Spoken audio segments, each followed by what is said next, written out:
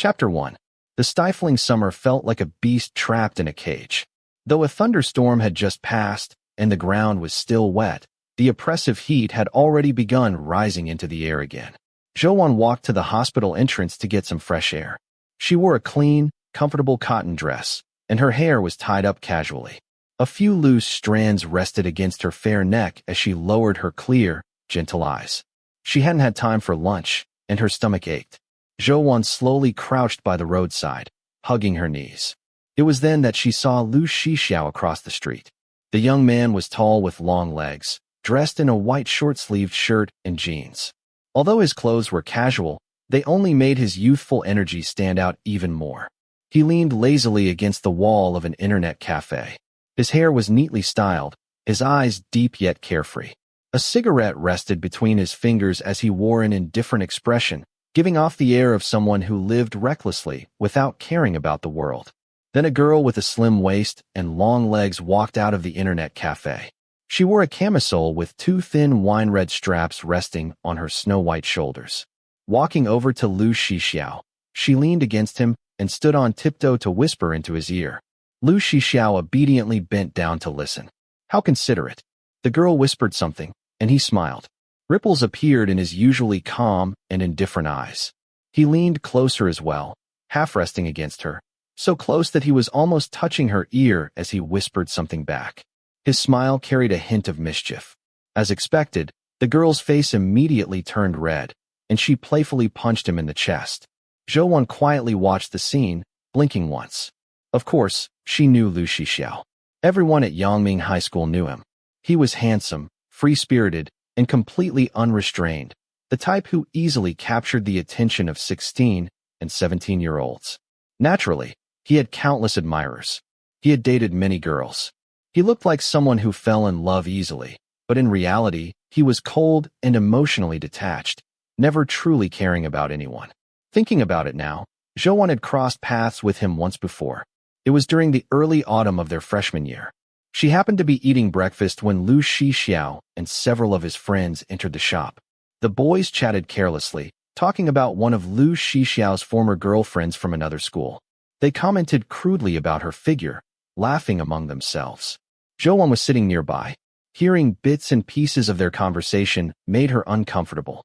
Without thinking, she glanced toward the person they were talking about. Lu Shixiao remained calm and completely unfazed. With his head lowered, he quietly ate his porridge. The breakfast table was low, and his height made sitting there look awkward. His skin was very fair, and his slightly wet hair hung loosely over his forehead. One elbow rested on his knee as he looked down. "Boss Xiao, come on. Tell us," one of the boys said with a grin. "Tell you what." Lu Shixiao looked up with a faint smile, sounding completely casual. "Stop pretending. You know what we're asking." He smiled. "I really don't." His friend rolled his eyes and winked. "So, how did it feel?" Hearing that, Zhui frowned. Lu Shixiao finished his breakfast. He slowly wiped his mouth with a napkin before leaning back in the plastic chair, folding his arms across his chest. That was when he noticed Zhui frowning from the table behind them. The young girl had delicate features. A small nose. A small mouth. Large deer-like eyes. They were so clear and transparent that anyone who looked at them would immediately think of innocence and purity. Their eyes met. 1 second. 2 seconds. 3. In the end, Zhui was the first to look away. A low laugh escaped Lu Shixiao's throat. He tapped the tabletop lazily with his fingers. "All right. There's a young lady here." Back then, Zhui hadn't even known his name. She only learned it later from classmates. Lu Shixiao. After that day, she often saw different girls standing beside him. Someone like Lu Shixiao would never remember those brief 3 seconds of eye contact. Across the street, after the girl clung to Lu Shixiao's arm for a while and acted spoiled, she half pulled, half dragged him back into the internet cafe. By then, Zhui's stomach had eased somewhat. Just as she stood up to buy something to eat, her phone rang. "Hello. Dr. Chun. Wan, your grandmother's test results are ready. Can you come over when you have time? Also, pick up her medicine for the next 2 weeks."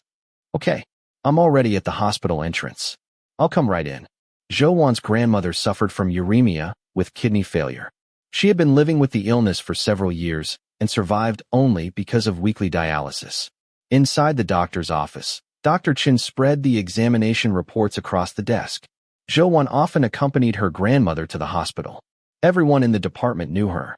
The doctors and nurses all pitied the obedient, delicate-looking girl. Whenever they saw her, they always spoke a few extra words of encouragement. You can see the current condition. I recommend increasing dialysis to at least twice a week from now on. Zhou carefully examined the upward and downward arrows on the lab report before nodding. Okay. The doctor knew about her family's financial difficulties. You should prepare for the treatment costs in advance. After a brief pause, he added, if you need any help, you can come to me. Dr. Chen had worked at the hospital for more than 10 years. He had witnessed countless cases of life and death. He had also seen many families give up treating elderly relatives. As the saying goes, there are no truly devoted children beside a long-term sickbed. Old sayings existed for a reason. Yet Zhou grandmother had been ill for years. Whenever Zhou could get leave from school, she would come to accompany her grandmother without fail. Though only 16 or 17 years old herself, she never complained. She remained gentle and calm through everything. It made people feel sorry for her. Zhou gave him a faint smile. Thank you, but I don't want to trouble you. I'll figure something out. She left the hospital carrying the examination reports. The sun hung high overhead. The air was so humid that every breath felt like inhaling dry cotton. Tiny beads of sweat gathered on Zhou temples. One hand carried a bag of medicine. The other held the stack of medical reports as she called her mother. The call was disconnected after a single ring. At that moment, the bus arrived. The crowd pushed Zhou on board. Inside the bus were the sharp scoldings of women and the unpleasant smell of cigarettes and alcohol lingering around the men. She was squeezed into a corner and grabbed the handrail. Her phone vibrated. Her mother had replied with a text. Mom's message. Wan, I'm busy right now and can't talk. What is it? Zhou hesitated before typing. Zhou's message. Let's talk in person. Mom's message. Then I'll come find you tonight. Zhou's message. Okay. Back then, pickpockets were everywhere on buses. Zhou didn't dare put her phone in her pocket. Instead, she gripped it tightly in her hand. She quietly watched the scenery passing outside the window. The bus lurched forward. She knew exactly what kind of person her mother was. She was nothing like the mothers described in essays. The mothers who carried their feverish children to the hospital in the middle of the night, or fanned their children through powerless summer evenings. Less than 1 month after Zhou father died, her mother left home. Later, Zhou heard that Guo Xiangling had gotten together with a small business owner in town. Things didn't work out. After that, Guo Xiangling dated several different men over the years. She was undeniably beautiful. Unlike Zhou's gentle beauty, Guo Xiangling possessed a glamorous kind of beauty. She had once worked as a sales assistant in a luxury store. After watching wealthy women every day, she had learned how to imitate their elegance almost perfectly. Rumor had it that she had recently become involved with a very powerful man.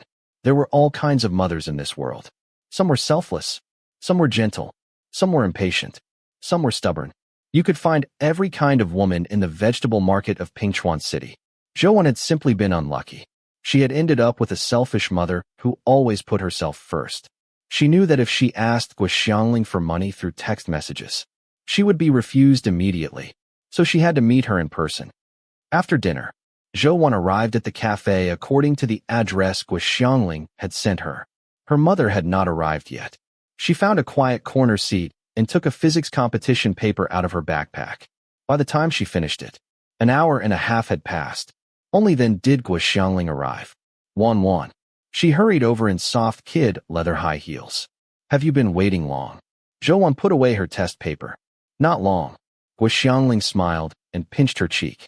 She called over a waiter and ordered coffee for herself and hot milk for Zhou. You still have school tomorrow. Drink milk instead. Otherwise you won't sleep well. Strangely enough, the same woman who had abandoned 10-year-old Zhou now acted affectionate and caring. Guo Xiangling chatted casually for a while. She first said Zhou had become thinner. Then she asked how school was going. I ranked second on the last exam. Second in your class? Zhou took a sip of the hot milk. Its gentle sweetness spread across her mouth. She lightly licked her lips. Second in the entire grade. Guo Xiangling beamed. My Wan is amazing. She reached over and ruffled her daughter's hair. Mom, I'm here today because I want to discuss something. Oh, I almost forgot. What is it? Grandmother's test results came back today. Her treatment will cost much more from now on. The money in her medical insurance account is almost gone. What I earn from my part-time job isn't enough. She paused, quietly watching her mother's expression. Guo Xiangling still smiled. Only now? Her smile looked apologetic. Wan, I know you're very close to your grandmother. But Mom is on her own now.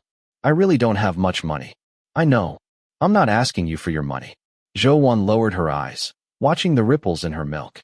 But Dad left some savings before he passed away. I want to use that money for grandmother's treatment. Guo Xiangling's expression froze. She sighed. Wan, you know your grandmother can't be cured with dialysis. Zhou Wan looked up. Her large eyes were already slightly red. Guo Xiangling sighed again. Fine. How much did the doctor say it would cost? She needs 1 extra dialysis session every week. It's about 400 yuan each time. What? That's outrageous. Guo Xiangling widened her eyes. Wasn't your grandmother stable before? Why does she suddenly need to spend more money? Wan, you're still young. You look easy to fool. Don't let the hospital scam you. Zhou Wan frowned. All right. Guo Xiangling waved her hand. I can't afford such a long-term expense either. How about this? I'll give you 500 yuan first. We'll talk about the rest later. She took several bills from her wallet. Accidentally pulling out 1 extra bill, she quietly slipped it back before handing the money over. The moment Zhou Wan accepted it, she felt as though her dignity had been crushed beneath someone's feet. But she had no choice. She accepted it. Thank you. Just then, Guo Xiangling's phone rang. A bright smile immediately appeared on her face. I'm coming. Why are you rushing me? She quickly grabbed her handbag and stood up. Wan, Mom has something to do. I have to leave. Finish your milk before you go home.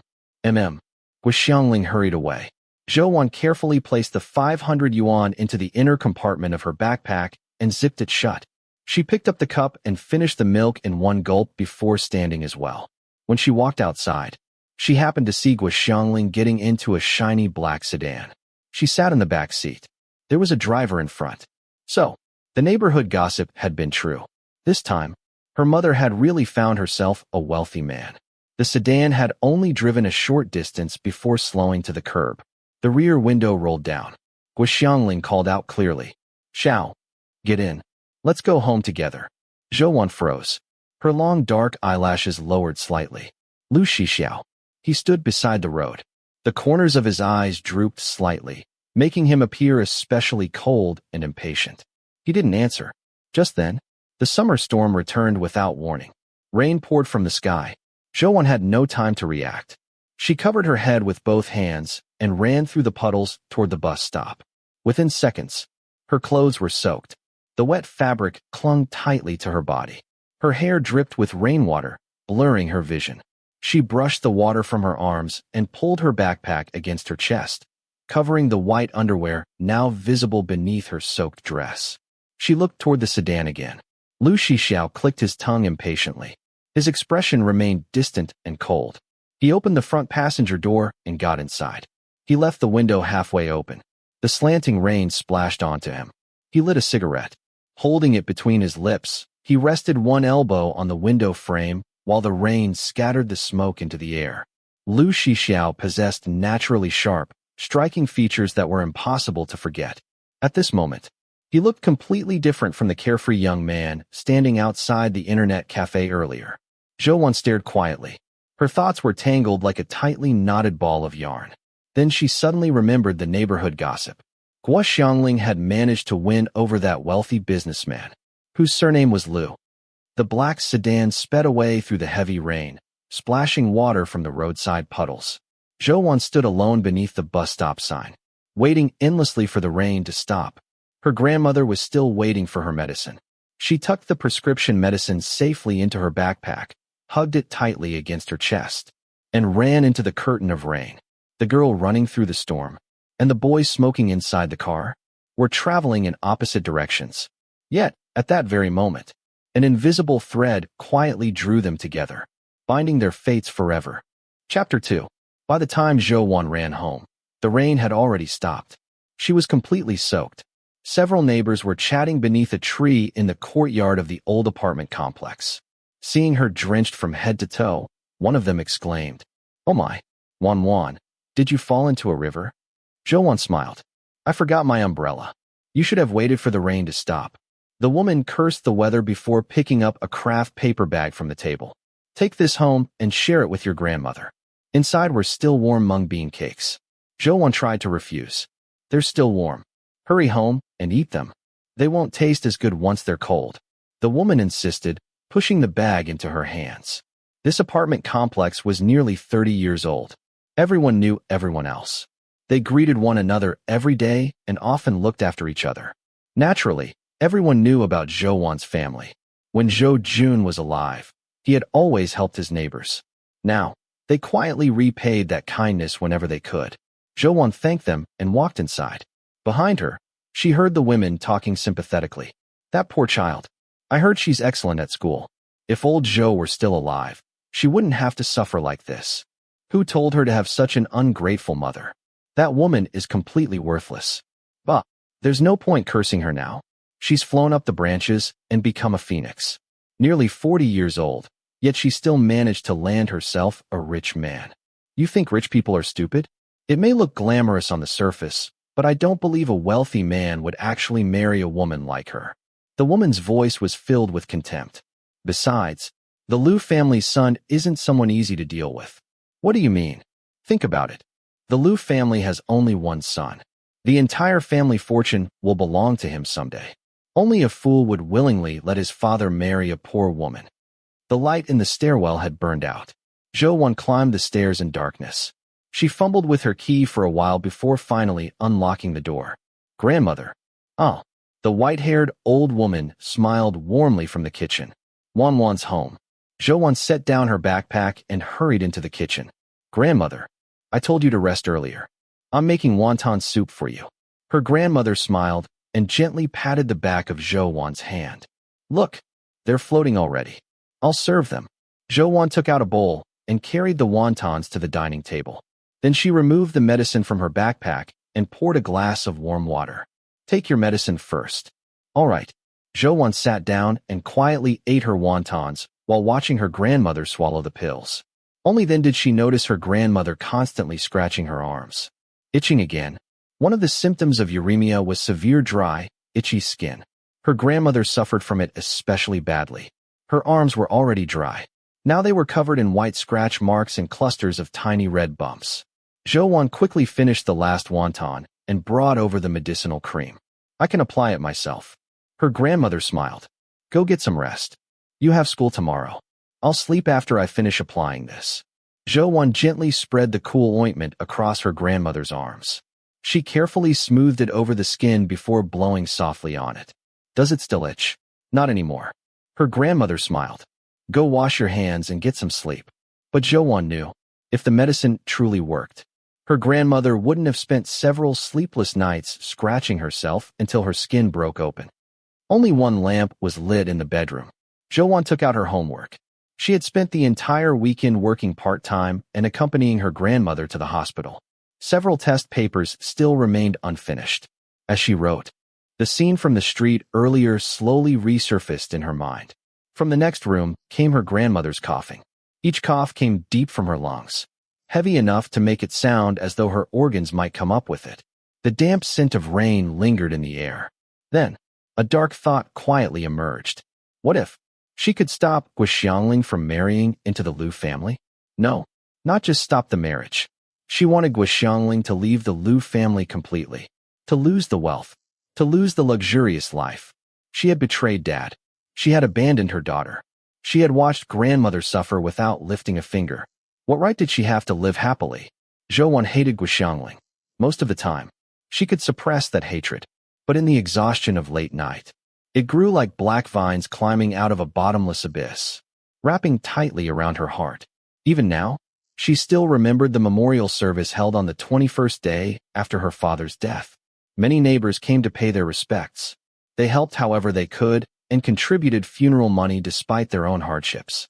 Everyone asked the same question. Where's your mother? Guoxiangling never appeared that entire day, not until late that night. Standing behind the curtain, Zhou saw a man dropping her mother off downstairs. The two laughed happily together. When Guoxiangling came upstairs, she went straight to the wardrobe. She pulled out a suitcase and quietly began packing her clothes. Zhou pushed open the bedroom door, the room that had once belonged to both her parents. She stood there silently, watching her mother, unable to understand. "Mom, where are you going?" Guoxiangling simply replied. "Wan, I'm going away for a few days." But somehow, 10-year-old Zhou understood. She desperately grabbed the suitcase, crying, begging, pleading with her mother not to leave. That little girl had just lost her father. Now she was terrified of losing her mother too. She cried until her voice became hoarse. She clung to the suitcase without letting go. Her knees scraped painfully against the floor. She humbled herself completely. Yet none of it stopped Guoxiangling from leaving. Almost unconsciously, Zhou pressed her pen hard against the paper. She wrote 3 characters. Gua, Xiang, Ling. How could she take revenge? After a long silence, she wrote 3 more. Lu, Shi, Xiao. The next morning, Wan. Guming turned around from the desk in front of her. "Did you finish the physics paper?" "No." "Which problem can't you solve?" Guming pouted. "I can't solve any of it." Homework inspection was about to begin. She simply wanted to copy someone's answers. She turned toward Zhou deskmate.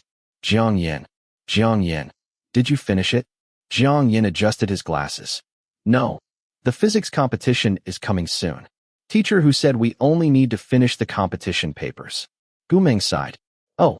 She turned around and went to borrow someone else's homework. Jiang Yin looked at Zhou. "Are you ready for the competition?" She shook her head. "There's still a month left." "A month goes by quickly." He twirled his pen. "I'm a little nervous. If we qualify for the national competition this time, we'll have a chance to earn a recommendation for Huaqing University's summer camp." Zhou smiled. "Good luck. With your grades, you'll definitely make it." Jiang Yin looked surprised. "You're not nervous?" "I'm all right. It's becoming harder and harder to get into Qing University based only on exam scores." He paused. "Don't you want to study there someday?" A faint smile appeared on Zhou lips. "I haven't thought that far. I'll just let things happen naturally." Jiang Yin shook his head. "Zhou, in China, no university compares to Huaqing. If you get into Qing University, your future will become much easier." Zhou didn't answer. Instead, she turned toward the window. Blue sky, white clouds, an endless horizon. It looked just like an unlimited future. But what about hers? She couldn't imagine it. She was like a young eagle whose wings had begun to grow. She should have soared freely across the sky. Instead, an invisible thread bound her tightly, keeping her from ever flying very far. Near her home stood an old movie theater. Beneath it was a game arcade. Students often stopped there after school, so business was always good. The arcade belonged to one of Zhou Jun's old friends. After moving away from Pingchuan City, he entrusted the arcade to Zhou. Officially, she was managing it for him. In reality, it was simply his way of helping his late friend's daughter by giving her a monthly salary. Every afternoon after school, Zhou came to work there. "Little boss." A bright, beautiful girl ran to the counter. She leaned forward with both hands resting on it. "Give me 100 game tokens." Zhou looked up from her homework. "If you spend 100 yuan, you can get a membership card. Future purchases will be 5% cheaper." "Okay, I'll get the card." As Zhou lowered her head to register it, she heard the girl call excitedly behind her. "Xiao." Her fingers paused. She looked up. Lu Shixiao was walking toward them. The girl happily wrapped herself around his arm. "I've been waiting forever." Lu Shixiao merely curled the corner of his mouth. He looked completely uninterested. He casually placed 100 yuan on the counter. With one arm occupied by the girl, he opened a cigarette pack with the other. A cigarette rested between his lips. Click. The lighter ignited. But before lighting it, he seemed to remember something. His slightly hoarse voice carried a lazy nasal tone. "Can I smoke here?" Realizing he was speaking to her, Zhou answered, "Yes." She handed the membership card to the girl. "Here. So I only need to swipe this? I don't need game tokens anymore." "That's right." The girl's eyes sparkled as she looked at Lu Shixiao. "Xiao, what do you want to play?" He exhaled smoke. "Anything. Then let's play basketball." Dressed entirely in black, with a cigarette between his lips, Lu Shixiao casually picked up a basketball. His long fingers wrapped around it with effortless confidence. One shot after another. Every basket went in. He looked completely relaxed, as if he were simply passing the time. Soon, a crowd gathered behind them. The attention made his girlfriend beam with pride. Xiao. She practically clung to him. Let's play the two-player game next. No. He flicked ash into the trash can. Come on. Play with me. You can play by yourself. He took the game card, swiped it, then pressed the start button for her before stepping aside. At that moment, new customers arrived. While Zhou was registering another membership card, she suddenly heard a boy nearby. Hey, what's happening over there? Are they fighting? She looked over. Zhui seemed upset. Her eyes had already turned red. She looked pitiful, wronged. Yet Lu Shixiao merely leaned lazily against the machine, looking down at her without the slightest emotion. Lu Shixiao, can't you care about me just a little? I'm always the one looking for you. Now you won't even play games with me. Is this really how you date someone? Zhui Xuan. His voice was calm, very quiet. That alone was enough. Zhui Xuan immediately understood. She couldn't keep acting spoiled. Lu Shixiao would never indulge her. She had crossed the line. He crushed out his cigarette. His expression remained indifferent. Let's end it. Her eyes widened. What? Break up. Zhou watched tears spill from Zhui Xuan's eyes. Such a bright and beautiful girl, reduced to looking so helpless before him. Many people surrounded them, unable to bear the humiliation. Zhui Xuan shouted through her tears. Jerk. Then she turned and ran away. That was simply who Lu Shixiao was. Everyone at school already knew. Different girls constantly appeared beside him. Yet somehow, girls continued chasing after him anyway. No one knew why. After Zhui Xuan left, he didn't chase after her. Instead, he went to the restroom to wash his face. When he returned, water still clung to his sharp features. He walked to Zhou counter. Picking up a pack of cigarettes, he asked, How much? 80. He scanned the payment code, then looked at Zhou. After a brief pause, she seemed familiar. Yangming Hot, MM. He tore open the cigarette pack, pulled out another cigarette, lit it. Smoke drifted upward as he raised an eyebrow. What's your name? Zhou. After a brief pause, she added, The one from. I will draw my bow like the full moon. Lu Shixiao raised an eyebrow, then laughed softly. The sound made Zhou face grow warm. Lu Shixiao. I know. He looked up. Zhou looked up as well. Their eyes met. She had once read in a book. If two people made eye contact twice, they would remember each other. This was the second time. Chapter 3. When Zhou returned home, her grandmother was already asleep. Back in her room, her notebook still lay open on the desk. On the page were the two names she had written the night before. Guxiangling, Lu Shixiao. She lowered her eyes and quietly stared at them. A single line connected the two names. What if she and Lu Shixiao became a couple? Then, Lu's father would probably be furious. He wouldn't be able to stay with Guxiangling anymore. The thought appeared so suddenly that even Zhou startled herself. She knew very well. Lu Shixiao had never taken any of his girlfriends seriously. Even if she somehow managed to date him, she would never be the exception. But perhaps, that was enough. Simply being together would be enough. As long as Lu's father found out, that alone would be enough.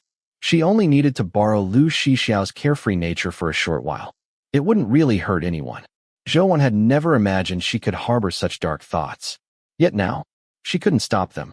Like a venomous snake flicking its tongue, they slowly spread through her heart. She raised her eyes toward the mirror. The room was dark. Only the desk lamp illuminated a small circle around her. Her soft black hair fell over her chest. Her skin was fair and delicate.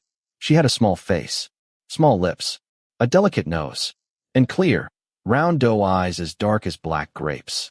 Zhou had been beautiful ever since she was a child. People had always praised her appearance. But hers was a clean, pure, gentle kind of beauty, completely different from the bold, glamorous girls who usually surrounded Lu Shixiao. She didn't know whether she could really do this. But at least, now, Lu Shixiao knew her name. September arrived. The fragrance of blooming osmanthus flowers drifted throughout the entire campus. Guming picked a handful of blossoms, placed them inside a small cloth pouch, and made a sachet for Zhou. By the time the tiny flowers inside had completely withered, the annual school sports meet had arrived. Each class needed someone to carry the class sign during the opening ceremony. Zhou was chosen. All of the female sign bearers wore matching outfits. Instead of the loose school uniforms, they changed into fitted white t-shirts and pleated skirts. They looked youthful and energetic. When Guming saw Zhou walk out, she gasped dramatically. Wan, whoever designed our regular school uniforms deserves to be struck by lightning. You look amazing in that skirt. Although she wore safety shorts underneath, the pleated skirt only reached a little above mid-thigh. Zhou felt uncomfortable. She kept tugging at the hem, trying to pull it lower. Guming immediately grabbed her hand. Stop pulling. It's supposed to look like that. I'm worried. When I walk, the skirt might lift too much. Guming laughed. It won't. First of all, you're wearing safety shorts. Nothing can be seen. And besides, the school isn't going to hand out indecent uniforms. It's just a normal short skirt. The sports meet filled the entire campus with excitement. Even early in the morning, the athletic field buzzed with noise. After the principal finished his speech, each class lined up for the entrance ceremony. Zhou belonged to Class 2-1. Holding the class sign, she stood at the very front. Next to them was Class 2-7. Lu Shixiao belonged to Class 2-7. Among all the second-year classes, Class 7 had the poorest academic performance and the worst discipline. Their formation looked completely disorganized. Even their sign-bearer hadn't arrived yet. Zhou glanced behind her. Lu Shixiao stood near the back with several friends. He wasn't wearing his school uniform. A cigarette rested between his fingers. He smiled lazily. The sunlight fell across him, making his already fair skin appear even brighter. He had recently gotten a haircut. His sideburns had been trimmed neatly, revealing the clean lines of his profile. The sharp shadows only emphasized his naturally cold expression and carefree attitude. Beside him, a girl sat on the edge of a flower bed. She looked up at him, trying eagerly to start a conversation. Zhou vaguely recognized her. She was the arts committee member from one of the liberal arts classes, not from Class 7. The area around them was noisy. Sunlight filtered through the dense leaves overhead, scattering golden patches of light across the ground. The girl smiled brightly. She reached out one hand toward Lu Shixiao. Apparently, she wanted his help getting up. Without moving, Lu Shixiao merely lowered his eyes to look at her. A faint smile appeared. Can't stand up by yourself? My leg fell asleep. She laughed. Lu Shixiao flicked the ash from his cigarette. Still, he didn't move. The girl raised an eyebrow. So heartless. He smiled lazily. Yep.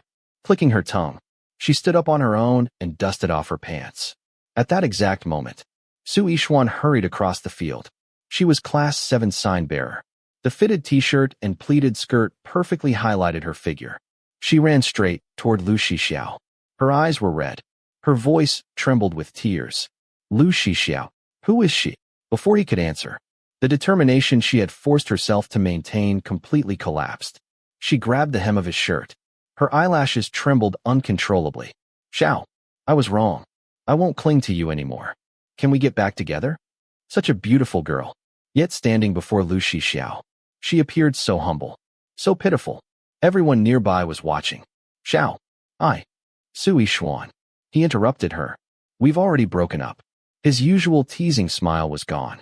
His voice was cold, hard, utterly heartless. Standing behind Zhou, Guming sighed softly. Who would have thought? Even a beauty like Su Yishuan couldn't make Lu Shixiao settle down. Zhou watched quietly. She blinked once, then slowly looked away. Meng. They all know what kind of person Lu Shixiao is. So why do they still keep throwing themselves at him? Did they really believe they would become the one person capable of changing a notorious playboy? Zhou couldn't understand sacrificing one's dignity or pride for love. If she ever fell for someone like that, she would never confess. She would never allow someone to trample on her dignity. She would simply keep those feelings hidden forever. Guming stared at her in surprise. Wan, you've become wiser. I never thought I'd hear something like that from you. Then she shook her head dramatically. It's youth. Everyone has to meet a few jerks. Everyone gets their heart broken a few times. Otherwise, when you look back on your school days, it'll all just be equations and vectors. How boring would that be?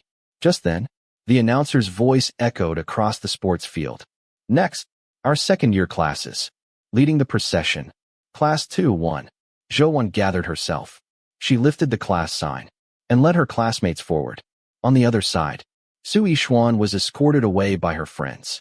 She was still crying. The other girl also quietly left after being rejected. Nearby, several boys suddenly began talking excitedly. Hey, who's that girl carrying the sign for class 2-1? I've never noticed her before. That's the top student. She's always second in the grade. I already thought she looked like a first love in her school uniform. I didn't expect her figure to be this good. Those legs. Damn, I think I'm in love. Zhang Fan spoke loudly. She's way too cute. How have I never seen her before? Because you skip class every day. Someone answered. Does she have a boyfriend? What's her name? She's a top student. When would she have time to date? I've seen her name on the rankings board. I remember it has Wan in it, but I can't remember her surname. Zhang Fan nudged Lu Shixiao. Xiao, do you know her? Lu Shixiao finally looked up from his phone. His eyebrows lifted slightly. Doesn't she totally look like someone's first love? Zhang Fan sighed dreamily. Now I finally understand what people mean by a first love face. Lu Shixiao said nothing. Zhang Fan assumed he didn't know her. He clutched his chest dramatically. I can't keep looking. My heart's turning into sugar. Lu Shixiao raised an eyebrow. Sweet. He remembered the arcade, the dim lighting, the noisy machines, the girl quietly standing behind the counter. Her features were youthful and delicate. Her eyes resembled a deer's. Long eyelashes framed those clear, innocent eyes. She certainly looked sweet. But her personality wasn't sweet at all. Zhang Fan stared at him. Isn't she? Lu Shixiao simply laughed quietly. A mocking laugh. After the opening ceremony, the field events officially began. Zhou had signed up for the javelin throw, not because she was good at it. Very few girls volunteered for the event. Simply participating almost guaranteed points. The sports committee member had needed volunteers, so she agreed. Registration began early. She didn't even have time to change clothes. She simply tied her school jacket around her waist and hurried toward the competition area. For safety reasons, students almost never practiced with real javelins. This was Zhou Wan's first time holding one. It was much heavier than she expected. The outcome was exactly what anyone would imagine. She was lucky whenever the javelin actually stuck into the ground. Nearby, Zhang Fan was competing in the long jump. Watching Zhou Wan throw, he burst into laughter. Isn't this gap adorable? He laughed so hard he nearly doubled over. This is way too cute. I can't take it anymore. Lu Shixiao glanced toward the field. Is that all she's got? How said her name has Wan in it. Apparently she's second in the grade. Xiao, you've never noticed her name on the rankings board? Lu Shixiao answered flatly. Why would I ever look at that? Fair enough. Zhang Fan clicked his tongue. I'll ask her name after the competition. Lu Shixiao looked at him. The corner of his mouth lifted silently. Zhou Wan finally finished all 5 throws. None of the girls really knew how to throw a javelin. In the end, she somehow managed to finish 5th. Second to last. Gu Ming laughed beside her. If I'd known, I would have signed up too. Zhou Wan removed the safety pin holding her competitor number and slipped it into her pocket. Although the event wasn't especially exhausting, the heavy javelin had still made her sweat lightly. Let's go. She looked at Gu Ming. Ming, can we watch the high jump first? Just then, someone called from behind. Zhou Wan. The voice was clear, magnetic, with a faint trace of lazy amusement. Her footsteps stopped. She turned around. Lu Shixiao stood there wearing a black t-shirt. The breeze outlined his broad shoulders and narrow waist. His jawline was sharp. His neck was long. His Adam's apple stood out clearly. The wind had slightly tousled his hair. He looked directly at her. It was the first time he had ever called her name. Zhou Wan froze. For a brief moment, he lifted his chin slightly, pointing toward the ground ahead. You dropped your school badge. Chapter 4.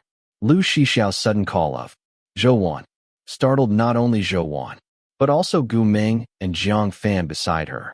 While they were both still frozen in surprise, Zhou Wan quietly said, Thank you.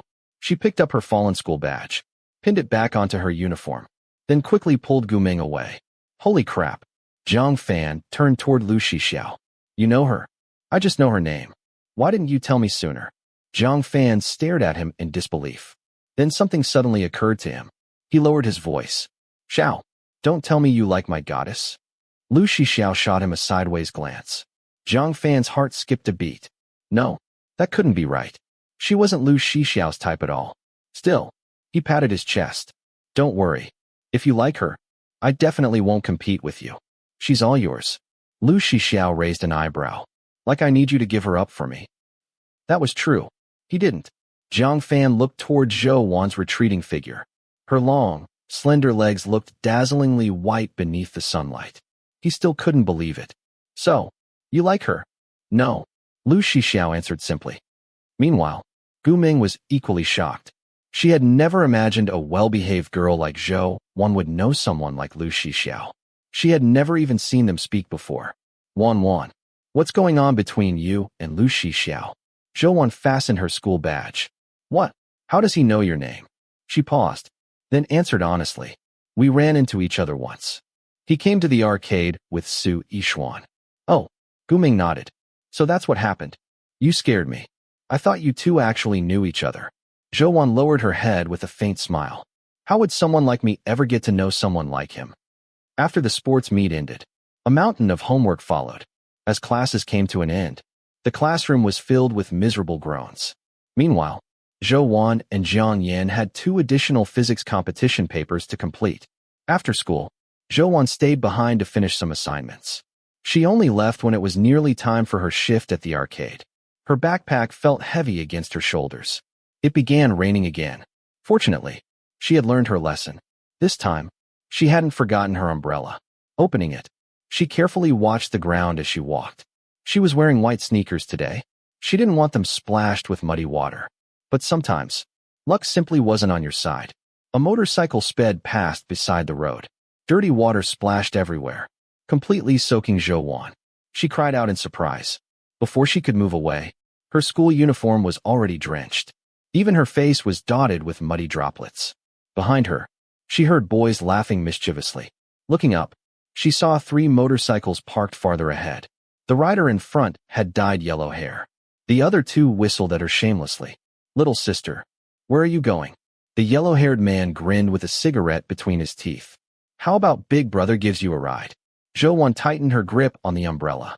She cautiously stepped backward. No thank you. I'm almost there. Your clothes are soaked. He pretended to sound concerned. You'll catch a cold standing in the wind. It's getting chilly. Really? No thank you. She slipped one hand into her pocket. And my father is coming to pick me up soon. Her heart pounded wildly. She had seen far too many news reports like this. She knew exactly what might happen if they forced her onto a motorcycle. She lifted her phone to her ear, trying desperately to remain calm. Hello, Dad. Are you almost? Before she could finish, all 3 men burst into laughter. The yellow-haired man laughed so hard, he almost choked. Little sister, are you even 15? Don't you even know how to fake a phone call properly? He climbed off the motorcycle, then walked straight toward her. Zhou Wan backed away, but he suddenly grabbed her wrist. His rough hand squeezed tightly. A bright red mark immediately appeared on her pale skin. Startled, she screamed, Don't be so ungrateful. His voice became low. He leaned close.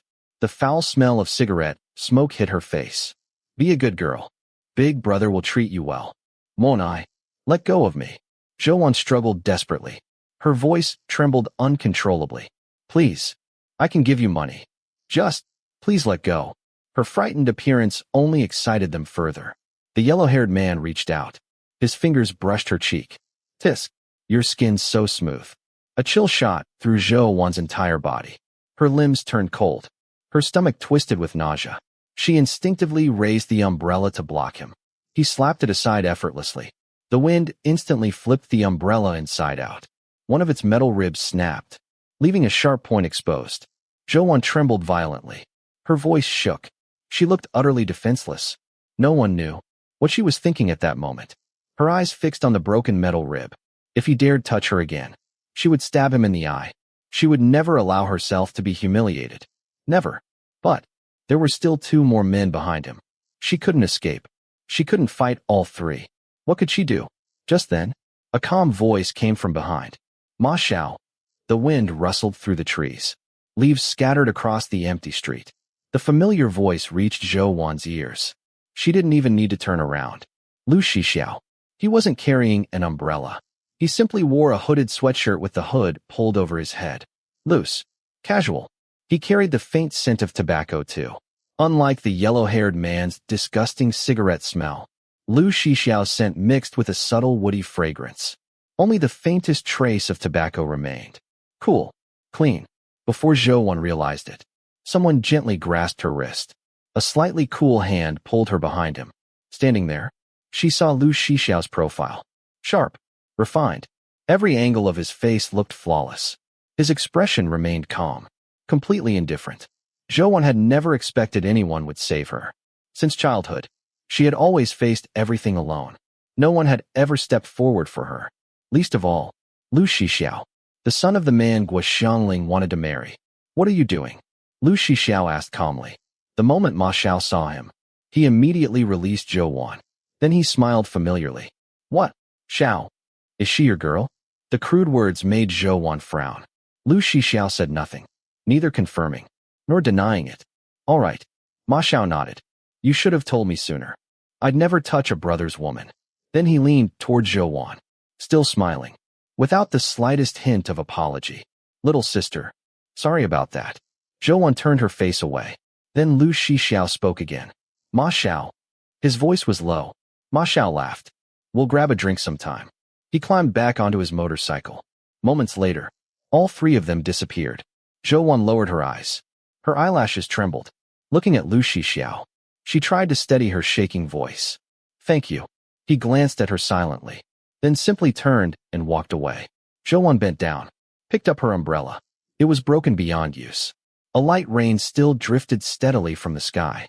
Every year, as summer turned into autumn, Pingchuan City seemed endlessly soaked by rain. Everything felt damp enough to grow mold. Fortunately, the rain wasn't heavy. She sighed softly, carrying the broken umbrella. She followed behind Lu Shixiao. Neither of them had an umbrella. He walked with his hood up. They traveled one behind the other. Quietly, Zhou secretly looked at him. They just happened to be heading in the same direction. Could it be? He was worried those men might return? Was he escorting her home? The thought lasted less than a second. She smiled bitterly to herself. How could someone like Lu Shixiao ever spend his time worrying about someone like her? Just then, he suddenly stopped. Turning around, he looked at her. Where's your umbrella? Zhou raised her eyes, meeting his gaze. His eyes were long and narrow. They should have looked passionate. Instead, they resembled a deep, bottomless pool. Emotionless. Unreadable. My umbrella. It's broken. Lu Shixiao glanced at the ruined umbrella in her hand. Oh, he continued walking. Eventually, he stopped beside a bus stop.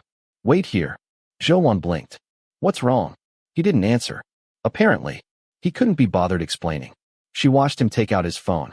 His fingers tapped the screen a few times. A few moments later, a taxi pulled over.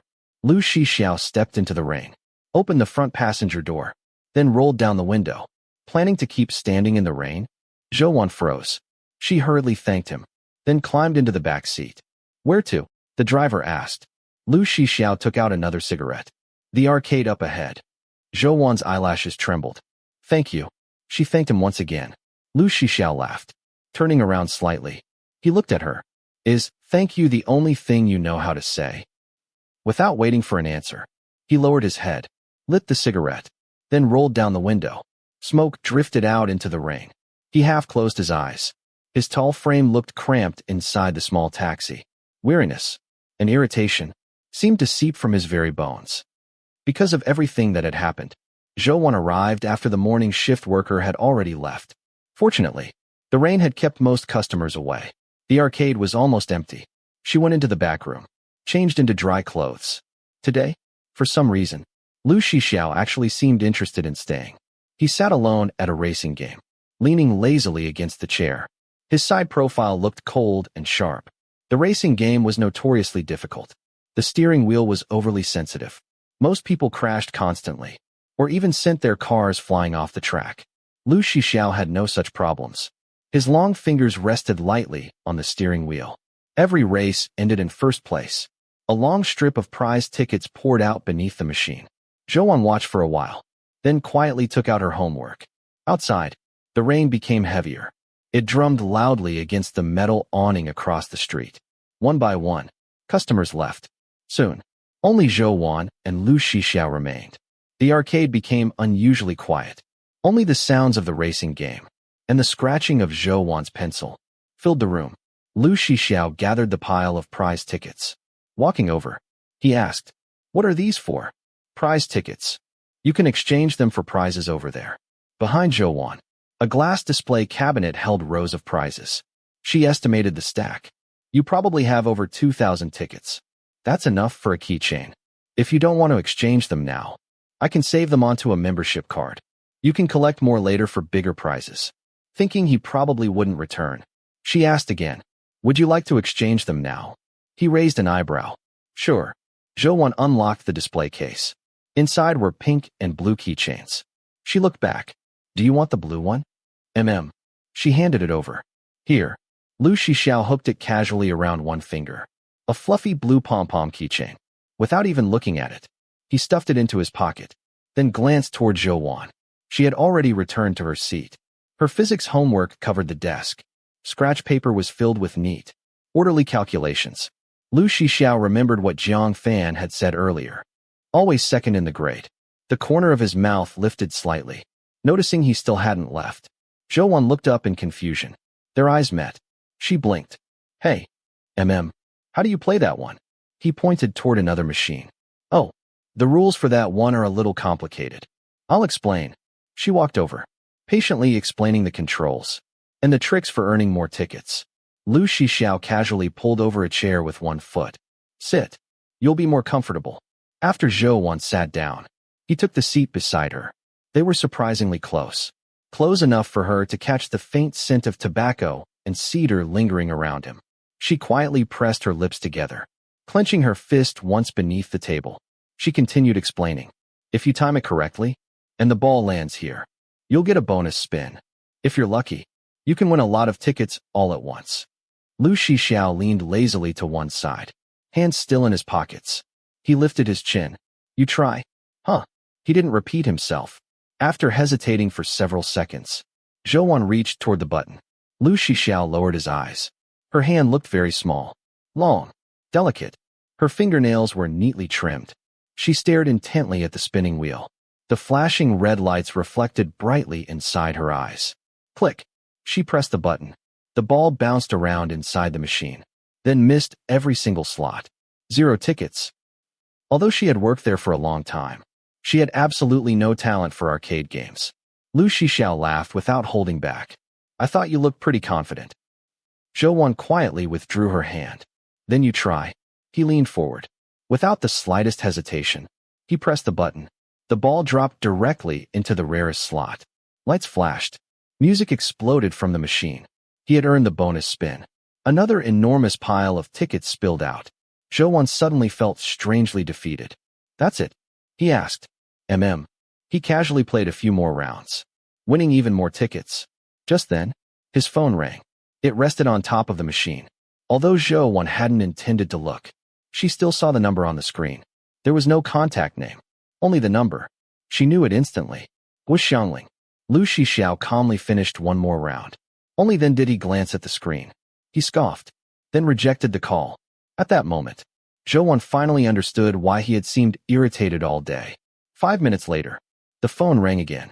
Still sitting beside him, she asked quietly, "Aren't you going to answer?" His response was simple. He blocked the number, then tossed the phone onto the table with a loud clatter. It was almost ironic.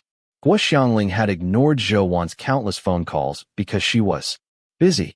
Now, Lu Shixiao treated her calls exactly the same way.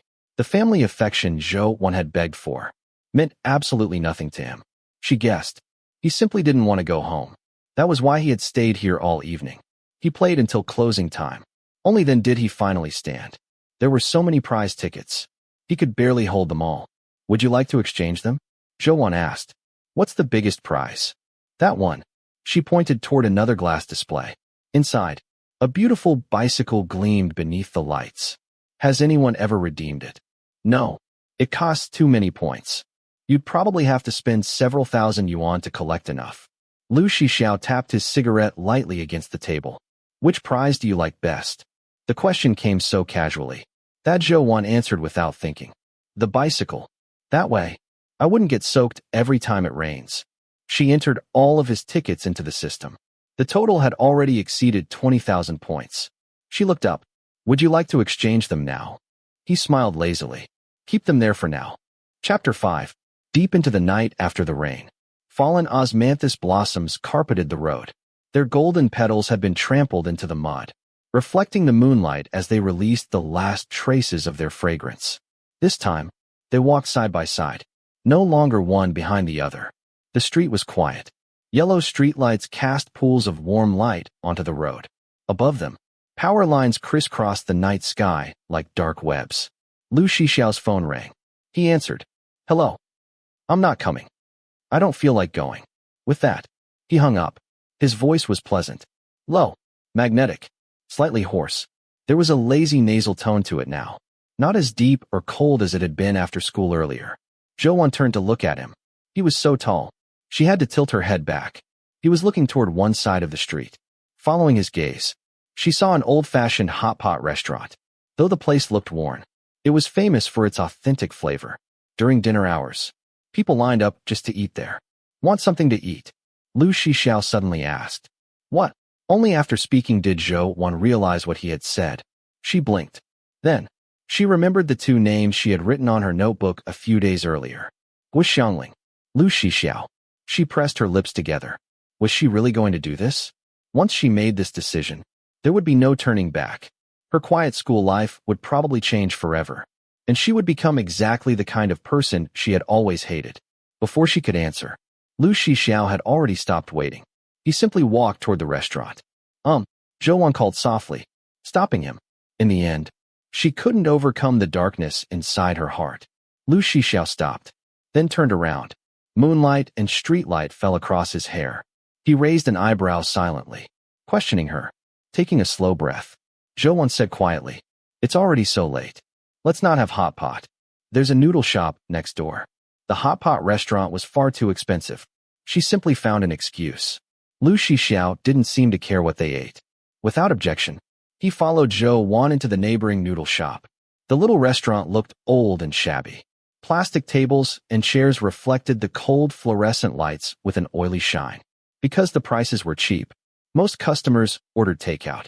Very few people actually ate inside. Zhou had been here many times. She knew the owner well. Uncle Kong, I'd like one bowl of 3 delicacies noodles.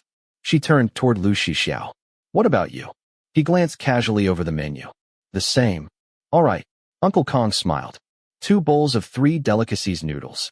After they found a table, Zhou suddenly stopped him. She took out a packet of tissues, carefully wiping down his chair and the tabletop. After all, she had been the one who suggested eating here. The young girl kept her eyes lowered. Her face was clean and gentle. Her long eyelashes and large eyes gave her an innocent appearance. There was something quietly captivating about her. She was slender, fair-skinned, so delicate that she looked as though she might cry if someone raised their voice at her. Yet, behind those doe-like eyes, lurked a quiet stubbornness, an unyielding strength. The two qualities blended together strangely well. No wonder. She had become a target for Ma Xiao's group. Lu Shixiao silently curled one corner of his mouth. Hey. Zhou looked up. If you ever run into people like those guys again, just tell them my name. She froze. She had never expected him to say something like that. After a moment, she nodded. He frowned slightly. What do you mean, Do you even know my name? I do. Zhou finished wiping his side of the table, then sat across from him. What is it? Lu Shixiao. That was the very first time Zhou spoke his name aloud. Many years later, whenever Lu Shixiao remembered Zhou, he would always remember that moment. The first time she called him by name. Her voice was clear, gentle, unlike girls who deliberately made their voices sound sweet and clingy. Her pronunciation was crisp, straightforward. But that was a story for much later. At that moment, when Zhou looked into his eyes and quietly said, Lu Shixiao, her gaze was honest, clear, so transparent it crashed directly into his eyes. The simple sound of his own name suddenly carried an unexpected weight. It sounded serious, almost ceremonial. Over the years, he had heard countless people call his name. Happy voices, angry voices, teasing voices, coquettish voices. He had always lived casually, without restraint. Naturally, the people around him were much the same. Yet this was the first time anyone had spoken. Lu Shixiao, with such solemn sincerity. For just an instant, every familiar reaction disappeared. Something seemed to tighten deep along his spine. Subtle, yet impossible to ignore. Finally, he smiled lazily. Forget it. If you ever run into those guys again, you'd probably be safer saying nothing. Zhou had no idea what had just flashed through his mind, nor did she understand the deeper meaning behind his words. What? He couldn't be bothered explaining. She didn't ask again. Uncle Kong soon carried over the noodles. Zhou had ordered a small bowl. As she ate, she quietly noticed that Lu Shixiao barely touched his food. Before long, he simply put down his chopsticks. Perhaps he wasn't used to eating at places like this. When Zhou finally finished eating, he looked at her. Ready? Just a minute. She ordered another bowl of plain vegetable noodles to take home. It had already become a habit. Without waiting for her to explain, Uncle Kong immediately began cooking. Oh, I'm out of takeout containers. There are some by the door. Could you grab one for me? Okay. Zhou walked to the entrance, picked up a stack of containers. When she returned, Lu Shixiao was already standing beside the counter. Uncle Kong quickly packed the noodles. How much is it, Uncle Kong? Zhou asked. He laughed. That handsome young man already paid. She froze, quietly accepting the noodles. Outside, the streets had become even quieter. One nearby streetlight had gone dark. Somewhere in the distance, a stray cat cried sharply through the night. The noodles earlier. Zhou asked. How much were they? Lu Shixiao looked down at her. Forget it. No, that won't do. She shook her head. How about I transfer the money to you? It was only a little over 20 yuan. Lu Shixiao couldn't be bothered arguing over such a small amount. If she insisted, then fine. As Zhou took out her phone, the screen suddenly went black. The battery had died. Then, tell me your phone number. I'll add you first. Then I'll transfer it later. Lu Shixiao recited his number. She entered it, then tapped. Search. His profile picture was completely black. His display name was simply Lu Shixiao. At a time when everyone loved flashy usernames, he simply used his real name. Someone like him didn't need anything else. Everyone already knew who he was. Zhou quietly stared at the profile for a moment, then pressed Add contact. By the time she arrived home, it was already very late. Recently, her grandmother's skin had become much worse. The constant itching often kept her awake all night. Zhou quietly entered the room. Sure enough, her grandmother was still awake. She handed over the noodles. Grandmother, you probably didn't eat much for dinner. Have something before you go to sleep. Oh, you spent money again. Although she complained, she smiled warmly. I've told you before. Save your money. I'm already useless. I'm only becoming a burden. We can't let my illness affect your university education. Zhou placed a small table beside the bed, then opened the steaming noodles. Grandmother, please eat. She took a tube of ointment from the drawer, carefully applying it to the reddened skin. Scratching too much could easily break the skin and cause infection. As she gently rubbed the ointment in slow circles, she quietly massaged away some of the unbearable itching. Looking down, she said softly, Grandmother, don't worry about my university expenses. I've already thought about it. Our school has scholarships. If I get accepted into a good university, they'll give me a reward. It's enough to pay all 4 years of tuition. Her grandmother gently patted the back of Zhou hand. I know my Wan is smart and sensible, but it still breaks my heart. You're still so young. You already have to study so hard and worry about so many things. Zhou silently shook her head. I only hope. Her grandmother smiled gently. That after everything you've suffered, the road ahead will be smooth. That everything will go the way you wish. That you'll achieve great success. She paused, then laughed softly. No, actually, my Wan doesn't need to become successful in other people's eyes. I only hope you'll live happily, live freely, and become a kind person. Zhou fingers paused. A kind person. Her dark eyes quietly deepened. Countless dark thoughts and unspoken desires disappeared beneath their surface. Grandmother, she asked softly, what makes someone a kind person? Her grandmother smiled. My Wan already is one. Zhou said nothing. She simply continued applying the ointment. She looked obedient. Her grades were excellent. She had always been the model student. Polite, modest, well-behaved. Anyone who knew Zhou would have said she was kind. Only Zhou herself knew. She wasn't. The hatred she felt toward Guoxiangling had taken root long ago. Sometimes, she longed for her mother's love. Other times, she despised every false smile. She wanted revenge. She wanted Guoxiangling to pay for everything she had done. Everyone around her lived openly. Their happiness, their anger, their likes and dislikes. Everything showed plainly on their faces. Even someone like Ma Xiao, a thug, was openly bad. Only Zhou buried every ugly thought deep inside herself.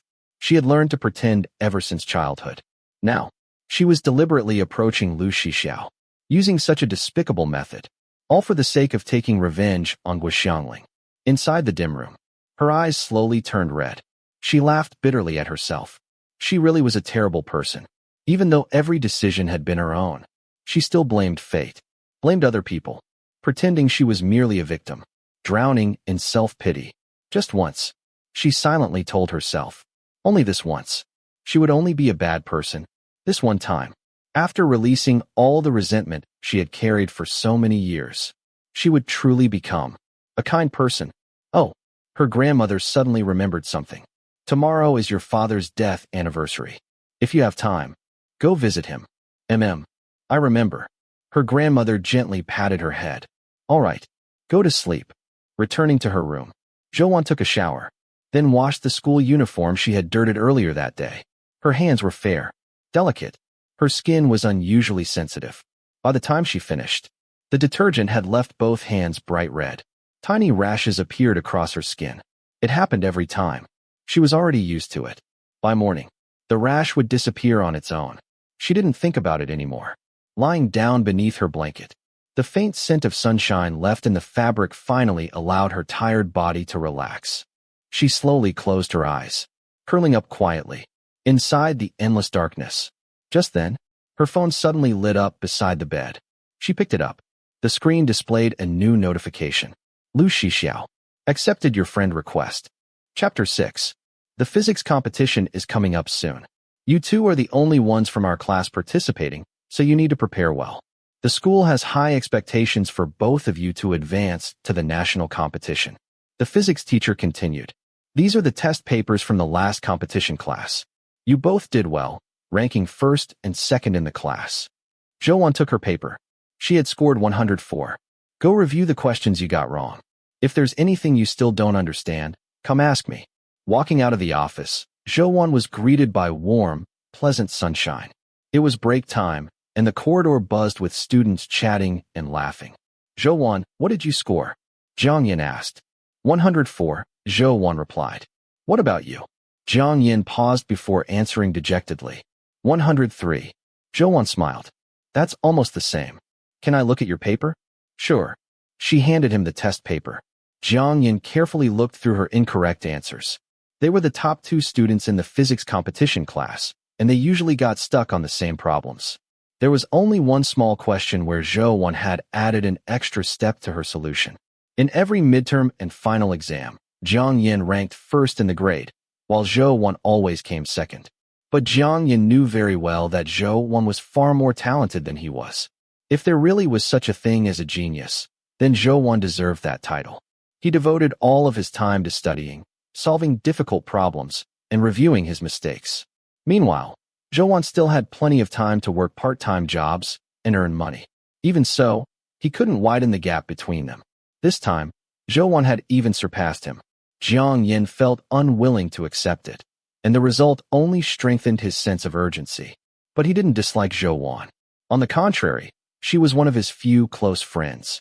She was both his rival and a teammate worthy of his respect. Zhou, how did you come up with this step? Jiang Yin asked. At that moment, they happened to be walking past Class 7, Lu Shixiao's class. From a distance, Zhou spotted him. He leaned lazily against the corridor windowsill with one elbow resting on it. His hair had grown slightly longer, and the breeze tousled it gently. With the sunlight behind him, his figure and features looked hazy, like an ink painting softened by water. Several friends surrounded him with their arms slung over each other's shoulders, chatting about everything imaginable and occasionally making crude jokes. Lu Shixiao laughed along with them, yet somehow still looked detached. as though he was simply going through the motions of life, someone who could leave it all behind at any moment. "Hey, Jiang Fan," one of the boys suddenly said, "isn't your goddess over there?" The entire group turned to look. Zhou Wan immediately lowered her gaze and walked straight ahead without looking to either side. Out of the corner of her eye, she saw Lu Shixiao turn his head as well, his sharp profile outlined against the light. Jiang Fan raised his fist as though he were about to throw a punch. "What's wrong? Since when did you become such a coward? Weren't you bragging before that you'd get her number the moment you fell for her?" One of his friends teased. Jiang Fan laughed awkwardly. "I wouldn't dare chase someone Xiao A is interested in." The moment those words came out, everyone erupted, surrounding Lu Shixiao and demanding an explanation. Lu Shixiao lazily swept his gaze across Zhou Wan before raising an eyebrow. "When did I ever say I was interested?" Jiang Fan had known him for years and understood his personality fairly well. He didn't think Lu Shixiao genuinely liked Zhou Wan, but there was definitely some curiosity. Otherwise, he wouldn't have called out to her during the school sports meet. Jiang Fan gave him a meaningful look. "Oh, then I'll go ask for her number right now." Lu Shixiao merely chuckled ambiguously. He neither admitted it nor denied it. "Zhou Wan." Jiang Yin called her name again. She snapped back to reality. "Oh, I was asking how you came up with this step." Zhou Wan lowered her head to the paper and patiently explained her reasoning. Back in the classroom, Zhou Wan took out her phone. There were no new messages. She had sent 2 messages that morning. One was to Lu Shixiao, transferring him money for the noodles. He still hadn't accepted it. The other was to Guoxiangling, asking whether she wanted to visit her father's grave today because it was his death anniversary. She hadn't replied either. Zhou Wan had requested leave from her teachers and left school early that day. She bought fresh flowers and some pastries before taking a bus to the cemetery on the outskirts of the city. Today was Zhou Jun's death anniversary. Zhou Jun had studied liberal arts and was one of the few university graduates of his generation. Later, he became a middle school Chinese teacher. He was cultured, gentle, and refined. Guoxiangling had been Zhou Jun's first blind date. They were a perfect match and quickly fell in love. 20 years earlier, they had been the couple everyone admired. Guoxiangling wasn't highly educated, but during that era, artistic young women were fashionable, and she was considered one of them. After Zhou Wan was born, Guoxiangling quit her job at a clothing store to become a full-time mother. Later, because Zhou Jun was such an outstanding teacher, he was frequently assigned graduating classes and often worked late into the night. He never noticed that Guoxiangling had also begun coming home later and later. Gradually, expensive luxury items appeared in the house. Necklaces, diamond rings. At the time, Zhou Wan simply thought they were beautiful. She didn't understand what they really meant. Not until Zhou Jun became ill and passed away, and Guoxiangling moved out less than a month later. Only then did Zhou Wan understand everything. She had been only 10 years old. Zhou Wan placed the fresh flowers before the grave. The man in the photograph on the tombstone wore a gentle smile. He looked modest, refined, and warm, with kindness lingering in his eyes. Compared with Guoxiangling, Zhou Wan resembled Zhou Jun much more. "Dad." She knelt before the tombstone and carefully placed the pastries onto a small plate. "Grandmother hasn't been feeling well lately, so she couldn't come see you this year." She didn't come either. The she referred to was Guoxiangling. Zhou Jun had truly loved Guoxiangling. He had never dated anyone before meeting her on that blind date. She had been his first love. After they married, he treasured and spoiled her endlessly. Every wedding anniversary, he bought her flowers. Every birthday, he wrote her love letters. Whenever she craved fruit late at night, he would cross half the city just to buy it for her. After all these years, Zhou Wan looked quietly at the photograph. "Do you still think about her? But I can't forgive her for betraying you. I can understand why she abandoned me to pursue a better life. But I can't forgive her for betraying you. And I can't forgive her for standing by while grandmother suffered without helping. Dad, I'm about to do something wrong." She lowered her eyes. "Will you forgive me?" After leaving the cemetery, Zhou Wan went to the hospital to collect her grandmother's medicine. Just after getting off the bus, Guoxiangling called. "Hello. Wan, I'm so sorry. Mom only just saw your message." Her voice was full of apology. She had always been like this. She could do terrible things, yet still maintain the appearance of being a good person. Sometimes Zhou Wan felt she wasn't all that different from Guoxiangling herself. The pedestrian light turned green. She crossed the street slowly. It's fine. Mom's been incredibly busy lately and really couldn't find time to go with you. How about this? I'll transfer you some money so you can buy more offerings for your dad. A wave of disgust rose inside Zhou, but she didn't show it. Nor did she tell her that she had already gone. Okay. After hanging up, Xiangling quickly transferred her some money. 100 yuan. Zhou entered the hospital and went to find Dr. Chen for her grandmother's medicine. Oh, 1 yuan. Dr. Chen looked up. Remind your grandmother to come back in a few days. It's time for dialysis again. Okay. Thank you, Dr. Chen. Leaving the office, Zhou took the elevator downstairs. Just then, she suddenly heard a familiar voice behind her. It carried a lazy smile, but beneath it was unmistakable coldness. So, she turned around. Lu Shixiao stood not far away. Facing him was a stern-looking middle-aged man in an expensive suit. Standing behind the man was Xiangling. The man exploded with rage. Lu Shixiao, what kind of attitude is that? Xiangling held the man's arm and gently tried to calm him.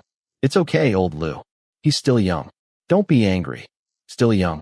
Those words only made the man even angrier. For more than 10 years, I've given him the very best of everything. Whatever he wanted, I bought it for him. And look at him now. He's nothing but an embarrassment. If I'd known you'd turn out like this, I never would have married your mother. Before he could finish, Lu Shixiao exploded. He grabbed the man's collar and slammed him against the wall with a loud bang. It was the first time Zhou had ever seen him this furious. The carefree, joking young man had vanished. The veins on his forehead bulged violently. His chest rose and fell with heavy breaths. Lu Zhongyue.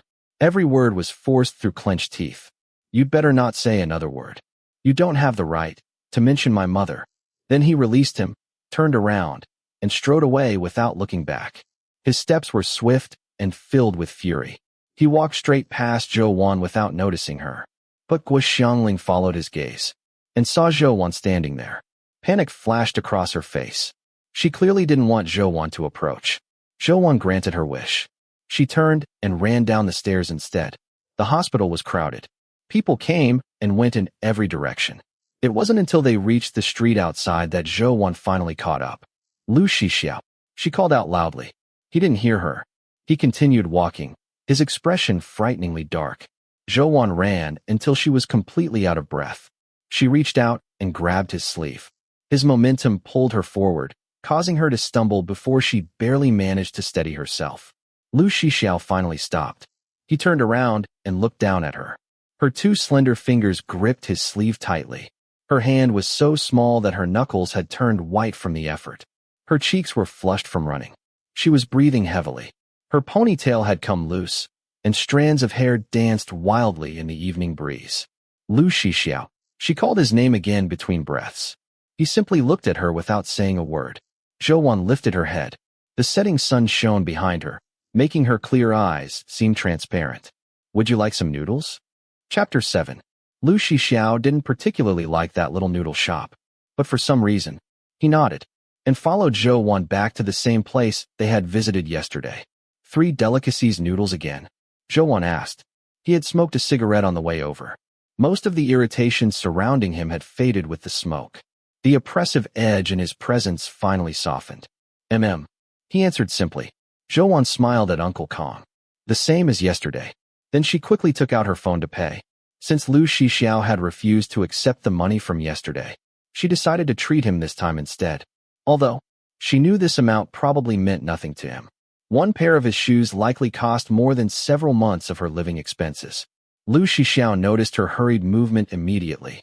He turned his head, exhaling a stream of smoke. Keeping such careful accounts? Zhou pressed her lips together. Money isn't easy to earn. Her voice was always soft, quiet. She rarely talked unless someone spoke to her first. Every answer was brief, gentle, never overly sweet. Her voice carried an unusually clean quality. Somehow, having her nearby didn't feel annoying at all. Instead, she made everything seem strangely peaceful. Why do you need to earn money? The first time he had seen her, she had been working part-time at the arcade. My grandmother is sick. He raised an eyebrow, not particularly surprised, nor especially sympathetic. Taking another drag from his cigarette, he asked quietly, What about your parents? My father died when I was little. His hand paused for a brief moment. And your mother? The question caught Zhou off guard. She accidentally bit the tip of her tongue. The metallic taste of blood spread through her mouth. Even so, her expression never changed. Seeing her remain silent, Lu Shixiao didn't ask again. Soon, 2 bowls of 3 delicacies noodles were placed on the table. As Lu Shixiao picked up his chopsticks, Zhou noticed the wound on the back of his hand. Several days had already passed, but it had obviously never been treated properly. The scab had broken open again, leaving an angry red mark. She quietly lowered her eyes and continued eating. This time, Lu Shixiao showed a little more respect for the meal. He actually ate several bites. The 2 of them finished dinner in comfortable silence. When Zhou finished first, she wiped her mouth with a tissue, then said softly, "I'll be right back." There was a pharmacy just outside. A few minutes later, she returned carrying a small plastic bag. Inside, there was disinfectant, cotton swabs, and gauze. She gently placed the bag in front of him. Without looking up, "The wound on your hand. It should be disinfected." Lu Shixiao raised an eyebrow. Girls had fussed over him countless times before. He wasn't moved by gestures like this. "No need," he answered lazily. Zhou paused for only a moment, then calmly explained, "If it isn't disinfected, it could become infected. That would be much more troublesome." Her grandmother had once suffered exactly that. Lu Shixiao leaned back lazily, tilting his chin slightly upward. He looked at her for a moment, then smiled. Slowly, he stretched one hand toward her. Without saying a word, Zhou blinked in confusion. Lu Shixiao smiled. "I don't know how." His mood had apparently improved again. Completely unpredictable. Zhou opened the disinfectant, dipped a cotton swab into it, then carefully cleaned the wound. She remained completely focused. Her head lowered. Several loose strands of hair slipped over her shoulder, brushing lightly against his fingertips. Ticklish. From where he sat, he could clearly see her face.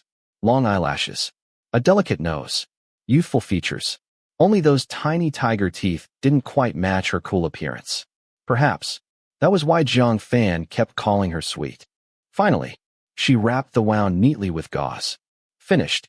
Lu Shixiao looked down. She had done a surprisingly good job. Going to the arcade. Let's go. He stood up. Zhou hurried after him. "You're going too? I'll walk you there." The arcade wasn't far away. The 2 of them walked side by side. Halfway there, Lu Shixiao answered another phone call. Even Zhou could hear the shouting from the other end. "Xiao! Damn it! Someone's causing trouble. They're fighting." Lu Shixiao stopped walking. Where? She couldn't hear the exact location, only that it was somewhere along the pedestrian street. I'll be there." He hung up. Zhou looked at him. "You should go. I'm almost there. I'll be fine." "All right." He nodded.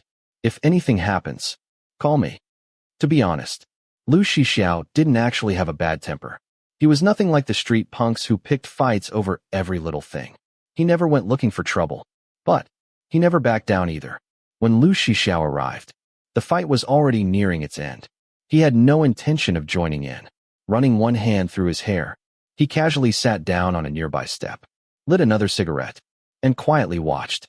The smoke drifted around his face. It wasn't completely dark yet. Freshly lit streetlights glowed against the deep blue evening sky, like scattered stars. Zhang Fan was drenched in sweat. When he noticed Lu Shixiao lounging nearby, he shouted, "Xiao, since you're already here, come help." Lu Shixiao laughed softly, flicking away the cigarette ash. "Looks like you've already finished." Scenes like this made everyone present look like nothing more than gangsters. Although Lu Shixiao hadn't thrown a single punch, everyone knew he was the one giving orders. Black clothes, a tall figure, a cigarette between his lips. He simply raised his chin slightly, looking down at everyone. The shifting light only made his sharp features appear colder. At that very moment, something flashed beneath the lights. A knife. No one else noticed. Lu Shixiao moved instantly, grabbing a metal rod. His eyes turned cold. His muscles tightened. With one swift swing, he smashed the rod against the attacker's wrist. Clang. The knife flew onto the ground. The man cried out in pain. "If you're going to play dirty." Lu Shixiao blocked another incoming punch, grabbed the man's hair, and yanked his head backward. His voice was icy. "Then don't get caught." His movements were clean, fast. Within moments, the fight was over. He casually dusted off his sleeve. then walked toward one man lying on the ground. Looking down at him, he said calmly, "Go tell Luo he. If he wants something, he can come to me himself. No need to play games." Lu Shixiao and Luo he had been enemies for years. Luo he was several years older. He couldn't stand Lu Shixiao's popularity. He was always looking for opportunities to suppress him. Jiang Fan spat onto the ground, then asked, "What were you doing this afternoon? You've been disappearing a lot lately." For some reason, Zhou Wan's face suddenly appeared in Lu Shixiao's mind. The corner of his mouth lifted slightly. "I was at the hospital." "What for?" "Lu Zhongyue is sick." "Is it serious?" Jiang Fan asked. Lu Shixiao let out a cold laugh. "Who knows? He has plenty of people taking care of him." Jiang Fan understood immediately. He knew about Lu Shixiao's family. And he also knew Lu Zhongyue had recently remarried. That woman had become another source of frustration for Lu Shixiao. Jiang Fan patted him on the shoulder. "Forget it. Let's go have some fun." The group went to a bar. Someone invited several girls over. Lu Shixiao sat alone in the corner, holding a wine glass between his long fingers. He drank quietly, listening more than speaking, only occasionally saying a word or two.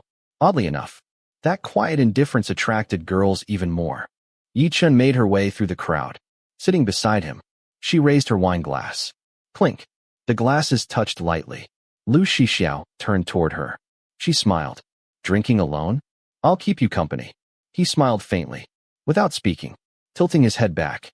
He finished the remaining wine in one swallow. Yichen had heard plenty about Lu Shixiao. Carefree, flirtatious, changing girlfriends faster than clothes. An iceberg that occasionally showed passion. His response seemed encouraging enough.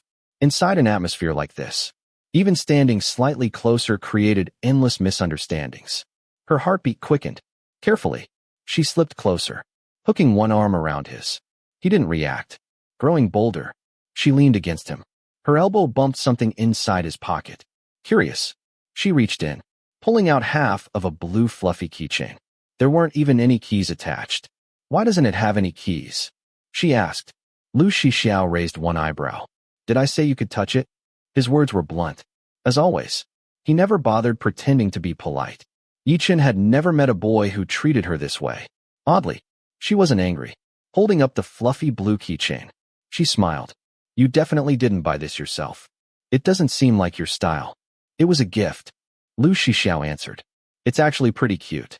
"Xiaoji, can you give it to me?" She didn't really want the keychain. She simply wanted another excuse to become closer to him. Lu Shixiao quietly took another drag from his cigarette. Saying nothing, she gently shook his arm. "Please." He lifted his chin slightly. "Put it down." His tone remained lazy, but beneath it was an unmistakable warning. Yichen immediately understood. She obediently placed the keychain on the coffee table. Lu Shixiao leaned forward, picked it up, and slipped it back into his pocket. As he moved, Yichen noticed another injury on his arm. The wound from the fight had already dried with blood. "Xiaoji, your arm is hurt. Do you want to treat it?" "Too lazy." The music inside the bar thundered around them. Yichen leaned close to his ear. "I know how. Want me to help?" Lu Shixiao slowly turned toward her, smiling faintly. "Oh, where? Where should we do it?" His expression remained relaxed. His tone carried obvious ambiguity. The shifting lights highlighted his sharp profile. High nose, smiling eyes, carefree, unrestrained. Yichen's heart skipped another beat. Moments ago, she had worried about making him angry. Now, she was captivated all over again. No matter how confident a girl usually was, standing before Lu Shixiao somehow made her timid. She gathered her courage, taking hold of his hand. "Anywhere you want." The sweet perfume she wore filled the air. Lu Shixiao had smelled countless perfumes in places like this. Usually, he never paid attention.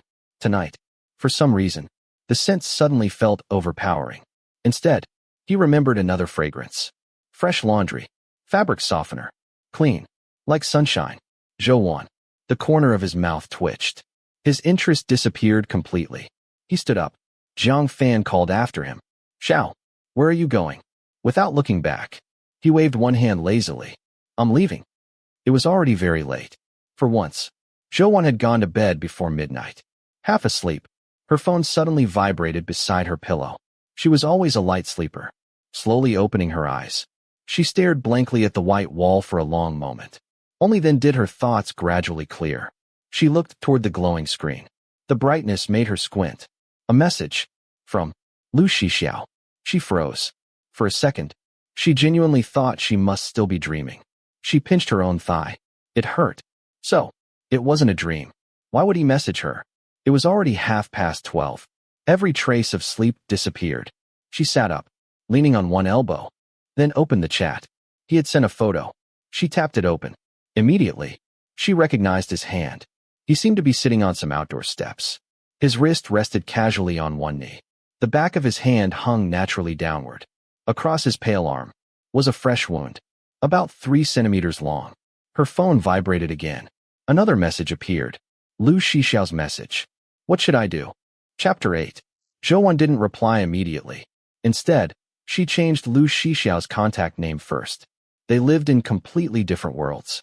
At school, no one would ever think the two of them had any connection. Yet on this quiet night, the notification that popped up across the top of her phone read, Lu Shixiao sent you a message. Those 3 characters. Lu Shixiao. They seemed to carry a forbidden weight, slicing through the night's silence like a sharp gust of wind. In an instant, the entire night became filled with his presence. He had that kind of ability. Every move he made left an unforgettable impression on people. At first, Zhou changed his contact name to a single character, Lu. But after staring at it for a while, it still didn't feel right. So she changed it again, to the number 6. Looking at the solitary 6 above the chat window, she finally let out a quiet sigh of relief before replying. Zhou's message. You're hurt? He replied with a voice message.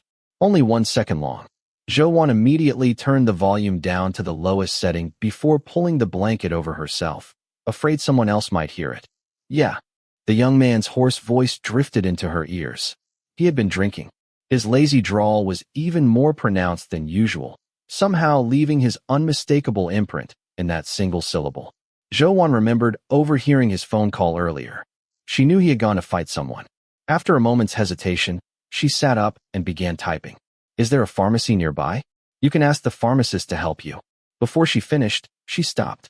With Lu Shixiao's personality, he probably wouldn't ask anyone to help treat his wounds. She deleted the sentence and started over. Go to a pharmacy and buy some rubbing alcohol, cotton swabs, and large bandages. Like what I used today?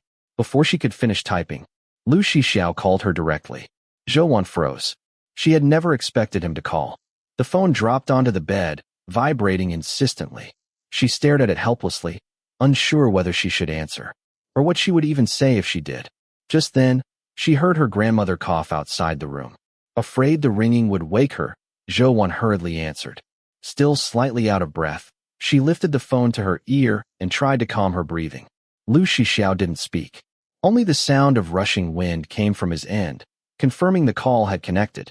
Zhou gripped the phone tightly. After finally steadying her breathing, she spoke softly. Lu Shixiao. He laughed. A low, magnetic laugh. What are you laughing at? Zhou asked. Were you asleep?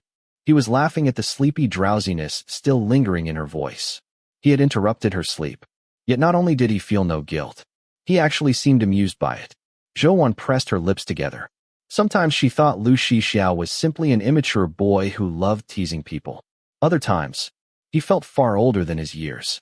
Cold. Composed. I'm awake now, Zhou said quietly. Did you bandage it? No. She heard the click of a lighter. Then he spoke again.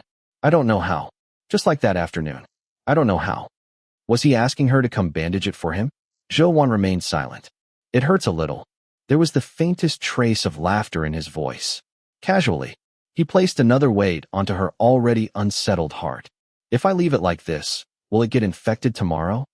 If it had been any other girl who secretly liked him, she probably would have rushed over without hesitation, even in the middle of the night.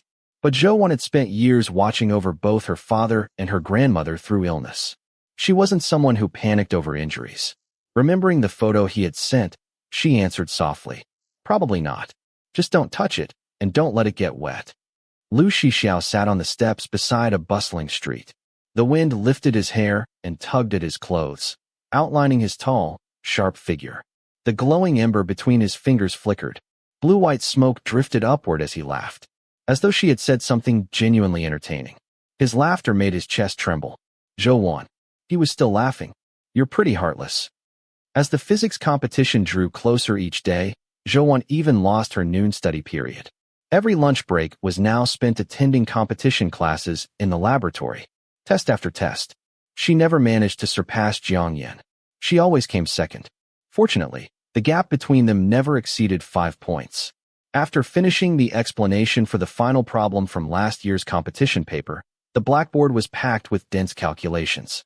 Once Zhou finished copying her notes, she rested her chin on one hand and gazed absent-mindedly out the window, giving her brain a chance to rest. Zhou. Jiang Yan stopped beside her desk. Want some water? I'll get yours too. Thank you. I'll go myself. It's fine. He picked up her water bottle. Stay seated. Everyone in the competition class ranked among the best students in the entire grade. Even during the 5-minute break, the room remained orderly. Nobody spoke loudly. The only noise came from the basketball game outside. Zhou happened to notice Lu Shixiao among the players. He was tall and straight, with long legs and a lean, athletic build. He dribbled effortlessly past defenders before making another clean shot. Cheers immediately erupted from the court. She realized she hadn't seen him for several days. She wasn't sure whether she had simply been too busy, or whether he hadn't come to school. Their last conversation had ended with that late-night phone call. He hadn't come to the arcade either. Although Zhou wanted to get closer to him, she had absolutely no experience with things like this, especially with someone like Lu Shixiao. It felt as though no matter what she did, he would instantly see through her intentions. She remembered what he had said before hanging up that night. You're pretty heartless. Was he angry because she hadn't gone to find him? But he hadn't sounded angry at all. Just then, Zhou noticed a girl running across the playground toward the basketball court. She stopped beside the court holding a bottle of mineral water. Several boys immediately began teasing, all looking toward Lu Shixiao. The girl waved brightly at him with a dazzling smile. She unscrewed the bottle cap and handed it to him. Lu Shixiao accepted it, tilting his head back. He drank. Zhou's eyelashes trembled slightly. She quietly pressed her lips together. Only then did she suddenly remember. Lu Shixiao never stayed single for very long. He had already broken up with his previous girlfriend some time ago. So, was this his new girlfriend? If she really was, then all of Zhou's original plans would end here. She wanted revenge against Guxiangling, but she would never achieve it this way. She didn't want to hurt anyone, except Guxiangling. What are you looking at? Jiang Yan returned and placed her cup of warm water on the corner of her desk before following her gaze. Zhou didn't notice the flash of contempt in his eyes. She only heard him say, some people have everything, yet never learn to cherish any of it. Who are you talking about? Lu Shixiao. Zhou blinked in surprise. Jiang Yan wasn't someone who gossiped. His social circle was tiny. Every day, he buried himself in textbooks and exam papers. This was the first time Zhou had ever heard him voluntarily comment on someone. You don't like him? She asked. Jiang Yan shook his head. Zhou, he's completely different from us. He wastes every day relying on his family's money. If he didn't have that family, he'd be nothing. Zhou remained silent. Jiang Yan continued. Do you believe that 20 years from now, we'll become people 1,000 times more successful than him? He'll be beneath our feet. He made no effort to hide the disdain in his voice. Zhou paused. She didn't agree with him. Grades weren't everything. Academic achievement was only one small part of success. Vision, opportunity, character, friends, courage. None of those could be missing. And as for what Jiang Yan had just said, Lu Shixiao would be beneath their feet. Zhou thought, even if one day he truly lost everything, he still wouldn't allow anyone to trample him. His pride bordered on arrogance. He possessed an unyielding spirit. Sharp, wild, untamed. A person like that, even if life stripped him back to nothing, even in death, he could never be humiliated. In the end, Zhou simply smiled. Jiang Yan, what kind of person do you want to become? Successful? Famous? What about you? I've never really thought about it. She looked at the blue sky and drifting white clouds outside, then softly said, but I hope that someday I can become a kind person. Jiang Yan laughed. For someone like you, that's your dream? Zhou smiled. She neither confirmed it, nor denied it. At 5 o'clock in the afternoon, the dismissal bell echoed throughout the campus. The 7-day National Day holiday had officially begun, along with piles of homework. The physics teacher called Zhui into the office. Zhui, I've learned about your family's situation. Your achievements have always made me very proud. But this competition could become the turning point that changes your entire future. You must devote yourself wholeheartedly to it. Zhui nodded. Yes, teacher. Understanding isn't enough. The physics teacher opened a drawer and took out 2 thick sets of papers. These are prediction questions I've compiled after studying previous competitions. Take them home and study them carefully. There isn't much time left. Use the National Day holiday to master all of it. And give the other copy to Jiangyan. Okay. Thank you, teacher. Leaving the office meant walking down the long corridor toward Class 1. When she passed Class 7, her footsteps slowed. The girl she had seen on the basketball court at noon was leaning against the windowsill. Inside, Lu Shixiao sat beside the window. Xiao, do you have any plans for National Day? The girl asked. Without looking at her, Lu Shixiao lounged lazily in his chair while openly playing on his phone. Why? Why else? I want to ask you out. So what are you doing during National Day? Sleeping. As he answered, he happened to look up. His eyes met Zhui's. She immediately looked away, pretending not to know him at all as she walked past without a sideways glance. The corner of his mouth lifted into an unreadable smile. Zhui quickly walked past Class 7. She kept replaying the girl's words. She was probably Lu Shixiao's new girlfriend, or at least someone he was about to start dating. If that was the case, then forget it. The dark thoughts she had buried deep inside finally disappeared. She had genuinely wanted revenge against Guxiangling, but the relief she felt now was genuine too. Every autumn arrived together with the National Day holiday. Every autumn rain made the weather a little colder. Zhui put on her coat, shouldered her backpack, and headed to the arcade. Now that she had decided not to get involved with Lu Shixiao anymore, she returned to being the old Zhui. Study, work, home. Her world revolved around only 3 places: the arcade, the library, and home. Lu Shixiao never contacted her again. But that was perfectly normal. Someone like him, the favored son of heaven, had countless friends. Why would he remember someone like her? Zhui once overheard one of his former girlfriends complaining to her friends. She said Lu Shixiao was far too carefree. He came and went whenever he pleased. If you didn't actively look for him, it was as though he completely forgot you existed. Even love couldn't tie him down. The happiness was real, but so was the insecurity. If even his girlfriends were treated that way, then someone like Zhui, who had only crossed paths with him a few times, hardly mattered at all.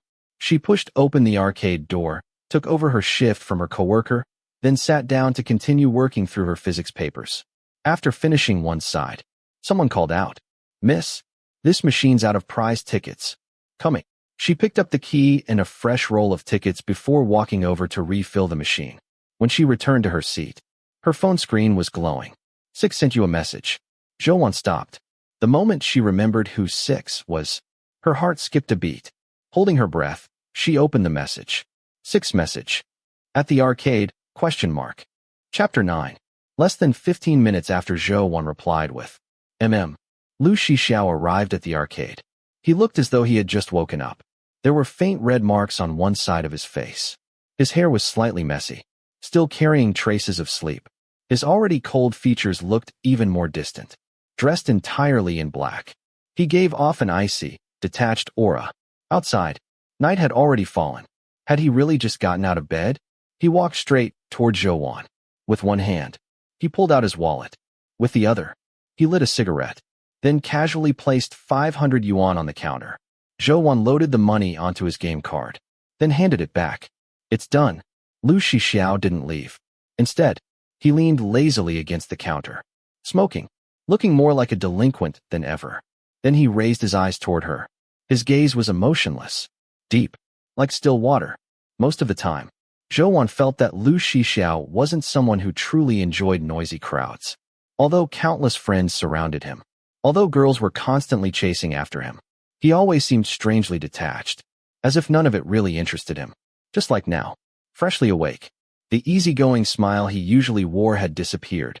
Only coldness remained. Dark, quiet. He raised one eyebrow. Don't recognize me? Zhui quietly answered. Lu Shixiao. A crooked smile appeared. His voice was hoarse, as though he were catching a cold. Then again, wearing so little in this weather. Getting sick wasn't surprising. He flicked away the ash from his cigarette, lifting his chin slightly. So now you're pretending you don't know me? Zhou didn't understand. Was he talking about how she didn't chase after him like the other girls? Or was he referring to how she had pretended not to notice him during the afternoon break? After a brief silence, she lowered her eyes, then asked softly, "Do you have a girlfriend?" The question was surprisingly direct. Lu Shixiao frowned slightly, apparently confused. No. Then, remembering what had happened earlier that afternoon, he added, "It wasn't what you were thinking." Zhou froze. Her fingers curled unconsciously. Oh, she was preparing for the upcoming physics competition. She didn't have time to continue chatting. Soon, she lowered her head, returning to her practice papers. Nearby, Lu Shixiao wandered through the arcade. He already knew every game inside, winning prize tickets effortlessly. Several girls watched him from nearby, whispering excitedly among themselves. There was no denying it. Lu Shixiao had an irresistible appeal to girls their age. Eventually, a few gathered enough courage to approach him, asking for his contact information. He refused every one of them. Casually, without hesitation, Zhou heard the conversations. She looked up once, then quietly lowered her head again. By the time she finished 2 full practice papers, someone blocked the light above her desk. She looked up. Lu Shixiao stood there, dropping a thick pile of prize tickets onto the table. So many. She blinked in surprise. He tapped the desk lightly. Off work. Only then did Zhou glance at the clock. It was already 11 o'clock. The arcade was empty. Only the 2 of them remained. Yes. Let me save these points first. The stack of tickets was enormous. It took several minutes to scan them all. The display finally showed 40,000 points. Would you like to exchange them? Lu Shixiao tapped another cigarette against the table. Keep them. She handed his game card back. Even then, he still didn't leave. After Zhou finished packing everything, she walked out of the arcade. He left together with her. A cloud of smoke drifted from between his lips. He really did look handsome when he smoked. Looking at the slight hollows in his cheeks, Zhou said softly, "You smoke a lot." He lowered his eyes. "Does it bother you?" She shook her head. Guoxiangling smoked too. Back when they were poor, she always smoked slim cigarettes. The smell had been especially harsh. Zhou had grown up surrounded by cigarette smoke. She was already used to it. The 2 walked quietly down the empty street. After the autumn rain, the ground was covered with yellow leaves. Each step produced a soft crunch beneath their feet. Suddenly, Lu Shixiao asked, "Want to eat noodles?" Zhou slowed slightly, then nodded. Okay. They returned to the same old noodle shop. This time, Uncle Kong didn't even bother asking. He immediately shouted toward the kitchen. 2 bowls of 3 delicacies noodles. Once again, Zhou hurried to pay, noticing Lu Shixiao watching her. She paused, then quietly explained, "You've spent a lot of money at the arcade. I earn commission from that. So, I should treat you." He raised an eyebrow. After thinking for a moment, she added, "I can only afford something inexpensive right now." He smiled. "That's fine. You can treat me to something expensive later." When he was in a good mood, flirtatious words seemed to come naturally. No wonder. So many girls couldn't forget him. Neither of them talked very much. They quietly finished their noodles, then stood up to leave.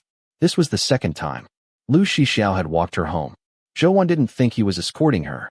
They probably just happened to be going the same way. But Guoxiangling didn't live around here anymore. This neighborhood was filled with old apartment buildings, far away from the prosperous district, where Guoxiangling now lived in one of the city's most expensive neighborhoods. There was only one explanation. Lu Shixiao had moved out.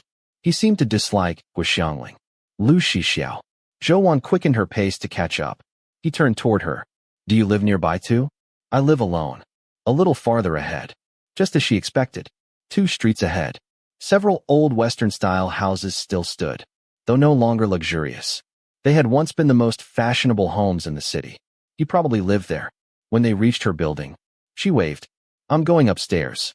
"Goodbye," he answered with a quiet Zhou entered the apartment building, looking back at him once. Then she withdrew her gaze. The old building had no elevator. She hurried upstairs, stomping her feet as she climbed. One motion-activated light after another switched on. But The light outside the third floor had been broken for a long time. It stayed dark. She unlocked the front door. Grandma. No answer. Had she already fallen asleep? It had been a rare day without pain. Perhaps. She was finally getting a good night's sleep. Zhou removed her backpack, rubbing her tired eyes, planning to stay up and finish more practice questions. Just then, she heard it. Rapid, labored breathing, coming from her grandmother's room. Her heart tightened instantly. She rushed inside. Her grandmother lay curled up on the floor, struggling desperately for air. One hand clutched tightly over her chest. There was vomit beside her. Grandma. Zhou dropped to her knees, gathering the elderly woman into her arms. Grandma. Grandma. What's wrong? Please don't scare me. Her grandmother's face was deathly pale. Cold sweat soaked her forehead. Her body trembled uncontrollably. Zhou had never experienced anything like this before. Every bit of her usual calm disappeared. She couldn't even imagine life without her grandmother. If she lost her too, she would truly be alone. Lu Shixiao hadn't gone very far. There was nothing waiting for him at home anyway. His empty house could wait. Suddenly, someone called from behind. Lu Shixiao. He turned. This was the first time he had ever seen Zhou like this. Tears streamed endlessly down her face. Her breathing was broken. Panicked, she looked as though she were about to collapse. She grabbed tightly onto his wrist, like someone drowning, clinging to the last piece of driftwood. Her voice shook violently. My grandma. My grandma. Something's wrong. She can't breathe. What should I do? Lu Shixiao. What should I do? Zhou. He gripped both of her shoulders, bent down, looking directly into her eyes. His dark gaze remained steady, calm, firm. Did you call an ambulance? Under his calm voice, Zhou slowly recovered her senses. Immediately, she took out her phone, dialing 120. The ambulance siren shattered the silence of the night. Fortunately, Dr. Chun was on duty. Already familiar with her grandmother's medical history, he immediately began emergency treatment. Oxygen, heart monitoring. Everything happened quickly. Outside the emergency room, Zhou stood frozen. Cold sweat covered her body. She still hadn't recovered from the shock. Her face was completely pale. Without realizing it, she had bitten through her own lower lip, until blood appeared. Lu Shixiao quietly watched her.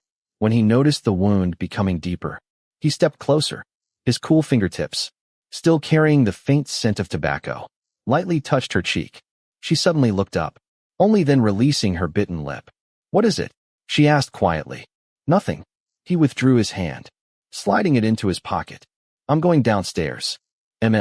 After a moment, she added softly. Thank you. He didn't answer, simply walked away.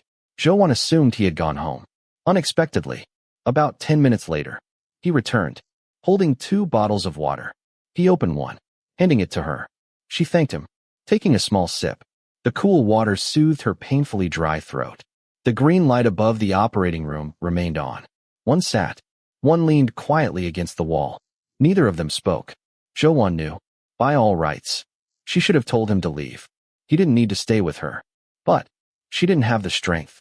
There was another reason too. She was afraid. Afraid that tonight, she might lose the last family she had left.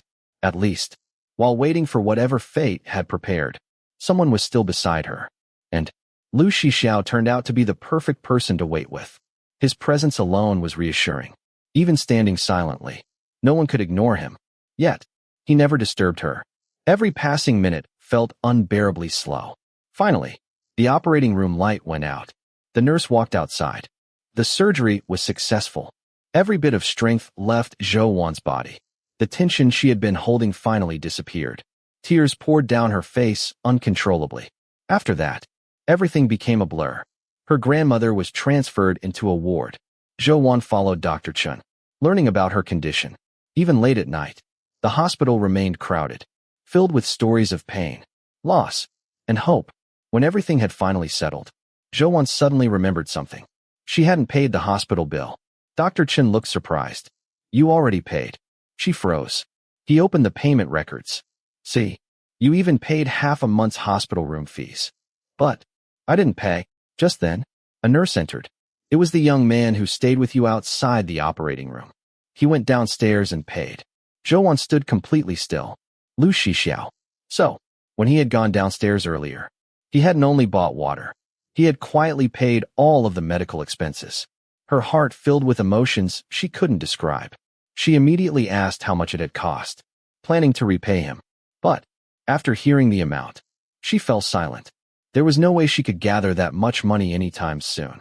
Leaving the office, she checked on her grandmother. Lu Shixiao had even arranged a private room. The ward was quiet, peaceful. Her grandmother remained asleep under anesthesia. She poured a glass of water, leaving it beside the bed, then stepped outside. Taking out her phone, she sent him a message. Zhouwan's message. Where are you? A short while later, he replied. Lu Shixiao's message. Downstairs. She found him standing outside the hospital entrance. Smoking wasn't allowed inside, so everyone gathered near the doorway instead. An unlit cigarette rested between his lips. He rolled it back and forth absently with his teeth. Moonlight stretched his tall figure across the ground. Lu Shixiao. He turned around. Without speaking. Thank you. She looked directly at him. This time, I'm thanking you for paying my grandmother's medical bills. But, I can't pay you back immediately. Can I return the money? After I've saved enough? No need. He lowered his head, shielding the lighter from the wind with one hand. The flame flickered. He lit the cigarette, then answered casually. Didn't you already buy me noodles? Zhouwan stared. But, that's completely different. It's the same. She knew he wasn't short of money. Perhaps, those medical bills meant almost nothing to him. But she couldn't think that way. No one was obligated to help her. Slowly, she realized something. Lu Shixiao wasn't the person she had imagined. She had always thought. He was carefree, heartless, wild, someone surrounded by questionable friends, getting into fights, playing with girls' feelings, living recklessly, never caring about anyone. That was exactly why she had decided to use him, to take revenge on Guxiangling. She believed he would never truly care, that he wouldn't get hurt. If everything went according to plan, she only needed 1 month. After all, Lu Shixiao had never dated anyone longer than a month. 1 month. She would get her revenge. Then, they would quietly part ways, neither owing the other anything. But now, she realized, he wasn't like that at all. He was thoughtful, kind. He had even saved her grandmother's life. Holding his cigarette loosely, Lu Shixiao sat down on the hospital steps, then looked toward her. Sit for a while. Zhouwan quietly sat beside him, her back straight, both hands resting properly on her knees. The cool autumn breeze brushed gently across her face. Her skin still felt tight from dried tears. She wiped her cheeks, then softly called, Lu Shixiao. Do you like being in relationships? The question came without warning. He turned toward her. Amusement appeared in his eyes. But Zhouwan's expression remained calm, clear, innocent. He looked away, smiling faintly. No. Then, why do you have so many girlfriends? I'm bored. Did you ever like them? He didn't answer, only smiled faintly, completely indifferent. That silence was answer enough. Aren't you going home? Nah. After another quiet moment, she asked, why do you live alone? I moved out early. He smiled bitterly. My dad keeps bringing women home. I'd rather not watch. His answer was blunt, direct. Zhouwan picked at a hangnail until it bled. Without thinking, she pressed the finger against her lips. The taste of blood spread across her tongue. Her eyelashes trembled. Do you hate that woman? She has nothing to do with me. I just can't stand Lu Zhongyue. He doesn't deserve to be happy. Lu Shixiao leaned backward, supporting himself with both hands. His profile looked sharp beneath the hospital lights. His Adam's apple stood out clearly. People hurried endlessly in and out of the hospital. His voice remained calm. Lu Zhongyue betrayed my mother. He caused her death. So, I can't stand watching him live happily. Zhouwan froze. She had known his parents were divorced. She hadn't known. His mother was gone. I'm sorry. She lowered her head. He looked at her, raising one eyebrow. Besides, thank you. And, I'm sorry. What else do you know how to say? Zhouwan looked toward the night sky. Heavy clouds covered most of the stars. Even the brightest ones looked dim, gloomy, hidden. Finally, her eyes settled on the North Star. Lu Shixiao. She quietly searched that distant light, as though searching for her own direction. If someone betrayed you, what would you do? He glanced sideways at her, then smiled, half joking, half serious. I'd kill her. Chapter 10. Grandmother woke up around noon the next day. Zhouwan was sitting beside her, working through practice problems. Wan. Her voice was hoarse and very weak. Grandma. Zhou immediately stood up and hurried to her side. Is there anywhere you're feeling uncomfortable? Grandmother looked around.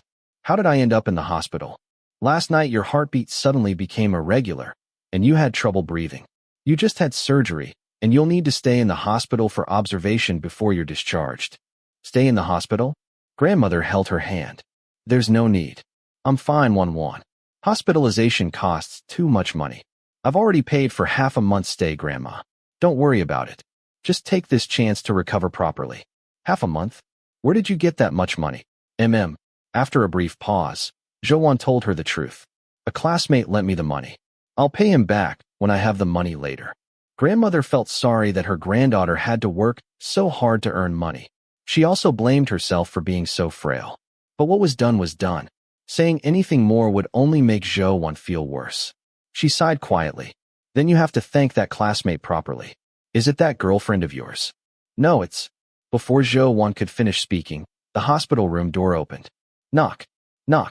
Zhou. Lu Shixiao stood in the doorway.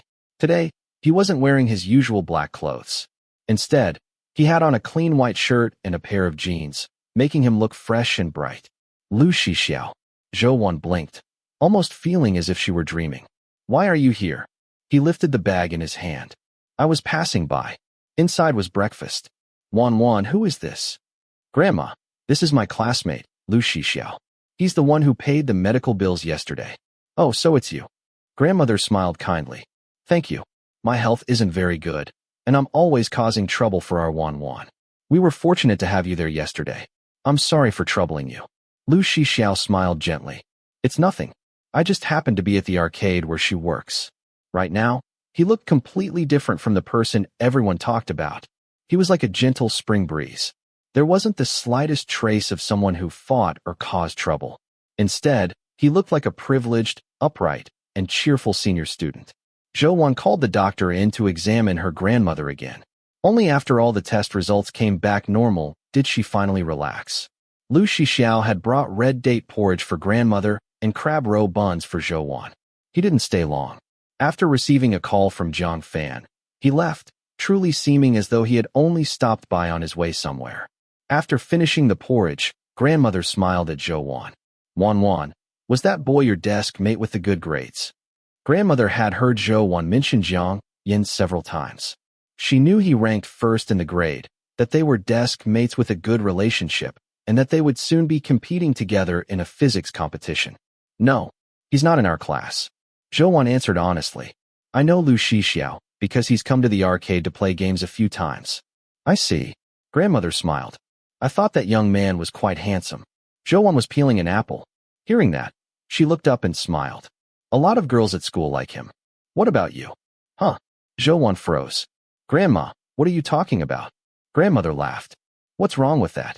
It's perfectly normal to like someone at your age. Back then, people married young. By the time I was your age, I was already married to your grandfather. No. Zhou shook her head. We're just friends. Grandmother lightly tapped her forehead. You still haven't awakened to those feelings yet. But, were she and Lu Shixiao really friends? Their relationship wasn't exactly close, but it didn't feel distant either. They had eaten noodles together several times. He had stayed with her for so long the night before. Today, he had even brought her breakfast. But Lu Shixiao stood out wherever he went. To become his friend, it almost felt like it required his acknowledgement. Zhou wasn't sure whether Lu Shixiao considered her a friend. After all, no one else even knew they knew each other. At school, they didn't greet each other when they met. Friends didn't act like that. Besides, the reason she had approached Lu Shixiao in the beginning hadn't been pure. Friendship shouldn't be tainted. She wasn't worthy of being Lu Shixiao's friend. Lowering her eyes, Zhou remembered what he had said while sitting on the steps the previous night. Lu Shixiao, if someone betrayed you, what would you do? I'd kill her. After asking someone to switch shifts so she could stay with her grandmother overnight, Zhou went to the arcade early the next morning. Business was especially good during the National Day holiday. Many couples came to play together.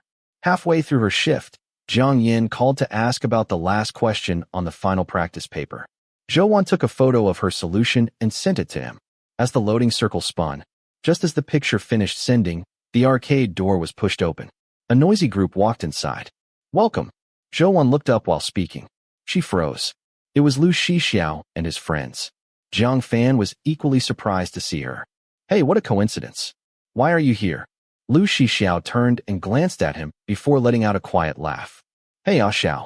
Jiang Fan immediately protested. I already sacrificed myself for you and painfully gave up. Your attitude isn't right. Lu Shixiao raised an eyebrow.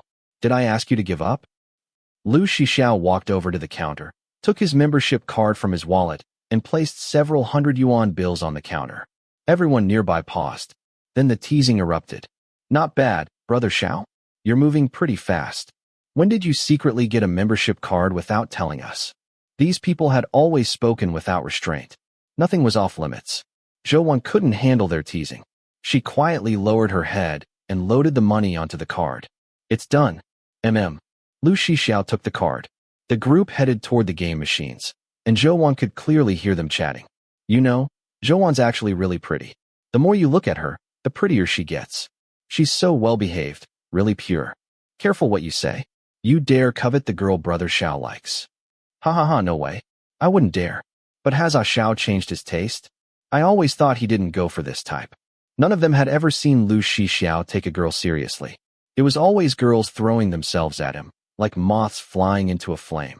They had seen it happen so often that none of those girls mattered to them. There was never any need to worry about Lu Shixiao getting angry. The group started playing Contra together. Buttons clicked rapidly beneath their fingers, mixed with the occasional curse. After several rounds, they moved to another machine and kept playing. The arcade suddenly became much livelier. During that time, Zhou glanced at Lu Shixiao once. He wasn't playing. He leaned lazily against a machine, looking down at his phone. He was unusually sensitive to people's gazes. He suddenly looked up at Zhou. His eyebrows lifted openly, silently asking a question. Zhou shook her head gently before lowering her eyes to continue working on her problems. After quite a while, the arcade gradually became less crowded. Jiang Fan walked over to the counter. Little classmate. Ah. He leaned over to see what she was writing. As expected of a top student. Are the papers in class 1 different from ours? They're the same. Zhou answered calmly. This is a competition paper. A competition paper. Jiang Fan clicked his tongue. Chemistry. Zhou suspected something was wrong with his eyesight. It's physics. At that moment, Lu Shixiao walked over and placed a thick stack of prize tickets on the counter. As if you'd even recognize what our class's papers look like. Jiang Fan snorted. You don't know either. Lu Shixiao laughed lightly. At least I can tell they're physics questions. To ease the atmosphere, Zhou picked up the heavy stack of tickets. I'll record the points first. Jiang Fan asked. What are these for? You can exchange them for prizes. He looked toward the prize wall. So how many points is that now? Zhou estimated. This stack is probably worth about 20,000. Together with the points already stored on the card, that's around 60,000. That many. Jiang Fan looked surprised. What can you redeem with that? Anything over there. She gestured toward the prize wall.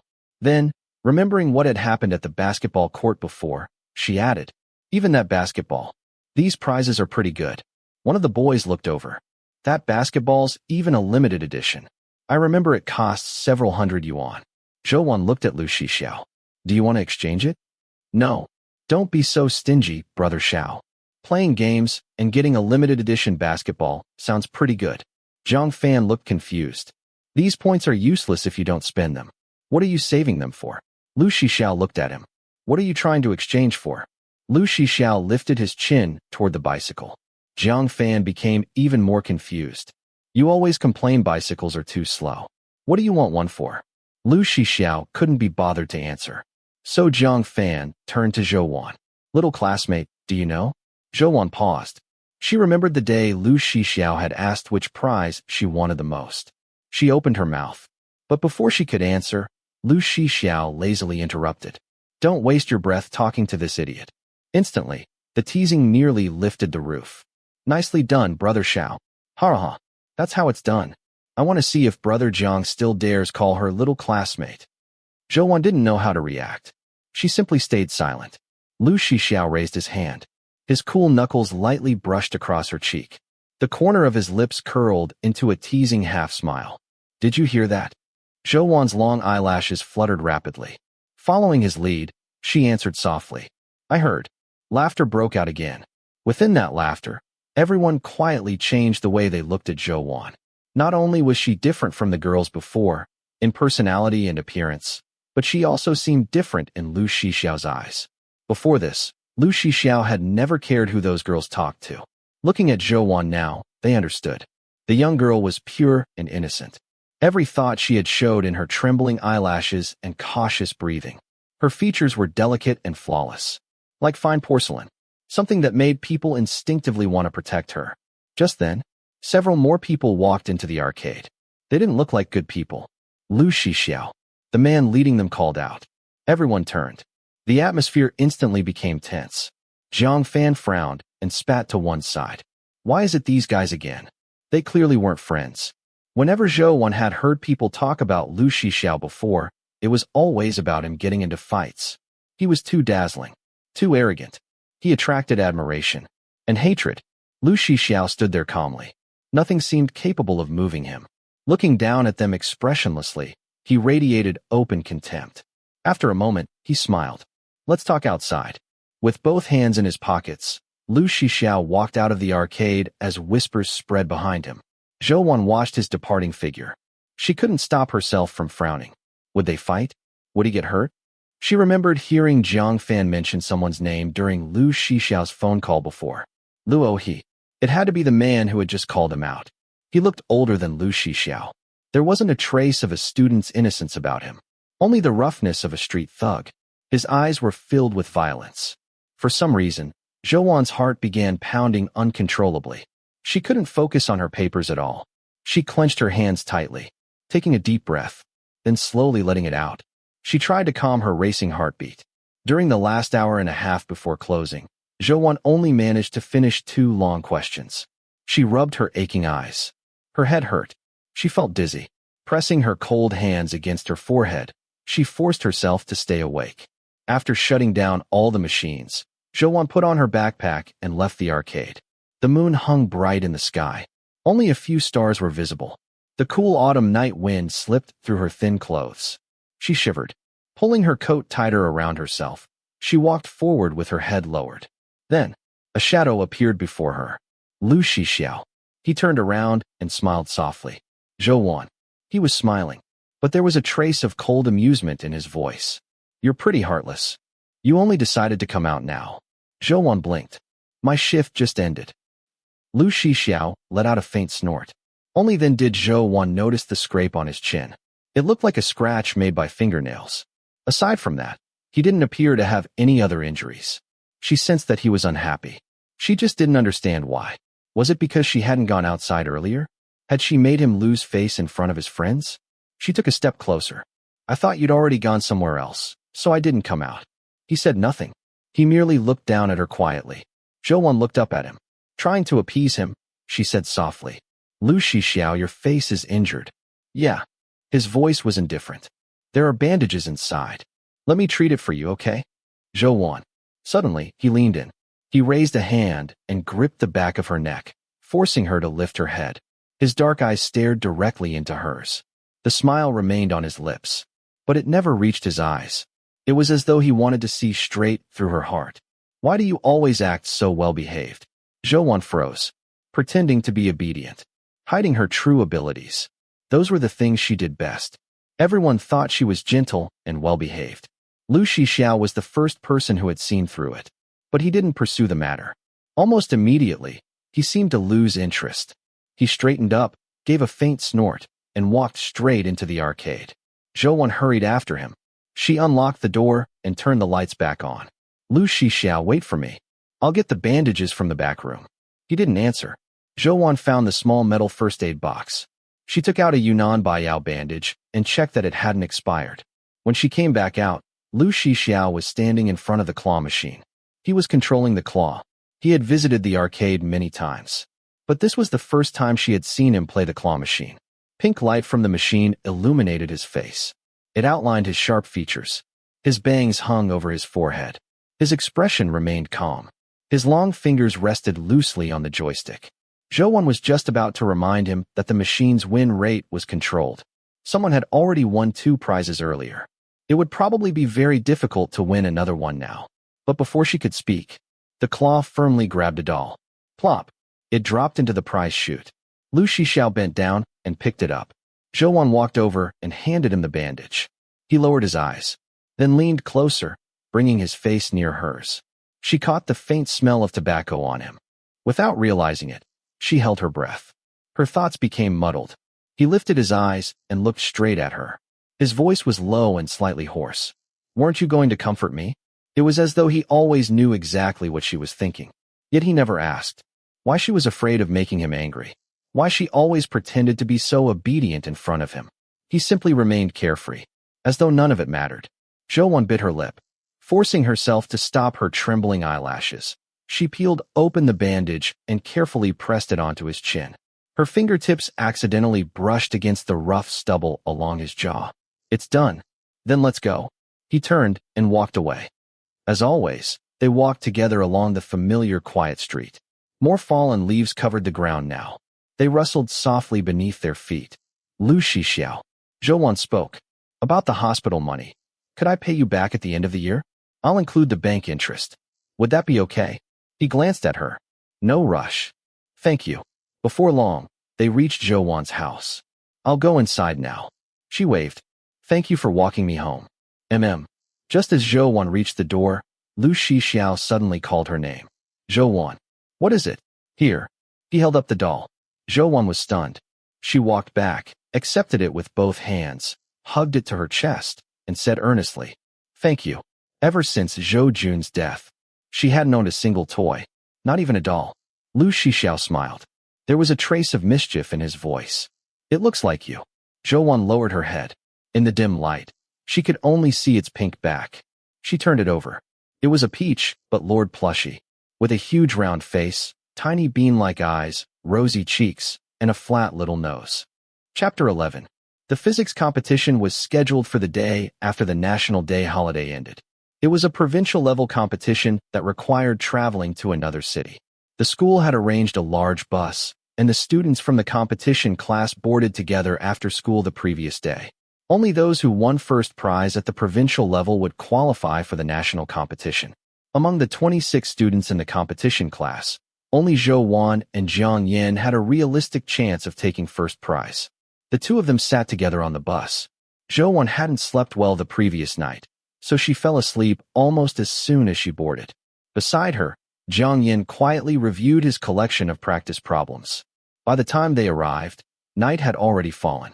The teacher in charge stood at the front of the group and instructed everyone. "Pair up for your hotel rooms. Dinner will be delivered to your rooms later. Don't order takeout tonight. If you get sick, all these months of preparation will have been for nothing." Zhou was paired with an outgoing girl named Huang Jia. The moment they met, Huang Jia greeted her cheerfully. "Hi." The school clearly took this competition seriously. The hotel they arranged was comfortable, making sure everyone could rest well. "Zhou, do you want to shower first or study first?" Huang Jia asked. "Either is fine. Then you shower first.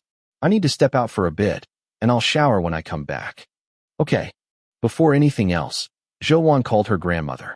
When she finished showering and stepped out of the bathroom, Huang Jia had just returned.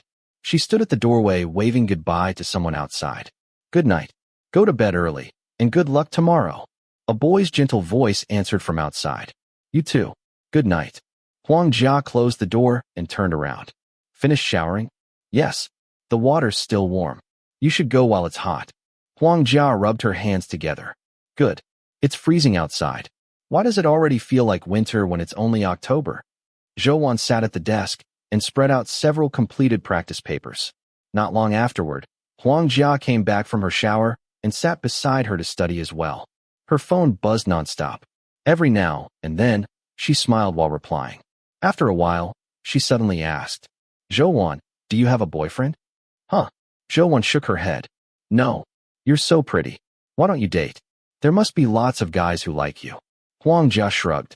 "Actually, when the competition class first started, I thought you and Jiang Yin were a couple." Zhou looked surprised. "How could that be? Jiang Yin and I are just friends." "It's because you two are first and second in the class, and you're desk mates too." Huang Jia laughed. But later I realized I was wrong. Besides, I think dating Jiang Yin would be pretty boring. He's stubborn, and he's such a bookworm. Even if he is handsome. Zhou thought about it for a moment. Dating me would probably be boring too. No way. Huang Jia exclaimed dramatically. You're gorgeous. And you seem so sweet and gentle. Lots of guys like girls like that. Quite a few boys had confessed to Zhou. She had rejected every one of them. She always gave the same reason. She was still too young. She wanted to focus on studying. So, Zhou asked, are you dating someone? I am. Huang Jia immediately took out her phone. I was just with my boyfriend earlier. Look. She showed Zhou a selfie. Their faces were pressed together, smiling brightly. The boy was tall, wore glasses, and was also a student in the competition class. Looking at the photo, for some reason, Zhou remembered how Lu Shixiao had looked when he had been dating someone before. Huang Jia. She hesitated before asking, what does it feel like to be in love? It's wonderful. Huang Jia's face immediately lit up. I'm happy whenever I see him. I'm happy whenever we talk. And even though we argue sometimes, he always comes to make up with me right away. She looked genuinely happy while talking about him. Zhou fell silent. Huang Jia leaned closer with curiosity sparkling in her eyes. Zhou, you asking that? Do you like someone? No. Oh, come on. Huang Jia laughed. That reaction says you definitely do. Who is it? Who? Zhou didn't know how to explain. Fortunately, Huang Jia didn't press any further. She rested her chin in her hands, clicked her tongue twice, and suddenly said, well, as long as it isn't Lu Shixiao from our class, it's fine. Zhou froze and turned to look at her. Huang Jia continued, even though so many girls like him, I feel like dating someone like that would only be exciting at first. Later, you'd spend every day worrying and overthinking. Just then, Zhou's phone vibrated. 6 message. Not at the arcade. Feeling oddly guilty, Zhou quickly picked up her phone. Zhou's message. I'm not there today. I'm out of town for a competition. The arcade should still be open though. You can go. 6 message. When are you coming back? Zhou's message. Tomorrow evening. After a short pause, she added another message. Zhou's message. Is something wrong? Lu Shixiao never replied. Zhou studied a little longer before going to bed early. The competition lasted 2 days. Last year's exam had been relatively easy. Following that pattern, everyone had expected this year's exam to be difficult. And it was. Zhou tied her hair neatly into a ponytail and concentrated on solving each problem. She had always excelled at difficult questions. The harder the paper was, the more she stood out. The exam lasted 3 hours. When the bell finally rang, many students still had half their answer sheets blank. Some students who had pinned all their hopes on this competition burst into tears the moment they handed in their papers. Zhou packed her things and walked out of the examination room. On her way downstairs, she ran into Jiang Yin. Zhou, how did you do? Not bad. I couldn't solve the last 2 parts of the second-to-last question. That one. Jiang Yin nodded. I solved the second part. I only finished about half of the third before getting stuck. It sounded like he had done very well. Zhou smiled. You seem especially happy today. An unusually bright smile appeared on Jiang Yin's face. My dad's coming to pick me up today. The school had held many parent-teacher meetings. But Zhou had never once seen Jiang Yin's parents. She only knew he had been raised by his grandparents. His father must have worked away from home most of the time. The school bus returned them to Pingchuan City and dropped everyone off at school. It was already dark. As soon as Jiang Yin got off the bus, he hurried toward a shiny black luxury car waiting at the school gate. A small golden ornament stood proudly on the hood. Even though Zhou knew very little about cars, she knew it was expensive. The car window rolled down. Dad, Jiang Yin smiled. Have you been waiting long? Not at all. The man in the suit smiled warmly. I just got here. Come on. I'll take you out for dinner. Okay. Jiang Yin turned and waved goodbye to Zhou. The man looked over. Is she your classmate? Come with us. I'll give you a ride home. No thank you, uncle. Zhou smiled politely. It's very convenient for me to take the bus from up ahead. She had met Jiang Yin's grandmother before. She was a simple old woman. Zhou knew their family wasn't wealthy. That was why Jiang Yin worked so hard. As for his father, he looked strangely familiar. But someone like him, there shouldn't have been any reason for Zhou to recognize him. She assumed she was imagining things and continued walking toward the bus stop alone. Halfway there, She suddenly stopped. She remembered. That man was Lu Shixiao's father. She had seen him once before at the hospital. The man sitting in that luxury car was Lu Shixiao's father. She suddenly remembered something Jiang Yin had once said about Lu Shixiao. He had said that Lu Shixiao spent every day wasting his family's money. That without his family, he was nothing. What exactly was going on? Before Zhou could think it through, someone shouted behind her. Hey, student. Hey. Jiang Fan came running over, completely out of breath. I finally found you. You? Zhou instinctively stepped back. You can just call me by my name. Did something happen? Have you been in contact with Xiao? Zhou paused. We talked last night. Damn it. Jiang Fan wiped the sweat from his forehead. That lunatic Luo, he has been holding a grudge ever since Xiao beat him. Last night, he ambushed Xiao while he was alone. Zhou heart skipped a beat. Is he okay? That's exactly why I'm worried. We don't know. He won't answer the door. He hangs up whenever we call. Thank God he can still hang up the phone. At least that means he's still alive. Was he badly hurt? I'm not sure. But I saw a pool of blood. They probably used a knife. And of all days, it had to happen yesterday. Yesterday? Zhou asked softly. What was special about yesterday? At first, Jiang Fan didn't want to say anything. But looking into Zhou's clear eyes, and knowing he had run out of options, he finally told her the truth. Yesterday was the anniversary of Zhao's mother's death. It hit him really hard. Every year, even if he doesn't say anything, the atmosphere around him becomes incredibly heavy. Jiang Fan sighed. I'm mainly worried he won't treat his injuries. Small wounds are one thing, but they used a knife. If it gets infected, it could kill him. Zhou frowned. Is there any way to see him? If there were. Jiang Fan smiled bitterly. I wouldn't be asking you. Please. Could you go to his house? He might let you in. Huh. Please.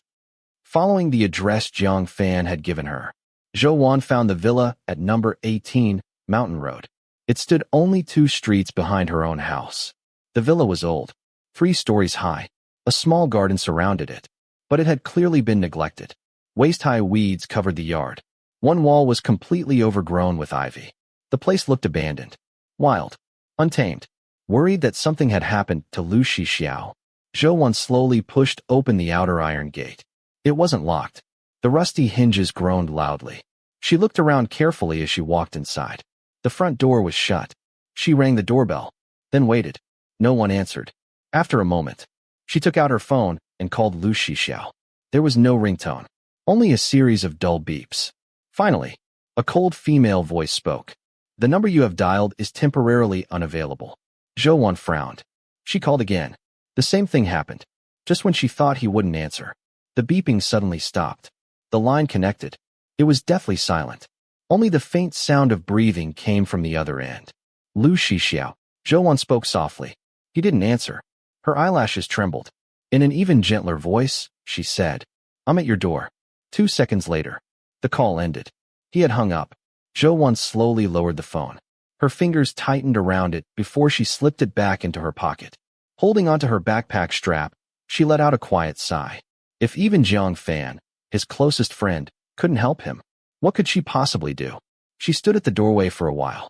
Finally, she decided to buy some gauze, alcohol, and food from a nearby pharmacy. Then leave everything outside his door. Just as she turned to leave, click, the front door opened. The house beyond was completely dark. Not a single light was on.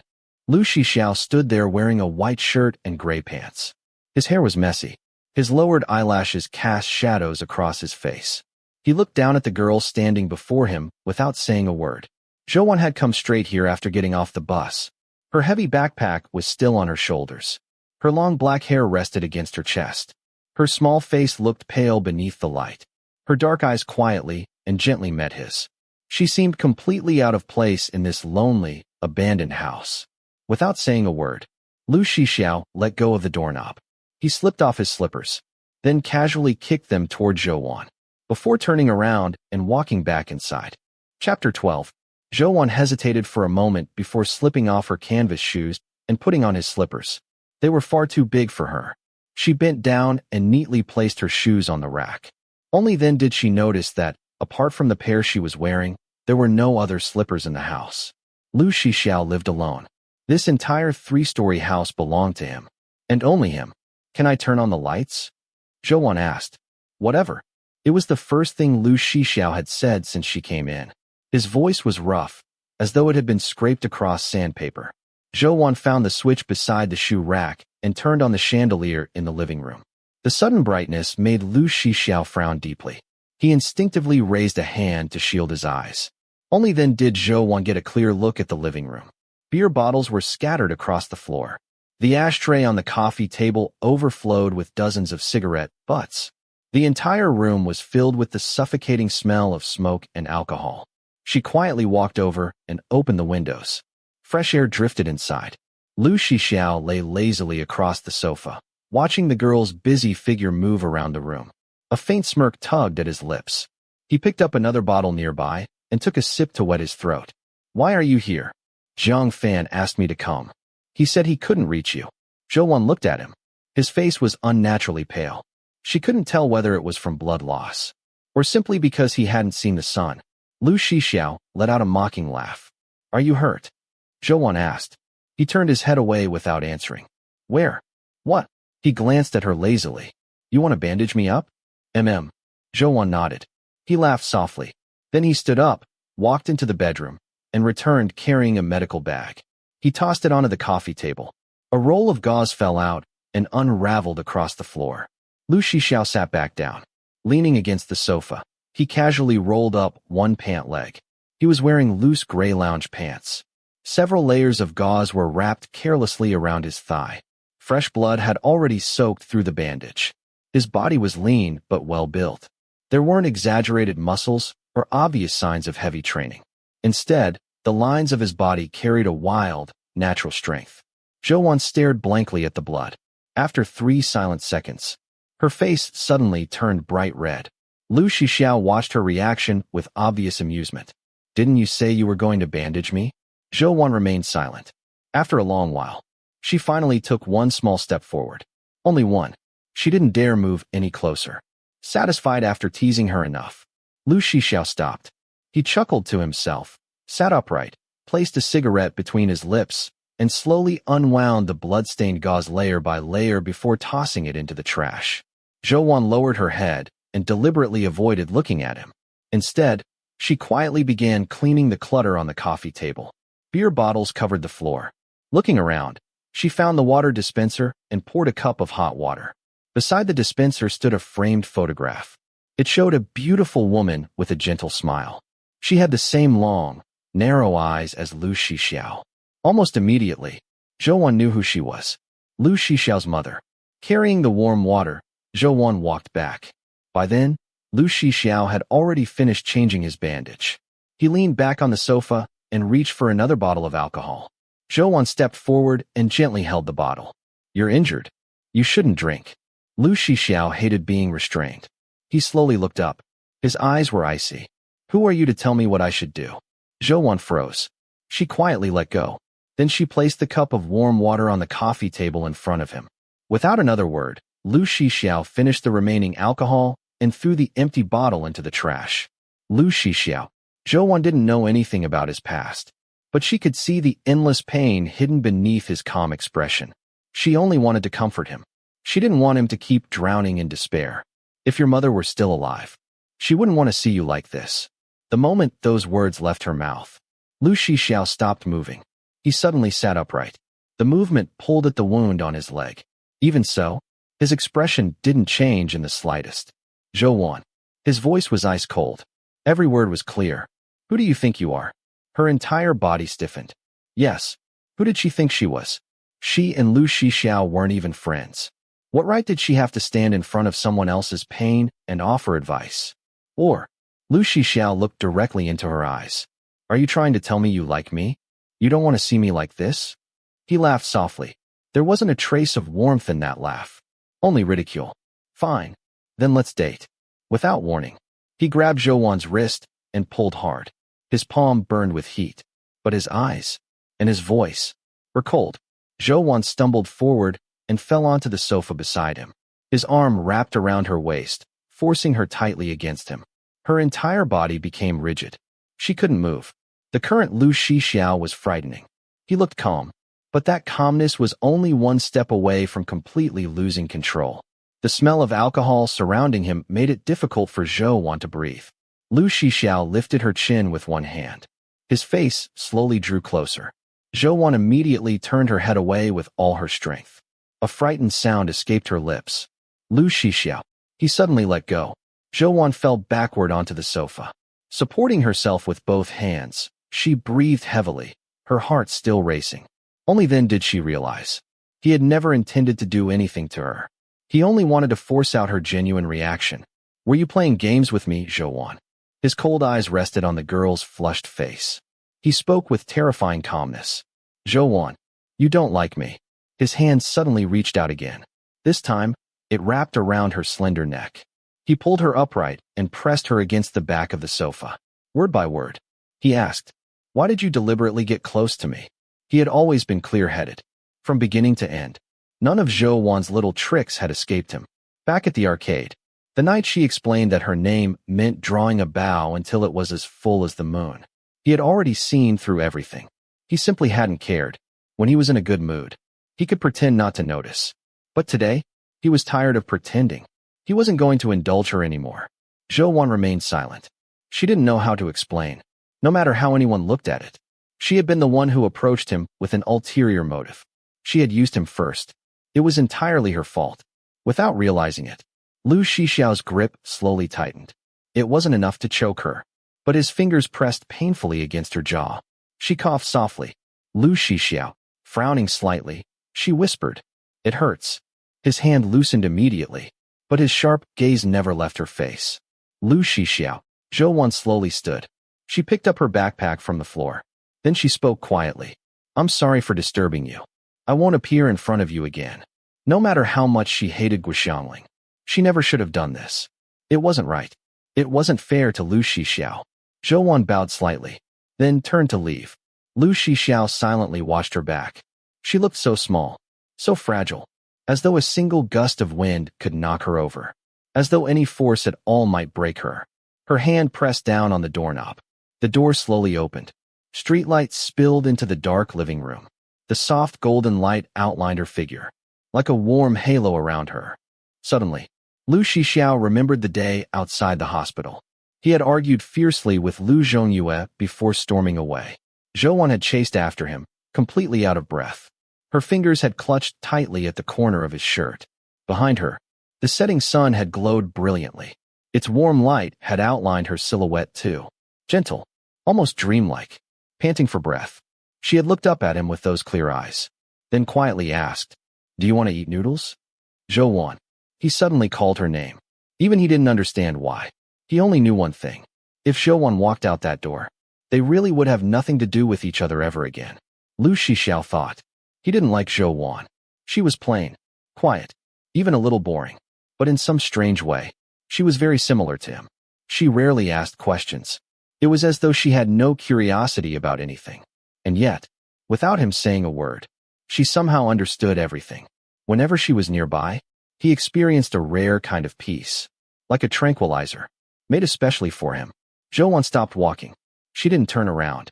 Lu Shixiao leaned back into the sofa. His body slowly sank into the cushions. Closing his eyes, he spoke in a hoarse voice without looking at her. "Zhou, I'm hungry." Chapter 13. "Boss, I'd like a bowl of red date and white fungus porridge, please." Zhou stood at the counter. "Thank you." Since Lu Shixiao was injured, she only dared to buy him something light and easy to digest. The porridge shop was directly across from his house.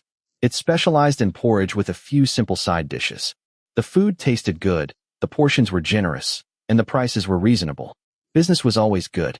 While waiting, Zhou sat quietly, scrolling through her phone to pass the time. She opened WeChat Moments.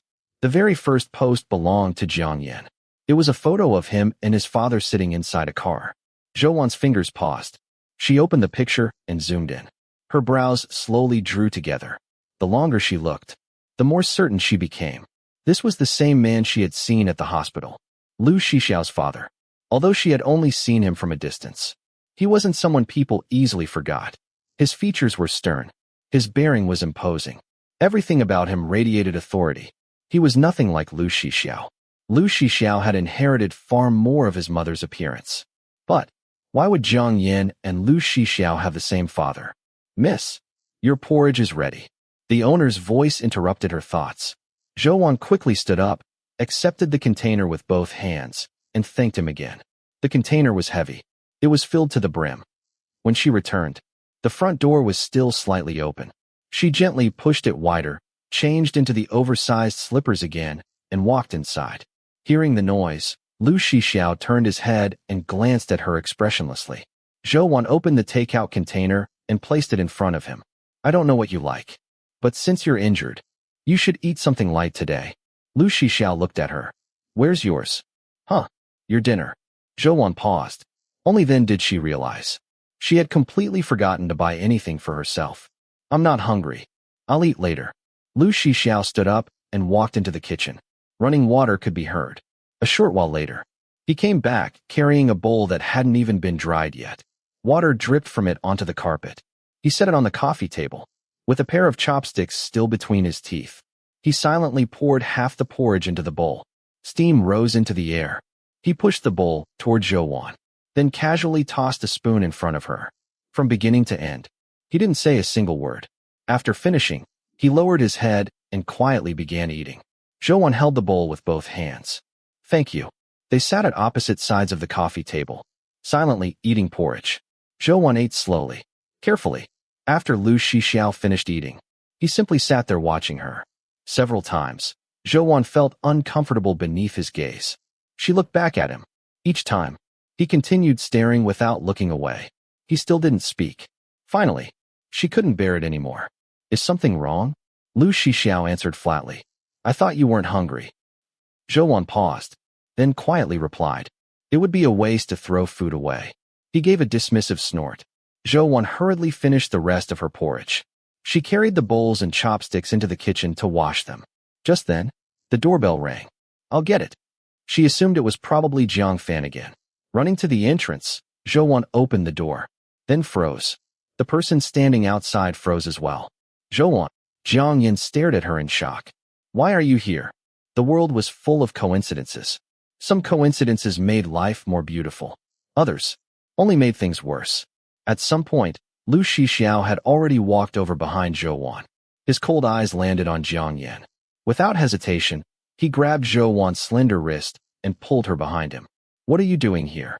Jiang Yin finally looked away from Zhou Wan. Dad couldn't get through to you. He asked me to pick you up for dinner. The car is downstairs. Without saying a word, Lu Shixiao reached for the door. He intended to shut it. Jiang Yin immediately blocked it with his elbow. His expression darkened. His voice became low. If you're so capable, then don't ever come back. Lu Shixiao suddenly laughed, as though he had heard the funniest joke imaginable. Tilting his head slightly, he asked, Do you know why I looked down on you? Jiang Yin suddenly raised his voice.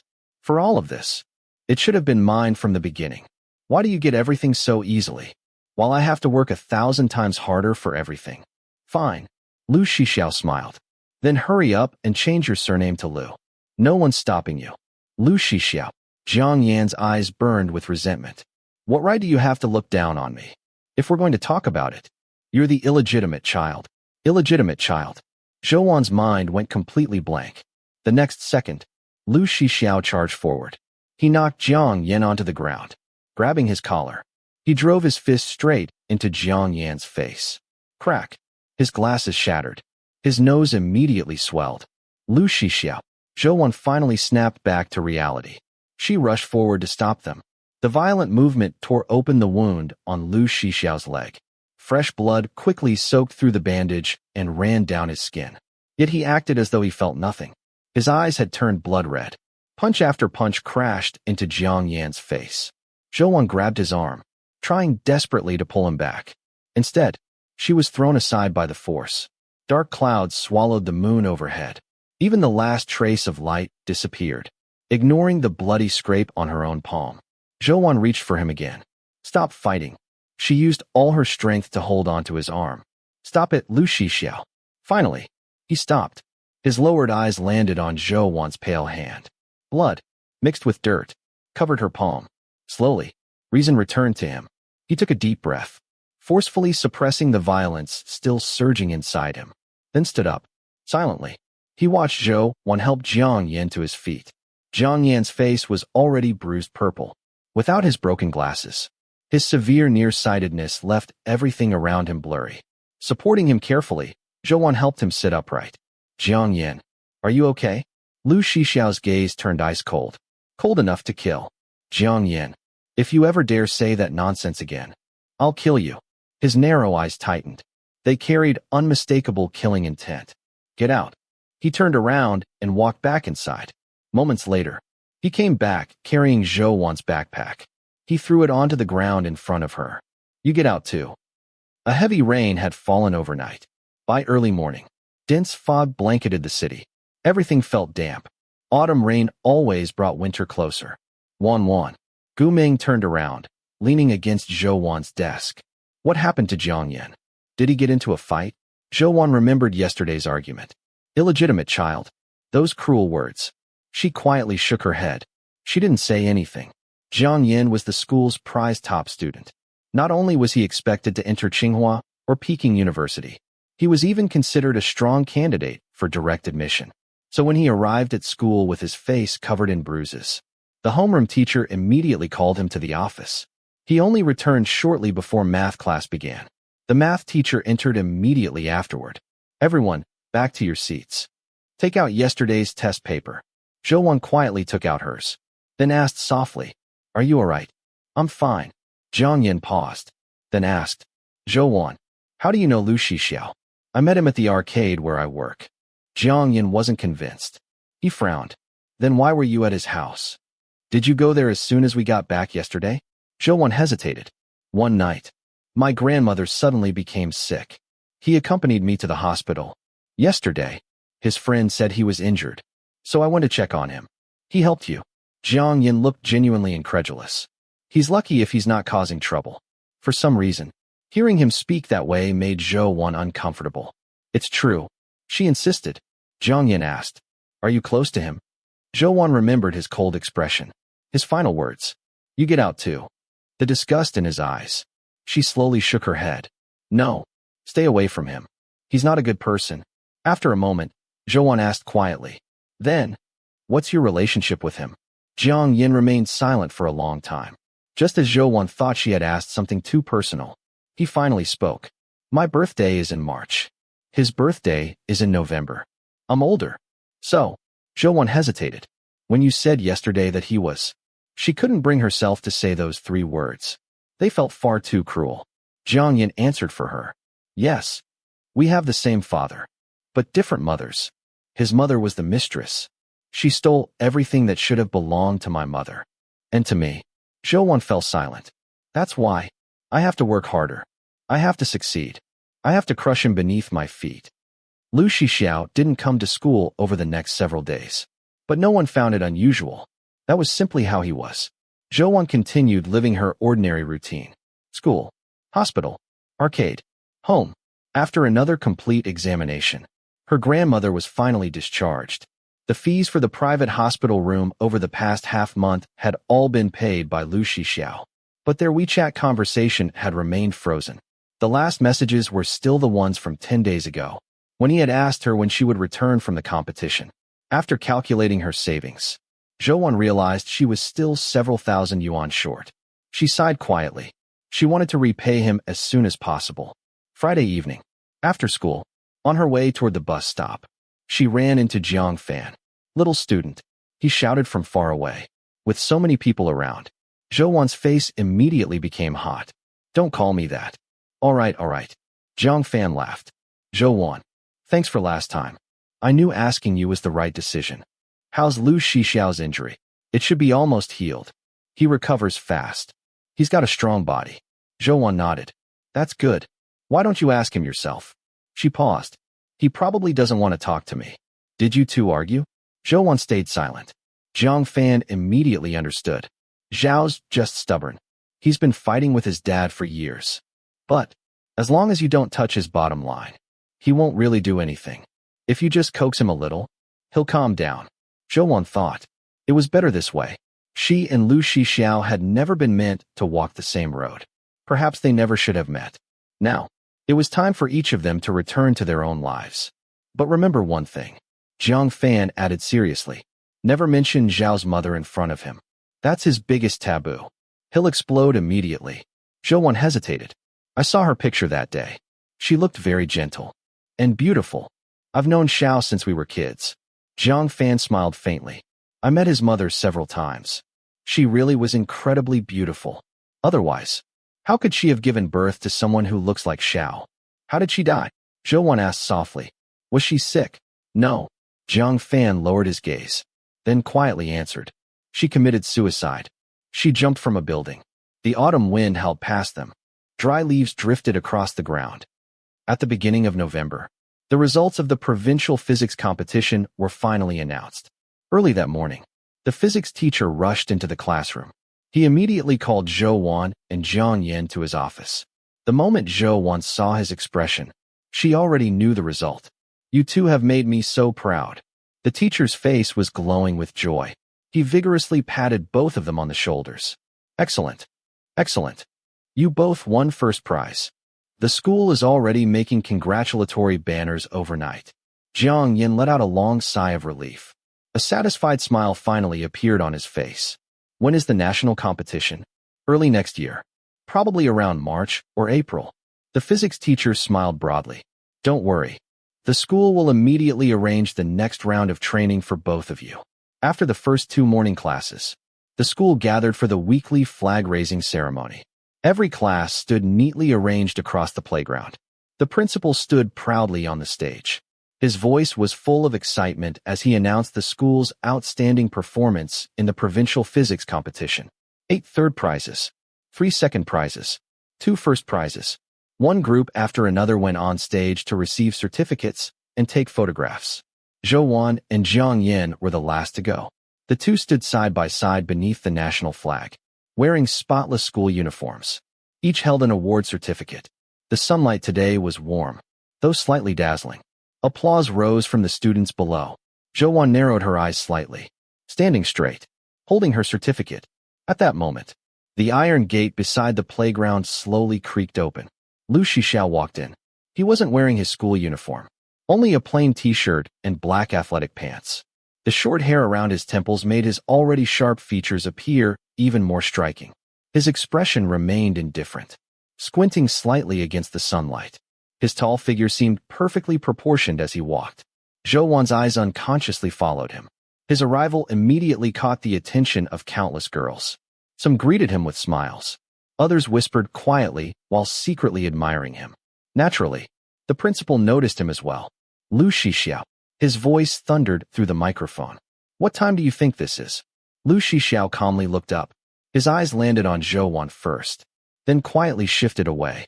Nearby, his friends laughed shamelessly at his misfortune. The principal had never liked him. Eyes wide with anger, he shouted, "Get up here and stand on the stage as punishment." Lu Shixiao didn't bother defending himself. He simply walked toward the platform. Zhou lowered her eyes. Her eyelashes fluttered softly. As he walked past, she caught the familiar scent of tobacco. Under the sunlight, it carried a sharper, spicier fragrance. He stopped behind her, standing slightly off to one side, still wearing that same lazy, carefree attitude. After scolding him for a while longer, the principal finally remembered the award ceremony. The photographer resumed taking pictures of Zhou and Jiang Yan. The student taking photographs belonged to the student council's publicity department. She also happened to be Zhou's classmate. By noon, she had developed several photos. One was selected for the school's bulletin board, holding the remaining prints. She smiled. Do you want these? There were 3 photographs. 1 wide shot, 1 close-up, and 1 portrait. She pointed at the portrait. I think this one turned out especially well. Zhou carefully looked through each picture. Finally, she picked up the wide shot. May I keep this one? This one? Her classmate looked surprised. Why? Zhou smiled gently. If I look at this photo in the future, I'll remember everything that happened that day. The close-up is too tightly framed. It won't remind me of the whole scene. That's true. The girl nodded with a smile. Then this one's yours. Thank you. After her classmate left, Zhou looked down at the photograph once more. The background included the entire stage, including Lu Shixiao, standing quietly behind her. His chin was slightly raised, free-spirited as always. His eyes, brightened by the sunlight, rested carelessly on her back. Chapter 14. After her grandmother was discharged from the hospital, Zhou no longer had to visit every day. After school, she went straight to the arcade. She had just finished her shift handover and sat down when she heard a sweet female voice nearby. "Wow, you're amazing." The girl clapped enthusiastically as she praised someone. Besides students, there were always plenty of couples at the arcade. Voices like that weren't unusual.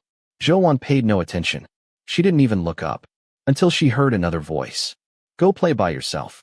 Low, magnetic, cold. A perfect blend of lazy confidence and detached indifference. Lu Shixiao. Ever since the day he had angrily told her to get out, he hadn't come back.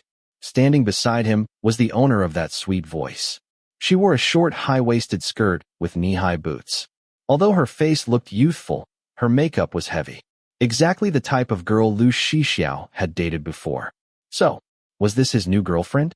Well, it had already been 2 months since his last relationship. That was the longest he'd ever stayed single.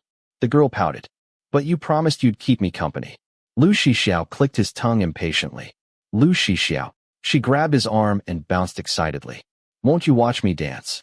He calmly pulled his arm free, then walked with her toward the dance machine. The girl had obviously learned dance before. As soon as the music started, she moved gracefully across the platform. Confident, radiant. Her slender waist and long legs quickly attracted a crowd. Everyone watched, except Lu Shixiao. Halfway through the song, his phone rang.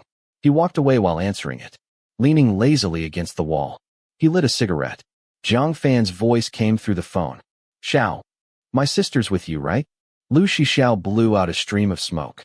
"You've got 10 minutes. Come get her. She's annoying as hell." "Damn," Zhang Fan sounded desperate. "I really can't leave. Old Lu caught me. Just help me keep an eye on her for a while. Don't let that little lunatic run off." Lu Shixiao clicked his tongue, then hung up. After finishing her dance, the crowd burst into applause.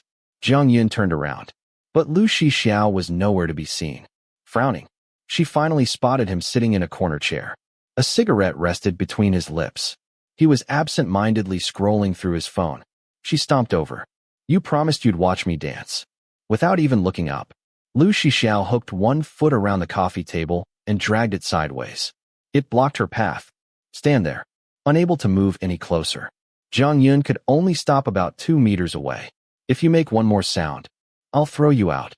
His tone was full of impatience. Zhang Yun's eyes widened. She couldn't believe someone would say something so ungentlemanly, so rude. She was only 1 year younger than Zhang Fan, a first-year student at 3rd high school. She had seen Lu Shixiao's photos before.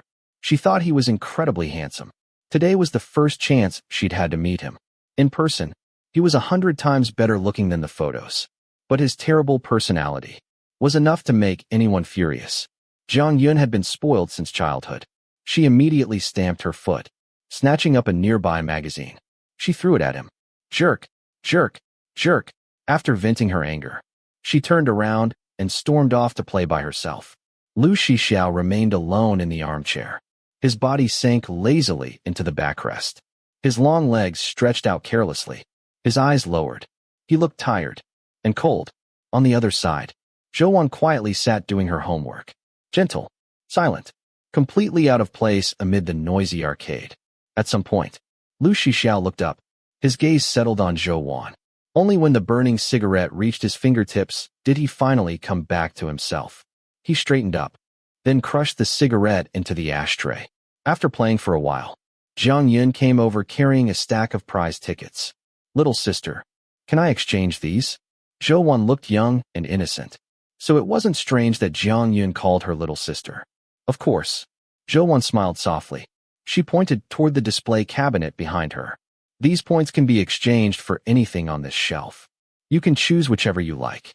Zhang Yun leaned over the counter. After studying the prizes for a while, she pointed excitedly. "That keychain is really cute." Zhou's fingers paused. She resisted the urge to glance at Lu Shixiao. A keychain. Lu Shixiao had one too. "Blue. Would you like the pink one?" Zhou asked gently. Zhou took it out for her. Zhang Yun happily hooked it around one finger, then took out her keys. Just as she was about to attach it, a hand suddenly reached over from behind. Lu Shixiao snatched the keychain from her hand, then casually tossed it back onto the counter. Bang! Jiang Yun became even angrier. What are you doing? Lu Shixiao lazily raised an eyebrow. Who said you could take it? I want it myself. He pinched the game card between two fingers. Holding it up, he gave it a slight shake. My card? How can you be so stingy? Jiang Yun couldn't believe it. Handsome guys who are this stingy won't be popular. Lu Shixiao sneered. Do I need you to like me? Jiang Yun was furious. She truly couldn't understand how someone so handsome could be such an unbelievable jerk. Her eyes gradually turned red. Not because she wanted to cry. She was simply furious. Ever since she was little, her eyes always reddened whenever she got angry. But Zhou misunderstood. Thinking about it, she had seen several girls cry because of Lu Shixiao before. Pressing her lips together, she tried to smooth things over. Looking at Lu Shixiao, she said softly, your card has tens of thousands of points. This keychain only costs about 2,000. It won't affect anything. Lu Shixiao slowly turned toward her. His eyes were cold, mocking, playful, sharp, judging. Unable to withstand that gaze, Zhou lowered her head. He laughed softly. The meaning behind it was impossible to read. How generous. Using my points. Zhou suddenly remembered what he had once asked her. Zhou, who do you think you are? Yes. Who did she think she was? Jiang Yun stamped her foot one last time. Unable to bear it any longer, she turned and left. Lu Shixiao didn't bother chasing after her. Instead, he grabbed a pack of cigarettes from the display rack, dropped it onto the counter, then placed a 20 yuan bill beside it. Zhou quietly gave him his change. His phone vibrated again. Jiang Fan had sent a voice message. He tapped it. Xiao, did you fight with my sister? She called me and spent 5 straight minutes cursing you. Zhou froze. Jiang Fan's sister? Lowering his head, Lu Shixiao replied with another voice message. What would I fight with her for? Zhou remained speechless. It really wasn't a fight. It had been complete one-sided suppression. Another voice message arrived. Jiang Fan laughed loudly. This is the first time I've ever seen a girl say she never wants to see you again. Lu Shixiao gave a mocking laugh. Good. I've never met anyone more annoying than your sister. For some reason, those words amused Zhou. She quickly lowered her head. The corners of her lips curved upward before she forced herself to suppress the smile. When she looked up, Lu Shixiao was already watching her. She couldn't tell whether he had noticed. Keeping a straight face, she calmly met his gaze. He slipped his phone back into his pocket. His eyes never left her. After a brief pause, Zhou asked, Aren't you going after her? He raised an eyebrow. Didn't you hear what Jiang Fan said? Huh. She's not my girlfriend. Why would I chase after her? Oh. A few seconds later, Zhou quietly corrected him. Even if she were your girlfriend, you probably wouldn't chase after her. Lu Shixiao suddenly smiled. It wasn't one of his usual mocking smiles. This one was genuine. His eyes narrowed slightly. Zhou, we haven't seen each other for a few days, and you've gotten pretty bold. Realizing she had accidentally mocked him, Zhou instinctively shrank back. She quickly shook her head. No. Lu Shixiao was about to say something. Just then, his phone rang again. He glanced at the screen. A slight frown appeared. Then he walked outside to answer it. He stayed silent. Lu Zhongyue coughed once. Where are you? Lu Shixiao smirked. What does it matter where I am? How ridiculous. That a father and son could end up like this. Lu Zhongyue couldn't bring himself to call him Xiao anymore. Every sentence Lu Shixiao spoke was filled with thorns. The two people who should have been closest seemed determined to wound each other instead. Lu Zhongyue frowned. Suppressing his anger, he said, Today is your grandfather's 70th birthday. He wants you to come home for dinner. Lu Shixiao looked impatient. But after a moment, he answered, Fine. Although the head of the Lu family was already 70 years old, only a few strands of white hair showed. He remained healthy, energetic, full of vigor. Lu Zhongyue wasn't an only child. He also had an older sister, Lu Qilan. In most wealthy families, everything would have been left to the son. But old Master Lu was different. He never believed sons were more important than daughters. He valued both children equally. Within the Lu group, Lu Zhongyue served as general manager. Lu Qilan was vice president. Their shares and authority were equal. As for who would eventually inherit the company, that decision still rested entirely with the old master. That was also why Lu Zhongyue couldn't openly bring Jiang Yin into the Lu family. He still needed his father's approval. Lu Shixiao arrived last. Everyone else was already seated. This wasn't a grand birthday banquet, just a family dinner. Xiao. The old master waved cheerfully. Come sit beside Grandpa. Knowing his grandfather loved calligraphy, Lu Shixiao had prepared a fine wolf hair calligraphy brush as his birthday gift. The old man smiled from ear to ear. I knew Xiao understands me best. Lu Shixiao answered casually. Well, we're the only two unemployed people at this table. Xiao. Lu Zhongyue spoke sternly. His tone carried a warning. He had even used the nickname, he never spoke outside the family. Lu Shixiao's lips curled with sarcasm. The old master waved dismissively. It's fine. What's wrong with that? I like chatting with Xiao. Lu Qilan smiled. Xiao's in his second year of high school now, isn't he? Your studies will only get harder. But luckily, someone can finally take care of you now. Your aunt doesn't have to worry so much anymore. Everyone at the table wore different masks. Lu Qilan obviously knew about Lu Shixiao's grades. She also knew he had lived alone for years. What care was she talking about? Turning toward Lu Zhongyue, she smiled again. By the way, it's father's birthday today. Why didn't you bring little Gua? We haven't met her yet. Lu Zhongyue waved his hand. She's not very good with people. Better not today. How old is she? 4 years younger than me. That answer genuinely surprised Lu Qilan. Considering Lu Zhongyue's wealth and status, she had assumed his new girlfriend would be much younger. Then she understood. He could have countless young women, but the one he acknowledged publicly had to be respectable enough for appearances. If Gua Xiangling had reached this point, she certainly wasn't an ordinary woman. That's good. A more mature woman can take better care of Xiao. Oh right. Does she have any children? I think she has a daughter. But they don't live together. They hardly have any contact. Lu Qilan smiled, then turned toward Lu Shixiao. Xiao, how are you getting along with your stepmother? Lu Shixiao looked at her coldly. The old master had seen too much in his lifetime. How could he fail to hear the hidden meaning behind her words? Enough. It's my birthday. Let's stop talking about these things. He deliberately changed the subject, trying to spare Lu Qilan the embarrassment. But Lu Shixiao had no intention of letting it go. He set down his chopsticks with a sharp clatter, then smiled coldly. Aunt, you should stop worrying about me.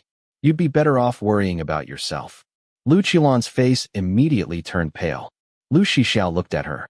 His eyes were full of mockery. You schemed so hard to marry into the Mo family. If they ever find out about the people you've been seeing behind their backs, do you think they'll let you live? Lu Shixiao had grown up surrounded by people like them. Hatred, schemes, hypocrisy, betrayal. After finishing her homework, Zhou packed away her books and pens. She quietly watched the leaves outside the window dancing in the wind. Lost in thought, her phone suddenly vibrated. She looked down, then froze. Lu Shixiao was calling. Why would he call? Clearing her throat softly, she answered. Hello. He didn't speak. All she could hear was the roar of a motorcycle, the howling wind, and silence. Lu Shixiao. She closed the window. The room became much quieter. Then she asked gently, Have you been drinking? Still. He said nothing, but she could hear his breathing. Very close. She knew he was listening. It wasn't an accidental call. Not knowing what to say, and feeling it would be rude to hang up, she simply left the call connected. She packed her school bag, washed her hands, then climbed into bed, pulling up the blanket. She said softly, I'm going to sleep now, Lu Shixiao. A few more seconds passed. Good night. Zhou. Her fingers paused. He slowly exhaled smoke, then asked, Would you betray me? This time, Zhou was the one who fell silent. She thought, he must be drunk. Otherwise, he would never have called her so late. He would never have asked that question. He was Lu Shixiao. Carefree, untamed, brilliant, always surrounded by people, always beyond everyone's reach. Someone like him should never have cared about such a question. When no answer came, he laughed. Many years later, Zhou would remember that laugh again and again. Lazy, casual, its meaning impossible to understand. Yet above all, gentle. It was the first time she had ever seen Lu Shixiao's true gentleness. A gentleness that belonged only to him. Even though his words themselves were anything but gentle. Forget it. It doesn't matter. His voice was soft. Just remember, if you ever betray me, I'll kill you. People often said that youth was beautiful because it was innocent. But after growing up, Zhou wished countless times that she could change the past. If she had another chance, she would realize that everything between them had truly begun to change at that moment. Although Lu Shixiao still spoke harshly, the boy who seemed like an untouchable god in the hearts of countless girls had quietly stepped down from his pedestal and slowly walked toward her. Chapter 15. Zhou had a rare, restless night. She couldn't understand what Lu Shixiao had meant. She had thought that after telling her to get lost the last time, everything between them would end there. She wouldn't use Lu Shixiao anymore, and she would never let him discover her relationship with Guoxiangling. But now, it seemed that Lu Shixiao had already gotten over his anger. The next morning, Zhou arrived at school, yawning. After the first 2 classes came the long morning break. Her physics teacher called her into the office. With the national competition approaching, the teacher handed her 2 thick competition reference books. One set was for her. The other was for Jiang Yan. The books were heavy, weighing down her arm. Carrying them back toward the classroom, Zhou passed class 7. A group of boys stood gathered beside the corridor window. Jiang Fan was among them. Hey, Zhou. He smiled and greeted her. There were students everywhere. The gap between someone like Jiang Fan and someone like Zhou was too obvious. Even exchanging a greeting attracted attention. She answered with a slightly awkward smile. Continuing forward, just as she passed him, she heard Jiang Fan suddenly raise his voice. Xiao. Zhou's footsteps faltered. Her heartbeat quickened. She didn't dare look up. Step by step, she walked closer. Soon, she could see the tips of Lu Shixiao's shoes right in front of her. She quietly tried to walk around him. But before she could take another step, someone caught her wrist and gently pulled her back. Zhou looked up. Lu Shixiao looked down at her. Today he was wearing the school uniform. The blue and white uniform suited him unusually well, making him look even more youthful. He raised one eyebrow. You didn't see me? Zhou answered quietly. He laughed softly. You think I'm stupid? Behind them came a chorus of teasing whistles and exaggerated laughter. Zhou blushed under everyone's gaze. Silently, she tried to pull her sleeve free. Only then did Lu Shixiao let go. You still going there tonight? Not today. I need to visit the doctor who treated my grandmother. Oh, I'll go now. Lu Shixiao simply stepped aside, giving her room to pass. School ended beneath another light drizzle. Zhou took the bus to the People's Hospital. Holding the examination report Dr. Chun had given her, she frowned. Grandmother has been feeling worse much more often lately. So why are her test results almost the same as before? Dr. Chun explained patiently. Your grandmother is getting older. Her immune system is gradually weakening, so the symptoms become more obvious. There's nothing we can do except relieve them as much as possible. So dialysis can't help? Dr. Chen gently patted her shoulder. Wan, I told you from the very beginning, dialysis isn't a cure. He paused. There is something else. What is it? The hospital recently received several new donor kidneys. For your grandmother's condition, the only treatment that can truly cure her is a kidney transplant. After another brief silence, he continued. But there are some things you need to think about first. Your grandmother is elderly. A major operation carries significant risks. An organ transplant surgery is extremely expensive. These are decisions you need to consider very carefully. How much? You should prepare at least 300,000 yuan.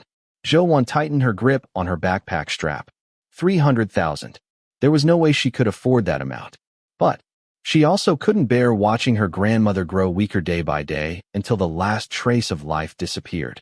As long as there was hope, she wouldn't give up. Grandmother was the person closest to her, the only family she had left. She couldn't lose her too. She had already lost far too much. If grandmother was gone, she would truly have nothing left. The surgery fee. Her voice was soft, but unwavering. I'll find a way. If there's a suitable donor kidney, please let me know. Dr. Chen looked at her. Are you sure? Wouldn't you like to think about it a little longer? Yes. In a few days I'll bring grandmother back for another complete examination. I want to know whether she's suitable for transplant surgery. All right. Dr. Chen looked quietly at the slight, fragile-looking girl standing before him. After a while, he added, this isn't a small amount of money. There have been a lot of illegal loans lately. No matter what happens, don't take the wrong path. Zhou smiled faintly. Thank you, Dr. Chen. I won't. I'll call my mom first. The nurse beside them visibly changed expression. She looked as though she wanted to say something. But after noticing Dr. Chen's glance, she quietly remained silent. Zhou walked into the corridor and dialed Guo Xiangling's number. 11. Her mother's voice sounded unusually affectionate. What does mom's good girl need? Leaning against the wall, Zhou lowered her eyes and quietly exhaled. Grandmother may need surgery, the doctor said. Before she could finish, Guo Xiangling interrupted.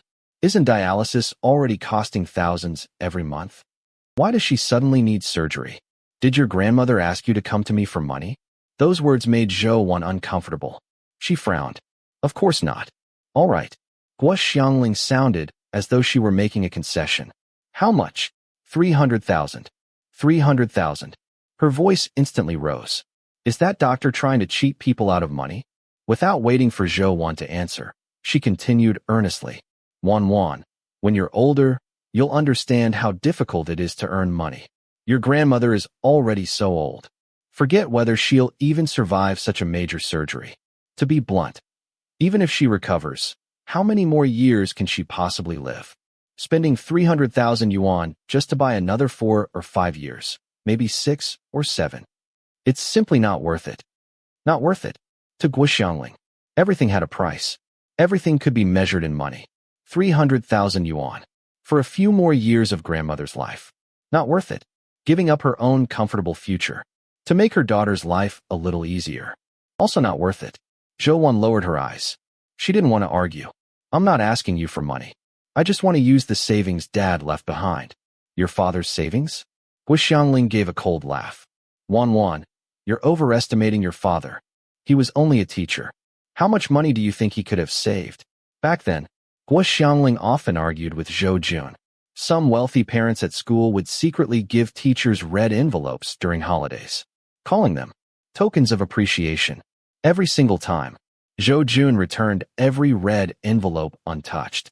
For that, Guo Xiangling had scolded him countless times, calling him a poor man pretending to be noble. Although Zhou Jun couldn't accept her views, he only smiled every time and let the matter pass. Guo Xiangling continued. When you were little, we couldn't give you the very best. But we gave you the best we could afford. That already cost plenty. Then there was your father's funeral, your grandmother's illness, and all the expenses over the years. You can do the math yourself. Forget 300,000. We couldn't even scrape together 30,000. Zhou failed to get the money, leaning against the hospital's white wall. She sniffled quietly before returning to Dr. Chen's office.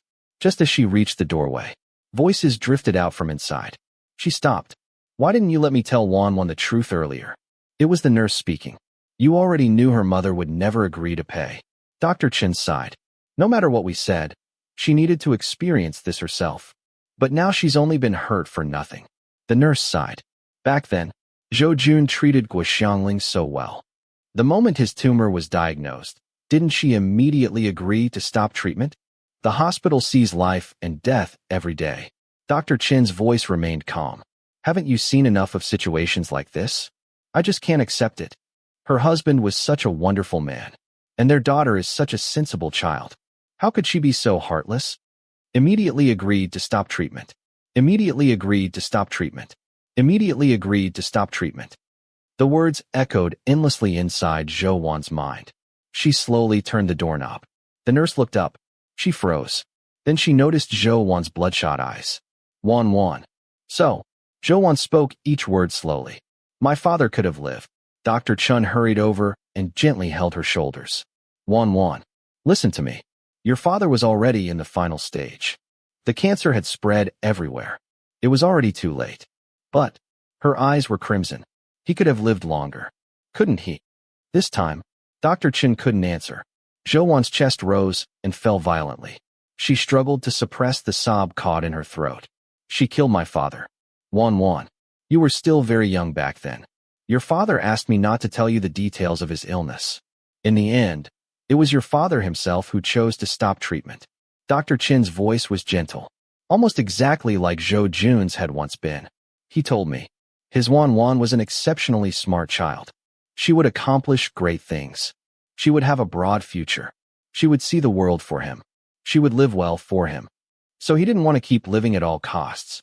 First, he didn't want you to watch chemotherapy slowly destroy him. And second, he wanted to leave behind as much money as possible, so that his Wan would always have enough money to buy a ticket for the road ahead. He wanted Wan to remain a free child, to always have the courage to move forward, and the ability to start over whenever life demanded it. Enough money to buy a ticket for the journey ahead. That had been Zhou Jun's wish. Yet for the Zhou of today, it was a luxury she had never even dared dream of. She was like a young eagle. She could spread her wings. She could fly, but there was always a rope tied tightly around her. Every time she flew too far, it dragged her back, pulling until it hurt, until feathers scattered into the wind, until she was covered in blood. The street lamp inside the alley cast only a dim glow. Power lines crisscrossed overhead, dark, heavy, as though the entire night were pressing down upon her. She understood her father's choice. She understood why he had abandoned treatment. But all of these truths had arrived too suddenly, too heavily, far beyond what she could bear. More than anything, she couldn't forgive Guxiangling. She couldn't imagine how her father must have felt after deciding to give up treatment himself. The woman he had loved for so many years, the wife he had cherished, immediately agreed. Surely, at that moment, he must have felt at least a little regret, a little pain. And now, Zhou understood something else. Guxiangling hadn't done it for her. She hadn't done it for their family. She had done it entirely for herself. She had killed father. It felt as though an invisible hand were squeezing Zhou heart, blood dripping endlessly from it. She had always been an exceptionally rational person, but now, something inside her emotions was breaking apart, sliding toward an increasingly terrifying place. She had never hated Guxiangling this much. A vicious, dark thought surfaced. Why hadn't the one who died been Guxiangling? The thought frightened even herself. But it didn't disappear. She only laughed bitterly at herself. Perhaps she really was more like Guxiangling after all. If father were here, he would never think something like that. She wanted Guxiangling to lose everything. She wanted her to pay the price. She wanted her to suffer until living became unbearable. She was even willing to sacrifice her own future if it meant obtaining a little justice for her father. Lost in those thoughts, she walked forward with her head lowered. Suddenly, she bumped into someone's chest. Looking up, she met Lu Shixiao's eyes. He still wore his usual lazy smile, his expression calm and indifferent. He reached out. One fingertip lightly touched her cheek. You've been standing here forever, pretending not to see me again? For some reason, the instant she heard his voice, all the grievance she had been desperately holding back flooded upward. Her nose stung. Her eyes filled. Her breathing became ragged. A tear rolled silently down her face. Embarrassed, she lowered her head. But Lu Shixiao caught her chin and gently lifted it. He didn't panic because she suddenly cried. He simply raised an eyebrow. What's wrong? Who bullied you? She couldn't answer. No words would come out. Something blocked her throat. Only broken sobs escaped. More tears slid down her face. They soaked his fingertips. Lu Shixiao bent slightly. His fingers brushed gently across her eyelashes, wiping away the tears. He sighed softly. What are you afraid of? I'll get revenge for you. This time, Zhou completely broke down, with her chin still held in his hand. She could only keep looking upward while tears poured down her face. She couldn't even suppress the sobs anymore. She cried aloud. Lu Shixiao had seen plenty of girls cry, but never anyone like Zhou. Usually she was quiet, reserved, gentle. Now, she seemed swallowed by endless sorrow. She cried as though everything inside her had collapsed. There was no restraint, no pretense, only despair. Finally, Lu Shixiao lifted one arm. He gently covered her wet eyes with his hand, then pulled her into his embrace. Zhou. His deep voice sounded beside her ear. Want to go have some fun? Her tears slipped through the gaps between his fingers, soaking into his clothes. After a very long time, she slowly lifted her arms, wrapping them tightly around his waist. She closed her eyes, holding him even tighter, feeling his warmth, his scent. Her voice was broken. I'm sorry. Sorry for what? She only repeated, I'm sorry. Lu Shixiao. Even her breathing was trembling. Her voice came out in fragments. Lu Shixiao had no idea what she was apologizing for. Seeing her in this state, he didn't ask. Instead, he chuckled softly. You should apologize. You're going to have to wash these clothes clean. Chapter 16. Late autumn nights were heavy with dew. Lu Shixiao took off his hoodie, leaving only a t-shirt underneath, and moved to help Zhou put it on. Zhou glanced at his thin clothing, shook her head, and silently stepped back. Lu Shixiao ignored her refusal. He grabbed her arm, pulled her closer, and pulled the hoodie over her head in one rough motion. Her hair immediately became a mess. Without saying a word, he removed her hair tie and used his fingers like a comb, smoothing her hair before tying it back neatly. Hands, Lu Shixiao said softly. Zhou obediently pushed her hands through the sleeves. The hoodie was far too big for her. It was long enough to wear like a dress, and her fingertips barely reached the ends of the sleeves. She looked like a little girl wearing an adult's clothes. The corners of Lu Shixiao's lips lifted slightly. Without saying anything, he turned and continued walking. Zhou followed him across several intersections. The tears on her face had long since dried. When the countdown on a green light reached 3 seconds, she hurried forward with a few quick steps until she was walking beside him. "Where are we going?" she asked.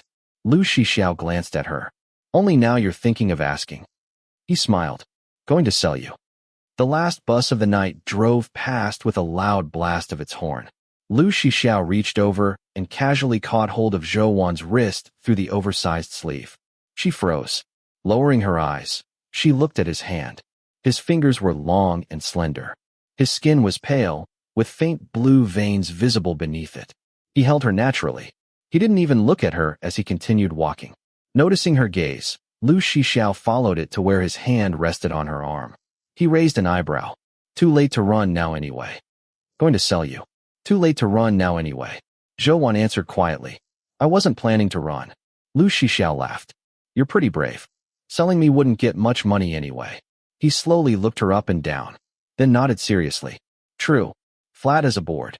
You wouldn't sell for much." He was far too blunt. His gaze was even blunter. Embarrassed, Zhou lowered her head. Lu Shixiao lightly squeezed her thin wrist. "Then we'll fatten you up first. After that we'll sell you." Zhou followed him through countless turns and intersections. Gradually, there were fewer cars. Even the intersections no longer had traffic lights. As they walked farther, she began hearing the roar of motorcycle engines. The sound felt strangely familiar. After thinking about it for several minutes, she suddenly remembered. It was the same sound she had heard in the background during Lu Shixiao's phone call the previous night. He must come here often. Finally, they stopped outside an old residential neighborhood. On the corner stood a tiny convenience store, barely 20 square meters. Lu Shixiao released her hand, lifted the plastic curtain, and walked inside. After hesitating for 2 seconds, Zhou followed. The harsh fluorescent lights flooded the room. Several rough-looking young men were sitting inside. Every one of them turned to look at Zhou. Feeling uncomfortable, she instinctively moved closer behind Lu Shixiao. Instead, he casually stepped aside, completely exposing her. "What are you all staring at?" One of the young men laughed. "What? We're not even allowed to look now." "Who's this? Your girlfriend? This is the first time you've ever brought someone here." Lu Shixiao smiled faintly. He didn't bother explaining. "Where's the bike?" "In the back." "You riding today?" "Yeah." Lu Shixiao took Zhou's hand again. This time, one side was lined with gleaming motorcycles. The other side, a racing track. Lu Shixiao picked up a smaller helmet. Just as he was about to put it on her, he noticed the dried tear stains on her face. Tilting his chin toward the bathroom, he said, "Go wash your face." Zhou obediently went inside. Only cold water came from the faucet. She splashed her face clean before returning. This time, she quietly allowed Lu Shixiao to put the helmet on her. Looking into her eyes, he asked, "You brave enough?" Zhou blinked. "Am I riding by myself?" "You know how." She shook her head. Lu Shixiao laughed. "Sit behind me." She nodded. Click. He lowered her visor. It wasn't until the motorcycle shot forward that Zhou understood why he had asked whether she was afraid. Her father had owned a motorcycle too. When she was little, Zhou Jun often took her riding. She would always urge him to go faster. Faster, trying to overtake every car beside them. But a racing motorcycle was nothing like an ordinary one. The instant the bike exploded forward, Zhou screamed. She wrapped both arms tightly around Lu Shixiao's waist. Every muscle in her body stiffened. She pressed her forehead against his back. Her eyes squeezed tightly shut. The course was filled with sharp corners and obstacles. Several times, the motorcycle leaned so low that it nearly scraped the ground. "Zhou, Lu Shixiao suddenly called her. The rushing wind almost swallowed her voice. Open your eyes." She clung to him even tighter. "I can't." I said open them. Her voice trembled. "I'm scared." Lu Shixiao naturally knew exactly how to deal with her. He twisted the throttle farther. The engine roared even louder. The wind became fiercer. For one of the rare times in her life, Zhou actually raised her voice at him. "Lu Shixiao." He smiled to himself. "Mission accomplished. Open your eyes." "I'll slow down." Her eyelashes fluttered nervously. Slowly, she opened her eyes.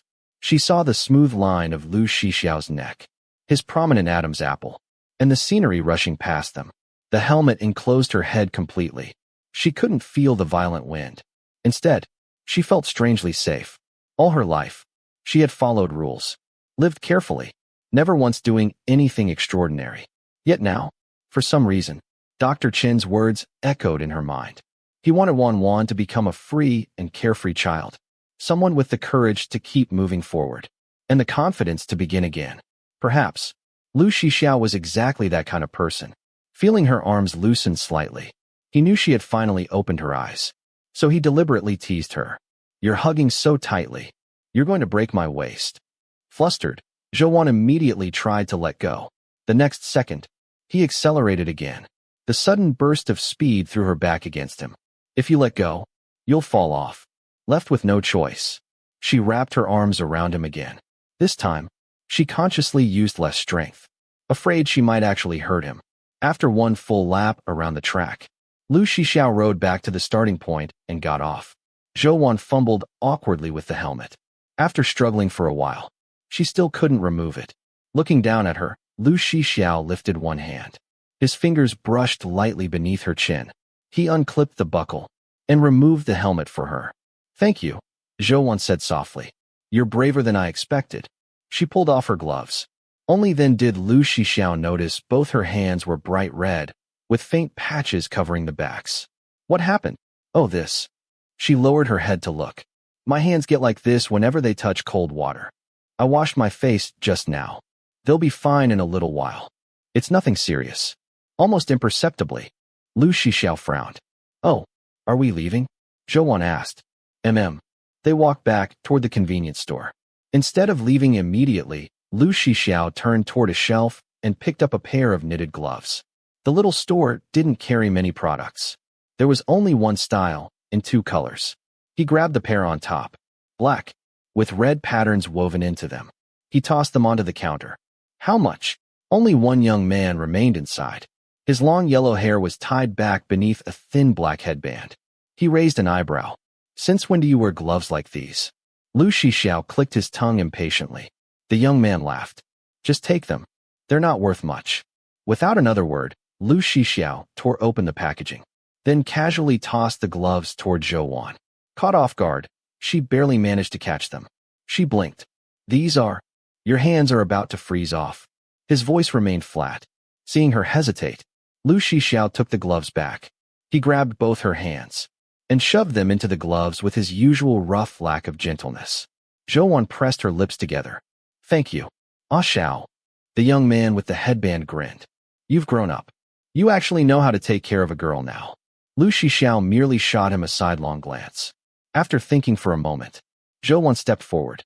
"Hello. How much do these gloves cost?" The gloves had been given to Lu Shixiao because they were friends. There was no reason anyone should give them to her for free. The headband young man leaned across the glass counter. "Sister, I already said not to worry about it. Why are you being so polite?" Then he smiled. "Just help me keep your boyfriend under control. Tell him to stay out of trouble. That'll be enough repayment." "Your boyfriend?" Zhou froze. She wanted to secretly look at Lu Shixiao's expression, but she couldn't see him. She guessed. Someone like Lu Shixiao wouldn't bother correcting such a misunderstanding. He never cared what other people thought. So, she didn't explain either. By then, Lu Shixiao had already reached the door. He looked back. "You coming?" "Coming." She hurried after him. The headband young man called after them. "Leaving already?" "You only rode 1 lap." Without turning around, Lu Shixiao simply lifted one hand and waved. That counted as his answer. Outside, the night had grown even darker. While waiting at a red light, Lu Shixiao turned toward her. Feeling better? Zhou paused. He didn't know what had happened to her, nor could he know that some wounds couldn't disappear so easily. But, after that ride, the suffocating heaviness inside her chest had finally eased. Earlier, she had been standing on the very edge of collapsing. Now, she had stepped back. She smiled faintly. Thank you. Lu Shixiao looked at her smile. Her side profile appeared gentle. Two shallow dimples emerged beside her lips. Soft. Quiet. He looked away, returning his attention to the countdown on the traffic light. Zhou had walked a great deal that day. Her shoes were beginning to rub painfully against her heels. Gradually, she fell farther and farther behind him. Lu Shixiao looked back. Tired. Let's get a taxi. He pulled out his phone. No. She hurriedly stopped him. Taxis are too expensive. Lu Shixiao looked at her without speaking. Zhou pointed toward the side of the road. How about that? A shared yellow electric scooter stood parked nearby. Lu Shixiao had never ridden one before. He simply watched as Zhou unlocked it with her phone. It wasn't a bicycle. It was a tiny yellow electric scooter. A square headlight sat on the front. A bright yellow helmet rested inside the basket. An antenna stuck up from the top. Zhou skillfully put on the helmet. It was far too large. It wobbled around on her head. She looked both adorable and slightly ridiculous, like a cartoon character with an antenna. The corners of Lu Shixiao's lips lifted. You're not riding? Zhou asked. I don't know how. This is really easy. How could someone who raced motorcycles not know how to ride an electric scooter? I'll ride with you. Zhou hesitated. But this scooter isn't meant for two people. It's against the traffic rules. And there's only one helmet. No one's checking this late. Lu Shixiao casually made up an excuse. My phone's dead. I can't unlock another one.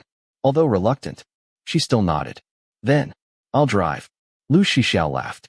Oh, the scooter seat was narrow. Zhou perched on only the very front edge. Her back was perfectly straight. She looked as stiff as though she were standing at attention. Meanwhile, Lu Shixiao sat comfortably behind her, without the slightest trace of embarrassment. Zhou stared straight ahead. She didn't dare let her eyes wander. A moment later, she failed to notice a pothole. The scooter jolted violently, taking full advantage of the opportunity. Lu Shixiao leaned directly against her back.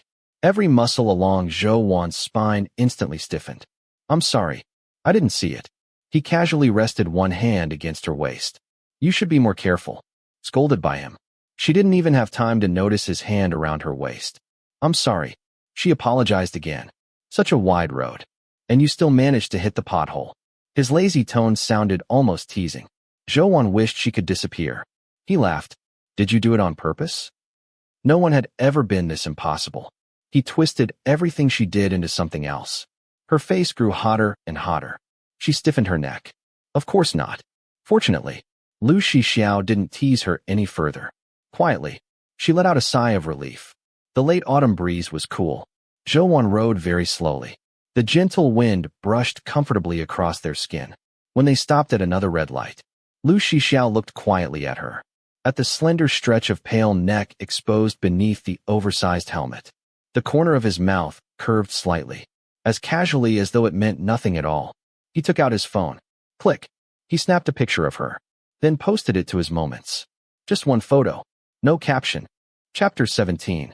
When they reached home on the electric scooter, Zhou parked it in a nearby space and locked it up again, which cost 4 yuan. Thank you for taking me out today. Zhou stood in front of Lu Shixiao, looking down at the hoodie she was wearing. I'll wash this and return it to you. Lu Shixiao answered casually. Then he noticed the gloves she was wearing and frowned slightly. Never mind. What? Don't wash it, he said flatly. I don't want it back. Zhou froze for a moment and pressed her lips together. She assumed it was because she had soaked his clothes with her tears earlier. Then let me buy you a new one. No need. Lu Shixiao yawned, looking completely uninterested. He casually raised his hand. Trade it for this instead. Wrapped around his wrist was the hair tie he had taken from her earlier. Zhou paused. Huh. The price difference was far too great. But Lu Shixiao looked like he couldn't be bothered to discuss it any further. He wasn't short of money, and if she kept insisting, she would probably only annoy him. He raised an eyebrow. Aren't you going inside? I am. Zhou turned and hurried into the apartment building, escaping the damp, chilly air outside. Then she suddenly remembered something. She stopped and looked back. Lu Shixiao was still standing where he was. The yellow streetlight cast mottled circles of light across him and the pavement beneath his feet. His expression remained blank, distant, and aloof. He possessed two completely opposite qualities. One side of him was carefree and uninhibited. The other was cold and untouchable. Zhou stood there and waved at him again. Goodbye. Her voice was soft. He probably couldn't hear her. Lu Shixiao watched her with both hands in his pockets, looking relaxed and lazy. Zhou thought he probably wouldn't wave back. But after 2 seconds, he slowly pulled one hand out, gave a single wave, then slipped it back into his pocket, his expression never changing. When Zhou got home, her grandmother was already asleep. She didn't plan to tell her about what had happened today. It would only make her worry. Although Lu Shixiao had said he didn't want the hoodie back, Zhou still washed it and hung it on the balcony to dry. Her skin was delicate. Cold water quickly made it turn red. Cold wind left patches of redness. Even laundry detergent caused rashes. Looking at the rash on the backs of her hands, Zhou quietly put her gloves back on. She sat beside her bed, and her thoughts gradually drifted back to what Dr. Chun had said earlier that day. That strange yet familiar feeling returned once again. Like a venomous snake flicking its tongue, it slowly coiled around her body, until she was completely swallowed by darkness. Zhou closed her eyes and took a deep breath. She could never forgive Guxiangling. She had never hated anyone so deeply before. Even if she had to fall into the abyss herself, she would drag Guxiangling down with her.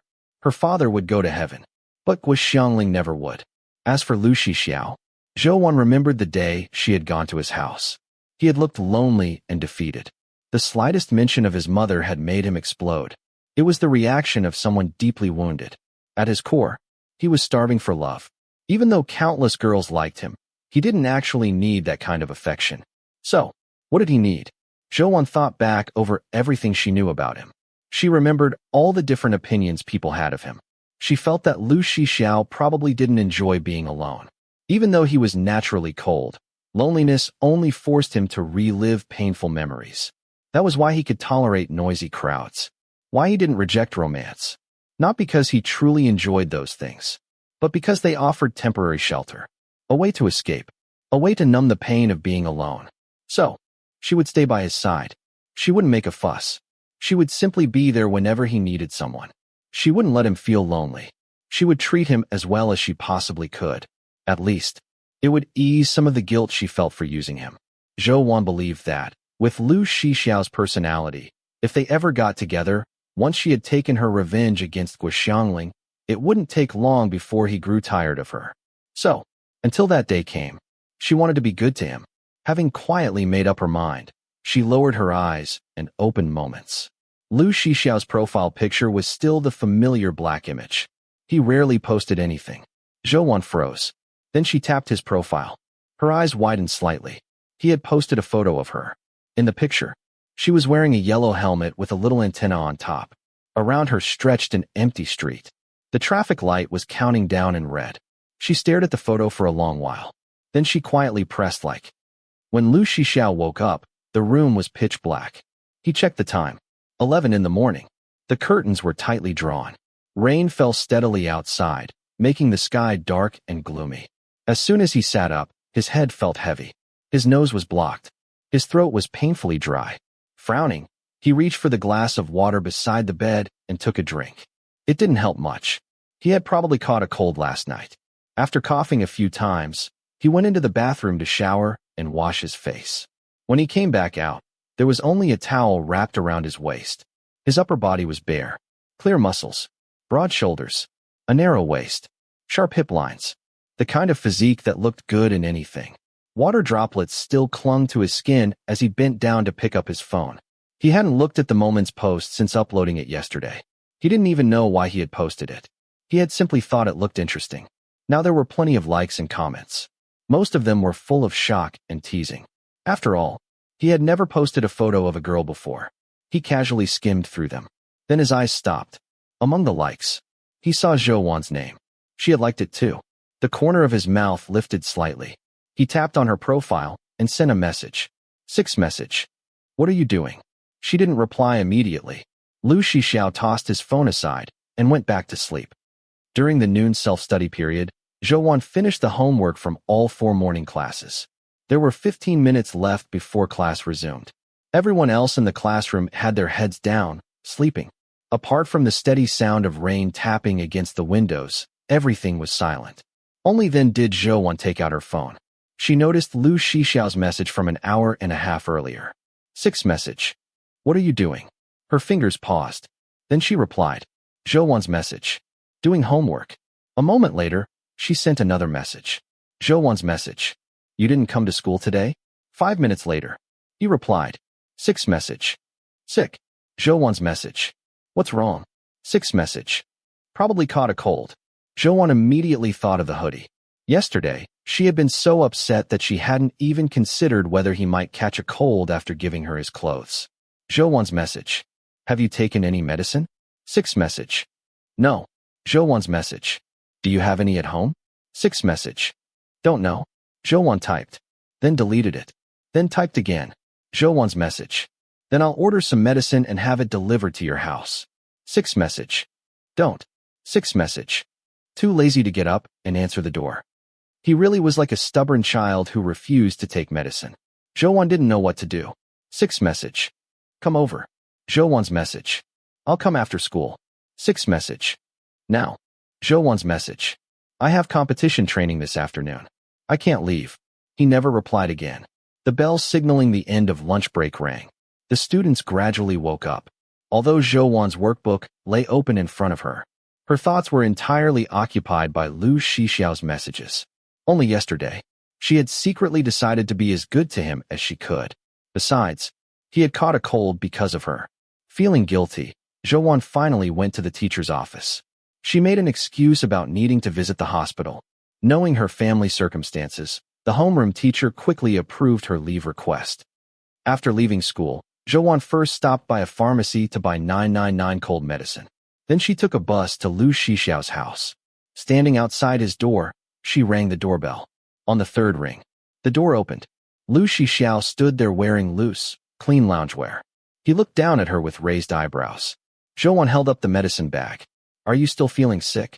I thought you said you'd come after school. Zhou looked into his eyes. Are you angry? Did you come now because you were afraid I'd be angry? His voice was slightly hoarse. Sort of. She wanted to make him happy. Oh. He slipped off his slippers and kicked them toward her before turning back inside. Then let's say I am angry. Zhou froze for a moment. She stepped into the slippers, closed the door, and followed him inside. Lu Shixiao lazily dropped onto the sofa. He hugged a cushion against his chest while looking down at his phone. Zhou picked up a glass from the coffee table, washed it, filled it with warm water, mixed in the cold medicine, stirred it, and handed it to him. He glanced at her. Then he took the cup and drank everything in one gulp. Standing in front of him, Zhou said, Go back to your room and sleep. Stay under the blankets and sweat it out. You'll feel better. Try not to smoke or drink for the next few days. Lu Shixiao looked up at her. She quietly cleaned up the empty medicine packet. I'll head back now. Stay. Zhou stopped walking and turned around. Lu Shixiao tilted his chin toward the chair beside him. She understood and quietly sat down. Leaving already? He raised an eyebrow. His tone was clearly dissatisfied. No conscience. Whose fault is it that I caught a cold? Zhou pressed her lips together. Then, I'll stay with you for a while. After that, Lu Shixiao ignored her. He leaned back against the sofa, played with his phone for a while, then tossed it aside and closed his eyes. Zhou found a blanket nearby and gently covered him with it. His eyelashes trembled slightly, but he neither opened his eyes nor said anything. Zhou sat quietly nearby. She regretted not bringing a book. The room was completely silent. With nothing else to do, she took out her phone and reviewed previous year's national physics competition papers. The small screen soon made her eyes ache. At 3 o'clock, she finished reading last year's exam and rubbed her tired eyes. Just then, her phone vibrated. It was a message from Jiangyan. At some point, vibration mode had been turned back on. The buzzing sound made Zhou jump. She hurriedly switched the phone to silent mode and looked toward Lu Shixiao. Fortunately, he was still asleep. He hadn't woken up. After today, Zhou impression of him changed once again. She had always believed he disliked unreasonable girls the most. Now it seemed he was the unreasonable one. If he had been woken up just now, he probably would have complained about her again. Jiang Yan's message. Competition class is about to start. Aren't you coming back? Zhou message. I have something to do right now. I probably won't make it back in time. Jiang Yan's message. Try to come if you can. I heard today's lesson is pretty difficult. It's important. Zhou sighed quietly. If she left without saying anything, Lu Shixiao would definitely be angry when he woke up. Zhou message. I probably can't make it. Go ahead without me. Jiang Yan's message. All right. I'll lend you my notes tomorrow. Zhou message. Okay. Thanks. Jiang Yan's message. By the way, there's a physics question I'm not sure about. My solution works, but it's really roundabout. You're better at this than I am. Could you take a look when you have time? A screenshot of the problem followed. Before Zhou could even type, okay, a hand suddenly reached over from behind her, carrying the faint scent of tobacco. It took her phone and casually tossed it onto the sofa. The phone bounced across the cushions several times. You said you were here to keep me company. Lu Shixiao's voice was flat, but you seem pretty busy. Knowing the complicated relationship between Jiang Yan and Lu Shixiao, for some reason, Zhou suddenly felt as though she had been caught doing something wrong. She started to speak, then stopped. Lu Shixiao immediately pressed the advantage. You what? He sounded so self-righteous that Zhou genuinely felt as though she had done something wrong. She lowered her head. She didn't know what to say. I caught a cold because of you. And you can't even keep me company properly. Zhou looked at him. What would count as proper company? Sharing both joy and sorrow. She didn't understand. Her clear eyes looked straight at him, waiting for an explanation. Lu Shixiao held her gaze for 3 seconds. Then he looked away. Several more seconds passed. Suddenly, he straightened up and leaned toward her. The distance between them vanished instantly. Zhou nose filled with his scent. Tobacco mixed with the fresh fragrance of shower gel. It carried the unmistakable scent of a young man. Zhou unconsciously held her breath. Lu Shixiao gently blew a breath against her face. Then he gripped her chin and tilted it upward, stretching the graceful line of her neck. Looking down at her, the corner of his lips curled into a playful smile. His thumb rested against her lower lip. Slowly, lightly, it brushed back and forth. He looked completely relaxed, entirely at ease, as though none of this meant anything to him. After a moment, he lazily raised an eyebrow. Sharing sorrow means, I should give you my cold too. Chapter 18. Zhou immediately understood what he meant. Her whole body stiffened. As Lu Shixiao leaned closer, she instinctively wanted to step back. But his hand still held her chin. Frozen with shock, she could only stare at him with wide eyes.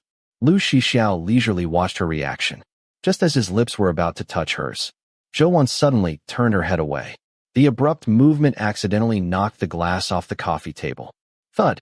It landed on the carpet. Lu Shixiao froze, still maintaining the same posture.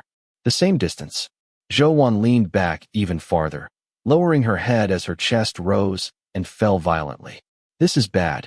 He must be angry now. Unexpectedly, Lu Shixiao burst into laughter. He leaned back against the sofa with his head tilted, laughing openly. His cold left his voice thick with congestion.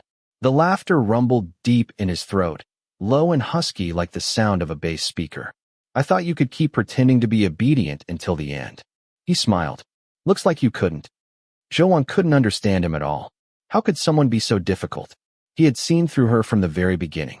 He knew she wasn't as gentle and obedient as she appeared. Yet he never asked why, nor did he care which side of herself she showed him. He had only wanted to see her panic, to watch her blush. Zhou face became even redder. After appreciating her reaction for a while, Lu Shixiao smiled. You should go back. Zhou looked at him in surprise. He raised an eyebrow. Don't you have class? Zhou returned to school just in time for the competition training class. Only she and Jiang Yan had qualified for the national physics competition, so the teacher had arranged a small classroom for just the two of them. Seeing her arrive, Jiang Yan asked quietly, Didn't you say you weren't coming? Something came up earlier. Although Jiang Yan found it a little strange, he didn't ask any further. When class ended, Zhou packed her bag and left. Gu Ming linked arms with her as they walked downstairs together. Recently, Gu Ming had fallen in love at first sight with a third-year student. She didn't dare ask for his number or approach him. Instead, she could only keep telling Zhou how handsome he was. Unable to imagine the face Gu Ming was describing, Zhou asked, "Do you have a photo?" "How would I dare take one?" Gu Ming laughed. "Just trust me. He's super handsome." Zhou thought for a moment. How does he compare to Lu Shixiao? Oh, Lu Shixiao is more handsome. Gu Ming laughed again. He's the acknowledged school heartthrob. But too many girls like him. Having a crush on him would be torture. Only a fool would fall for him. Zhou remained silent. Zhou, Jiang Yin jogged over from behind them. "What is it?" "Tomorrow's Saturday. Want to study together at the library?" "Tomorrow." She thought for a moment. "I'm not sure if I already have plans. I'll text you later." Jiang Yin nodded. "Okay." When they reached the school gate, Zhou suddenly stopped. Under the crooked tree outside the gate stood Lu Shixiao. He leaned lazily against the trunk. The golden sunset bathed him in warm light, making everything around him seem brighter. Many girls nearby couldn't help looking at him. Then, he looked up. His eyes met Zhou. The next second, he noticed Jiang Yin standing beside her. His brows frowned slightly. He walked straight toward them. Zhou's heart tightened. Gu Ming noticed him too. At first she paid little attention. But as Lu Shixiao continued walking, until he finally stopped directly in front of Zhou, her jaw dropped. Hospital or arcade? His eyes remained lowered. His voice was indifferent. Gu Ming looked as though she could fit an egg into her open mouth. Zhou gripped the hem of her school uniform tightly. "Arcade. Let's go." He turned around immediately after speaking. He offered no explanation, nor did he care in the slightest about the countless curious eyes watching them. Zhou hesitated for 2 seconds. Then she quietly said to Gu Ming, "I'm leaving first." Without another word, she followed after Lu Shixiao. "Zhou." Jiang Yin suddenly called after her. She stopped and turned around. Jiang Yin frowned deeply. "Do you really want to keep hanging around with him?" The moment he finished speaking, Zhou heard Lu Shixiao let out a cold, mocking laugh. Afraid the two of them might fight again like last time, Zhou immediately glanced at him. She couldn't see much anger, only impatience. He couldn't even be bothered arguing with Jiang Yin, nor did he want to make a scene in front of everyone. He simply reached over, lifted Zhou's backpack off her shoulders by its straps, and carried it in one hand. "I'll give you 1 minute." He walked ahead with her bag. 1 minute. Finish talking. Zhou didn't even need the full minute. She didn't know how to explain her relationship with Lu Shixiao. She only looked at Jiang Yin once before speaking softly. "He isn't the kind of person you think he is. No matter what had happened between their mothers. No matter who the real victim was. Lu Shixiao himself was innocent. And now, she was certain, he wasn't a bad person. Maybe he was self-centered. Maybe he was too casual. Maybe he changed his mind too easily. But fundamentally, he wasn't bad." Jiang Yin looked at her with a complicated expression. "You're taking his side." "I'm not taking anyone's side." Zhou shook her head. "Jiang Yin, you're an important friend to me. But you can't decide who I'm allowed to be close to." Lu Shixiao deliberately walked with long strides. By the time Zhou caught up, she was already out of breath. While trying to catch her breath, she asked, "Why did you come?" "Passing by." His answer was flat. "Is your cold better?" "Almost." His pace gradually slowed. Only then could Zhou finally keep up comfortably. "Your voice still sounds hoarse. Take some more medicine before bed tonight. I left it on your coffee table." His voice remained flat. His replies were still brief. He was obviously still annoyed. Zhou quietly walked beside him. She didn't know how to comfort him. She simply tried to make herself as unobtrusive as possible, so he wouldn't even have to look at her. The entire way to the arcade, Lu Shixiao didn't say another word. As usual, Zhou sat behind the counter, keeping an eye on the shop while doing homework. Lu Shixiao picked a random arcade machine and started playing. Tickets continuously poured out onto the floor beside his feet. Not long after Zhou started her homework, her phone suddenly began buzzing nonstop. Messages flooded in from classmates. What's going on with you and Lu Shixiao? Why was he waiting for you outside the school gate? Oh my god. Is Lu Shixiao trying to pursue you?" Zhou looked toward Lu Shixiao. His lips were pressed together. His eyes stayed fixed on the game. His expression was completely blank. Zhou's message. "No way. How could Lu Shixiao be pursuing me? He didn't seem like someone patient enough to pursue any girl." Every one of his previous girlfriends had been the one chasing after him. Zhou message. He comes to the arcade a lot, so we gradually became acquainted. But he waited for you at the school gate. Zhou fingers paused. She honestly didn't know why Lu Shixiao had come. She often couldn't understand his reasons for doing things. He was an extremely carefree person. He never explained himself. A moment later, another friend sent her a link. She tapped it. It led to the Yangming High School forum. The forum was always lively. A large part of that was because of Lu Shixiao. Girls from other schools frequently visited just to ask about him. Zhou herself had hardly ever looked at it. The thread's title read, "Was Lu Shixiao waiting for Zhou outside the school gate today?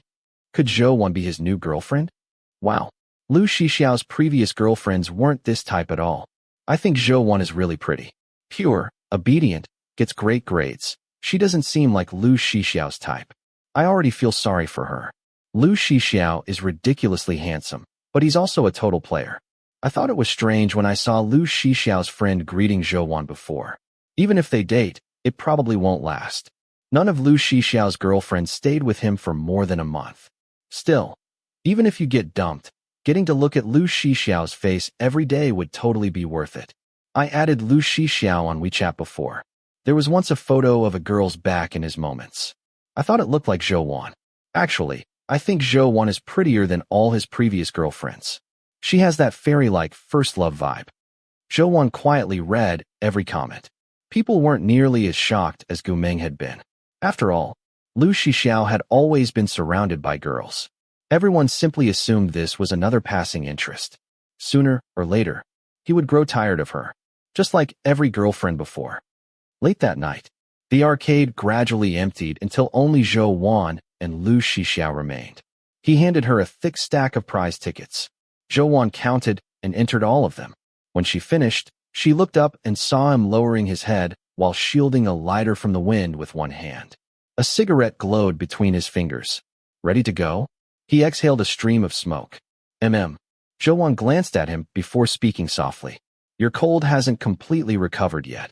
Maybe don't smoke. Lu Shixiao looked down. The corner of his mouth lifted slightly. He ignored her advice completely. Zhou didn't say anything else. She packed her bag and left with him. The moon hid behind thick clouds. It seemed dimmer than the streetlights. The rain had only just stopped. Puddles covered the roadside. Passing cars splashed water everywhere. Lu Shixiao reached out and gently pulled Zhou by the wrist, guiding her to the inside of the sidewalk. Neither of them spoke.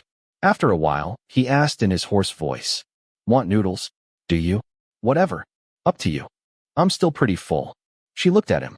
"If you're hungry, I'll go with you." "Forget it." They walked past the noodle shop. Raindrops continued falling from the eaves. Tap, tap, tap. The sound of a car approached from behind.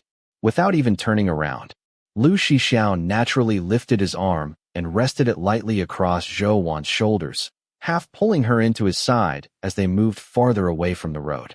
Even through their clothes, the intimate gesture instantly made Zhou's body stiffen. Lu Shixiao seemed to notice. As soon as they reached the inside of the sidewalk, he lowered his hand. Zhou quietly let out a breath. The very next second, she heard Lu Shixiao laugh softly beside her. It was slow, meaningful, teasing. Heat rushed to Zhou's face. He was making fun of her again. How could someone enjoy teasing people so much? Just then, a car horn suddenly sounded beside them. Beep, beep. Zhou turned toward the dazzling headlights. The car window rolled down. Guo Xiangling leaned halfway out of the window. Looking at Lu Shixiao, she called warmly, "Xiao." Chapter 19. Zhou felt the blood drain from her face. The autumn breeze wasn't particularly cold, yet it cut straight through her clothes. She quickly turned her head away. She didn't want Guo Xiangling to see her. But in a situation like this, it was impossible. How could Guo Xiangling fail to notice her? A flash of shock and confusion crossed Guo Xiangling's face. Even so, she quickly concealed it. Her acting had always been better than Zhou's. The flattering smile never left her face. After a brief pause, she continued, "Xiao, tomorrow's the weekend. Come home and stay with us." When Lu Shixiao remained silent, she smiled again. "Even if your father doesn't say it, you're still his son. He must miss you. Come home this weekend, Xiao." She played the role of the caring stepmother perfectly. Lu Shixiao stopped walking. His head remained lowered. He lightly tapped the ground with one foot. Then he suddenly laughed. A cold, mocking laugh. You think you're my mother? He looked directly at Guoxiangling. His eyes were icy. With all this energy, why don't you spend it figuring out how to give Lu Zhongyue another son? The words were merciless. Guoxiangling's expression immediately changed. Cruel though they were, they pointed to the most practical solution. Of course she had thought about it. Although she was now Lu Zhongyue's partner in name, Lu Zhongyue wasn't a fool. He had never intended to marry her officially. There was always another excuse. Another delay. Guoxiangling had long considered having another child. Although she was no longer at the ideal age to give birth, one child would secure a lifetime of wealth and comfort. Only then would she truly have succeeded. But Lu Zhongyue had never given her that opportunity. After saying his piece, Lu Shixiao simply walked away. Zhou Wan remained frozen where she stood. He looked back. Zhou Wan. Ah. She answered absent-mindedly. Lu Shixiao watched her for a moment. He noticed how uncomfortable she looked. Without saying another word, he walked back toward her. His arm casually settled across her shoulders, pulling her to his side. His loose jacket hung open. With that simple movement, it looked as though Zhou Wan had been drawn into his embrace. The intimacy was unmistakable. Guoxiangling opened her mouth. But as she watched the two of them walk away together, her brow twitched. No words came out. Only after Lu Shixiao had led her quite a distance away did Zhou Wan finally think to look back. The black car remained parked for another moment. Then it slowly turned around and drove away. You're not going to ask who she was? Lu Shixiao's voice suddenly came from above her. What? He didn't repeat the question. Suppressing her uneven heartbeat, Zhou Wan answered slowly. Your stepmother? Lu Shixiao gave a cold laugh. Stepmother? She isn't worthy. He lightly tapped the top of her head. If anyone else called her that, they'd get beaten up. Zhou Wan glanced at him. Do you hate her? She annoys me. Does your father like her very much? Lu Shixiao smiled faintly. He just wants a beautiful, obedient woman he can control. Zhou Wan fell silent. She had heard neighbors say similar things before, but she had never understood. If there wasn't love, why would anyone do that? Guoxiangling needed it. But Lu Zhongyue didn't. She absent-mindedly kicked a small stone with the tip of her shoe. It rolled away, then dropped through the gaps in a drain cover. Then, she hesitated. If she does something your father doesn't like, he'll dump her. His answer was indifferent. When they reached the entrance to Zhou Wan's neighborhood, she said goodbye. As always, she reminded him to take his medicine. She had expected him to grow impatient. Instead, the corner of his mouth lifted slightly. It's too bitter. Zhou Wan patiently replied. Good medicine tastes bitter, but it cures the illness. He laughed. Leaning toward her slightly, he asked playfully, if I take it, do I get a reward? Zhou Wan blinked in confusion. What reward do you want? He smiled. Then he lifted his chin and opened both arms. Lu Shixiao truly possessed an irresistible charm. Even with his terrible reputation, even with endless rumors surrounding him, countless girls still fell for him. Not simply because he was handsome, more because every casual movement carried effortless confidence. Just like now, standing beneath the yellow streetlight. Tall, relaxed, broad shoulders, a lean waist, the wind tugging lightly at his clothes.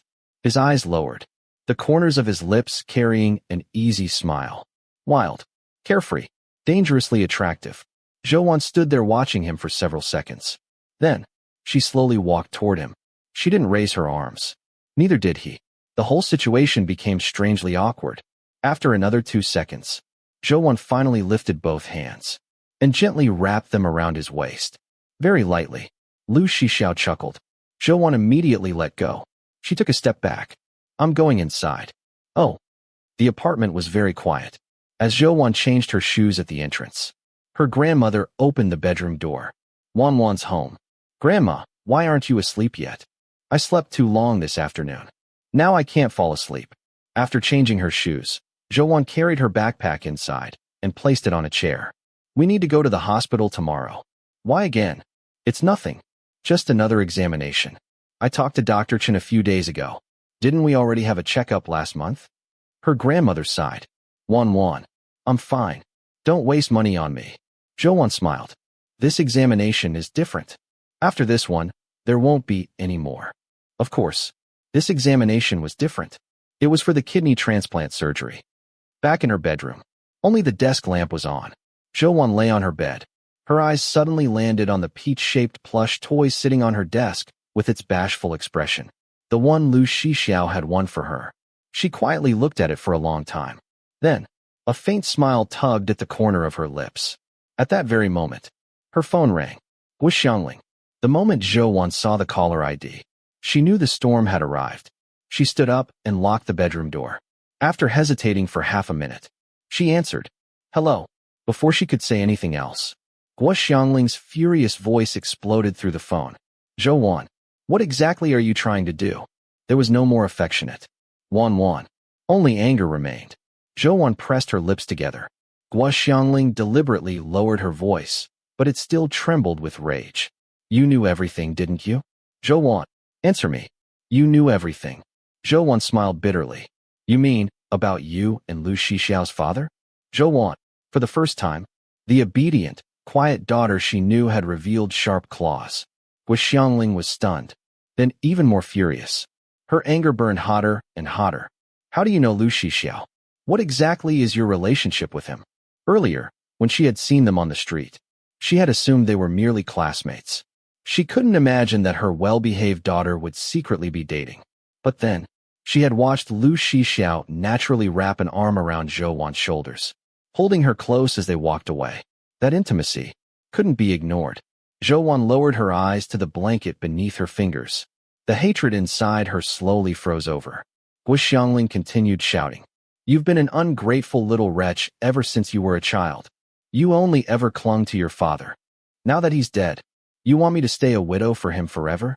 The biggest mistake of my life was marrying your father and giving birth to you. One useless coward. One heartless beast." Zhou's hands were ice cold. Her whole body trembled uncontrollably.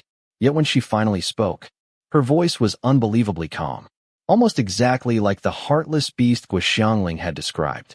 "Mom," she called softly. "Don't call me that." Guo Xiangling's voice was harsh. "I don't deserve to be your mother." "So," Zhou stopped calling her that. Flatly she asked, "Can't you tell what my relationship with Lu Shixiao is?" This time, Guo Xiangling fell silent, taking advantage of the misunderstanding created by Lu Shixiao's earlier embrace. Zhou smiled. "He likes me." She narrowed her eyes. Her fingers gripped the blanket tightly. "If his father finds out that Lu Shixiao's girlfriend is your daughter, who do you think he'll be angrier with? His son, or you?" Guo Xiangling shook with rage. Even her voice trembled. "Zhou, then, you'll probably have to leave the Lu family with nothing." Never before had Zhou spoken in such a mocking tone. She couldn't suppress the malice inside herself. Yet deep down, she despised herself, hated herself, because this version of her resembled Guo Xiangling far too much. "What do you want?" Guo Xiangling finally asked. Zhou closed her eyes briefly. "Give me 300,000 yuan, and I'll keep quiet." "This is blackmail." The sharp sound of high heels echoed through the phone. Guo Xiangling was obviously walking somewhere more private. She lowered her voice. It came out hoarse. "Zhou, you're blackmailing me for 300,000 yuan. I can call the police right now. I can have you arrested." Zhou discovered. She probably couldn't feel heartbroken anymore. Her own mother was threatening to send her to prison, and she could still laugh. "You forgot something. You're my mother. If you really call the police, what do you think they'll do?" She paused. "And besides, aren't you afraid everyone will find out?" Guo Xiangling was ruthless, but compared with Zhou, she still fell short. Zhou had become like a young wolf baring its fangs. Weak, alone, yet once she bit down on someone's throat, she would never let go, even if they both died together, because she had nothing left to lose. Guo Xiangling finally stopped shouting. She was weighing her choices. Zhou knew she had already won half the battle. She also knew she was borrowing the misunderstanding Lu Shixiao had unintentionally created, borrowing his influence. If the police were truly called, she would lose everything. If Lu Shixiao ever learned she had approached him for this reason, he would never speak to her again. He hated betrayal. Once that happened, Guo Xiangling's problem would disappear naturally. After a long silence, Guo Xiangling finally spoke. "I only have 150,000. There's another 50,000 left in your father's bank account. I can give you 100,000 from my own money." Zhou remained silent. Grinding her teeth, Xiangling continued. This is everything I can manage. My life isn't as good as you imagine. Lu Zhongyue has always been on guard against me. I can't possibly ask him for that much money. She wasn't lying. The remaining 150,000. Zhou said calmly. You'll transfer it to me within 3 months. 3 months from today. If I don't receive it, Lu Zhongyue will learn everything. Guo Xiangling dug her nails into her palms until they turned pale. Suppressing her disgust, she forced out one word. Fine. Zhou had never intended for things to happen today. Everything had unfolded too suddenly. She had never expected to run into Guo Xiangling. It was Guo Xiangling's own words that had driven everything to this point. Perhaps this was better, as long as her grandmother received treatment, as long as her grandmother remained healthy.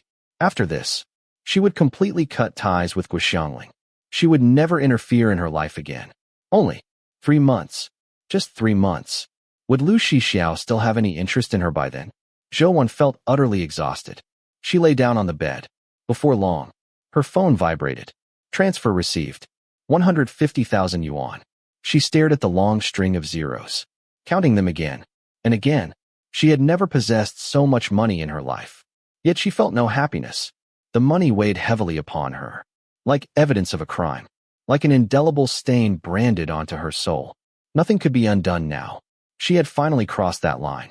Greedy, dark, vicious, hypocritical, selfish, deceitful. She lay motionless on the bed. One arm covered her eyes. She looked almost asleep. A long time passed. Then, Zhou slowly curled into herself. Her heart sank lower and lower. Her jaw ached from clenching it so tightly. Finally, she couldn't hold it in any longer. A broken sob escaped her lips. She buried her face deep in the blanket. Her breathing became ragged, chaotic. Her knuckles turned white. In the end, every struggle had been weak. Every effort had been powerless. That silent night, Zhou finally broke down and cried. Fate had led her into the deepest mire. Her entire body was stained with mud, covered in darkness, until not a trace of light remained. Chapter 20. Early the next morning, Zhou accompanied her grandmother to the hospital for a full examination. She sat alone on a chair in the corridor. After sitting quietly for a while, she suddenly remembered something. She calculated the interest on the medical expenses Lu Shixiao had advanced for her, rounded the amount up, transferred the money to him, and thanked him once again. Lu Shixiao didn't reply immediately. It was only 8:30 in the morning. He was probably still asleep. Zhou put away her phone, leaned her head against the wall, and emptied her mind. Some time later, her grandmother came out after finishing the examination. Let's go, Wan. Zhou stood up. When will the results be ready, Dr. Chen? Next week. I'll call you when they're ready. Okay. Zhou thanked him before supporting her grandmother as they left the hospital. Her grandmother noticed she was still carrying her school bag. What are you doing now? I'm going to the library. I arranged to meet a classmate to work through the new physics practice papers. They're pretty difficult. All right. Her grandmother smiled. Go ahead. I can get home by myself. Zhou wasn't willing to let her return alone. But after repeated insistence, she finally agreed. Only after watching her grandmother safely reach the bus stop across the street did Zhou turn and walk toward the library. She never saw that after Zhou left, her grandmother quietly returned to the hospital. Ma'am, why have you come back? Dr. Chen looked surprised. Did you forget something? No. Her grandmother smiled gently. I just wanted to ask you something. These examinations Wan arranged. Are they for some kind of surgery afterward? Dr. Chen froze. Zhou had specifically asked him not to tell her grandmother. After a long hesitation, he sighed. How did you know? Wan's mother called me early this morning. She told me. Dr. Chen frowned. He had never had a good impression of Zhou's mother. What did she say? Her grandmother sighed helplessly. What else could she say? She thought I told Wan to ask her for money. She said many unpleasant things. Don't mind her. Dr. Chen tried to comfort her. Your health is what matters. I know. She smiled faintly. I actually came to ask you for a favor. No matter what the examination results are, please tell Wan that my condition isn't suitable for surgery. Dr. Chen fell silent. I know doctors aren't supposed to lie to patients, but this is my own body. I should have the right to decide whether I undergo surgery. Wan is still young. She isn't even an adult yet. It's such a huge amount of money. I'm afraid she'll give up everything just to raise it. She still has a long life ahead of her. She can't keep sacrificing everything for an old woman like me. As she spoke, her eyes gradually reddened. Her voice trembled. She tightly held Dr. Chen's hand. So please, Dr. Chen, I'm begging you. Just tell Wan that surgery isn't possible. As long as she grows up safely, I'll be satisfied. Her Wan had been born into hardship. Her father died young. Her mother abandoned her. And now, the only family she had left, her grandmother, was bedridden with illness. Wan had worked so hard all these years, studying tirelessly, getting excellent grades, working part-time to earn money. She didn't want to become the burden that blocked her future. For lunch, Zhou bought a roasted sweet potato. After arriving at the library, she found Jiang Yin on the second floor. She sat across from him, took out the practice papers, and immediately began solving problems. Zhou. Jiang Yin called softly. She looked up. What is it? He lowered his voice. Do you like Lu Shixiao? He still couldn't stop thinking about how Zhou had left with Lu Shixiao after school the previous Friday. Zhou froze. She pressed her lips together, but said nothing. Have you thought about your future? Jiang Yin continued. After the college entrance examination, which university will you attend? And what about him? He probably can't even get into college. His dislike for Lu Shixiao was obvious. Without realizing it, his voice became louder. It sounded especially conspicuous in the quiet library. Keep your voice down. Only after saying that did Zhou pause before continuing. Jiang Yin, what do you think my future looks like? You'll get into a top university. You'll graduate smoothly. You'll find a good job. Zhou lowered her eyes. A faint smile appeared. You think too highly of me. I've never even dared imagine those things. I'm different from you. Nothing comes easily for me. So because you're different from me, you're the same as Lu Shixiao? She shook her head again. Actually, I envy him. He can live so honestly. When he likes something, he likes it. When he hates something, he hates it. He never has to pretend. Jiang Yin wanted to continue arguing, but Zhou interrupted him. Let's finish the questions. She lowered her head, speaking softly. Maybe. Only after I earn a good ranking in the national competition will I have the right to think about my future. This set of practice papers was especially difficult. By the time they finished, it was already 5 in the afternoon. Time for Zhou to head to the arcade. She packed up her things and left the library.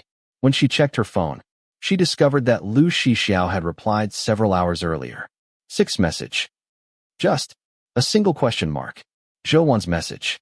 The medical expenses. 6 message. Weren't you supposed to repay me at the end of the year? Zhou lowered her eyes. Zhou's message. My mom gave me the money. He didn't reply again. He simply accepted the transfer. The bar was filled with noise. Dry ice covered the stage in white mist. The air smelled of smoke and alcohol. Laser lights flashed wildly. The heavy drumbeats shook the room.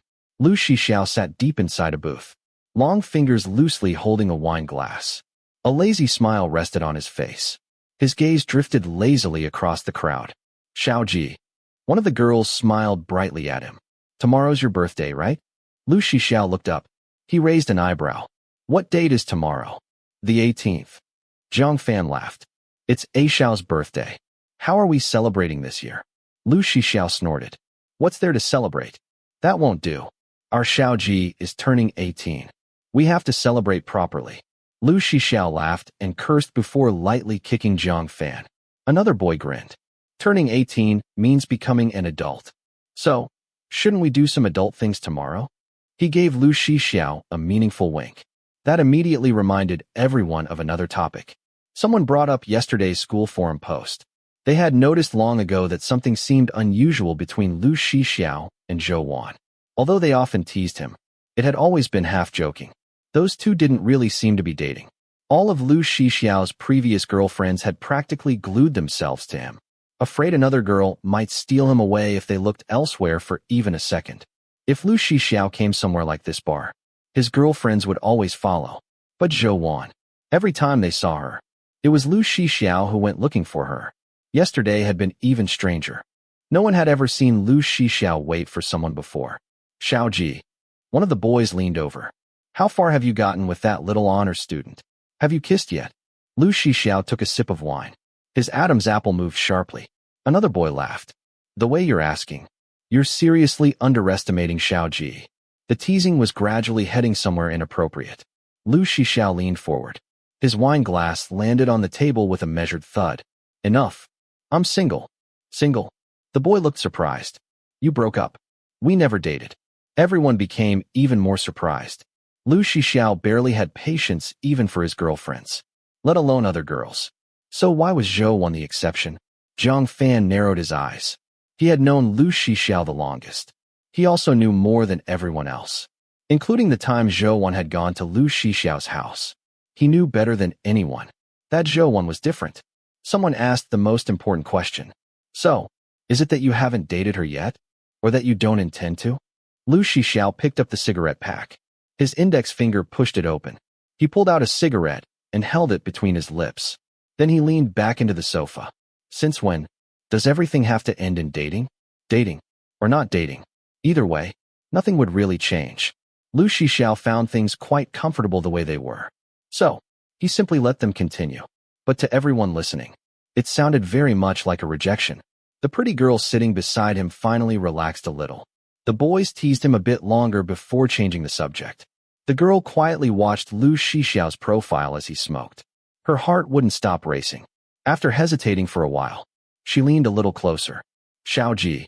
Noticing his cigarette wasn't lit, she immediately shielded the lighter from the wind for him. Lu Shixiao naturally leaned in. The cigarette caught fire. He slowly exhaled a cloud of smoke. The girl's heartbeat became even faster. What are you doing tomorrow for your birthday? Sleeping. By yourself. The moment Lu Shixiao looked at her, she realized how ambiguous that question sounded. She had only meant to ask whether he would be spending his birthday alone, not whether he would be sleeping alone. His features were striking. His playful eyes looked even more captivating beneath the shifting lights. He flicked away some ash. What else? The girl's face turned bright red. It took a long while before she finally found the courage again. Leaning close to his ear so he could hear over the music, she whispered, I wanted to wish you happy birthday tomorrow, but I don't think I'll get the chance. So, I'll sing for you tonight. Happy early birthday. The live band hadn't started yet. The microphone on stage was still empty. The girl walked onto the stage. Her long hair fell over her shoulders. Her carefully applied makeup shimmered beneath the lights. The moment she greeted the audience, people immediately began whistling. Lu Shixiao merely glanced over. Indifferently, the girl tightly gripped the microphone, looking across the crowd, straight into Lu Shixiao's eyes. She thought, this was probably the bravest moment of her life. Hello, everyone. Tomorrow is someone's birthday. She never looked away from Lu Shixiao. I want to sing Can't Say It for him, and wish him an early happy birthday. The crowd immediately erupted into cheers. Throughout her sincere, innocent singing, many people followed her gaze toward Lu Shixiao. He remained seated, calm, unreadable. By the final verse, her voice carried all the bitterness of unrequited love. When she finished, she returned to the booth. Lifting her glass, she smiled. Lu Shixiao, happy birthday. The boys instantly began cheering. But one glance from Lu Shixiao silenced them. The booth fell completely quiet. He didn't embarrass her. Instead, he picked up his own glass. Clink. He touched it lightly against hers, then emptied it in one swallow. Thanks. He placed the empty glass back on the table, then stood up, lighting another cigarette as he walked away. Going out for a bit. The girl's eyes instantly turned red. Lu Shixiao. She gathered the last of her courage. He turned around. I like you. Before she could say the final words, Lu Shixiao interrupted. Sorry. The girl couldn't tell whether that was his final kindness or his final cruelty. She never even got the chance to confess. His face remained expressionless, cold, distant. Beneath the shifting lights, he silently placed an infinite distance between them. Without looking back again, he pointed toward the exit, then walked away. Watching his retreating figure, the girl suddenly thought, he probably would never understand what passionate love felt like. That overwhelming feeling, so intense that someone could almost lose themselves in it. No matter when, Lu Shixiao always remained calm, clear-headed, able to walk away at any moment. Decisive, cold. At the arcade, Zhou turned off the lights and locked the doors. The moment she stepped outside, her phone vibrated. A message from Lu Shixiao. It was simply a location pin. A bar. 6 message. Come here. Zhou froze. She checked the time. 11:05 at night. Another message arrived. 6 message. Drunk. Zhouwan's message. You still have a cold. You shouldn't be drinking. 6 message. Zhouwan stared at the screen, hesitating. It was already so late. After thinking for a while, she decided to go. She didn't know how much he had drunk. If he really was drunk, leaving him outside alone on such a cold night worried her. After all, she had been the one who used him first. She could only try her best to go along with him, to make him happy whenever she could. The arcade was more than 10 kilometers away from the bar. To get there faster, she hailed a taxi. She rarely came downtown so late at night. This was her first time seeing Pingchuan City's bustling nightlife. Brilliant lights, crowded streets, laughter everywhere. She quietly watched through the car window. The colorful lights reflected softly across her fair face. The navigation announced 500 meters to destination. Even from a distance, she could already see the bar's flashing neon sign. As the taxi drew closer, she saw Lu Shixiao standing outside.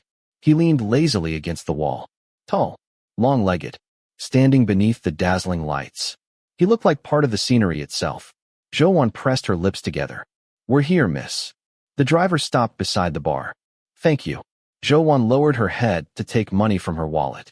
She had just pulled out a 50 yuan note. When the car door suddenly opened, Lu Shixiao rested one hand on the roof of the taxi. He bent slightly toward her. His voice carried the scent of alcohol. Low, hoarse, even more magnetic than usual. Driver. How much? 25. I can pay myself. Zhouwan hurriedly protested. Lu Shixiao ignored her. His hand blocked hers. The cigarette remained between his lips as he scanned the payment code. Done. After the taxi drove away, Zhouwan stood beside him. He grabbed her wrist and casually pulled her toward the inside of the sidewalk. Exhaling another puff of smoke, he looked at her. Hungry? Not really. Let's eat anyway. He walked ahead, leading her into the coffee shop next door. He ordered a chicken wrap. Aren't you eating? Not hungry. The heating inside the cafe was too warm. It felt stuffy. After buying the food, they went back outside. Zhouwan unwrapped the chicken wrap and took a bite. The chicken was tender, the lettuce crisp. Juice immediately filled her mouth. It tasted surprisingly good. She looked toward Lu Shixiao. He stood beside her smoking. Watching him for a moment, she asked, Are you drunk? He glanced sideways, casually answering, Yeah. But he didn't look drunk at all. His face wasn't flushed. His eyes remained perfectly clear. Were you drinking alone? Jiang Fan and the others are still inside. Then why did you come outside first? He flicked away some ash. Someone inside was trying to hit on me. Zhouwan froze. The words were too direct, too sudden. She had no idea how to respond. For some reason, his tone sounded strange, especially because he was looking directly at her while saying it. It almost felt as though he wanted her reaction. The moment that thought appeared, Zhouwan immediately shook her head. She must have been too tired. She had only finished half the wrap, unable to eat the rest. She went back into the coffee shop to ask for a bag. Tomorrow was Sunday. There were no classes. Suppressing a yawn, she asked, Are you going home now? Walk with me for a while. Where? Anywhere. Zhouwan quietly walked beside him, accompanying him through the brightly lit streets. Around them, people laughed, talked, enjoyed the night. The two of them remained silent. For the first time, Zhouwan felt such overwhelming loneliness coming from Lu Shixiao, even stronger than the loneliness she had seen on the anniversary of his mother's death. Everything around them was lively. Yet, he seemed completely out of place, like the sound of cicadas making the forest seem even quieter, or birdsong making the mountains feel even more secluded. Lu Shixiao. He turned to look at her. Let me take you somewhere fun. Zhouwan smiled gently. At least for now. She wanted to do everything she could to make him happy. Chapter 21. Lu Shixiao raised an eyebrow, repeating with amused surprise, You're taking me out to have fun? Zhouwan hesitated and shrank back slightly. If you don't wanna, let's go, Lu Shixiao said. When Zhouwan was little, Zhou Jun had always been busy teaching graduating classes. He often came home late, and whenever he wanted to take her out, there weren't many places they could go. So they often visited an open-air amusement park in the suburbs. It was a public park that only required a citizen card to enter. There was no admission fee and no closing time. People could come and go whenever they wanted. Zhouwan hadn't been back since Zhou Jun passed away. When they arrived, She realized the amusement park had been renovated. Even at this late hour, there were still a few scattered visitors. What do you want to ride? Zhou asked. Anything. Then let's ride the Ferris wheel. She pointed into the distance. When you reach the top, you can see Lake Pingchuan. The night view is beautiful. She had loved riding it as a child. When they reached the Ferris wheel, a cabin had just emptied. Zhou stepped inside, and Lu Shixiao followed. The cabin swayed gently before settling as it slowly began to rise. Gradually, the city's nightscape unfolded before them. Zhou had always felt that riding a Ferris wheel brought a strange sense of happiness. It was as though, for a brief moment, you could escape being small and ordinary. Looking down over the entire city from above made you feel just a little different. Lu Shixiao. She leaned against the window. Look, that's Lake Pingchuan. It's sparkling. He didn't answer. She turned toward him. He sat across from her with his brows slightly furrowed. His eyes were half closed, and he looked distinctly uncomfortable. What's wrong? Zhou asked. Are you not feeling well? Without opening his eyes, he gave a low hum. Thinking it was because of his cold and the alcohol, Zhou placed the back of her hand against his forehead. Instead of fever, his skin felt icy cold. Even his lips had lost their color. She paused before asking carefully, Are you afraid of heights? He answered hoarsely, Why didn't you say so before we got on? Lu Shixiao opened one eye and shot her an annoyed look before closing it again. It was the first time Zhou had ever seen him afraid of anything. She found it unexpectedly funny. He was obviously terrified of heights, yet he still insisted on pretending he was fine. She pressed her lips together but couldn't stop herself from letting out a tiny laugh. Lu Shixiao immediately opened his eyes and reached over to pinch her cheek. What are you laughing at? She quickly stopped smiling. He wasn't holding back, and it actually hurt.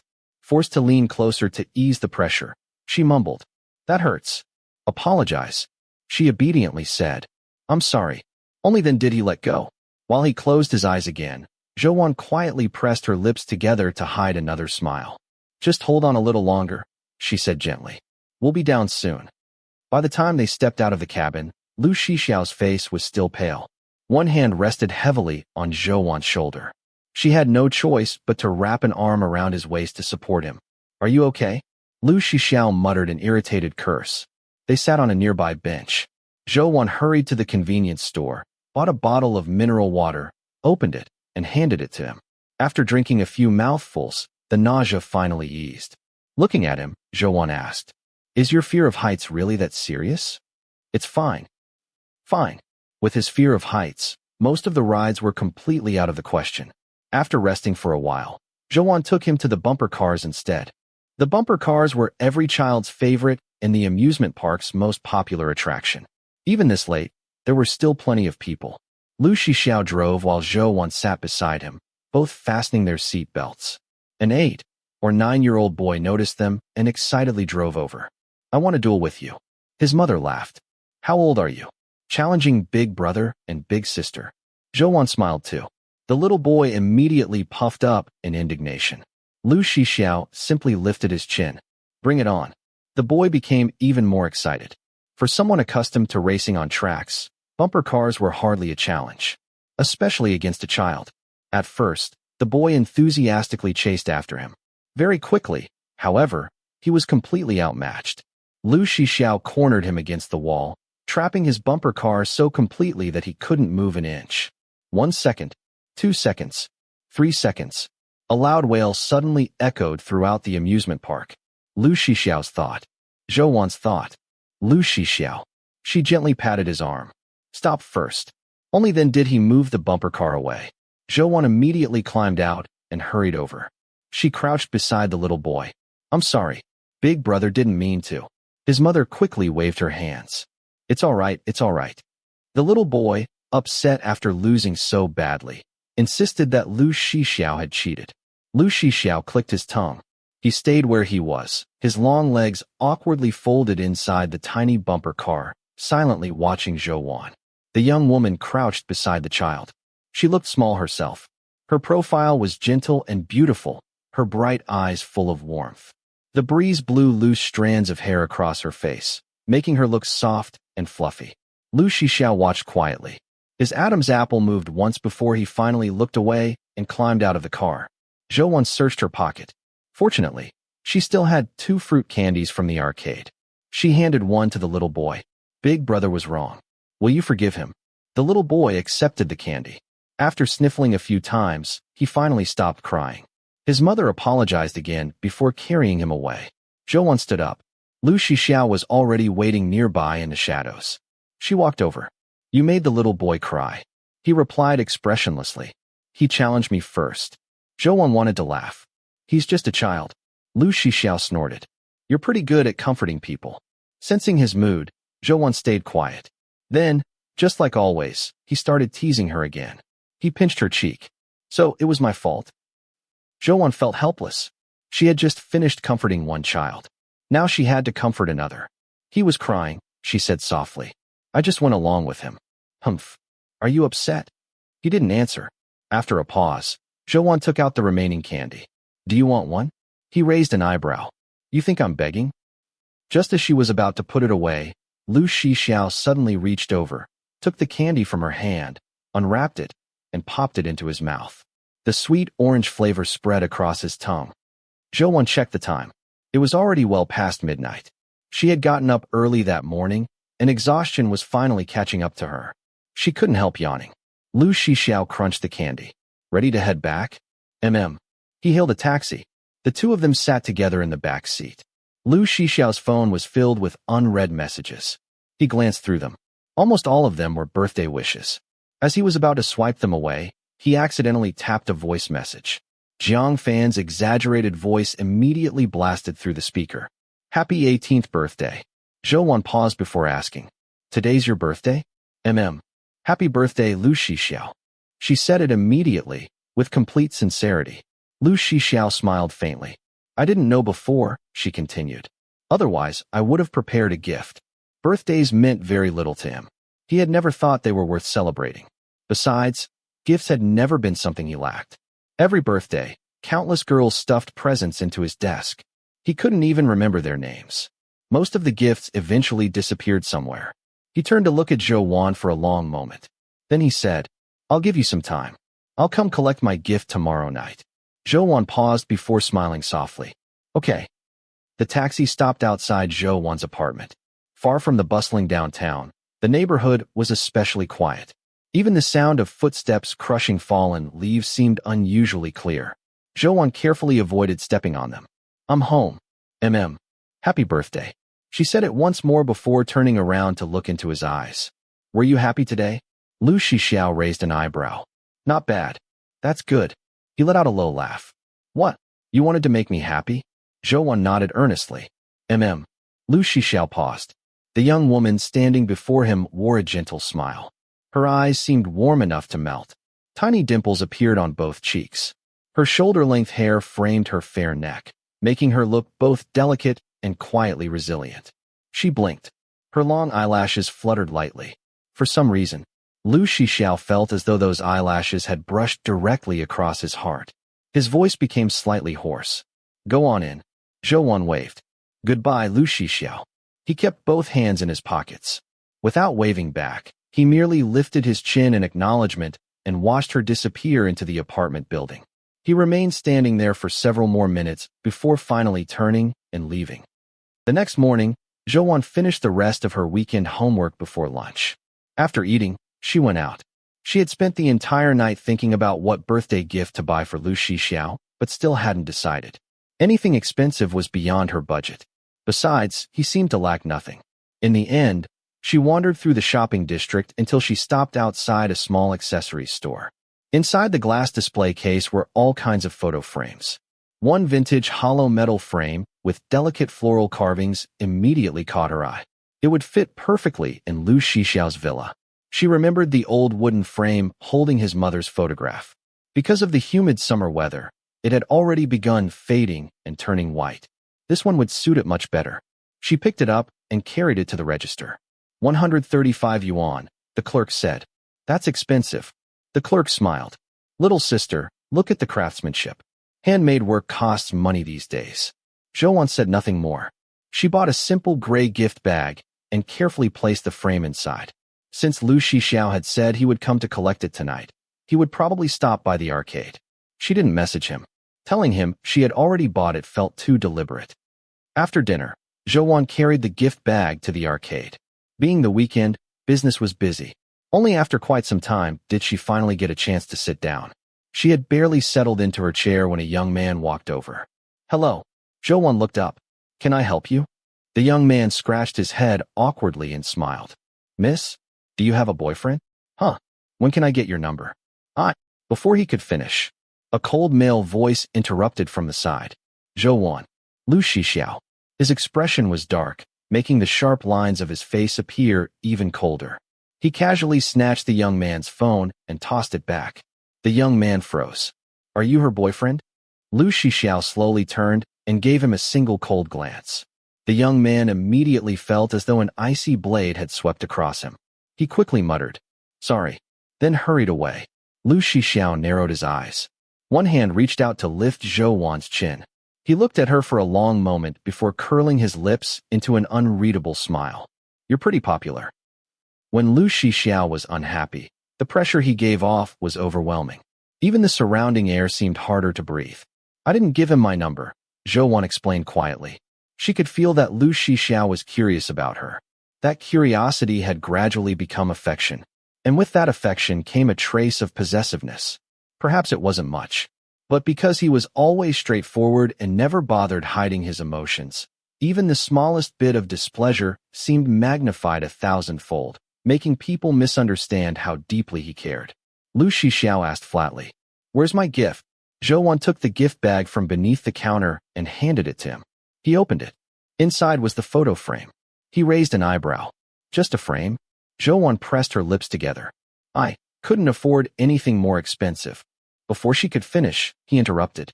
"I meant, where's the photo?" She froze. She had bought the frame because she wanted him to replace the moisture-damaged one holding his mother's picture.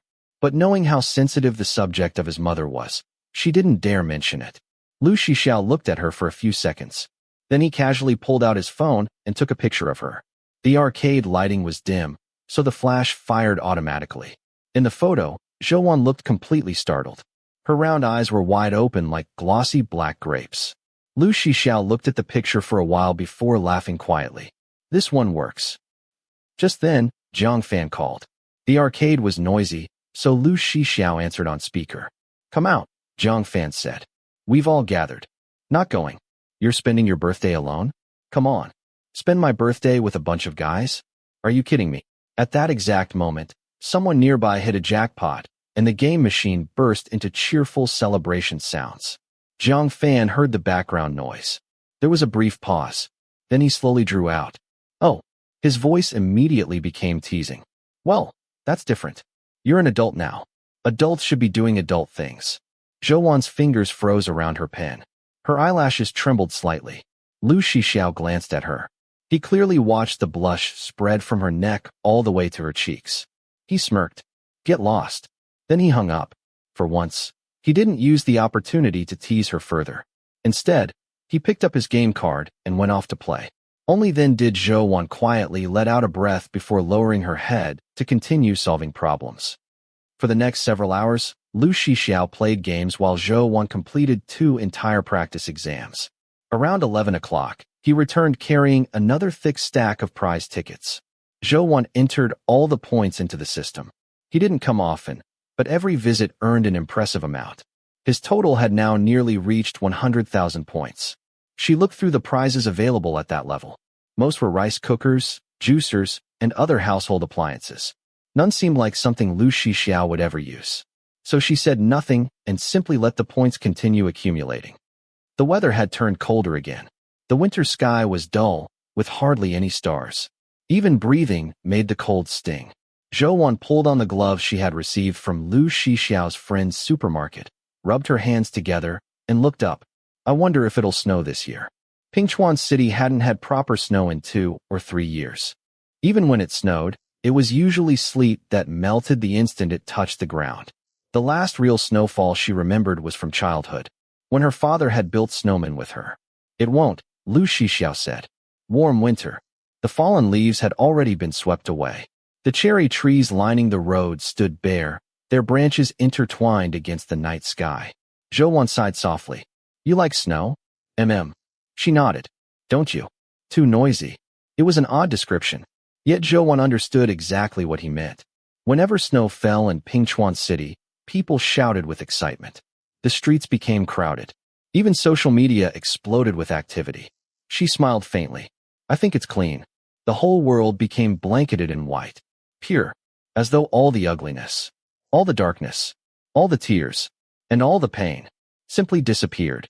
As though she could become that carefree little girl again, building snowmen with her father. Then we'll go see snow at the end of the year, Lu Shixiao said casually. But you just said it won't snow this year. He glanced at her. The corners of his eyes lifted slightly, carrying an easy smile filled with youthful confidence. If I say you'll see snow, then you'll see snow. Zhou fell silent. She looked at him absent-mindedly before lowering her eyes. The end of the year. New Year's was still more than 3 months away. If he was still willing to take her to see snow then, their undefined relationship would last at least another 3 months. That meant Guo Xiangling would have enough time to pay the remaining 150,000 yuan. Grandmother's surgery could go ahead. The instant that thought crossed her mind, Zhou despised herself. How old are you? Lu Shixiao suddenly asked. Seeing her distracted, he lightly tugged her ponytail. I asked you something. How old are you? 16. When's your birthday? March 25th. He raised an eyebrow. You started school early?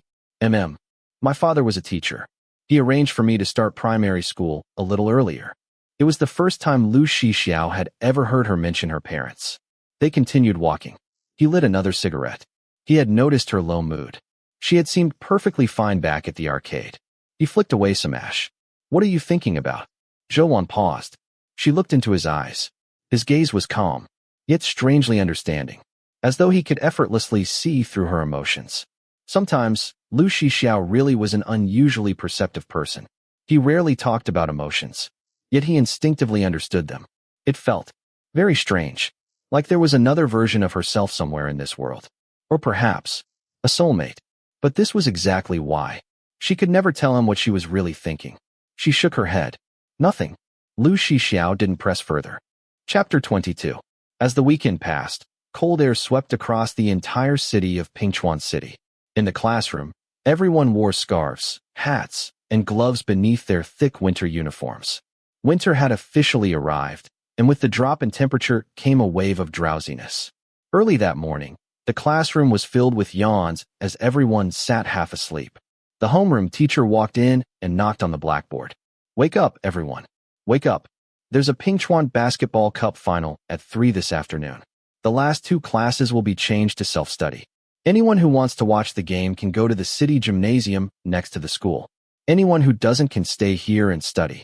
The classroom instantly erupted with cheers. The teacher sighed. You all looked half dead a second ago.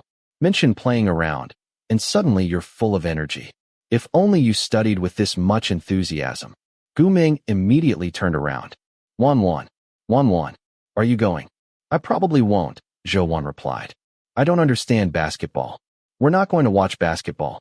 We're going to watch handsome guys. Gu Ming whispered, lowering her voice. Besides, Lu Shixiao is playing too. Aren't you too recently? She gave Zhou an exaggerated wink. Zhou paused. Lu Shixiao is playing too. Yeah, you didn't know? Gu Ming said. The Pingchuan Basketball Cup has been going on for 2 or 3 months. It's a competition between all the high schools in the city. The final is between Yangming and No. 18 High. Lu Shixiao is still the team captain. Zhou remembered how he had looked the last time she saw him playing basketball. Gu Ming shook her arm. Please come, Wan. You're the best. After a moment, Zhou nodded. All right. Gu Ming turned to Jiang Yan. Are you going? He paused in the middle of his homework and answered flatly. No. Gu Ming knew nothing about the history between him and Lu Shixiao. You need to relax sometimes. You can't just study all day. Class 1 was the top class in the grade, and competition among the students was fierce. Only half the class left to watch the game. In other classes, almost everyone had gone. Class 7 was completely empty. The city gymnasium stood beside Yangming High School, only a short walk from the north gate. Zhou and Gu Ming followed the crowd inside and found seats in the front row. No, 18's already here. Why hasn't Lu Shixiao's team come out yet? Gu Ming asked. Maybe they're changing, Zhou replied. 6 players stood on the court wearing white jerseys with no 18-inch and their names printed in pinyin across the back. Zhou glanced at them. Then her gaze stopped. Luo He. As he turned around, she immediately recognized him. He was the one who had fought with Lu Shixiao before. So he attended no 18 high. He didn't look like a student at all. He looked like a street thug.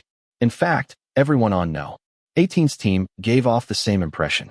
No 18 high was notorious as the roughest school in Pingchuan City. She heard several boys talking behind her. Luo He and his crew always play street basketball. They're notorious for playing dirty. I wonder if even Lu Shixiao can beat them. Skill-wise, Lu Shixiao's definitely better. But he plays clean.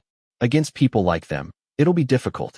During the semifinals, their forward elbowed someone so hard, he broke the guy's nose. Zhou heart tightened. Just then, cheers exploded throughout the arena. Lu Shixiao led his team onto the court. They wore bright red jerseys. Each of them was tall with long legs. Gu Ming screamed with everyone else. Are they a basketball team or a group of male models? Zhou couldn't help laughing. She had never heard anyone describe them that way before. Lu Shixiao walked to the bench, picked up athletic tape from the floor, and wrapped it around his ankle. His calf muscles were lean and defined. His expression remained indifferent, completely ignoring the screams surrounding him. After finishing, he stood, pulled off his black jacket, and only then noticed Zhou sitting in the front row. He paused. Then one eyebrow lifted. He leaned over the railing. Why are you here? I came with my friend, Zhou answered softly. Without another word, he handed her his jacket. The gesture was so natural that Zhou instinctively reached out to take it. She folded it neatly and held it carefully in her lap. He was already the center of attention. Now Zhou became one as well. People immediately started whispering behind her. Are Lu Shixiao and Zhou actually dating? I can't believe it. How did those two even meet? Damn, Lu Shixiao really is handsome. Even if he played with your feelings, it'd probably be worth it. You know, Zhou is actually really pretty. The more you look at her, the prettier she gets. I still think someone more glamorous suits Lu Shixiao. Doesn't matter. He never dates anyone longer than a month anyway. Zhou simply looked ahead, pretending she hadn't heard any of it. The whistle blew. The game began. Lu Shixiao won the jump ball and immediately drove toward the basket. Several no 18 players surrounded him. Luo He spread his arms, cutting off his path. Everyone thought Lu Shixiao would have to pass. His teammates were tightly guarded as well. There seemed to be nowhere to go. In one smooth motion, Lu Shixiao faked left. Luo He lost his balance and stumbled. Lu Shixiao exploded upward. Bang! The ball slammed through the hoop. The entire arena erupted. A perfect opening score. When he landed, Lu Shixiao glanced down at Luo He and gave a cold, mocking smile. Luo He's face darkened. Get back on defense. The first quarter ended. Yangming led by 24-18. As soon as the players returned to the sidelines, girls from both schools rushed over with bottles of water. Lu Shixiao accepted none of them. He simply grabbed his towel and wiped away the sweat. Then he looked toward Zhou. Water. A case of bottled water had been prepared nearby. Zhou quickly picked up a bottle and handed it to him. Lu Shixiao raised an eyebrow. She immediately twisted off the cap first before giving it back. He took it. Tilting his head back, he finished almost the entire bottle in one go. His Adam's apple moved as he swallowed. When he finished, he tossed the empty bottle aside. Has your cold completely recovered? Zhou asked quietly. He bent closer, bringing one ear near her lips. His body radiated heat after the game. His entire presence carried an overwhelming masculine energy. Zhou bit her lip before repeating herself. He chuckled. It's been better for a while. The second quarter began. Everyone quickly noticed that no 18 had changed tactics. They stopped Lu Shixiao from touching the ball. Whenever Yangming's players jumped for rebounds or shots, they deliberately slammed into them in midair. Players crashed onto the plastic floor with painful scraping sounds. What the hell? That's a foul. Is the referee blind? Didn't Luo He bribe him or something? Lu Shixiao remained expressionless. Play properly. But no. 18 continued using dirty tactics. Even Lu Shixiao was shoved to the floor during a shot. The referee issued only a few meaningless yellow cards. The crowd became increasingly furious. By halftime, no 18 had scored 30 points in the second quarter. The scoreboard now read 48-32. Yang Ming had fallen behind. This is ridiculous. Winning like this isn't something to be proud of. I heard Luo he has hated Lu Shixiao for years. He's obviously targeting him. Zhou Wan watched with her hands clenched so tightly that crescent-shaped marks appeared in her palms. Lu Shixiao gathered with his teammates to discuss tactics. 2 players had already been injured. One had twisted an ankle. Another's arm was badly bruised after repeated collisions. Watching them, Zhou Wan's chest tightened painfully. Ming Ming, I'm going to the restroom. Okay, do you know where it is? I'll be fine. She washed her face and stared quietly at herself in the mirror. The image of Lu Shixiao being knocked down kept replaying in her mind. There was still an entire half left. She sighed softly. She only hoped he wouldn't get hurt. When she walked out, Luo he stood directly across from her with a cigarette between his lips. She tried to walk around him. He stepped sideways and blocked her path. So, you're Lu Shixiao's new girlfriend? Smoke blew directly into Zhou Wan's face. She frowned and turned away. Luo he's eyes slowly swept over her. So that's his new taste. Little girls who haven't even grown up. Several others came out of the men's restroom, laughing. Boss Luo, innocent girls are the most fun. Who knows what she's really like in bed? Their filthy laughter echoed through the hallway. Zhou Wan clenched her teeth. She stayed silent. Seeing that she didn't react, they became even more vulgar. Every sentence felt like another needle piercing her skin. Finally, she spoke quietly. Would you dare say those things in front of Lu Shixiao? Her face remained calm. Her eyes were steady. Luo he frowned. For some reason, her gaze reminded him of Lu Shixiao. Gentle on the surface, sharp underneath. Only then did he finally understand why someone as proud and arrogant as Lu Shixiao would allow this girl to stay by his side. They were the same kind of people. Luo he sneered. Why wouldn't I dare? You probably don't know how many times I've beaten Lu Shixiao. Oh, you weren't his girlfriend back then. Then why do you have to play dirty just to beat him? Zhou Wan asked calmly. Even if you win, there's nothing honorable about it. She looked directly into his eyes. Have you heard this saying? The truly strong don't compete with the weak. The ones obsessed with winning and losing are the weak. The strong only look toward higher mountains. So from the beginning, the outcome between you and Lu Shixiao was already decided. Luo he's expression twisted. He suddenly grabbed her collar. You think I won't hit women? She looked at him without fear. I never thought that. Hitting women seems perfectly normal for someone like you. Those words completely enraged him. Several people hurried over to restrain him. Forget it, brother Luo. She's Lu Shixiao's girlfriend. If you touch her, I'm afraid of him. Luo he roared. But he's someone who doesn't care whether he lives or dies. The second half's about to start. Don't waste time. Luo he glared at Zhou Wan for several long seconds. Slowly, he lowered his raised hand. But before leaving, he shoved her violently. Zhou Wan lost her balance. She tumbled down the 5 concrete steps outside the restroom. Bang! The corner of the step slammed directly into her temple. Pain exploded through her body. She couldn't even cry out. She curled up instinctively. Warm blood trickled down her forehead and into her eye. From inside the arena, the whistle blew. The second half had begun. It took a long time before Zhou Wan finally managed to stand. Her ankle had been badly twisted. Blood had already pooled beneath the skin, turning it dark purple. Her forehead and palms were scraped. The cut on her forehead was deeper. Fortunately, the bleeding soon stopped. She wiped away the blood with tissues. Then she loosened her ponytail and pulled her bangs down to cover the wound. Normally, she would never have provoked someone like Luo he. She had always been best at pretending to be obedient. If this had happened before, she would have endured it in silence. But after watching what they had done on the basketball court, she could no longer pretend to be weak. Now that she was injured, she didn't dare go back inside. If Lu Shixiao found out, he would lose control, and with the referee clearly favoring no. 18. Any retaliation would only earn him fouls. If he fouled out, Yang Ming would lose. She didn't want him to lose. She leaned alone against the wall outside the arena. All her weight rested on her right leg. Her injured ankle barely touched the ground. Cheers rose and fell from inside. It sounded like Lu Shixiao was scoring again. Another quarter ended. Her phone vibrated. 6th message. Where are you? Zhou Wan replied. Outside. Afraid he might come looking for her. She quickly sent another message. It's too stuffy inside. I'm walking around outside. Your jacket is still on my seat. Don't forget to take it later. He never replied. Soon, the final quarter began. Zhou listened quietly from outside. Her heart rose and fell with every burst of cheering. Finally, a long whistle echoed through the arena. The gymnasium exploded into celebration.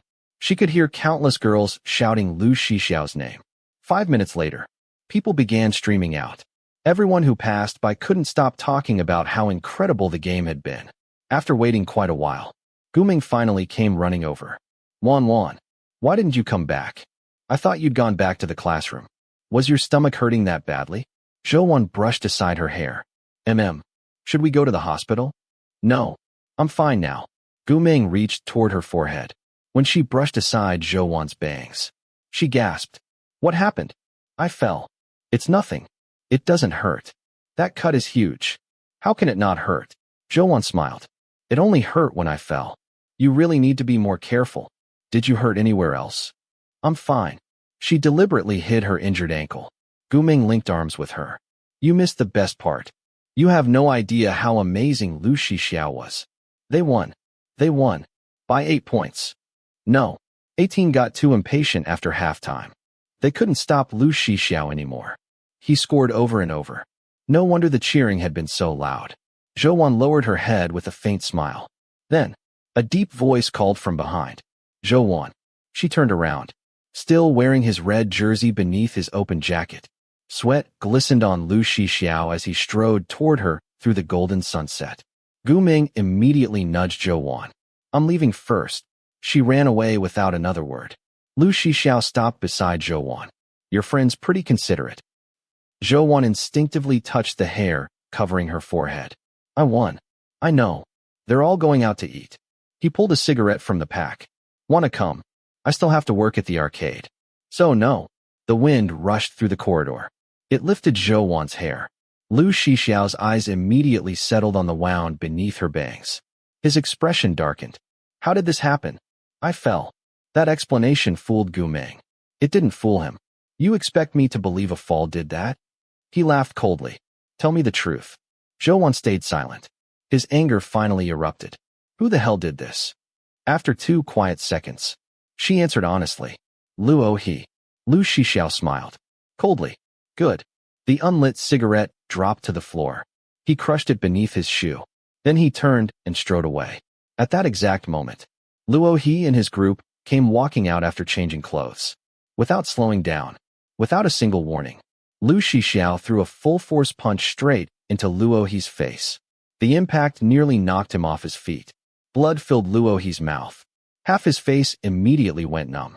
Before anyone could react, Lu Shixiao grabbed him by the throat and slammed him violently against the wall.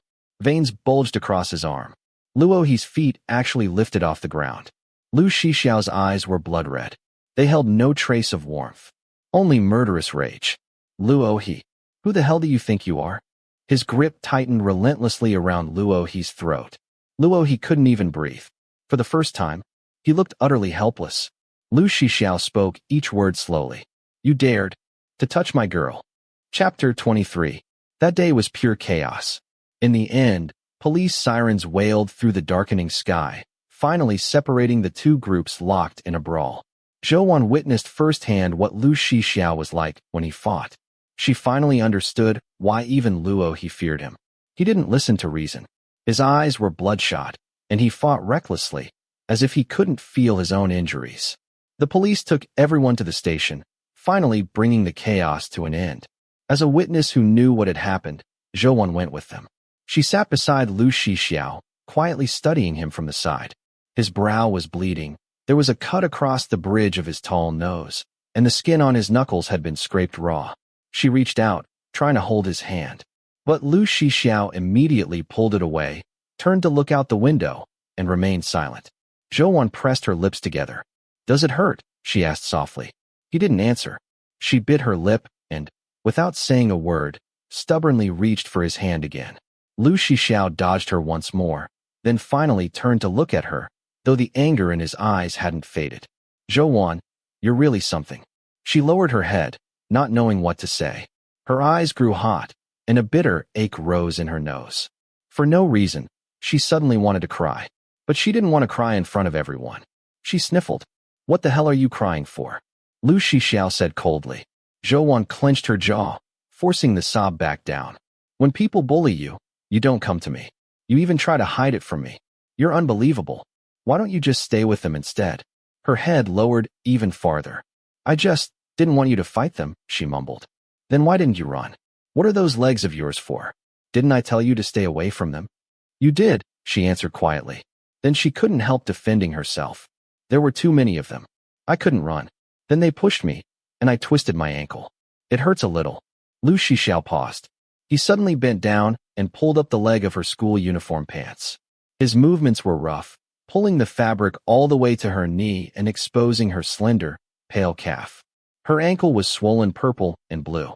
Lu Shixiao stared at it for a long moment before finally muttering a curse under his breath. Jiang Fan sat in the front seat, watching everything through the rearview mirror. If Ah Xiao hadn't been so furious that no one dared to persuade him, who wouldn't have softened after seeing Zhou looking so pitiful? Only Ah Xiao could face such an innocent-looking girl and, instead of comforting her, continue scolding her. More importantly, Jiang Fan had never seen Lu Shixiao like this before. He'd had plenty of girlfriends over the years. Whenever Luo he had bullied any of them, Lu Shixiao had always taken revenge afterward. So fighting because of Zhou wasn't what surprised Jiang Fan. What shocked him was that Lu Shixiao was willing to spend so much energy scolding a girl. After seeing Zhou injury, Lu Shixiao became even angrier. But there was nowhere left to vent that anger. It churned inside his chest, burning through him like fire. At the police station, the officers asked both sides to explain what had happened. Lu Shixiao couldn't be bothered to talk. Luo He, his face bruised and swollen, was still holding on to his resentment and refused to speak. Neither side cooperated. The officers finally turned to Zhou. You tell us. She paused before quietly recounting everything that had happened after halftime, including all the filthy things the boys from No. 18 High had said to her. Anyone would have been furious hearing it, especially because the girl telling the story spoke so softly. She was thin and delicate, her eyes red around the edges, looking both wronged and vulnerable. The officers' expressions grew darker the longer they listened. In their eyes, Luo He's group truly was worthless. And these were all things Lu Shixiao hadn't known before. Earlier, he'd attacked Luo He simply because he'd seen the wound on Zhou forehead. Now he learned about her twisted ankle and the humiliation she'd endured. He suddenly stood up and punched Luo He again. Both sides immediately erupted into another fight.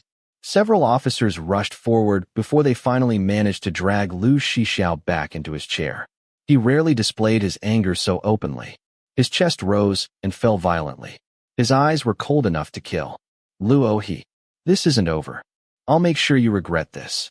An officer slammed the desk. This is a police station. Cause trouble again, and every one of you will be detained. Zhou hurriedly tugged at Lu Shixiao's sleeve, gently shaking it, signaling him not to act impulsively. He shot her an annoyed look and shook off her hand. But at least he stopped causing trouble. Pressing a hand against his brow, he leaned back in his chair, exhausted and irritated. Half an hour later, Zhou finished giving her statement. The officers completed their warnings. Everyone signed the paperwork. Only then was everything finally over. As soon as Lu Shixiao walked out of the station, he lit a cigarette. His nicotine craving had kicked in. He took a deep drag before slowly exhaling. The cold night air finally eased the suffocating pressure in his chest. Ah Xiao still going out to eat? Jiang Fan asked. Eat what? Lu Shixiao sounded impatient. After a brief pause, he nodded toward Zhou. I'll take her home first. Jiang Fan and the others left. Lu Shixiao hailed a taxi. The cab arrived quickly. Zhou silently endured the increasing pain in her ankle, limping after him into the back seat. She didn't know where they were going, and she didn't dare ask. Only after the familiar streets appeared outside the window did she realize. The taxi had stopped in front of the noodle shop beside the arcade. Lu Shixiao got out first. Zhou ankle hurt more with every passing second. She bent over awkwardly, bracing herself against the seat with both hands as she tried to get out. Lu Shixiao stood beside the car and watched her struggle for several seconds. At first, he had no intention of helping, but the longer he watched, the more irritated he became. Clicking his tongue impatiently, he threw away his cigarette, stepped over, leaned halfway into the taxi, and simply lifted her into his arms. He didn't set her down afterward. Instead, he carried her straight into the noodle shop and gently placed her on a chair. Throughout the entire process, his face remained expressionless. His cold expression was almost frightening. Uncle Kong looked up from the kitchen in surprise. "Oh my, what happened?" "I twisted my ankle," Zhou answered with a faint smile. "Is it serious?" "It's nothing. What would you like to eat?" "2 bowls of 3 delicacies noodles," Lu Shixiao said. The noodles arrived quickly. Zhou lowered her head and quietly ate. Suddenly, Lu Shixiao put down his chopsticks and walked out without saying a word. She froze. Uncle Kong chuckled. "Having a lover's quarrel?" "I don't know," Zhou answered softly. "I don't even know what he's angry about. Young men are hot-blooded. They've all got tempers." He smiled. But he shouldn't treat such a sweet young lady like this. A short while later, Lu Shixiao returned carrying a plastic bag. He hooked the leg of Zhou chair with his foot, turning her toward him. Then he crouched down and rolled up her pant leg. She instinctively tried to pull her leg back. One look from Lu Shixiao made her freeze. He held her ankle in one hand. The moment he saw the swelling again, his brows knitted tightly. He bit open the cap of the antiseptic bottle, spat it aside, and poured the liquid directly over the wound. The burning pain spread through the scraped skin and raced through her nerves. Zhou's whole body trembled. She bit down hard on her lower lip without making a sound. Lu Shixiao finished disinfecting the wound efficiently. He placed an ice pack over the swollen ankle and secured it with gauze. When he looked up, he saw deep bite marks on her lower lip. Her eyes were red as she fought back tears. When people bully you, you don't say anything. When you're in pain, you don't say anything either? Zhou lowered her head. "It doesn't hurt that much." Lu Shixiao let out a cold snort. He couldn't be bothered arguing anymore. He sat back down across from her. By then, however, the noodles had become soggy and clumped together. He stirred them twice before putting his chopsticks down. "We should order another bowl," Zhou suggested. "Let's go." He stood up. Zhou hurriedly followed. Outside the noodle shop, Lu Shixiao stood at the entrance. When he heard her limping out behind him, he turned around and crouched. "Get on." Zhou stopped in her tracks. Her instincts told her that arguing with Lu Shixiao now wasn't a good idea. She slowly walked over, then carefully climbed onto his back. His hands slid beneath her knees and effortlessly lifted her up. She consciously kept a little distance, trying not to press herself completely against his back. Even so, she could still smell the faint scent of tobacco clinging to him. The wind made the bare branches creak overhead. Their shadows stretched long across the road. Lu Shixiao. She looked at his profile. "Are you angry?" He didn't answer. After a moment, she spoke again. "I was wrong." "What were you wrong about?" She thought for a while. "I shouldn't have provoked them. If anyone ever says things like that to you again, you hit them back." His voice was flat. "What else?" This time, she truly didn't know. Silence fell again. The air around Lu Shixiao grew noticeably colder. She realized she had to coax him. Remembering what he'd yelled at her earlier, she blinked before cautiously saying, "I won't hide things from you anymore." Lu Shixiao turned his head to look at her. The corner of his mouth lifted ever so slightly. His voice finally softened. "Does your leg hurt?" "It's..." She instinctively wanted to say, "It's fine." Fortunately, she caught herself in time. "Yes, it hurts." After answering, she secretly let out a sigh of relief. If she'd answered incorrectly again, he probably would have gotten angry again. There are pain relief patches and bruise medicine in the bag. Use them after you're done icing it. Don't walk around too much. Take tomorrow off. Don't go to school. The lessons have been difficult lately. I still need to go. She carefully watched his expression as she spoke. "I'll take a taxi in the morning." Lu Shixiao frowned slightly. After a moment, he finally relented. "Fine." Even after reaching the entrance to her apartment building, he didn't put her down. He simply carried her inside. There was no elevator. Only stairs. "What floor?" "The 3rd. She wrapped her arms lightly around his neck. "Thank you." He carried her all the way up. "Here. Only then did Lu Shixiao finally put her down. Zhou took out her keys. Just as she was about to unlock the door, her grandmother hurried out anxiously. "Wan. Grandma. Are you all right? You scared me to death." Grandma grabbed her hand. A boy from your part-time job called the house, saying you never showed up today. Then your phone couldn't be reached. Zhou froze. Only then did she remember. She'd completely forgotten about work at the arcade. At some point, her phone had also run out of battery. Not wanting to worry her grandmother, she simply made up an excuse. Grandma then looked toward Lu Shixiao. She remembered this boy. He'd once brought breakfast while she was hospitalized. Lu Shixiao politely greeted her first. Grandma. Oh. Grandma smiled warmly. You brought our Wan home. Thank you. She smiled. Would you like to come inside and sit for a while? Before Lu Shixiao could answer, Zhou quickly interrupted. No, Grandma. We don't have anything to offer him, and it's already late. He should go home and rest. Lu Shixiao smiled faintly and stood unusually straight. Yes, I should head home. All right. Grandma smiled. Come visit when you have time. Zhou watched him turn and head downstairs. Suddenly she called after him. Lu Shixiao. The motion sensor light flickered on. He stopped halfway down the stairs and looked back up at her. She pressed her lips together. Thank you. After returning home, Zhou hid her injuries from her grandmother. Back in her room, she immediately called the co-worker from the morning shift at the arcade to apologize. She explained that she hadn't been able to make it and offered to deduct today's wages from her monthly pay. It's fine. He laughed. No need to be so polite. I'm just glad you're okay. After hanging up, Zhou quietly sat on the edge of her bed.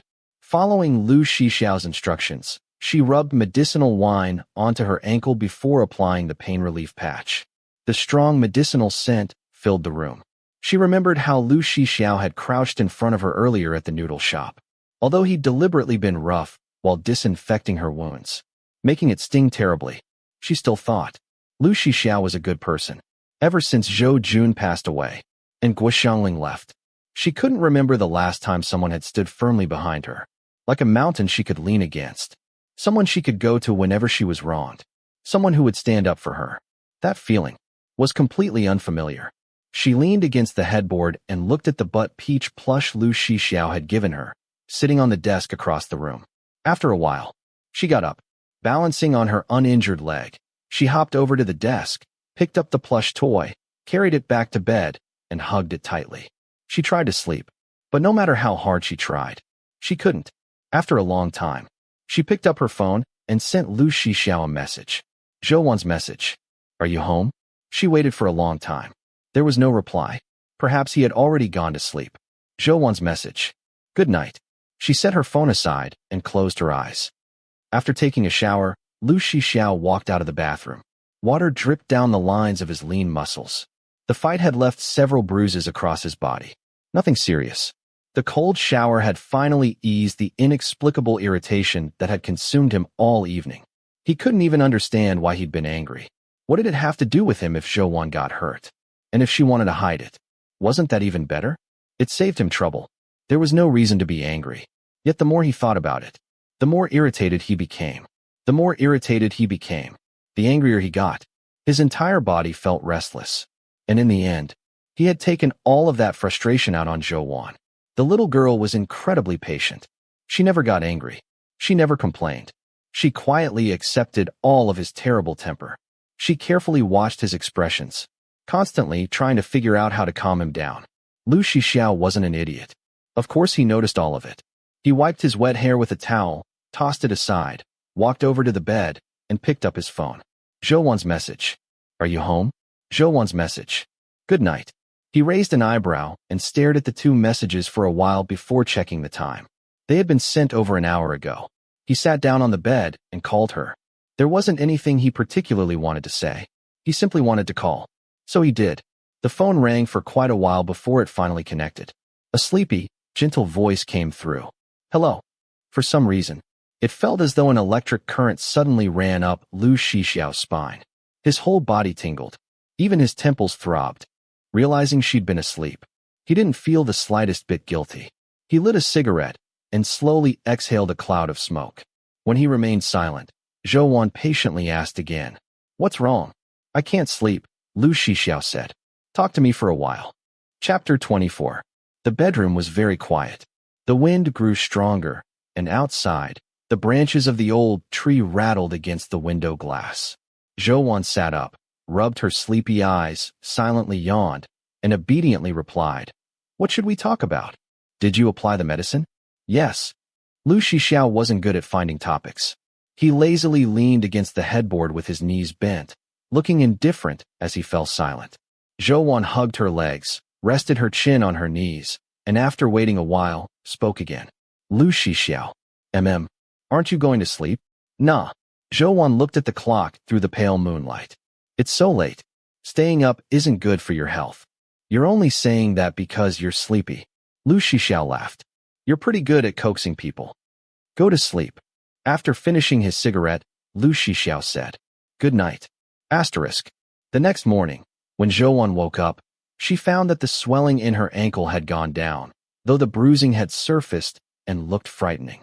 It burned with pain whenever she put weight on it. She took a taxi to school and limped into the classroom. Yesterday's incident at the basketball game had already spread across the school forum. Although Gu Ming had left before everything happened, she had read about it online. The moment she saw Zhou, she pulled her aside.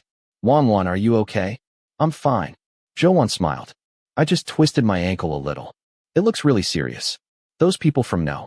18 High are absolute trash. Playing dirty in basketball is one thing, but how could they drag you into it?" Zhou shook her head. "I'm really fine." Just as Gu Ming was about to continue, the vice class monitor knocked on the classroom door. "Zhou, the teacher wants to see you." Gu Ming insisted on helping her all the way to the office. When Zhou entered, the homeroom teacher waved her over. "Zhou, come here. The schedule for the national physics competition has been set. It will be held next March. Once winter break is excluded, there isn't much preparation time left. The school takes this competition very seriously. We've arranged for a special tutor from another school to coach both you and Jiangyan. Starting tomorrow, you'll attend tutoring during self-study periods and for 1 hour after school every day." Zhou froze. She was about to speak, but the teacher interrupted her, already knowing what she wanted to say. "I know about your family situation. I know how difficult things have been for you. But you need to look at the bigger picture. Your future is far greater than your current circumstances. You have to understand what's truly important." He continued, "So I hope you'll seriously think about this. Try not to work part-time during this period. If you're having financial difficulties, come talk to me. Focus all your attention on the competition. You're a smart girl. If you're willing to put in the time and effort, you'll achieve excellent results." Zhou understood the teacher's good intentions. She also knew the national competition had become much more difficult in recent years, and she herself had been worried about keeping up. Besides, she still had the money Guo Xiangling had given her, so there wasn't any urgent financial pressure for the moment. She nodded. "Thank you, teacher." Just as she reached the door, the teacher called after her. "Zhou." She turned around. The teacher hesitated before speaking. "There are some things you need to judge for yourself." "What do you mean?" "I've heard what many students have been saying lately about you and Lu Shixiao from class 7. That boy barely comes to school. He's absent again today." The teacher looked at her meaningfully. "I believe you're a smart girl. You understand what I mean." Like everyone else, the teacher had misunderstood the situation because of Zhou appearance, assuming Lu Shixiao was the one pursuing her. He had no idea. Everything had actually been part of Zhou's careful plan from the beginning. She lowered her eyes, her expression calm. I understand." Asterisk. On her way back to class, she passed by class 7. As expected, Lu Shixiao's seat was empty. He hadn't come to school, nor had he contacted her on WeChat. After school, Zhou called the arcade owner and explained her situation. The owner had been Zhou Jun's close friend, so he immediately agreed. "It's fine. Finding someone to cover your shifts isn't difficult. Then I'll take a few more days off, and once you've found someone to replace me, I'll resign. No need to rush." He laughed. "It's just a small arcade. It's a weekday anyway. Closing for a few evenings won't hurt business. You should go home and rest today." Zhou paused. "I can still work today? The tutoring hasn't started yet." The owner laughed again. "Really, don't worry about it. It's only one evening. Go home and get some rest. I'm waiting for the day you get into Tsinghua University so our little arcade can brag about having produced such an outstanding student." Unable to refuse his kindness, Zhou thanked him again, apologized once more, and ended the call. As she walked through the school gate, she overheard several girls talking ahead. "My cousin goes to No. 18 Hi. I heard Lu Shixiao went there today and beat Luo He up again. They carried Luo He straight to the hospital. Zhouwan's heart skipped a beat before pounding violently with unease. No way. Really? It must be because of what happened to Zhouwan yesterday. Probably. Lu Shixiao usually ignores Luo He, but this time he went straight to no. 18 just to wait for him. Do you think he actually likes Zhouwan? No way. He's Lu Shixiao. I can't imagine him sincerely liking any girl. Haha, exactly. I used to think he really liked one of his ex-girlfriends too, and then he dumped her not long after. Zhouwan couldn't bear listening anymore. Her mind kept replaying only one sentence. Lu Shixiao had gone to no. 18. To beat up Luo He. She endured the pain in her ankle and hurried after them. Excuse me. The girl turned around and immediately froze upon seeing Zhouwan. Her face flushed bright red. What is it? About what you were just saying? Zhouwan hesitated. Do you know if Lu Shixiao was hurt? Huh. The girl blinked. I'm not sure. I haven't heard anyone mention him getting injured. Only then did Zhouwan quietly let out a sigh of relief. Thank you. She didn't want Lu Shixiao getting hurt because of her again. She already owed him far too much. She called him. The phone rang for a long time. No answer. Lowering her eyes, she happened to see an empty taxi approaching. She raised her hand. The taxi stopped. Where to? Zhouwan was silent for a long moment before quietly giving Lu Shixiao's address. 15 minutes later, the taxi stopped in front of the lonely villa. She thanked the driver, got out, and looked at the courtyard. Several clusters of fuchsia bloomed there in different colors. They were planted rather randomly, yet somehow still revealed that whoever had planted them had once possessed both taste and a love for life. Zhouwan pressed the doorbell. No one answered. She called Lu Shixiao again. Still nothing. Was he not home? But apart from this place, she had no other way of finding him. From what she remembered, he usually spent his evenings out with friends and probably wouldn't return for quite some time. She sighed and stepped down from the porch. Click. The door behind her suddenly opened. Lu Shixiao looked at her and raised an eyebrow. Why are you here? I heard you fought Luo He again. She looked at the skin visible beneath his collar. Were you hurt? No. He answered calmly, as though beating Luo He up had nothing to do with her. Zhouwan carefully looked him over again. Indeed, there were no visible injuries. Only then did she finally relax. Wearing a black jacket, Lu Shixiao turned to lock the door before walking down the steps. Have you eaten? Not yet. Come with me. He spoke casually. I'm meeting my friends. Zhouwan paused, but Lu Shixiao had already continued walking.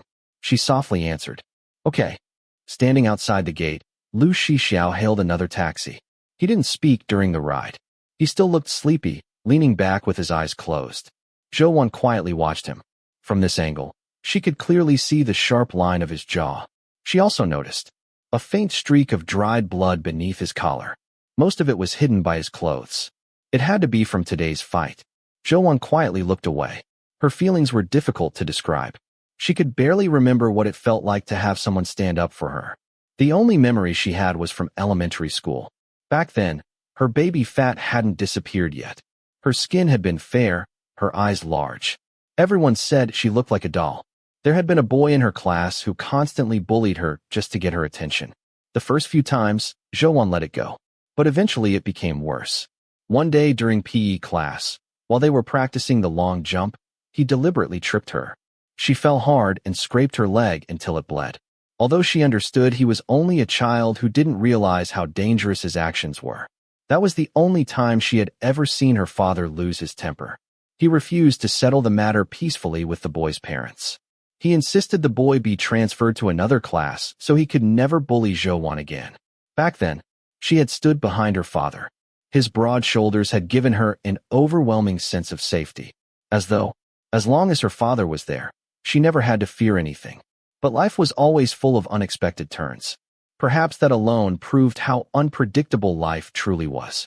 She didn't even know when she had grown used to becoming her own source of strength, facing every storm alone, never telling anyone when she was hurt, never telling anyone when she had been wronged, until Lu Shixiao, with his impatient anger and cold expression, forced her to admit she had been wronged, forced her to admit she was hurting. The taxi stopped outside a large open-air restaurant. The storefront looked old and crowded, Yet business was booming. The moment Lu Shixiao stepped out, someone greeted him. But after seeing Zhou Wan behind him, the boy paused before respectfully nodding. Sister-in-law. Compared with the teasing before, this greeting was much more sincere. Zhou Wan froze before lowering her head slightly. You can just call me Zhou Wan. Yes, yes. Sister-in-law. Lu Shixiao glanced at her, but said nothing. Inside the private room sat 11 or 12 people. Every one of them was one of Yangming High School's notorious troublemakers. Most had probably received disciplinary warnings before. Zhou Wan intended to sit near the door, but a boy immediately stood. Sister-in-law, sit inside. Lu Shixiao lowered his eyes. Where do you want to sit? The outside is fine. The dishes will be served from here. He looked at her. The inside is better. Everyone stood to make room. Zhou Wan quietly apologized as she squeezed past them. Excuse me. Lu Shixiao sat down beside her. The moment he sat, the boy next to him poured him a glass of liquor. Lu Shixiao glanced around the table. There weren't any soft drinks. He turned toward Zhou Wan. What do you want to drink? Water is fine. He frowned. Juice. Anything is okay. Just then the waiter entered. 1 watermelon juice. The dishes soon filled the table. Everyone chatted while eating and constantly toasted one another. Lu Shixiao drank quite a lot. Each time, he downed nearly half a glass. Zhou Wan quietly looked at him. His face remained calm and clear, showing no signs of drunkenness. Sensing her gaze, he turned toward her and silently raised an eyebrow. She shook her head. Nothing. He leaned close until his lips were beside her ear. His breath carried a faint scent of alcohol. I'm going to pay. As soon as he left, Zhou Wan's phone rang. It was Dr. Chen. Her heart tightened. It had to be about her grandmother's test results. She immediately walked into the restroom before answering. Hello, Dr. Chen. Wan. Your grandmother's test results are back. I've reviewed them. Considering her age, several indicators are very unstable now. I'm afraid surgery may no longer be possible. Zhou Wan froze. It felt as though all the blood in her body drained away. Her hands turned ice cold. Why? She forced herself to steady her breathing. Didn't you say before that grandma's overall health was good? That she wasn't too old, and the surgery shouldn't be a problem? Dr. Chen fell silent for a moment. This latest examination revealed several new indicators. The numbers aren't good. Zhou Wan said nothing. Her mind went completely blank. Dr. Chen gently comforted her. Wan, your grandmother's condition has remained stable. Surgery also carries considerable risks.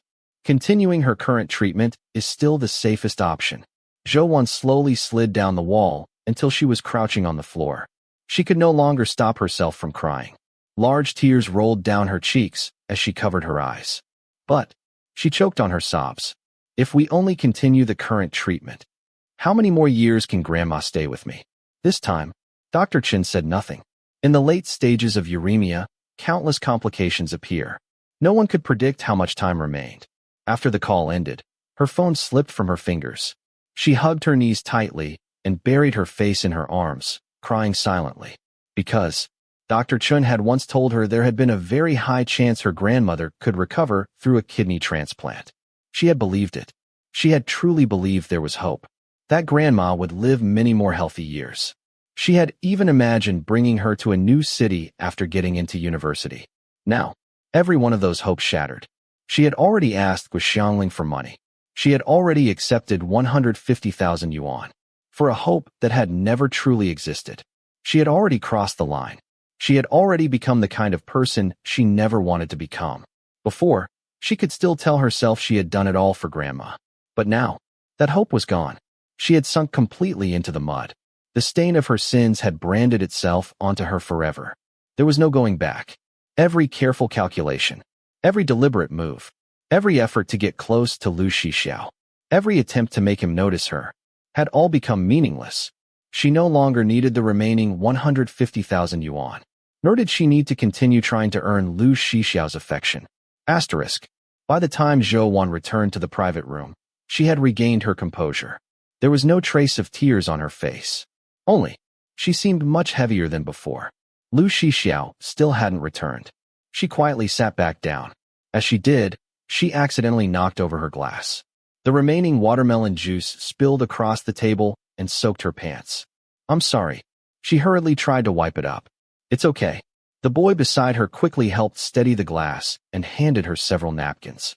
Sister-in-law, should I order you another watermelon juice? No. She swallowed the bitterness rising in her throat. At that moment, everyone was pouring drinks. When it reached Zhou, someone smiled. Want to try something different? She looked up. The boy meant nothing by it. Since everyone already regarded her as Lu Shixiao's girlfriend, nobody dared entertain improper thoughts. Zhou quietly pushed her glass toward him. You're going to drink? The boy blinked. She had never drunk alcohol before. But right now, she felt too miserable. So miserable that she wanted to believe the saying. That alcohol could drown sorrow. The boys cheered. Sister-in-law's got guts. Someone filled her glass. Zhou took a small sip. It wasn't as unpleasant as she'd imagined. There was only a faint bitterness. It suited her mood perfectly. About 15 minutes later, Lu Shixiao returned.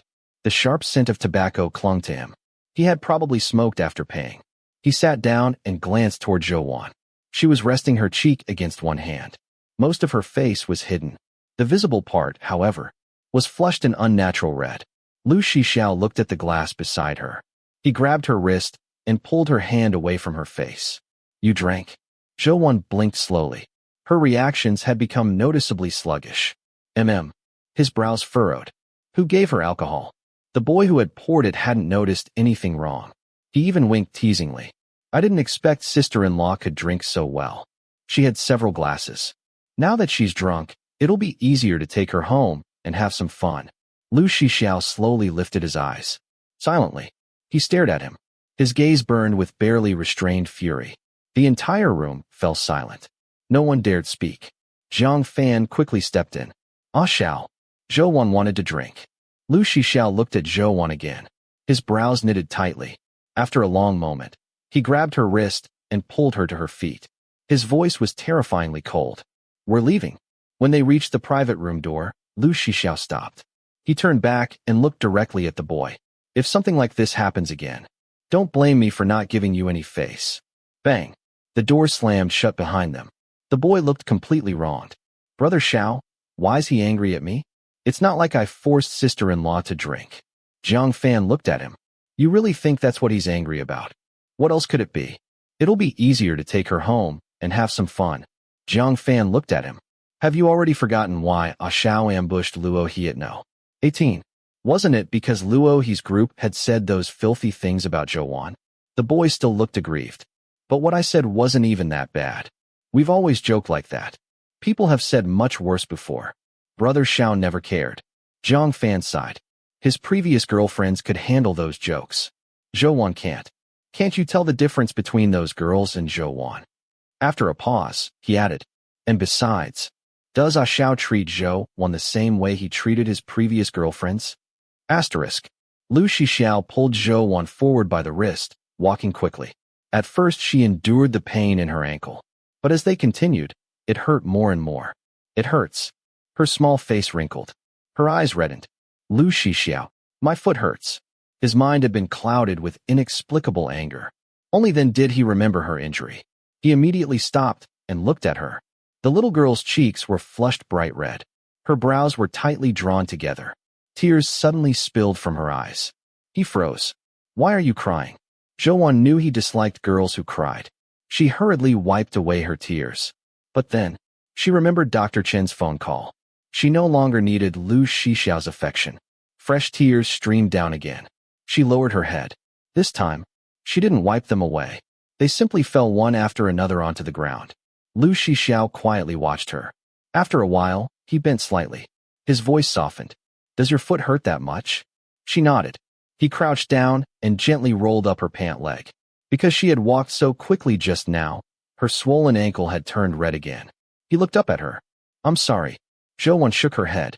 Without another word, Lu Shixiao turned around. He slipped one arm beneath her knees and effortlessly lifted her onto his back. The streets were crowded with young people at that hour. The sight of Lu Shixiao naturally attracted attention. Many girls turned around to look, whispering among themselves. Zhou wasn't feeling well. She rested her forehead against his shoulder. Her chest felt as though it were burning. The alcohol surged upward in waves, making her dizzy. Lu Shixiao carried her steadily through the bustling streets. Turning his head slightly, he said, "Stop crying." "I'm not crying." "Drunk. A little dizzy." He snorted. "Why'd you drink for no reason?" "Because." She drew out the words lazily. "I feel a little sad." The alcohol made her voice unusually soft and clingy. "What are you sad about?" he asked quietly. "Lu Shixiao." She sniffled. She knew she had to be drunk. Normally, she would never have wanted to tell anyone these things. "I did something very bad. But only now do I realize. It was all for nothing." Her voice was barely above a whisper. Between every sentence were tiny sighs and suppressed sobs. "It's like I gave up everything for one thing. I was even willing to become a bad person. But in the end, I got nothing. I couldn't change anything. The only thing that changed was that I became bad. But I don't want to be bad." Lu Shixiao quietly listened. He didn't know what she was talking about. Nor did he ask. He simply continued walking. After a moment, he smiled faintly. "So what if you become bad? Don't you dislike bad people?" He laughed. "Do you really think I'm a good person?" Zhou nodded without hesitation. "You are. You're a good person. At least. You are honest. Straightforward. Pure." Lu Shixiao raised an eyebrow. "Then your judgment isn't very good." Zhou rested quietly against his shoulder. She looked at the clean lines of his profile. She was drunk, completely unaware of how close they were. "Lu Shixiao." She rubbed her eyes hard with the back of her hand. "I feel so sad." He adjusted his grip beneath her legs, lifting her slightly higher.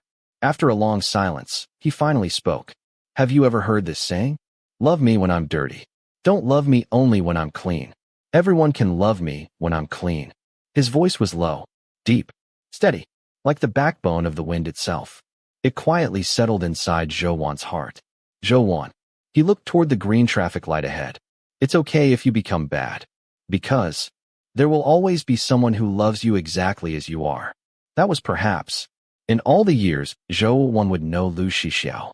When she looked back on their youth, the very first time he had ever been so patient, so gentle, he was telling her, "You don't need to be sad. You don't need to be ashamed.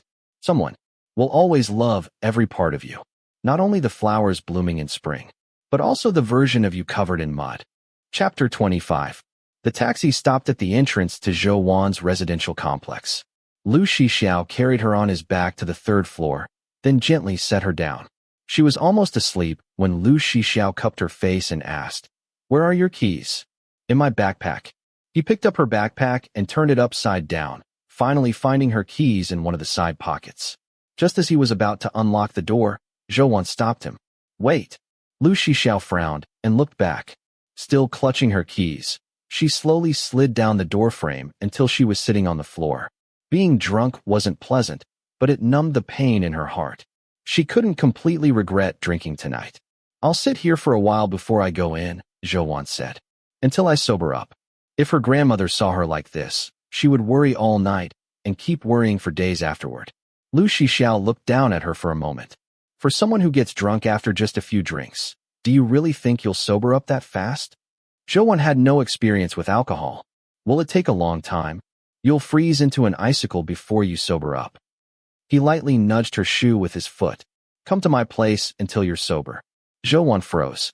If anyone else had said that, it would have sounded suspicious. But coming from Lu Shixiao, it was simply a casual suggestion. It really was too cold. If she stayed in the stairwell for even half an hour, she'd probably catch a cold. Still, going to a man's house in the middle of the night, she knew it wasn't appropriate. "It's okay. I'll just stay here. I don't want to trouble you anymore." "Get up." Impatiently, Lu Shixiao grabbed the back of her collar and pulled her to her feet. "You can come back once you've sobered up." Zhou wanted to object again, but Lu Shixiao clicked his tongue impatiently, bent down, wrapped an arm around her waist, lifted her up, and strode downstairs. She struggled for a moment before noticing how cold his hands were. He had carried her all the way home through the freezing wind. His hands were icy. Gently, Zhou placed her hand over the back of his. Lu Shixiao glanced down at her hand, and the corner of his lips lifted almost imperceptibly. Fortunately, his house wasn't far away. With his long strides, they arrived quickly. After setting Zhou down, he tossed a pair of cotton slippers in front of her. "Go home after you sober up." Zhou nodded. "Thank you." Ignoring her, Lu Shixiao walked straight into his bedroom. Zhou sat quietly on the sofa and looked around. The ashtray on the coffee table was overflowing with cigarette butts.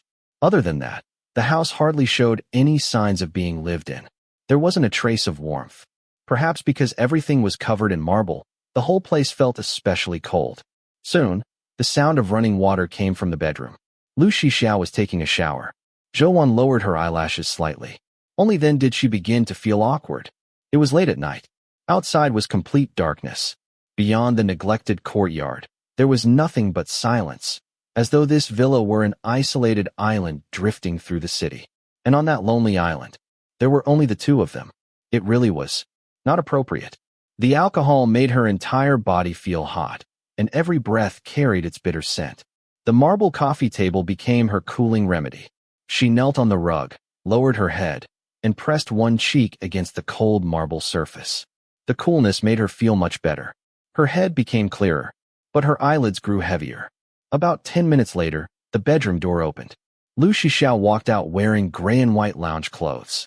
Seeing Zhou lying across the coffee table, he raised an eyebrow. "What are you doing?" She immediately sat up. One side of her face had gone numb from the cold. "Nothing. Want to take a shower?" Zhou paused. "No."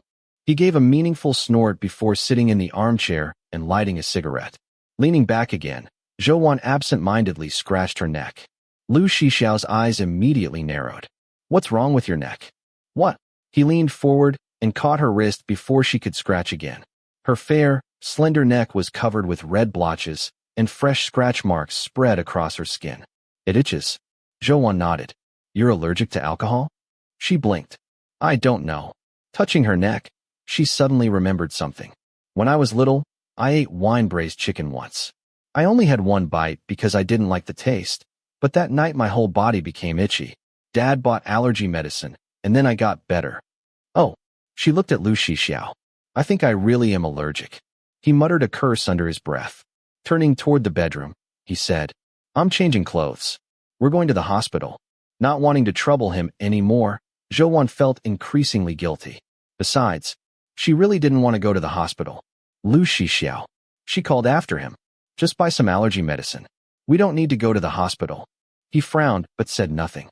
She continued, "Really, medicine was enough when I was little." He asked, "Do you remember which medicine?" "Yes." "I'll see if the pharmacy can deliver it." He nodded and sat back down. The two sat quietly together. Lu Shixiao played with his phone. Zhou gradually grew drowsy. Just as she was about to fall asleep, the doorbell rang. Startled awake, she watched Lu Shixiao get up to answer it. She heard him say thank you before returning with a paper bag. Reading the instructions, Zhou swallowed 2 allergy pills. Lu Shixiao set the glass of water aside. "Stay here for a while. If you still feel uncomfortable, we're going to the hospital." "Okay." She supported her heavy head. "You should go to sleep. I'll go home by myself later." "Fine." He got up and returned to his bedroom. The first ray of sunlight slipped through the curtains and landed on Zhou's eyelids. Her eyelashes fluttered. Slowly, she opened her eyes.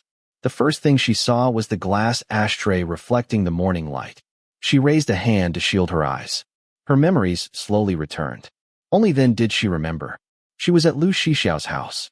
Sometime during the night, she had unknowingly fallen asleep on the sofa. She had slept there until morning. Startled, Zhou sat upright. The blanket draped over her shoulders slid onto the floor. Only then did she notice the air conditioner had been set unusually warm. Lu Shixiao must have adjusted it for her. She had troubled him yet again. Sitting on the carpet with her back against the sofa, Zhou tilted her head toward the ceiling and let out a long breath, hoping to empty all the thoughts filling her mind. Lu Shixiao was still asleep. The bedroom remained silent. She folded the blanket neatly and placed it on the sofa. Looking up, she noticed a framed photograph on a nearby table. It was Lu Shixiao's mother. She was young, beautiful, gentle. Lu Shixiao resembled her, but their temperaments were completely different. One was gentleness itself. The other was coldness itself. She remembered what Jiang Yan had once said. Jiang Yan's words. "We're half-brothers. Same father, different mothers." His mother was the mistress who stole everything that should have belonged to my mother and me. Zhou had never asked Lu Shixiao about those things. Nor could she.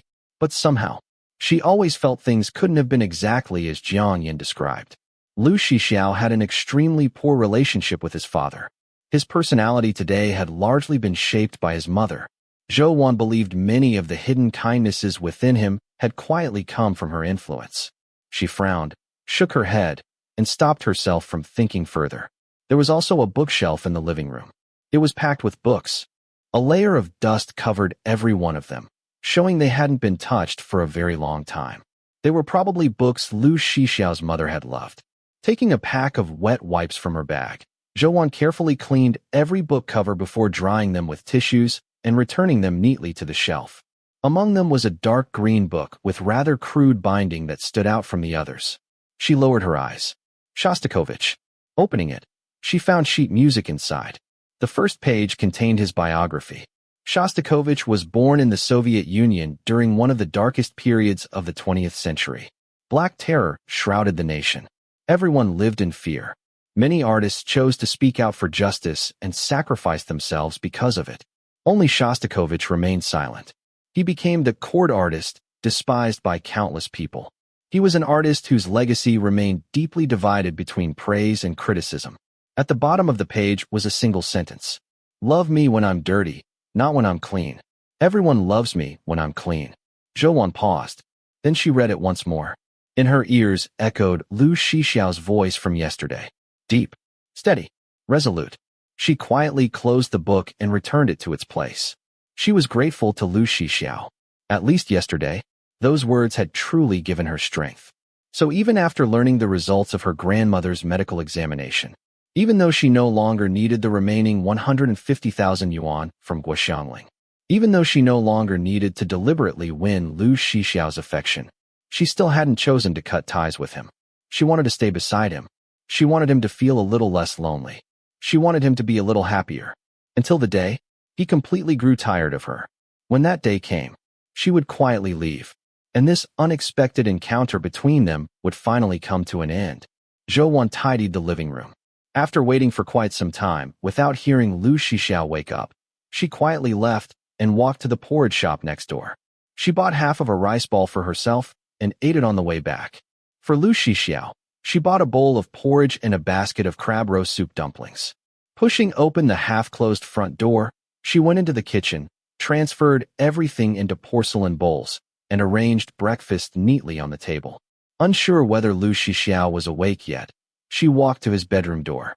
She worried the food would grow cold if she waited too long. Faintly, she heard someone talking inside. He must already be awake and on the phone. Knocking gently, she called, Lu Shixiao, breakfast? No reply. The murmuring continued. After waiting another moment, she felt something wasn't quite right. She knocked again. I'm coming in. Half a minute later, Zhou Wan slowly pushed open the bedroom door. The curtains were tightly shut. Not a trace of sunlight entered. When the door opened and a sliver of daylight spilled inside, she quickly closed it again so the light wouldn't disturb him. Darkness filled the room once more. After her eyes gradually adjusted, she finally saw Lu Shixiao lying in bed. He wasn't awake. His brows were tightly furrowed. Large beads of sweat covered his forehead. His face was pale. His hands gripped the blanket so tightly that the veins stood out. He was talking in his sleep, as though trapped in a nightmare. The bedroom was utterly silent. Zhou Wan stood frozen. This was the first time she had ever seen Lu Shixiao like this. Fragile. She had actually seen fragility in Lu Shixiao, like delicate porcelain standing at the edge of a cliff. One gust of wind, and it would fall, shatter, and never be whole again. She listened carefully to his sleep-talking. Mom. His voice trembled. Don't. Please. Don't jump. Don't jump. Zhou Wan's heart shook violently. She remembered what Jiang Fan had once told her. Lu Shixiao's mother had taken her own life by jumping from a building. Realizing she had accidentally intruded into Lu Shixiao's private world, Zhou Wan hurriedly turned to leave. But before she could move, Lu Shixiao suddenly sat upright. His entire body was drenched in sweat. He breathed heavily, chest rising and falling violently. Zhou Wan stared at him. She could almost imagine how that nightmare had ended. Who knew? How many times had he relived it? Some nightmares disappear the moment you wake up. You thank yourself that it was only a dream. But every single time Lu Shixiao woke, he discovered it had never been a dream. It was reality. The hell inside his nightmares was the very world he lived in. It took nearly 2 full minutes before Lu Shixiao's breathing finally steadied. Only then did he look up. His eyes landed on Zhou Wan standing by the door. Lu Shixiao. Her voice was incredibly gentle. We can't bring back those who've passed away. Your mother would definitely want to see you living happily. No matter where she is now. She loved you. Lu Shixiao suddenly got out of bed. He looked at Zhou Wan with icy indifference. The detached gaze one reserved for a complete stranger. Zhou Wan. You know absolutely nothing. And yet you dare say something like that to me. His voice was cold enough to freeze the air. Don't fucking think too highly of yourself. The pressure in his bloodshot eyes pressed heavily upon her. Get out. Zhou Wan couldn't make her feet move. His eyes reddened even more. Every word was colder than the last. Get out. Jiang Fan had been right. The subject of his mother was an absolute forbidden zone for Lu Shixiao. Zhou Wan slowly made her way home on her still aching foot. Her grandmother was sitting beside the window, carefully cutting paper decorations. Warm sunlight slanted across half the table. Grandma. Wan, you're back. Where did you go so early? When I woke up, you weren't in your room. Zhou Wan paused. Only then did she realize she had never explained why she hadn't come home the previous night. Fortunately, her grandmother hadn't noticed. I had something to do. She brushed past the topic before gently saying, Don't keep cutting paper decorations. It's bad for your eyes. I'm taking it slowly, Grandma said with a smile. There's only about 2 months until the new year. We'll hang them up then. The house will look much livelier. Zhou Wan smiled, but it disappeared almost immediately. She was simply too tired to keep smiling. Grandma, I'm going to rest for a while. All right. After returning to her room, Zhou Wan reapplied the ointment to her ankle before lying down on her bed. The butt peach plush sat beside her pillow. She hugged it tightly to her chest and stared blankly at the ceiling. For the next half-month, she never saw Lu Shixiao again. Guo Xiangling never contacted her either. As for the remaining 150,000 yuan, unless Zhou Wan personally called to ask for it, Guo Xiangling would probably never send it. Nor would she contact her again. But Zhou Wan had no intention of asking. Perhaps their ill-fated mother and daughter relationship would simply end here. She officially quit her job at the arcade. While completing the handover, she checked Lu Shixiao's game card. 120,000 tickets. None of them had been redeemed. Her ankle gradually healed. Life returned to how it had always been. Study hard. Improve a little every day. The physics competition training became increasingly demanding. The problems grew more difficult. Many nights kept her awake until very late. But every problem she solved brought another small sense of accomplishment. That wasn't so bad. Gradually, a new rumor spread throughout the school. People said Lu Shixiao had dumped her. No one found it surprising. Everyone had expected this day to come, even though Zhou Wan was an outstanding student. Pure, beautiful. Meeting someone like Lu Shixiao had never made her special. With her quiet personality and gentle nature, it was only a matter of time before he grew tired of her. Guming worried Zhou Wan might be heartbroken. During class these days, she constantly turned around to check on her.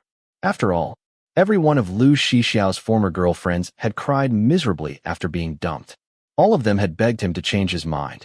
Wan, Guming finally couldn't help asking, Did you and Lu Shixiao break up? We were never together. Huh? Zhou Wan smiled faintly. Haven't I told you that several times already? But you two obviously looked like you were dating. I thought you were just too embarrassed to admit it. Lowering her eyes, Zhou Wan smiled softly. No. Guming became even angrier. What a jerk. Acting all ambiguous with you without making anything official. And now he just walks away like nothing happened. What a waste of such a handsome face. That scumbag. Zhou Wan simply smiled. She said nothing. Deep down, she knew she had no right to blame Lu Shixiao. He had been like a stone thrown into the still water of her life. For a brief moment, he had created ripples. But that was all. Eventually, the stones sank to the bottom, disappearing completely, and her life returned once more to a silent pool of still water. The bar was noisy. Smoke drifted through the air. The pounding music shook the floor in rhythm with countless heartbeats. People crowded together on the dance floor, dancing wildly. Lu Shixiao sat alone in a corner drinking. Nearby, his friends laughed and shouted over the music. His long fingers loosely held a glass. Amber liquor swirled beneath the colorful lights. Pink and blue reflections traced across his sharp profile. Dangerous. Attractive. Like a blade hidden inside romance. Wherever he sat, he naturally became the center of attention. Many girls noticed him. Several wanted to approach. Finally, one gathered enough courage to walk over. Lu Shixiao sat in the innermost seat. The girl had to lean close before asking, "Hey, handsome, do you have a girlfriend?" He looked up and casually glanced at her. One of his friends, overhearing the conversation, immediately stood. "No. My brother Xiao just broke up. Single now. Rare opportunity." He moved aside, gesturing for the girl to sit. She looked at Lu Shixiao. Although he didn't appear welcoming, he didn't refuse either. After hesitating for 2 seconds, she sat beside him. His entire presence remained cold. After an awkward silence, she edged a little closer. "What are you drinking?" Lu Shixiao exhaled a stream of smoke. "Just whatever they ordered." "Is it good?" A lazy smile appeared on his lips. Leaning back against the sofa, chin slightly raised, he looked utterly carefree. "Why don't you try it?" The girl's cheeks flushed. "Can I?" He didn't answer. Taking that as permission, she picked up his glass and took a small sip. Unlike the sweet fruit wines she usually drank, this liquor was strong, harsh. It burned all the way down her throat. She frowned. After recovering, she turned toward him. Lu Shixiao was looking down at his phone. Curious, she glanced at the screen. It was WeChat. His finger lazily scrolled upward. She couldn't tell whether he was looking for someone or simply passing the time. After scrolling for a while, his finger paused. She caught sight of one contact name. Zhou. It sounded like a girl's name. "Your ex-girlfriend?" Lu Shixiao raised an eyebrow. "A friend." The girl's voice softened. "Oh, you have female friends?" He crushed out his cigarette, reached across the table, poured himself another drink, and finally answered. "Am I not allowed to?" "You are. It just seems like someone like you would only date girls. You don't seem like the type to keep female friends." It was actually a very accurate observation. The corner of Lu Shixiao's mouth lifted faintly. The girl desperately searched for another topic. "Did you two have a fight?" She had noticed that the conversation with Zhou was buried far down his chat list. They clearly hadn't spoken for a long time. Was it your fault?" Lu Shixiao frowned slightly. After nearly half a minute, he quietly answered, "I guess." "Is she pretty? Was Zhou beautiful?" Lu Shixiao had never seriously thought about it before. But now, he suddenly remembered the night they left the amusement park. She had smiled while wishing him a happy birthday. Then she looked into his eyes with complete sincerity and softly asked whether he had been happy that day. Under the dim streetlights, her smile had been gentle, her eyes warm enough to melt. 2 small dimples sweet as honey, shoulder-length hair resting softly against her fair neck. Gentle, delicate, fragile, yet quietly resilient. Like a warm-toned oil painting. There was no doubt. Zhou was beautiful. Lu Shixiao frowned more deeply. Then he remembered how thin she was. Skinny arms. Skinny legs. Far too thin. He exhaled smoke and answered flatly. "Average." The girl suddenly smiled. "What about me? What do you think of me?" Lu Shixiao turned toward her.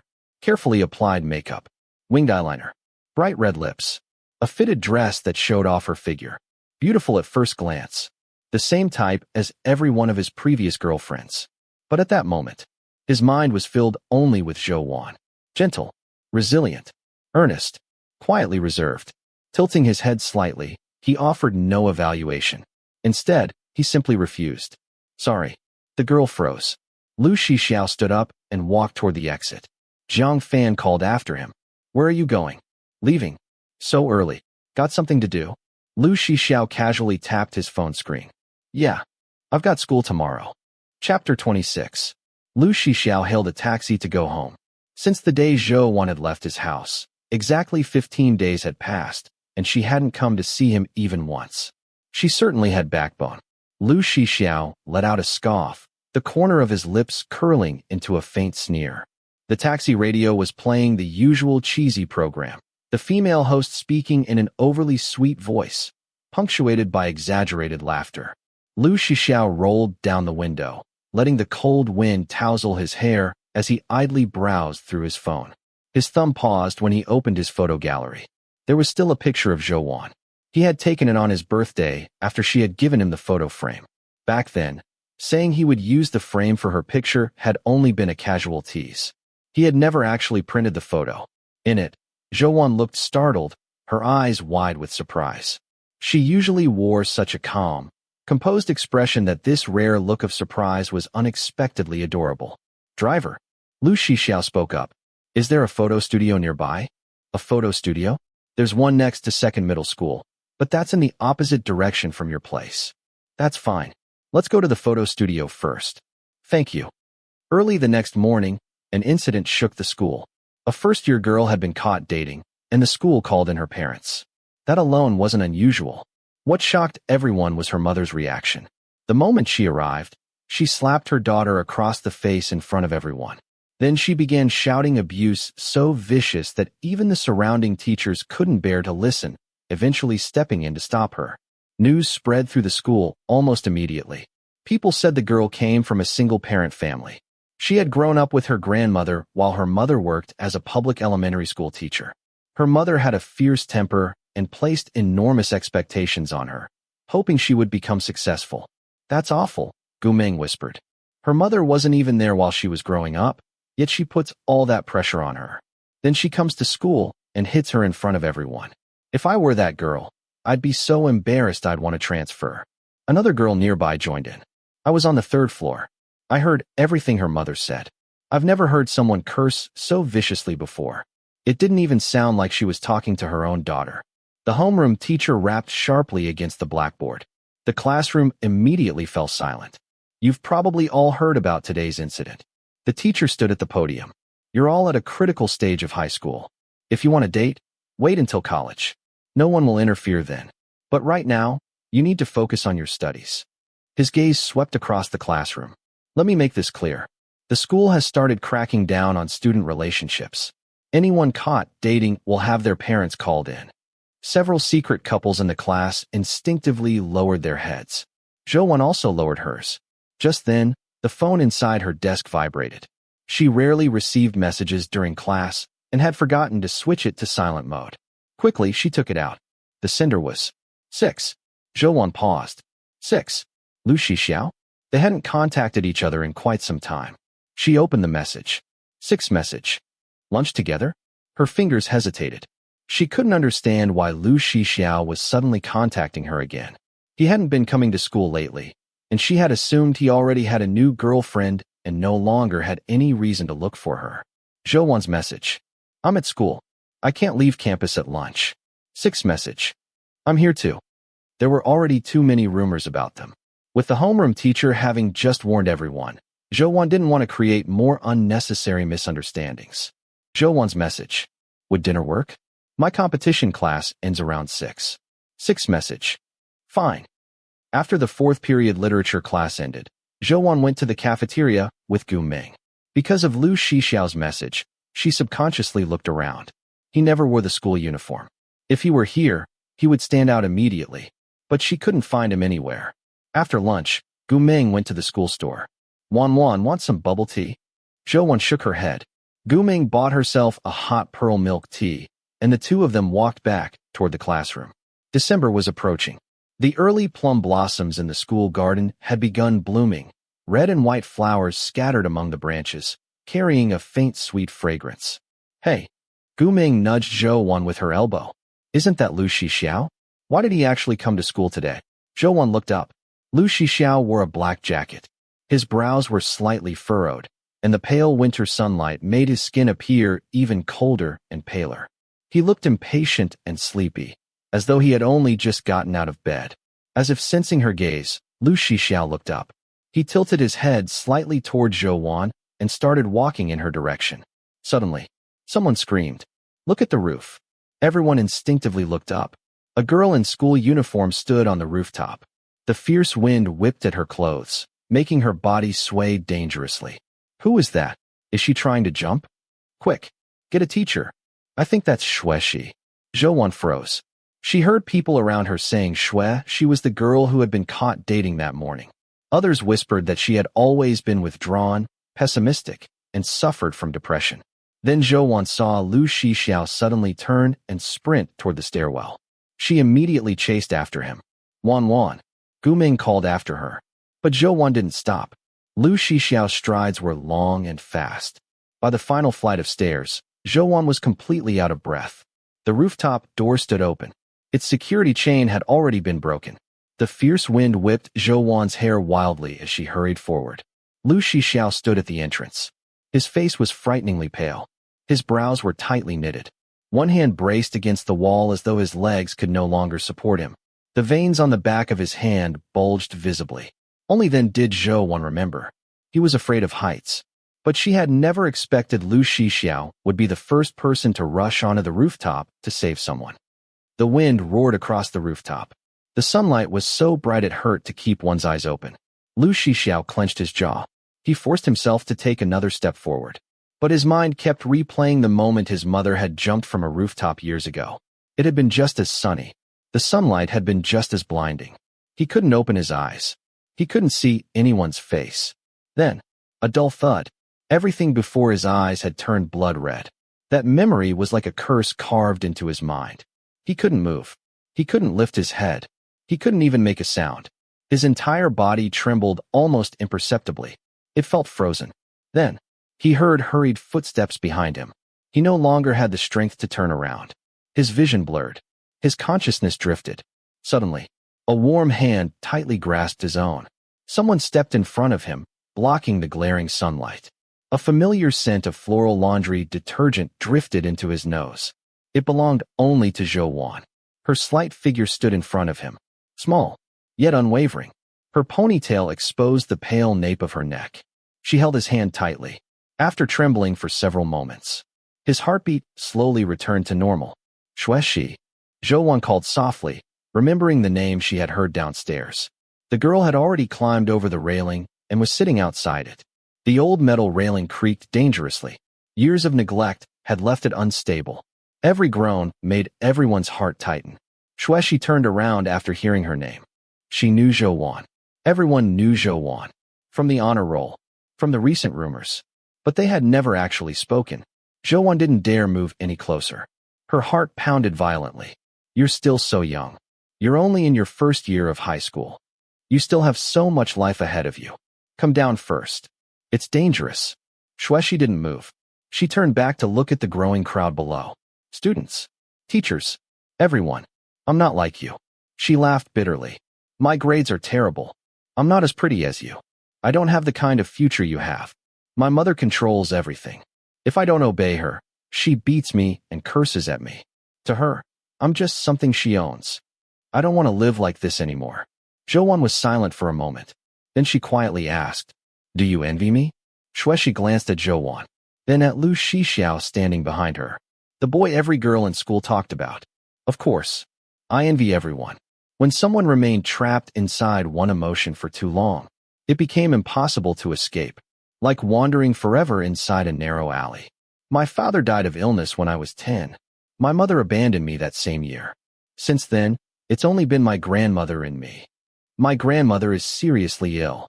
She survives on dialysis every month. She's too old for a transplant. No one knows how much longer she has. For all these years, I've earned money myself. I've studied for scholarships.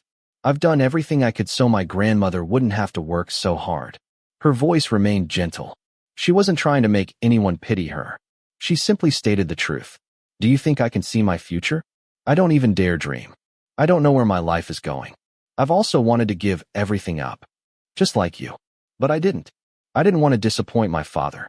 I didn't want to disappoint my grandmother. So I've worked hard until now. Shueshi quietly looked at Zhou. Her breathing gradually steadied. So, Zhou continued, at the very least, you can live beautifully for yourself. The world we're looking at now is still too small. In a few years, we may see a much bigger world. We may have entirely different perspectives. And perhaps a future we can't even imagine right now. Slowly, Zhou extended her hand. Shueshi, hold on just a little longer. Shueshi slowly raised her own hand. She hesitated. Just then, more people rushed onto the rooftop. Someone shouted, Her mother's here. Teachers. Her mother. The boy she had been dating. Everyone burst onto the rooftop together. Shueshi suddenly pulled her hand back. She grabbed the railing tightly. The metal shrieked. Don't come any closer. Her mother collapsed to her knees, sobbing. Please don't jump. Please. Zhou glanced briefly at her. Standing beside her mother was the young boy, Shueshi's boyfriend. Xueshi. Zhou looked back. Talk to your mother. It'll be the same. Xueshi shook her head through tears. As soon as I come down, she'll hit me again. She'll curse at me again. She'll never understand. But, Zhou suddenly asked, what about your boyfriend? Xueshi froze. She looked at the terrified boy. His eyes were already red. If you jump today, have you thought about him? Whether it's true or not, he'll become one of the reasons behind your death. And more importantly, if you jump in front of him, he'll carry that shadow for the rest of his life. At those words, Zhou herself suddenly froze. Shadow. At that instant, she finally understood why Lu Shixiao feared heights. He wasn't afraid of anything else. So why heights? Why would someone terrified of heights still rush onto a rooftop to save another person? Why had his face gone pale? Why had he been unable to move? Without realizing it, she had uncovered another of Lu Shixiao's secrets. She turned around. The rooftop was now crowded. Below, chaos continued. Firefighters had arrived. People were shouting. People were crying. Lu Shixiao stood silently in one corner, expressionless, his brows still faintly furrowed. No one noticed him. No one knew he had been the very first person to arrive. A dull ache spread through Zhou heart. She looked back at Xueshi, then quietly said, some shadows never disappear. Come back. Everything can begin again. The world is very big, and the future is still far away. Xueshi looked at Zhou through tear-filled eyes. Then, she crouched down atop the narrow ledge and burst into tears. Zhou slowly walked over, bent down, finally grasped her icy hand. At that very moment, her mother and the teachers rushed forward together. They pulled Xueshi safely back over the railing. The crowd shoved Zhou aside. Cheers erupted below. The fierce wind continued howling. The dazzling sunlight blurred everything into shifting light and shadow. Zhou turned around.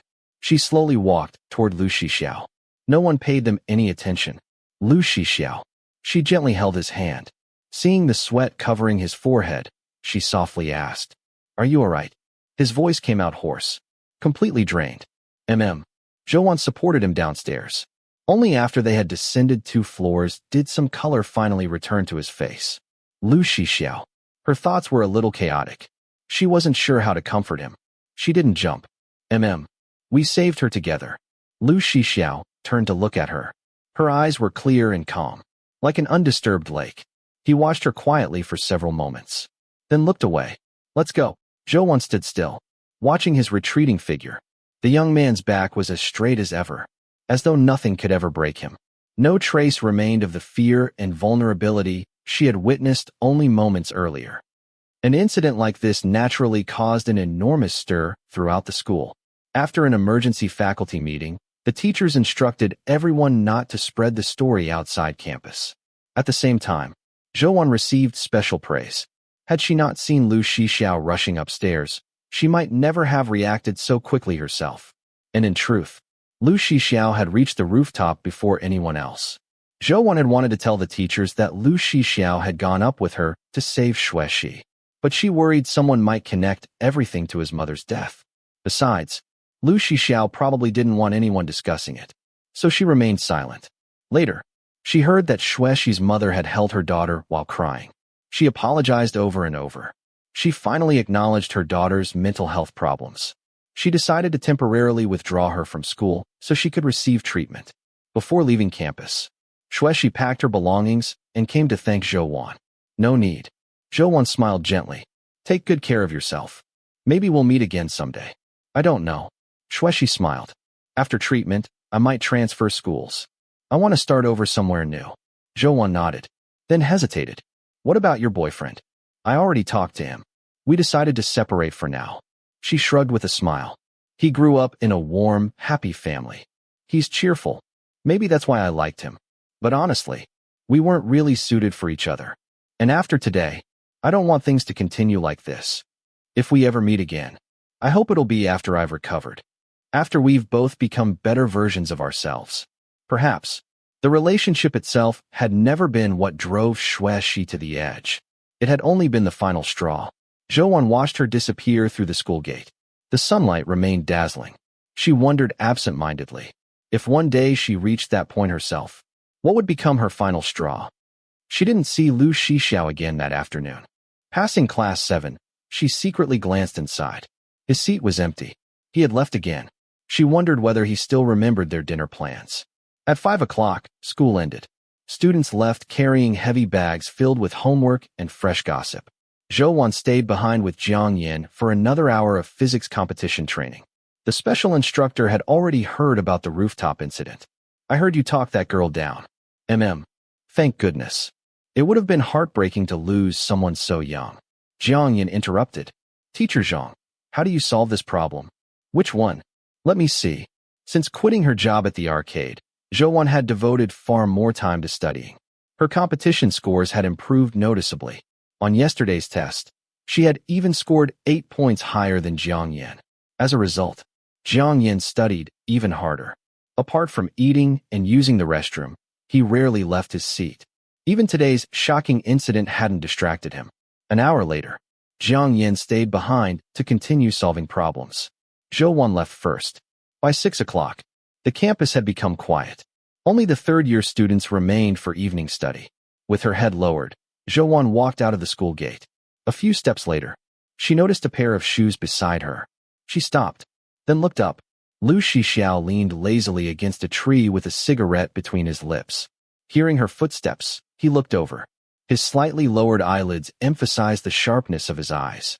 Seeing Zhou, he straightened up. He removed the cigarette. What do you want to eat? Korean barbecue? Zhou nodded. Okay. A new Korean barbecue restaurant had recently opened beside the school. Lu Shixiao didn't bother choosing individual dishes. He simply ordered a set meal for two along with 2 signature dishes. The food arrived quickly, filling the serving cart. The waitress asked whether they wanted help grilling. Zhou politely declined. She picked up the tongs herself. She rarely ate Korean barbecue, but whenever she did with classmates, she was always the one who handled the grill. She was surprisingly skilled. Lu Shixiao sat across from her, quietly watching, occasionally sipping ice water. The warmth from the grill flushed Zhou's cheeks pink. Her lowered eyelashes cast long shadows beneath the restaurant lights. Only now did Lu Shixiao notice how long her eyelashes really were. After watching quietly for a while, he finally spoke. That's enough. Eat first. You eat. Zhou placed several slices of meat into his bowl. I'll finish grilling this batch. Lu Shixiao clicked his tongue, then reached over and took the tongs from her hand. You know how? Yeah. He transferred every finished piece of meat onto Zhou's plate. After that, Lu Shixiao handled most of the grilling while Zhou quietly ate. Before long, she put down her chopsticks. I'm full. Really? Then let's go. Quite a bit of uncooked meat remained. Not wanting to waste it, Zhou asked for a takeout box while Lu Shixiao went to pay. After leaving the restaurant, she handed him the box. You can keep this in your refrigerator. It's getting cold. You can cook it in a hot pot later. Just don't leave it too long. Lu Shixiao didn't take it. He looked at her and gave a soft laugh. I don't have a pot. You do. I saw one in your kitchen. You can use the induction cooker. Lu Shixiao raised an eyebrow. Still, he made no move to take it. The faint smile on his lips looked more self-mocking than amused. Zhou paused, then quietly said, I can come over this weekend. We can eat it together. Oh, only then did Lu Shixiao accept the container. He nodded toward the convenience store across the street. I'm buying water. He walked inside, picked up 2 bottles of mineral water. Paid. Zhou waited outside. She sat on a small swing nearby, gently rocking back and forth. Her hands gripped the ropes. Her toes hovered above the ground. Her profile looked soft beneath the streetlights. Lu Shixiao stood there watching her. His Adam's apple moved slightly. Zhou. She stepped off the swing and walked back over. Ready? Lu Shixiao unscrewed 1 bottle and handed it to her. She thanked him, then took a sip. Tiny droplets clung to her pink lips. Like blurred watercolor. Lu Shixiao looked away. His brows knit slightly. After a long pause, he looked back at her. Why didn't you ask? Ask what? About today. Zhou blinked. You mean your fear of heights? Lu Shixiao looked down at her. His expression remained unreadable. She simply looked back at him. Calm. Steady. After a long silence, Lu Shixiao suddenly laughed. The sound was low and deep, resonating from his chest. People who know too much might get silenced. Zhou really was different. She rarely talked. Whenever they were together, they usually sat quietly, each doing their own thing. hardly speaking. Yet, she understood him better than anyone else. Most of the time, he didn't need to explain anything. She simply understood. Earlier that day, when she had told Zhui that jumping would leave her boyfriend with an unhealable shadow, she had immediately turned to look at him. Shock, realization, understanding. The moment their eyes met, Lu Shixiao knew. She had figured out why he feared heights. It was a strange feeling. He hated people digging into his scars. But Zhou hadn't done that. She had only noticed the scar itself. The dim streetlights overlapped. Shadows merged together beneath drifting clouds. Their silhouettes gradually blurred into one. Lu Shixiao pulled out another cigarette. Shielding it from the wind with one hand, he lit it. He took a long drag, then slowly exhaled. I became afraid of heights. After my mother jumped to her death. Chapter 27. Though she had already guessed it, hearing Lu Shixiao say it himself still made Zhou pause. She hadn't expected him to be so direct. She pressed her lips together before asking, "Why?" The swing swayed gently as Lu Shixiao and Zhou sat side by side. The boy in his black jacket and the girl in her blue and white school uniform, as young and carefree as the wind. Zhou felt as though a door was slowly opening before her. More than 20 years earlier, Lu Shixiao's mother had come from one of the most prominent families in Pingchuan City. His maternal grandparents had both been influential figures, one in politics, the other in arts and culture, making them a respected family of scholars who carried themselves with dignity. Meanwhile, under Old Master Lu's leadership, the Lu family business had become one of the earliest and most prosperous enterprises in Pingchuan City. Lu Shixiao's mother, Shenlan, first met Lu Zhongyue at a social event when they were young. One had to admit that the young Lu Zhongyue had been exceptionally handsome, with no shortage of admirers. Shenlan fell in love with him at first sight, quietly carrying those feelings in her heart. Her mother soon noticed, and, knowing the Lu family's wealth and promising future, as well as Lu Zhongyue's talent and accomplishments, deliberately arranged opportunities for the two of them to meet. Gradually, the two families became acquainted. In the end, it was Old Master Lu himself who proposed the match, saying the two young people seemed perfectly suited and suggesting they be married. At that time, although free love had already become common, marriages between prominent families were still often arranged by elders, with the consent of both parties. Shenlan immediately blushed, glancing at Lu Zhongyue with shy affection. Lu Zhongyue looked back at her, and when their eyes met, he gave her a gentle smile.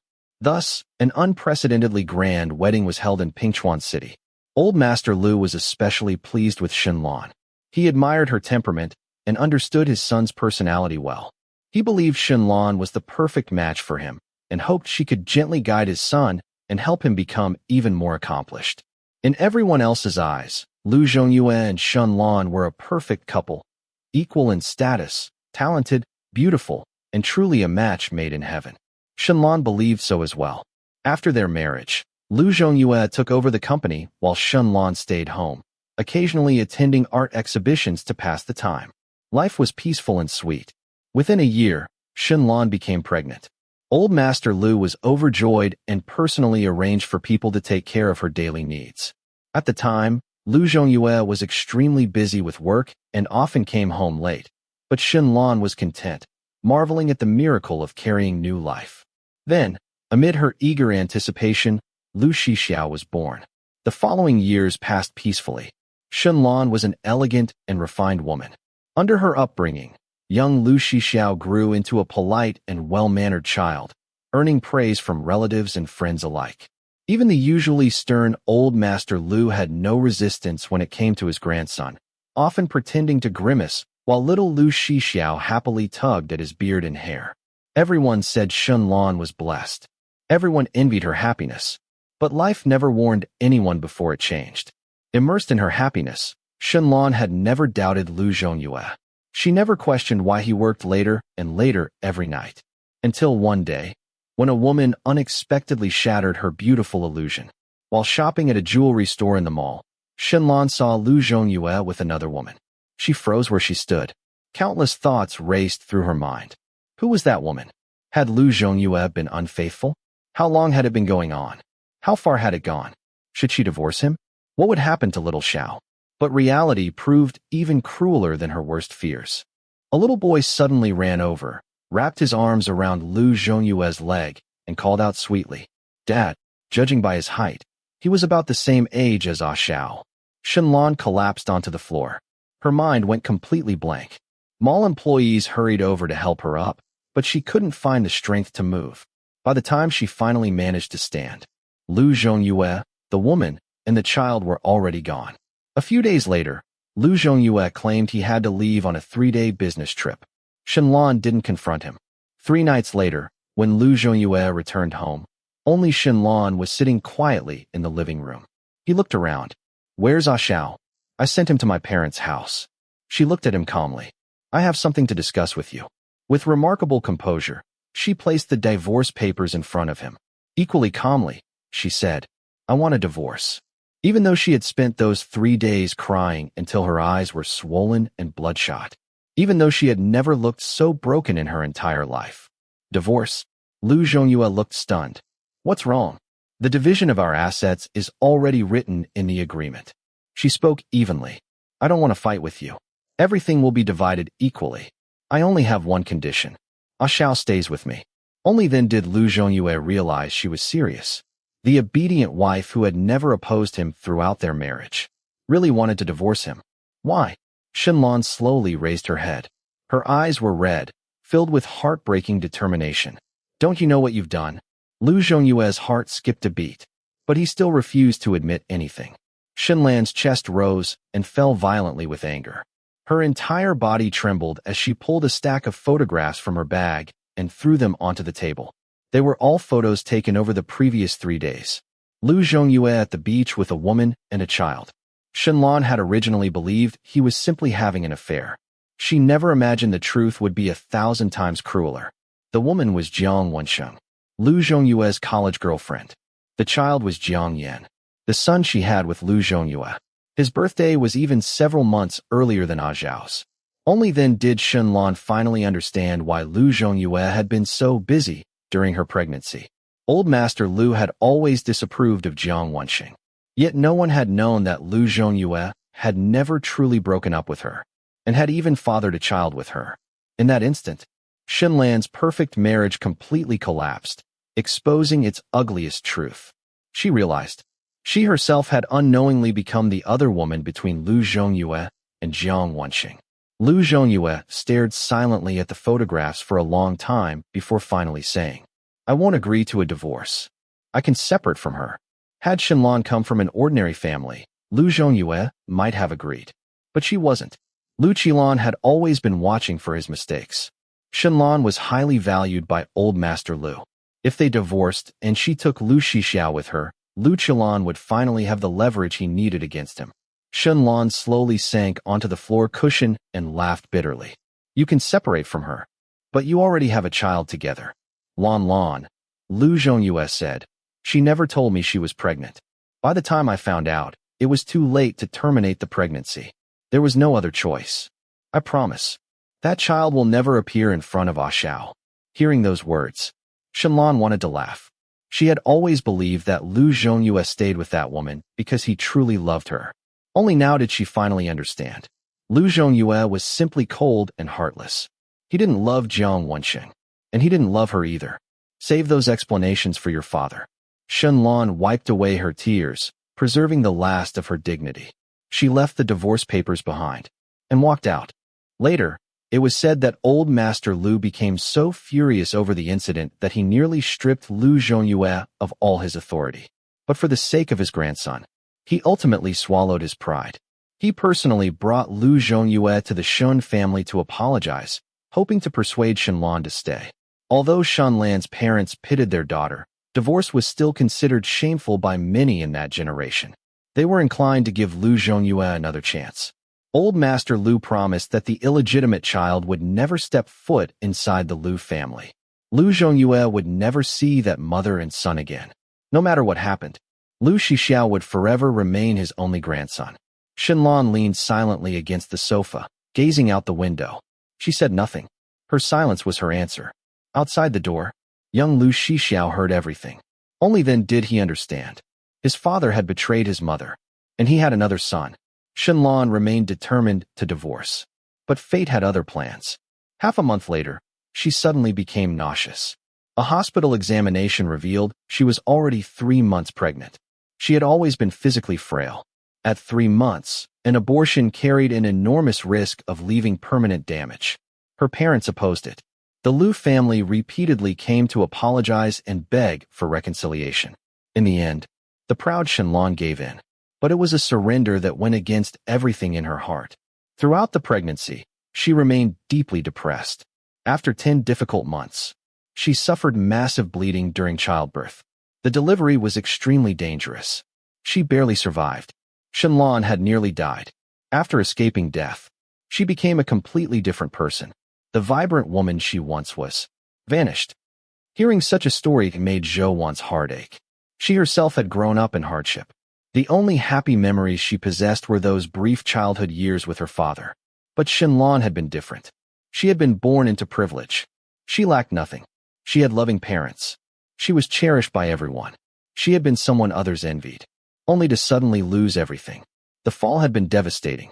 Then what happened? Zhouwan asked softly. Liu Shixiao took a sip of water. Although she survived, both she and my sister had poor health afterward. They were sick all the time. Zhouwan paused. It was the first time she had ever heard that Liu Shixiao had a sister. I was in elementary school then. When my sister turned 4, she was too weak to attend school, so grandfather hired a tutor to teach her at home. He held the water bottle in both hands. His voice remained calm, though slightly hoarse. My mom became more and more depressed. Sometimes she wouldn't leave her bedroom for days. Liu Zhongyue couldn't stand being around her. He thought she was suffocating, so he gradually stopped coming home. My mom stopped caring too. Zhouwan didn't know what to say. She only felt that everything was unbearably tragic. A tragedy no one had been able to stop. Fate had kept pushing the exhausted Shenlong, step by step, toward the abyss. Liu Shixiao stared at the circles of light beneath the street lamp. Then one day, I came home and saw my mother strangling my sister. What? Zhouwan's heart lurched. She was almost unable to speak. Why? Don't know. It was like she suddenly lost control. Liu Shixiao remained incredibly calm. That calmness somehow made everything feel even more terrifying. I rushed over to stop her. She let go immediately. Then she cried while hitting herself, saying she was wrong. Was she sick? Zhouwan asked. Maybe. After a pause, he continued. But it only happened once. At least, only once that I ever saw. Later, when my sister was 5, she developed a fever of over 40 degrees. She nearly fell into a coma. She stayed in the hospital for 2 days. And then, she died. Zhouwan quietly let out a shaky breath. Liu Shixiao's lips curved faintly. My mom couldn't accept it. She took my sister's ashes and jumped from a building. She died too. Dust returned to dust. Every grievance, every entanglement, ended with that final leap. That day, Liu Zhongyue finally came home. I probably hadn't seen him for months. But I didn't stay. Grandfather wanted me to live at the old mansion. I refused. I went to live with my maternal grandparents instead. Liu Shixiao looked up at the dark clouds drifting across the night sky. But after watching their daughter die before their eyes, my grandparents grew thinner every day. Within 2 years, they both passed away. After that, I moved into the house where I live now. It was the place my mom liked before she got married. Zhouwan could hardly imagine how Liu Shixiao had endured everything at such a young age. His sister, his mother, his grandparents, they all left him, one after another, and he became someone with no true home. Before all those tragedies, he too had once been a treasured child, surrounded by love and endless expectations. For some reason, Zhouwan suddenly remembered the first time she had gone to his house. The day before had been the anniversary of his mother's death. He had stayed home alone, refusing to see anyone, refusing to go outside, because she had mentioned his mother. He had become angry. He had also seen through her impure reasons for approaching him, and told her to leave. At that moment, Zhouwan had truly intended to end everything. She apologized, walked to the door, and reached for the handle. Then, Liu Shixiao suddenly called her name. Zhouwan. His voice had been low and hoarse, like the wild weeds growing in the courtyard. He sank into the sofa, looked up at the ceiling, closed his eyes for a moment, then quietly admitted, Zhouwan, I'm hungry. He must have been lonely, afraid of being abandoned again. That was why someone as proud as Lu Shixiao would say something like that. Zhou quietly sniffled. She gently reached out and held his hand. Very lightly. So lightly that he could have pulled away with the slightest movement. But he didn't. He simply let her hold it. Lu Shixiao, she spoke softly. My father once told me, when kind people die, they go to heaven. Your mother is watching over you. She's always by your side. She mentioned his mother again. But this time, Lu Shixiao didn't get angry. Perhaps those words were only comforting enough for children. But Zhou truly didn't know what else she could possibly say. Lu Shixiao laughed quietly. Forget it. If she saw me now, she'd probably only be more upset. Zhou said nothing. She thought, if that were true, then her own father would probably be heartbroken if he could see her now. She had learned to lie, to manipulate, to pretend. After she died, perhaps she wouldn't even be able to go to heaven. Perhaps she would never see her father again. Maybe that was for the best. At least he wouldn't have to see what she had become. The swing swayed gently as Lu Shixiao stood. Let's go. The night was silent. The bare branches swayed in the cold wind. Lu Shixiao didn't call a taxi. Instead, Zhou walked home with him. When they passed a bus stop, she lightly tugged at his sleeve. Should we take the bus? I don't have any coins. She searched her pocket. I do. Behind them, the glowing sign of a tutoring center cast a pale blue light over Lu Shixiao, outlining his youthful figure in a soft halo. About 10 minutes later, bus route 52 arrived. Zhou dropped 2 coins into the fare box. The last bus of the night was nearly empty. They sat together in the second-to-last row. Zhou took the window seat. The bus remained quiet. As Zhou replayed everything he had told her, the ache in her heart only deepened. She remembered seeing him trapped in that nightmare. His brows tightly knitted. Large beads of sweat covered his forehead. His face was pale. His hands gripped the blanket so tightly that the veins stood out. He trembled as he murmured, Mom, don't. Please. Don't jump. When exactly had he become angry that day? Zhou tried to remember. The last thing she had said seemed to have been, no matter where she is now, at least she loved you. When she said those words, his expression had changed. Zhou fell silent. The bus passed 4 more stops before coming to a halt. Lu Shixiao stood first and stepped off. Zhou followed him, then suddenly called, Lu Shixiao. He turned. His dark eyes met hers. I know it might not be my place to say this. She pressed her lips together. But I still want to ask. You know your mother was sick back then, right? He remained silent. Your mother was ill. That's why she lost control and almost hurt your sister. And because she was sick, she was in too much pain and ended up leaving you behind. But none of that changes the fact that she loved you.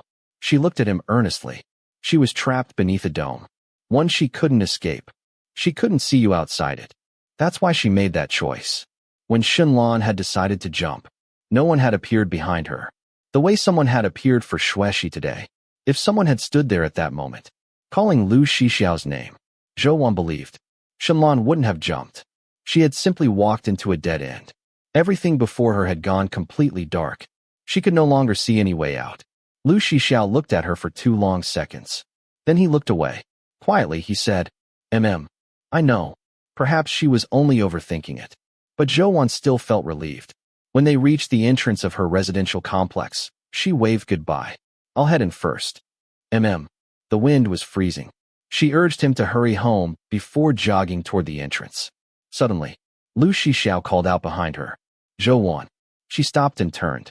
The wind had blown strands of hair across her face. What is it? He looked directly into her eyes. His dark gaze remained steady. The dim streetlights softened the sharpness of his features, wrapping him in an unexpected gentleness. Want a date? With me? Zhou froze. Her expression was filled with disbelief. Seeing that she didn't answer, Lu Shixiao didn't rush her. He simply stood there quietly, waiting. She had never imagined that Lu Shixiao would ever say something like that to her. She had heard other girls say that Lu Shixiao had never confessed to anyone before.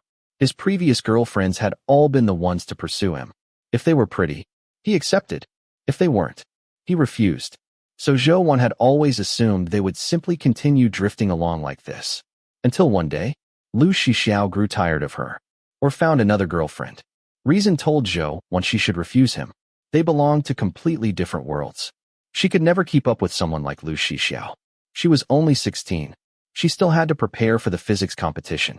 She still had to prepare for the college entrance examination. She had to earn money. She had to take care of her grandmother. She couldn't afford to make even one mistake. Besides, now that her grandmother could no longer undergo surgery, she no longer urgently needed those 300,000 yuan. She no longer needed to use Lu Shixiao to threaten Guxiangling. Yet, she heard herself asking, "If I date you, will it make you happy?" Lu Shixiao raised an eyebrow.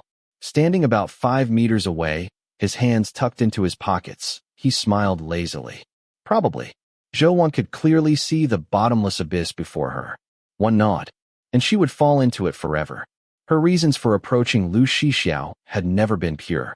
That truth could never be erased. If it were ever exposed, she would have no chance of redemption. Lu Shixiao would be furious. Just as he had once said, if someone betrayed him, he would kill them. Can't be with Lu Shixiao. Can't be with Lu Shixiao. Absolutely can't. She repeated those words to herself again and again. Okay, she answered softly, because she still wanted to make Lu Shixiao happy. Chapter 28. Zhou unlocked the door and stepped inside. Out of habit, she reached for the light switch. Only as her fingers touched it did she remember that the bulb had burned out the previous week, and she hadn't had time to replace it. But the next moment, the light came on. Instead of the harsh white light from before, a soft yellow glow filled the room. Zhou paused. Grandmother must have changed the bulb. She looked up at the warm light as it spread through the once dark room, wrapping everything in a comforting glow. She pressed her lips together. Without realizing it, she smiled. Her grandmother was already asleep, so Zhou quietly returned to her bedroom. She had been out all day and hadn't had a chance to do her homework. Taking the test papers from her backpack, she sat at her desk and began solving problems. After finishing several questions, her thoughts drifted back to Lu Shixiao. After she had nodded and agreed, he had lowered his head and smiled. Then he stepped closer. Looking down at her with those dark eyes, he raised an eyebrow. Girlfriend. Zhou froze. Heat immediately crept across her face. She had never dated anyone before. She had never even paid much attention to how other couples acted. The only examples she had ever seen were Lu Shixiao and his previous girlfriends. Those girls always acted cute around him. Sometimes he smiled. Sometimes he became impatient. He probably didn't like girls who were too clingy. But since they were dating, he probably didn't like someone too distant either. After hesitating for several seconds, Zhou lowered her eyes just like he had. Very softly, she replied, "Boyfriend." Lu Shixiao laughed again. He reached out and patted her head. "Go on inside." There was a teasing warmth in his laughter. But Zhou felt relieved, as though she had just passed an interview. Just then, her phone vibrated. 6 message. Made it home. Lu Shixiao had never told her before whether he had gotten home safely. But how was she supposed to chat with a boyfriend? After hesitating for a while, she replied, Zhou's message. Have you gone asleep? 6 message. Still early. 6 message. What are you doing? Zhou's message. Doing homework. 6 message. Keep at it. Was that the end of the conversation? Zhou stared at her phone for a long time. There were no more messages. She lowered her eyes. After thinking for quite a while, she finally typed another one. Zhou's message. Are you angry? 10 minutes later, Lu Shixiao finally replied with a voice message. His clear, youthful voice carried a trace of laughter. I just finished taking a shower. I'm only telling you to do your homework. Do you really think I get angry over nothing all the time? Zhou couldn't help grumbling to herself. You do get angry pretty easily. Of course. She didn't dare send that. Just as she was wondering how to reply, another voice message arrived. It's getting late. Finish your homework first. Otherwise you'll end up staying up all night. Zhou looked at the thick stack of test papers on her desk. She probably wouldn't finish until after midnight. So she simply wished him good night in advance. Zhou's message. Good night. 6 message. Good night. He replied almost immediately. After setting down her phone, Zhou happened to glance at herself in the mirror. Her long black hair hung loosely around her shoulders. Her cheeks carried a faint blush. Her nose was still red from the cold wind outside. The corners of her lips curved upward. Even her eyes were smiling. She stared at herself in surprise. It suddenly occurred to her. She rarely smiled like this. A smile that reached her eyes. She shook her head, forcing herself to stop daydreaming. Then she buried herself in her homework once more. Zhou solved problems quickly. Even so, it still took 2 full hours to finish everything. After putting away her school bag and taking a shower, she came back to find an unread message on her phone. It was from Guxiangling.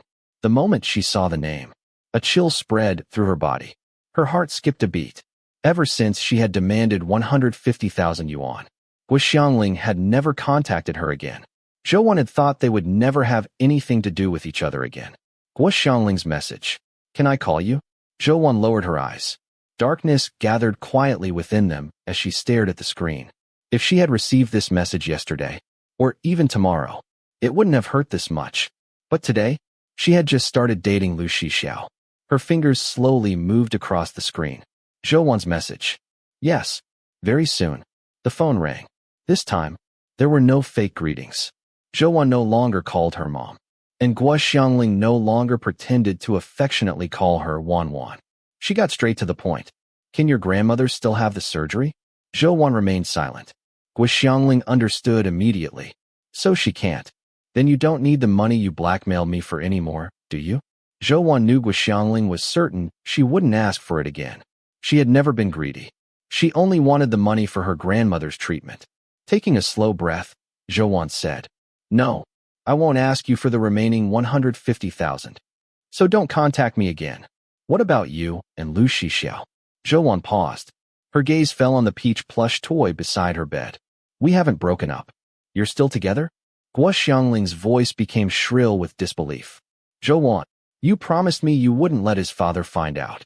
I only promised I wouldn't go to Lu Zhongyue. I never promised I'd break up with Lu Shixiao. Besides, you never paid me the full 300,000 we agreed on. You little slut. Guxiangling exploded. You ungrateful bitch. Hearing those insults, Zhou remained expressionless. She didn't even blink. Guxiangling gritted her teeth before lowering her voice. Don't tell me you've actually fallen for Lu Shixiao. She sneered. You really think anything could happen between the two of you? Strictly speaking, you should be calling him your brother. Zhou, you're my daughter. That makes you his stepsister. His sister. Zhou felt every inch of her body turn cold. Her knuckles turned white from gripping the phone. Guxiangling laughed coldly. You didn't know, did you? Lu Shixiao once had a real sister. But she died. I heard he took it very hard. What do you think he'll feel when he finds out you're his sister too? He's old Master Lu's favorite grandson. Think carefully. What kind of future do you think you'll have after offending him? Zhou couldn't listen anymore. She hung up. Her hands trembled uncontrollably. She couldn't even hold her phone. It slipped from her fingers and hit the floor with a dull thud. She curled up on the bed. Wrapping her arms around her knees, she buried her face against them.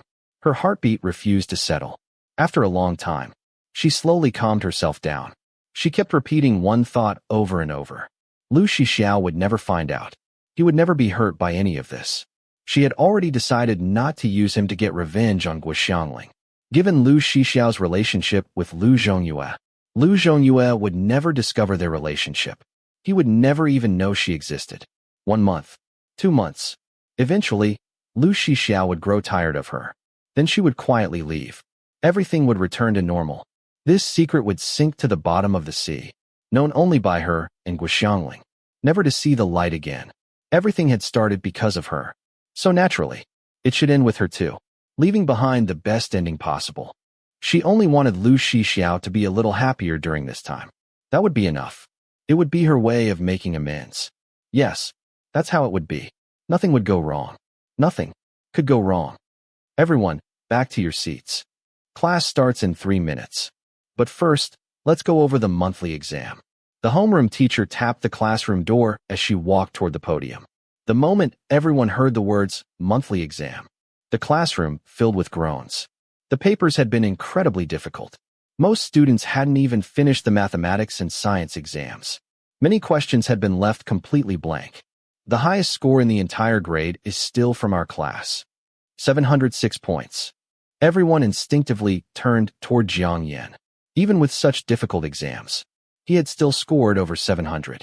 The homeroom teacher smiled. And second place is also from our class. 701 points. This time, everyone looked toward Zhou. Every exam was the same. Jiang Yan and Zhou. always first and second in the entire grade. The teacher looked at everyone's expressions before laughing. I see Jiang Yin and Zhou Wan look perfectly calm. So why are the rest of you smiling so happily? What's the point? Will they share their scores with you during the college entrance exam?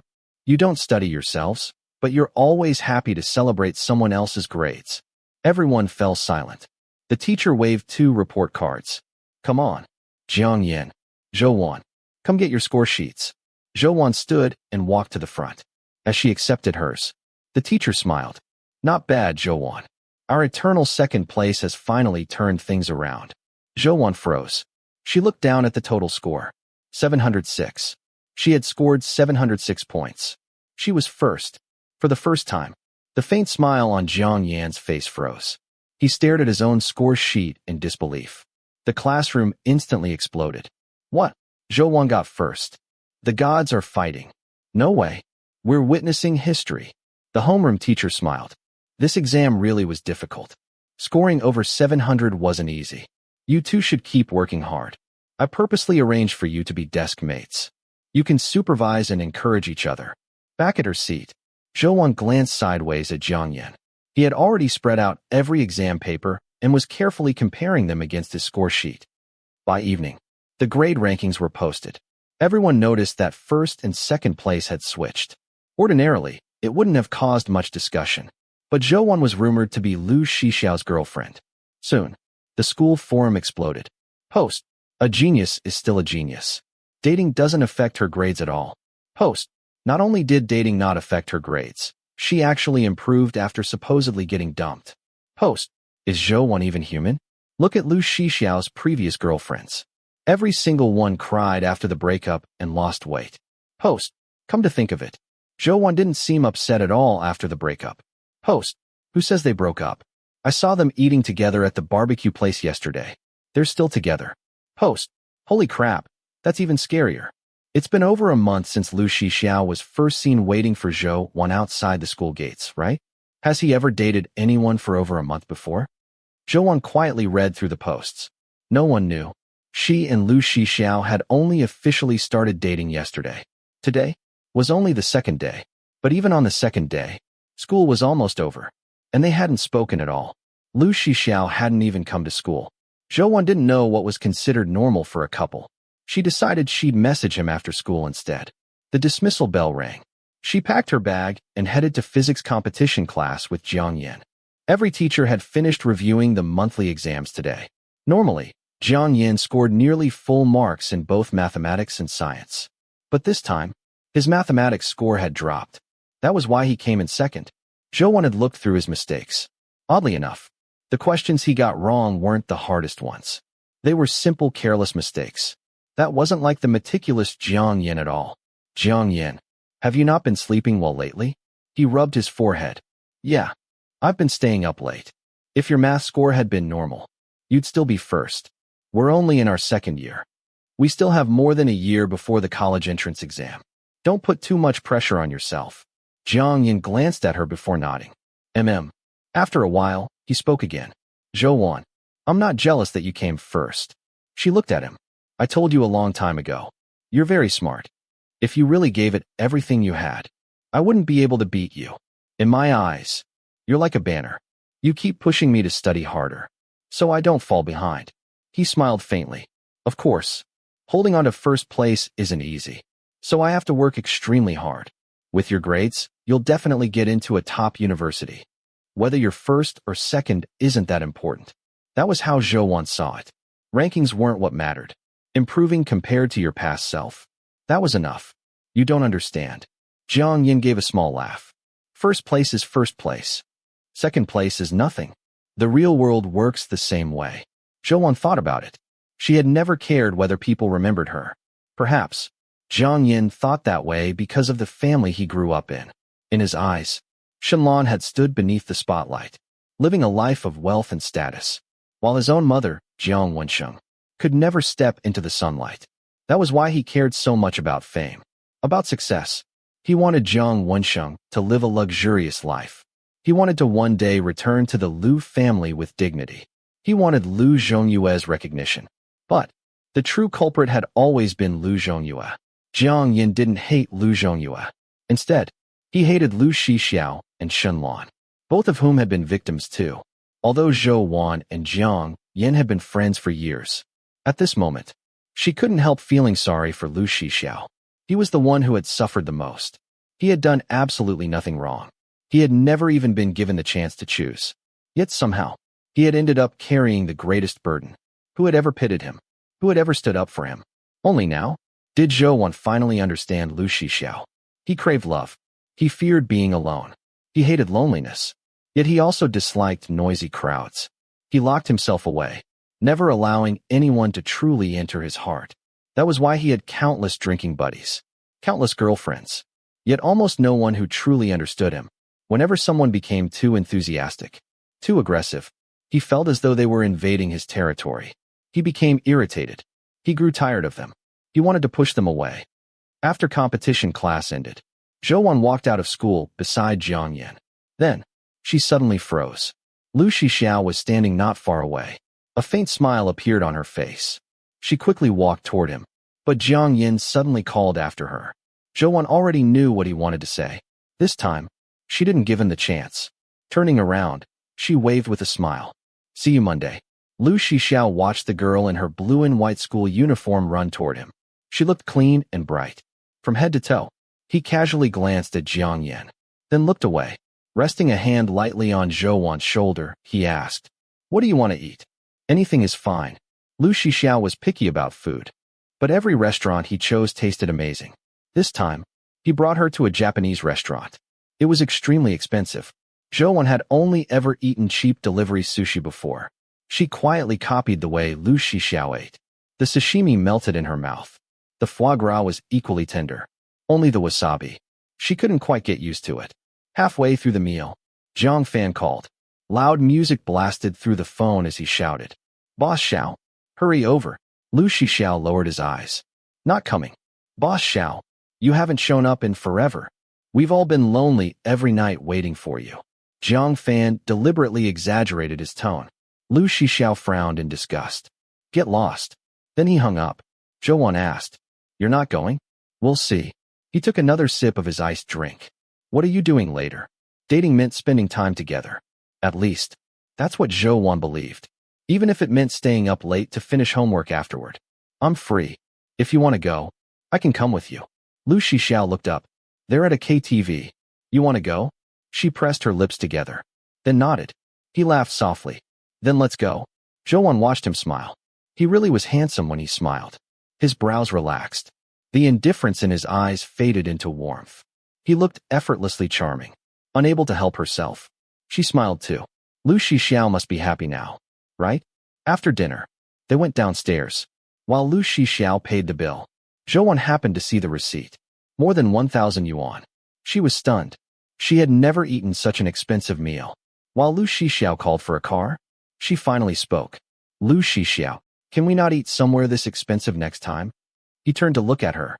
"You didn't like it?" "I did. It was delicious. But it's too expensive." His expression didn't change. "Then we'll try somewhere else next time." She nodded. "I'll transfer you my share later." "What share?" "The cost of dinner.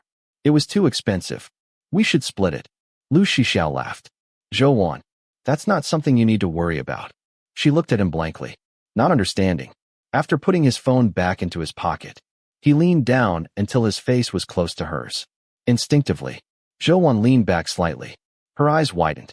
His familiar scent surrounded her. His low voice carried a teasing smile. "What you should be worrying about is keeping an eye on my money. Make sure I don't spend it on other girls." Zhou Wan froze. 3 seconds later, a deep blush slowly spread across her cheeks. Chapter 29. The KTV was dimly lit. The polished floor reflected the colorful lights overhead. Zhou Wan followed Lu Shixiao inside. It was her first time in a place like this. To her, it felt like an unfamiliar entertainment venue, and she couldn't help feeling a little nervous. She quietly observed her surroundings while staying close behind Lu Shixiao. Knowing everyone would be drinking alcohol, Lu Shixiao ordered a glass of juice for her before they entered. When they reached the door of the private room Zhang Fan had mentioned, Lu Shixiao turned around. "It's not too late to leave." The music inside was deafening. His voice was muffled through the door. Huh. Zhou hadn't heard him clearly. Lu Shixiao bent down until he was close to her ear and repeated himself. His warm breath brushed against her ear. The thin skin there immediately turned red. Zhou blinked. It's okay. The corners of Lu Shixiao's lips curved upward. Then he pushed open the door. The moment everyone saw Zhou, they all stood up enthusiastically. Sister-in-law, come sit in the middle. Zhou hurriedly waved both hands. I can't sing. I'll just sit over here. Lu Shixiao let her do as she pleased and sat beside her. Ever since Zhou had accidentally drunk alcohol during their last dinner together, no one urged her to drink this time. Among the dozen or so people in the room, only Zhou held a glass of juice. Seeing how quiet and well-behaved their little sister-in-law was, several of them even stubbed out their cigarettes. No one wanted to carelessly upset Lu Shixiao again.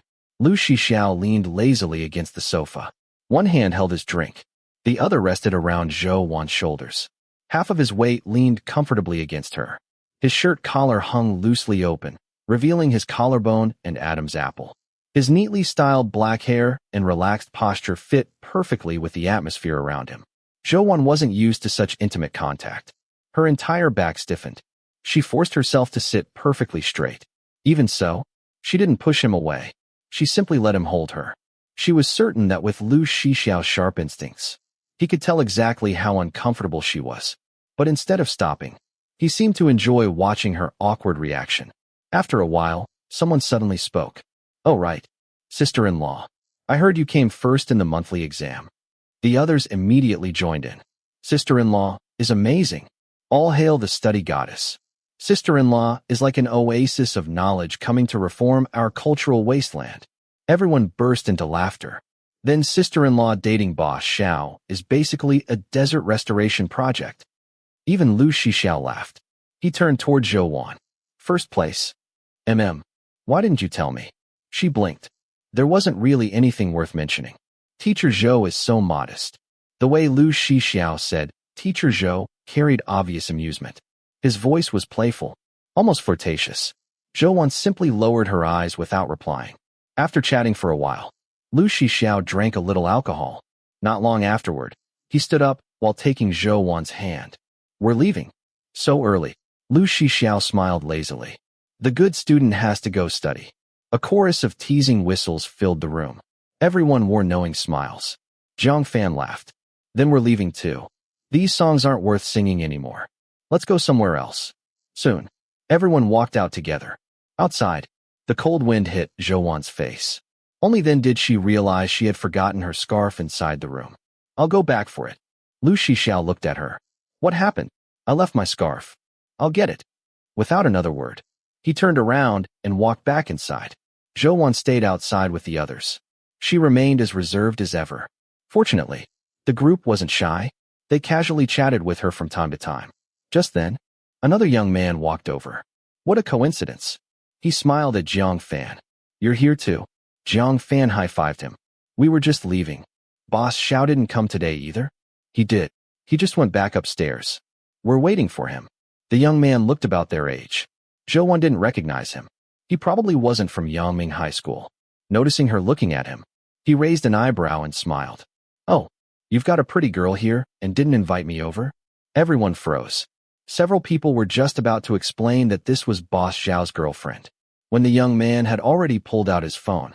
Without giving anyone a chance to stop him, he smiled brightly. Little sister, let's get to know each other. Add me. Jiang Fan immediately reached out to stop him. But at that exact moment, Lu Shixiao came back downstairs holding Zhou's scarf. A girlfriend's problems should naturally be handled by her boyfriend. Jiang Fan silently observed a moment of silence for his friend, then withdrew his hand. He wasn't getting involved. The young man noticed Lu Shixiao. Boss Xiao. Lu Shixiao answered with a casual, His gaze fell upon the phone nearly pressed against Zhou's face. The young man smiled again. Come on. We're just making friends. Zhou looked at Lu Shixiao. He stood there expressionless, hands in his pockets, chin slightly raised, his gaze calm. She thought for a moment. This person seemed to know Lu Shixiao. They were probably friends. At the very least, she shouldn't embarrass Lu Shixiao's friend in front of everyone. So, she reached out, took the phone, and began entering her number. Instantly, Silence fell over the group. Everyone held their breath. Inside, every single person was thinking the same thing. Sister-in-law? Really was something else. Lu Shixiao's brows slowly drew together. A cold smile tugged at his lips. His jaw tightened. His teeth ground together slightly. The sharp line of his jaw grew tense. An icy chill spread from him. Without saying a word, he walked straight through the crowd and left. Zhou froze, watching his back disappear. Lu Shixiao. He didn't even turn around. She hadn't even finished entering the phone number. Hurriedly handing the phone back, she ran after him. Lu Shixiao. The young man stood there in complete confusion. He had absolutely no idea what had just happened. Jiang Fan patted him sympathetically on the shoulder. Brother, you're cannon fodder. Huh? The girl you were trying to pick up. She's your sister-in-law. His mind went completely blank. After a long silence, he couldn't help cursing. What the hell? Why didn't you tell me? Did you even give me a chance? But he still looked aggrieved. Then why didn't Boss Xiao stop me? I asked for his girlfriend's number right in front of him. He just stood there and watched. He frowned. Wait. Sister-in-law actually gave me her number in front of Boss Xiao. Was she messing with me? Is she secretly calculating? Trying to make Boss Xiao jealous? Jiang Fan punched him lightly. She doesn't have that kind of scheming mind. But still, the young man finally started piecing everything together. Even if she's Boss Xiao's girlfriend. So what? Boss Xiao was never this petty before. I was just making conversation. I didn't even do anything. Jiang Fan sighed. Haven't you noticed? Compared to all his previous girlfriends, their relationship is completely reversed. That was true. In the past, girls were always the ones chasing Lu Shixiao. They got jealous. They got angry. Whenever someone flirted with those girls, Lu Shixiao never reacted at all. The young man's eyes widened. So, I'm dead. Jiang Fan looked at him sympathetically. You're dead. Unless what? Unless sister-in-law manages to cheer Boss Xiao up. Otherwise, you probably won't survive. The young man's vision went dark. With Boss Xiao's temper? Who could possibly calm him down? Jiang Fan laughed shamelessly. I suggest booking a hospital bed in advance.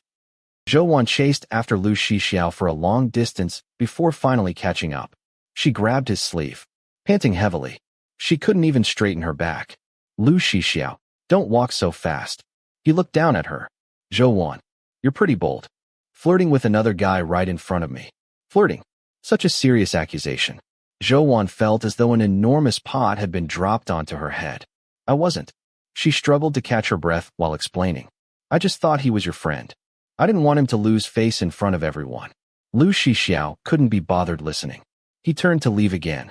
Even though she was exhausted, Zhou continued chasing after him. Lu Shixiao, her voice softened. I didn't know you'd be angry. I won't do it again. He suddenly stopped walking. She almost ran straight into his back. Startled, she hurriedly stepped backward. Come here. He frowned at the distance she created. Zhou immediately walked back to his side. Lu Shixiao started walking again. At least, he slowed down. His expression remained cold. Zhou quietly walked beside him. She felt wrong too, unable to hold it in. She muttered under her breath. Dating you is like living with a tiger. She had spoken so softly. She hadn't expected him to hear it. You just insulted me. She immediately shook her head, pretending nothing had happened. I heard you. Zhou lowered her head. Sorry. Lu Shixiao let out a cold laugh. Back to acting obedient again. They took a taxi home together. When they reached the entrance to Zhou neighborhood, she quietly asked, Lu Shixiao, are you still angry? Yep. Zhou was good at comforting children. She had no idea how to comfort Lu Shixiao. After hesitating, she apologized once more. I'm sorry. He raised an eyebrow. You think sorry is enough? You almost made me a cuckold. Zhou eyes widened. The accusation had somehow become even more outrageous. I didn't. She corrected him seriously. I just didn't know how dating worked. I thought that was what I should do in that situation. So now I have to teach you how to date. She stayed silent. Fine. He nodded generously. I'll teach you. What? When your boyfriend is angry, saying sorry isn't enough. You have to do something practical. Zhou looked at him with clear, innocent eyes. What practical thing? Lu Shixiao quietly watched her for several moments. Then, with a soft laugh, he leaned closer. He had drunk a little alcohol earlier. The warm scent of it surrounded her. Instinctively, Zhou leaned backward. A sense of danger made her want to retreat. But her feet seemed rooted to the ground. She couldn't move. Her pupils widened unconsciously. Her bright eyes stared blankly at him. Lu Shixiao leaned even closer. He lifted one hand. Gently holding Zhou chin, he tilted it upward. Almost playfully, he studied every expression on her face. After a long moment, he smiled. For example, his thumb slowly brushed across her lips. Back and forth. Very gently. Give me a kiss, and I'll forgive you. Chapter 30. Lu Shixiao's words were truly malicious. Kiss me, and I'll forgive you. As if Zhou had committed some unforgivable mistake. Had she been any less clear-headed, she might actually have been fooled by his twisted logic. But Zhou was too smart for that. Even though her face was burning so hot that her mind felt fuzzy, she refused to let his sophistry confuse her. Her cheeks flushed crimson as she stared at the shameless culprit before her. You? She was so stunned by his audacity that she couldn't even finish her sentence. Lu Shixiao didn't think he was being unreasonable at all. He raised an eyebrow. What? Shameless. Gathering all her courage, Zhou finally managed to scold him. The moment the word left her mouth, however, that courage deflated like a punctured balloon. She didn't even dare look at Lu Shixiao again and immediately lowered her head. Instead of getting angry, Lu Shixiao laughed. He reached out, lifted her chin with one hand, and pinched her cheek. I've spoiled you too much. Now you actually dare to scold me. His movements were rough and careless. Her cheeks grew even redder, almost the color of fresh blood. She didn't dare complain that it hurt. She simply stood there obediently, accepting her punishment. Looking at her, Lu Shixiao figured the little girl was probably cursing him in her heart. She was especially good at putting on that innocent face of hers to fool people. He snorted and finally let go. Get lost. Go home. Zhou didn't move. She looked up at him again. So, you're not angry anymore. Lu Shixiao let out a quiet laugh. You scolded me, and you still expect me not to be angry? He had a point. Zhou was completely at a loss.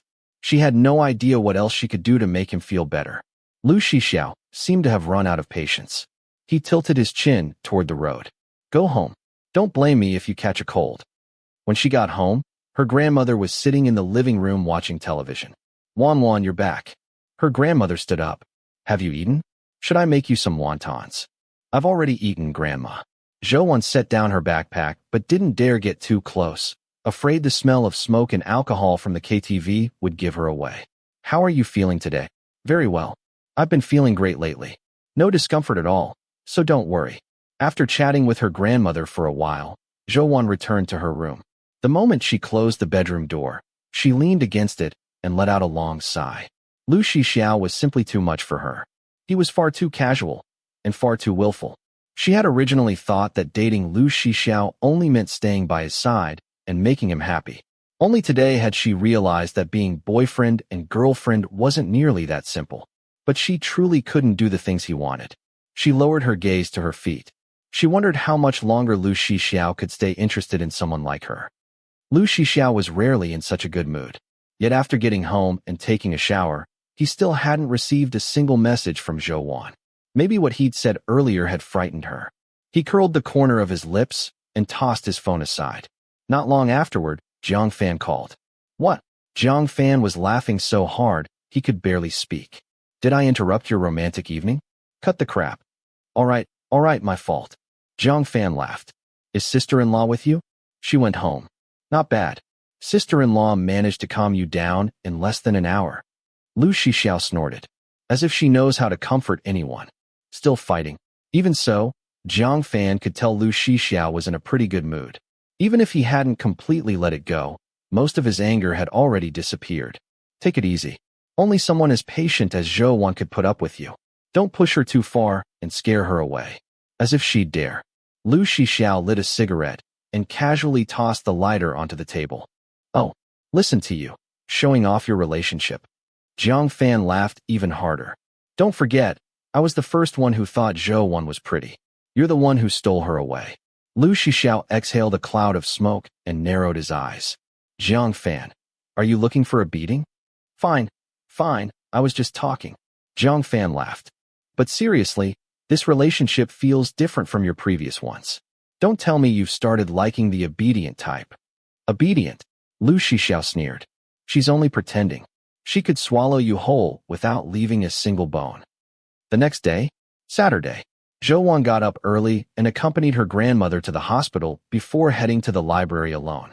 Getting up early was especially difficult during this season, so the library wasn't crowded yet. She found a quiet seat in the corner and took out her physics competition exercises. Many physics problems followed similar principles. Once she figured out the key idea, the rest became much easier. Most of the questions posed no challenge. Only occasionally did she encounter one difficult enough to require checking the solution. By noon, she didn't want to go all the way home for lunch. She ordered food delivery for her grandmother and bought herself a cup of instant noodles from the library convenience store. After finishing her noodles, she thought for a moment before sending Lu Shixiao a message. Zhouwan's message. Have you eaten? He didn't reply until 3 o'clock that afternoon. 6 message. Just woke up. Who knew what time he'd gone to bed last night? 6 message. At home. Zhouwan's message. Studying at the library. 6 message. Want dinner? Zhouwan's message. Where? 6 message. Up to you. Zhouwan's message. I know a good clay pot restaurant. 6 message. What time are you done? I'll pick you up. Zhouwan's message. No need to trouble yourself. I can go there myself. 6 message. What time? Resting her chin on her workbook, Zhouwan replied. Zhouwan's message. 4:30. She finished a few more problems. When the clock reached 20 past 4, she packed her bag and went downstairs. The moment she stepped out of the library, she saw Lu Shixiao sitting on the entrance steps, smoking. His striking appearance attracted the attention of passing female students. She hurried over. Lu Shixiao. He turned around and stood up. Why didn't you tell me when you arrived? She asked. How long have you been waiting? He glanced at her. 2 hours. It hadn't even been 2 hours since he'd woken up. Was he still angry? She hurried after him. The clay pot restaurant is close. We can walk there. Silence returned. Zhouwan had never minded silence. She could comfortably stay quiet without feeling awkward. But this silence came from Lu Shixiao's lingering anger. And the way to make him stop being angry, she hid the lower half of her face inside her coat collar. That was something she truly couldn't do. Lu Shixiao. When you got angry like this before, did those girls always comfort you that way? What way? She hesitated before quietly asking. You know, by kissing you. Lu Shixiao suddenly stopped walking. He stared at her for a long moment before tugging at the corner of his mouth. None of them ever had the guts to make me jealous. Were you jealous? His face immediately darkened. Shut up. Before she started dating, Zhouwan had only heard from others and read online that some girls like to throw little tantrums in relationships. After dating Lu Shixiao, she realized that throwing tantrums clearly wasn't limited to girls. After dinner, Lu Shixiao called for a taxi.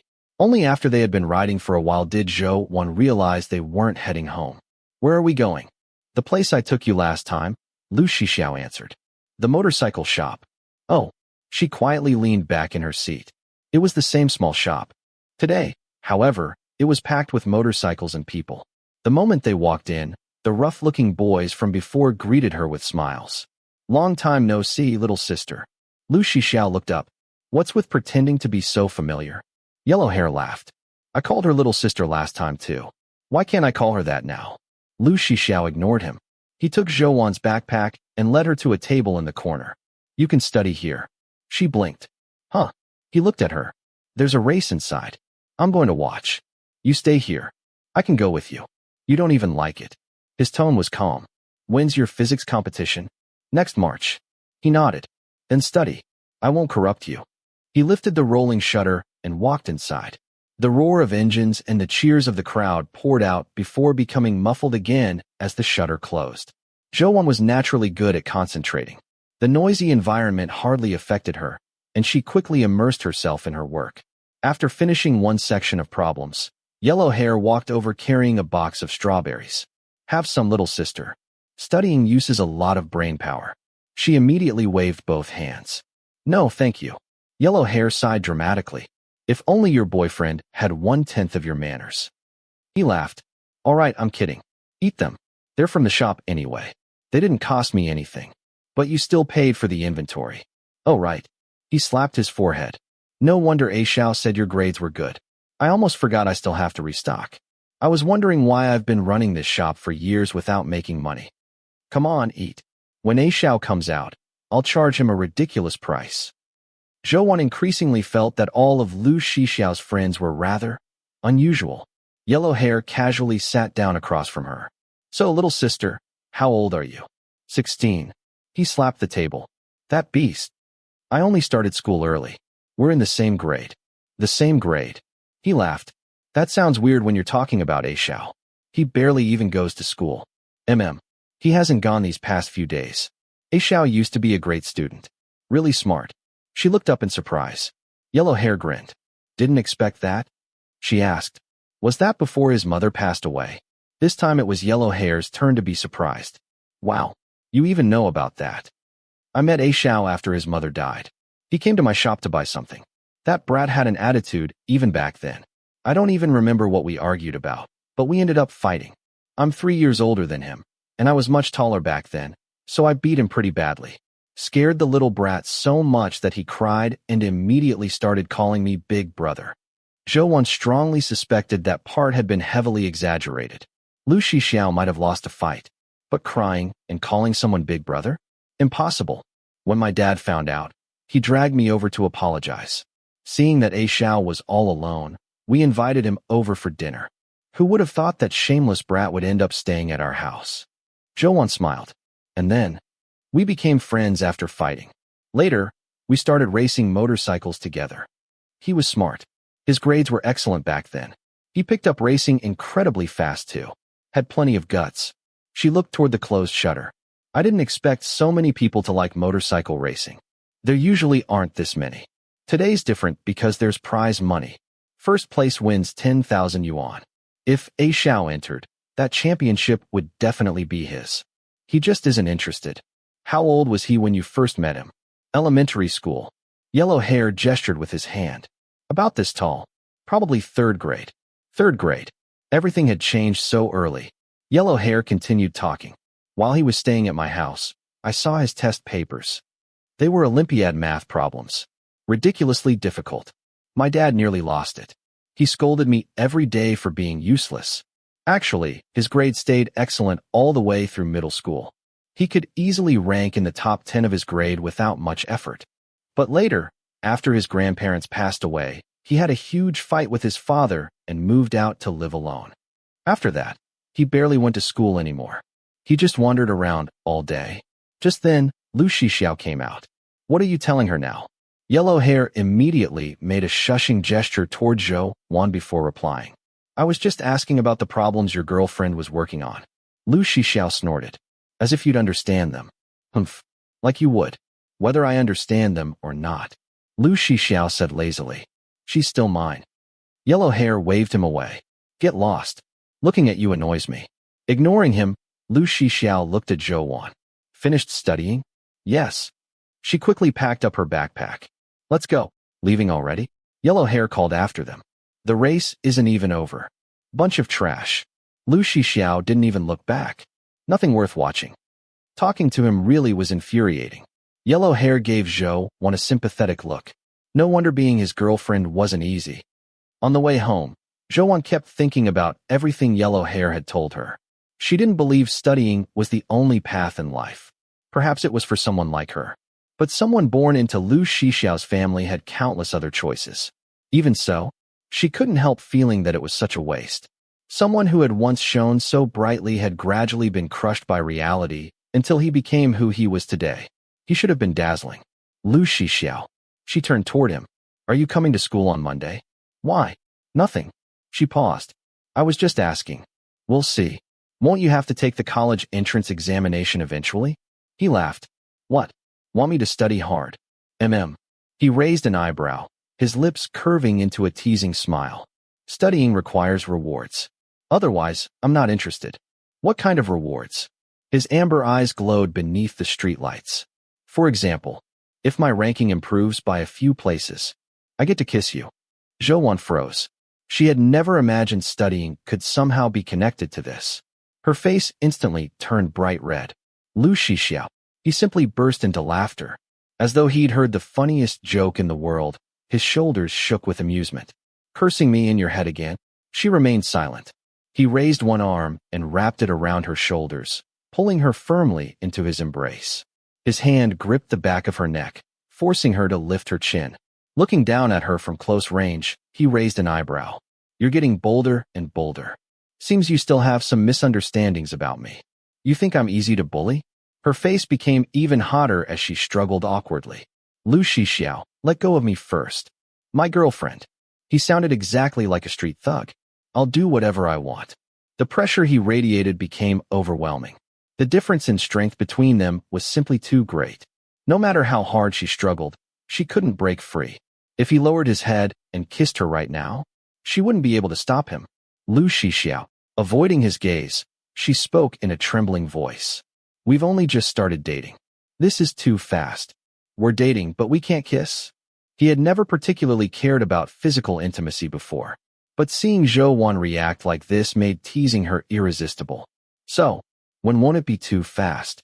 At least, she stammered. At least 1 year. She randomly picked a period that sounded safe. By then, Lu Shixiao probably wouldn't like her anymore. He chuckled softly. A year. His tone was light and careless. We could have a kid by then. She stared at him in disbelief. What?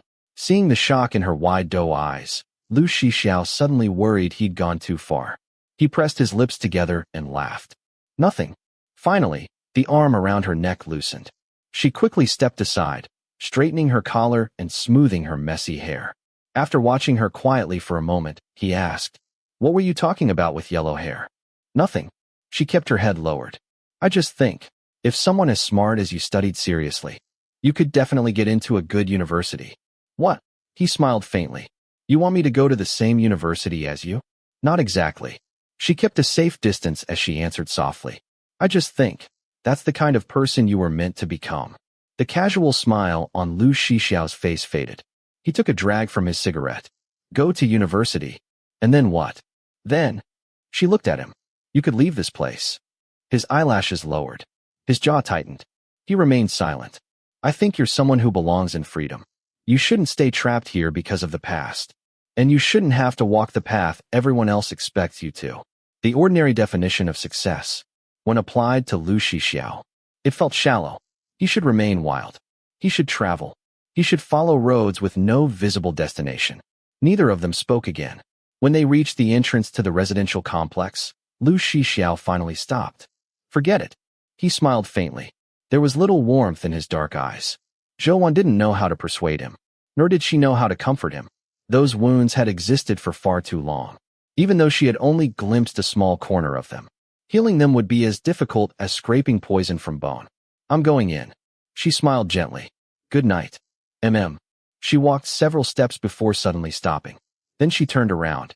Just as Lu Shixiao was about to ask what was wrong, she suddenly ran back toward him. The wind outlined her slender waist as she ran. Her soft black hair bounced gently behind her. The fresh scent of laundry detergent surrounded her like a rushing tide. The instant Zhou Wan threw herself into his arms, Lu Shixiao's mind went completely blank. His only instinct was to hold the cigarette away so he wouldn't accidentally burn her. 2 seconds later, she let go and stepped back. Her head remained lowered. Her face was red all the way to her neck. Lu Shixiao. She didn't dare look at him. That thing you asked for. I really can't do it. Can we do this instead? Lu Shixiao silently ground his teeth. It felt as though tiny claws were scratching at his heart. Her voice became almost inaudible. If you study hard, I'll hug you instead. Okay. He raised an eyebrow. His throat and chest suddenly felt strangely itchy. That hug was too short. I couldn't even feel it. Her eyelashes trembled. Keeping her head lowered, she stepped forward once more and wrapped her arms around him. This time, she hugged him for 3 full seconds. When she stepped back, her face was even redder than before. Lu Shixiao estimated she was probably hot enough to burn anyone who touched her. He laughed softly, his deep, magnetic voice deliberately teasing. Just that. I still think I'm getting the short end of the deal. Chapter 31. Zhou Wan didn't know whether Lu Shixiao was really getting the short end of the deal or not. But either way, she saw him at school on Monday. He was wearing his school uniform. It was rare for Zhou Wan to see him dressed like that. During Monday's flag-raising ceremony, More than 30 classes stood in formation across the athletic field. Lu Shixiao stood at the back of Class 7. He looked as though he hadn't fully woken up yet, his expression tired and sleepy, his eyelids drooping lazily. His school uniform hung loosely over his tall frame. The zipper wasn't fully pulled up, exposing his sharp collarbones and emphasizing the clean lines of his broad shoulders.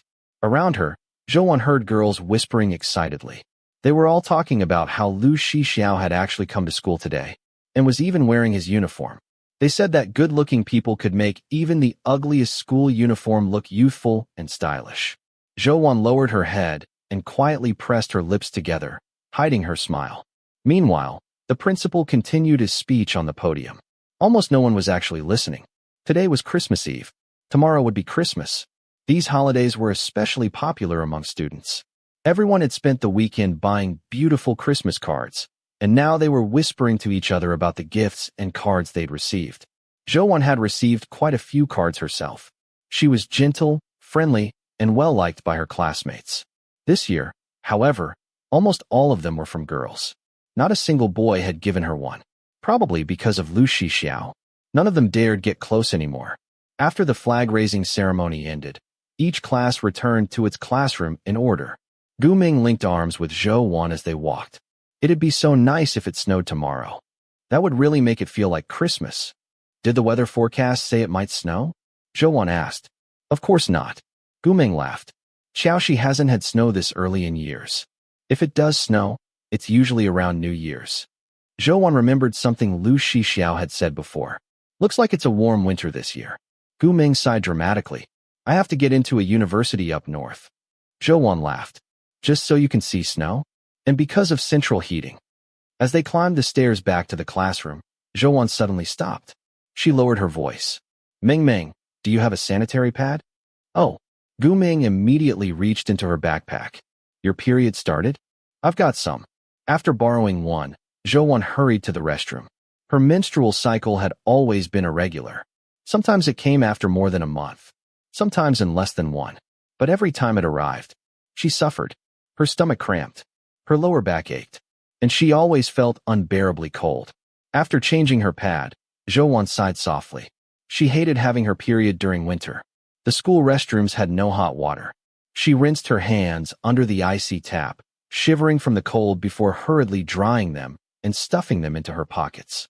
Her lower abdomen throbbed painfully, as though something were dragging all her organs downward. As she stepped out of the restroom, she ran into Lu Shixiao. He frowned the moment he saw her. Why do you look so pale? She shook her head. It's nothing. Ignoring the students walking past them, Lu Shixiao raised the back of his hand and pressed it gently against her forehead. She didn't have a fever. If anything, she was far too cold. You caught a cold? She shook her head again. Really, it's nothing. His voice deepened. Zhou. She didn't know how to explain. It was simply too embarrassing. Without another word, he grabbed her wrist. Let's go to the infirmary. No, Lu Shixiao. She tried pulling her hand back.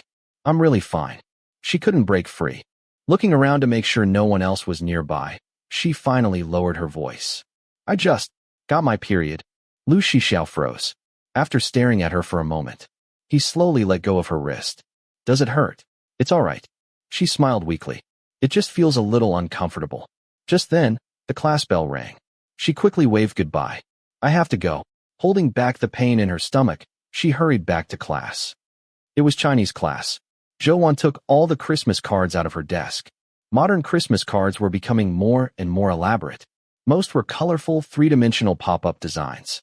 She carefully read each one before writing a reply.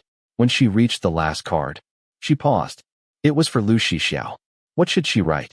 After thinking quietly for a while, she lowered her head and carefully wrote, Lu Shixiao, Happy Christmas Eve and Merry Christmas. I wish you happiness every day, smooth sailing in everything you do, and success in all your endeavors. She slipped the card inside one of her textbooks and left it on her desk. She planned to give it to him after school. Third period was P. Because she was on her period, Zhou didn't have to run laps. Even so, after standing in the freezing wind for nearly an hour, she felt even worse. Her hands and feet had gone numb from the cold. When class ended and she returned to the classroom, she reached into her desk for her next textbook. and found a paper bag inside. Startled, she pulled it out. Inside was a steaming cup of red date and brown sugar tea, along with a hot water bottle. Guming happened to see it. Wan. She gasped. Who gave you that? I don't know. It has to be Lu Shixiao. Guming grinned. Besides him, who else would dare try to win your favor now? Zhou lowered her eyes. It didn't seem like something Lu Shixiao would normally do. I'll ask him. Zhou's message. Did you put those things in my desk? 6 message. She gently pressed her lips together. Something warm quietly spread through her heart. Zhou's message. Thank you. 6 message. Still have competition training after school? Zhou's message. Yes. Every day until the competition next March. 6 message. I'll wait in the classroom. Come find me afterward. Zhou's message. Okay. 6 o'clock that evening. Training finally ended. Zhou took the Christmas card she'd written for Lu Shixiao from her desk and slipped it into her coat pocket. When she arrived outside Class 7, the classroom was completely empty. Only Lu Shixiao remained. He was asleep with his head resting on his desk. Outside, darkness had already fallen. With no lights on, the classroom felt especially lonely. She walked over and gently nudged his arm. Lu Shixiao. After a while, he slowly sat up. His brows were tightly knitted, and irritation was written all over his face. Zhou immediately fell silent. Another 2 minutes passed. Finally, Lu Shixiao ran a hand through his hair. The annoyance in his eyes faded slightly. His voice was still rough with sleep. Finished. He sat up completely. Only then did Zhou notice the textbook lying open on his desk. It was spotless. Not a single note had been written inside. Did you study today? He raised an eyebrow. Couldn't understand it. She lowered her eyes. Then, I'll lend you my notes next time. His lips curved into a smile. All right. He stood up and naturally took her heavy backpack from her shoulder. As he did, she caught sight of his desk drawer. It was overflowing with Christmas cards and beautifully wrapped Christmas apples. She blinked in surprise. Following her gaze, Lu Shixiao said casually, "No idea who stuffed them in there. They must have been from girls who liked him." Every Christmas, his desk somehow ended up filled with gifts. Oh, she quietly clutched the Christmas card inside her pocket. It was only a simple card with a Christmas tree on the front. Compared to all those beautiful, carefully chosen gifts, it suddenly seemed plain and insignificant. Let's go, She followed him out. The card remained inside her pocket. She never took it out. Something felt strangely uncomfortable inside her chest. Partly because the card she'd prepared suddenly seemed too simple, and partly because he'd already received so many. She didn't want hers to disappear among the pile. If that was going to happen, she would rather not give it at all. As they walked out through the school gate, Lu Shixiao asked, "Still feeling bad?" He simply looked at her. She immediately realized what he meant. Lowering her head, she bit her lip. "I'm much better." Walking beside him, she asked, "Are we going to dinner?" Where?" "My place." She blinked in surprise. Without looking up from his phone, he answered casually, "Remember the barbecue takeout from last time? If we don't eat it soon, it'll spoil." By now, Zhou was actually more familiar with Lu Shixiao's kitchen than he was. She took out the induction cooker and tableware. Then she removed the refrigerated meat from the refrigerator and checked that everything was still fresh. "Do you have any rice?" She looked around. "There isn't any cooked yet." "Probably not." Lu Shixiao sat down at the dining table. He couldn't even remember the last time he'd eaten there with someone else. "I'll order some." The delivery arrived quickly. Soon the lamb slices and meatballs were bubbling inside the hot pot. Zhou picked one up. It still tasted delicious. Lu Shixiao finished eating much faster than she did. Then he leaned back and lit a cigarette. She glanced at him. She wanted to tell him to smoke less. But in the end, she stayed silent. After finishing the last bite of rice, she asked, "Are you eating any more?" "No." She immediately gathered the dishes and carried them into the kitchen.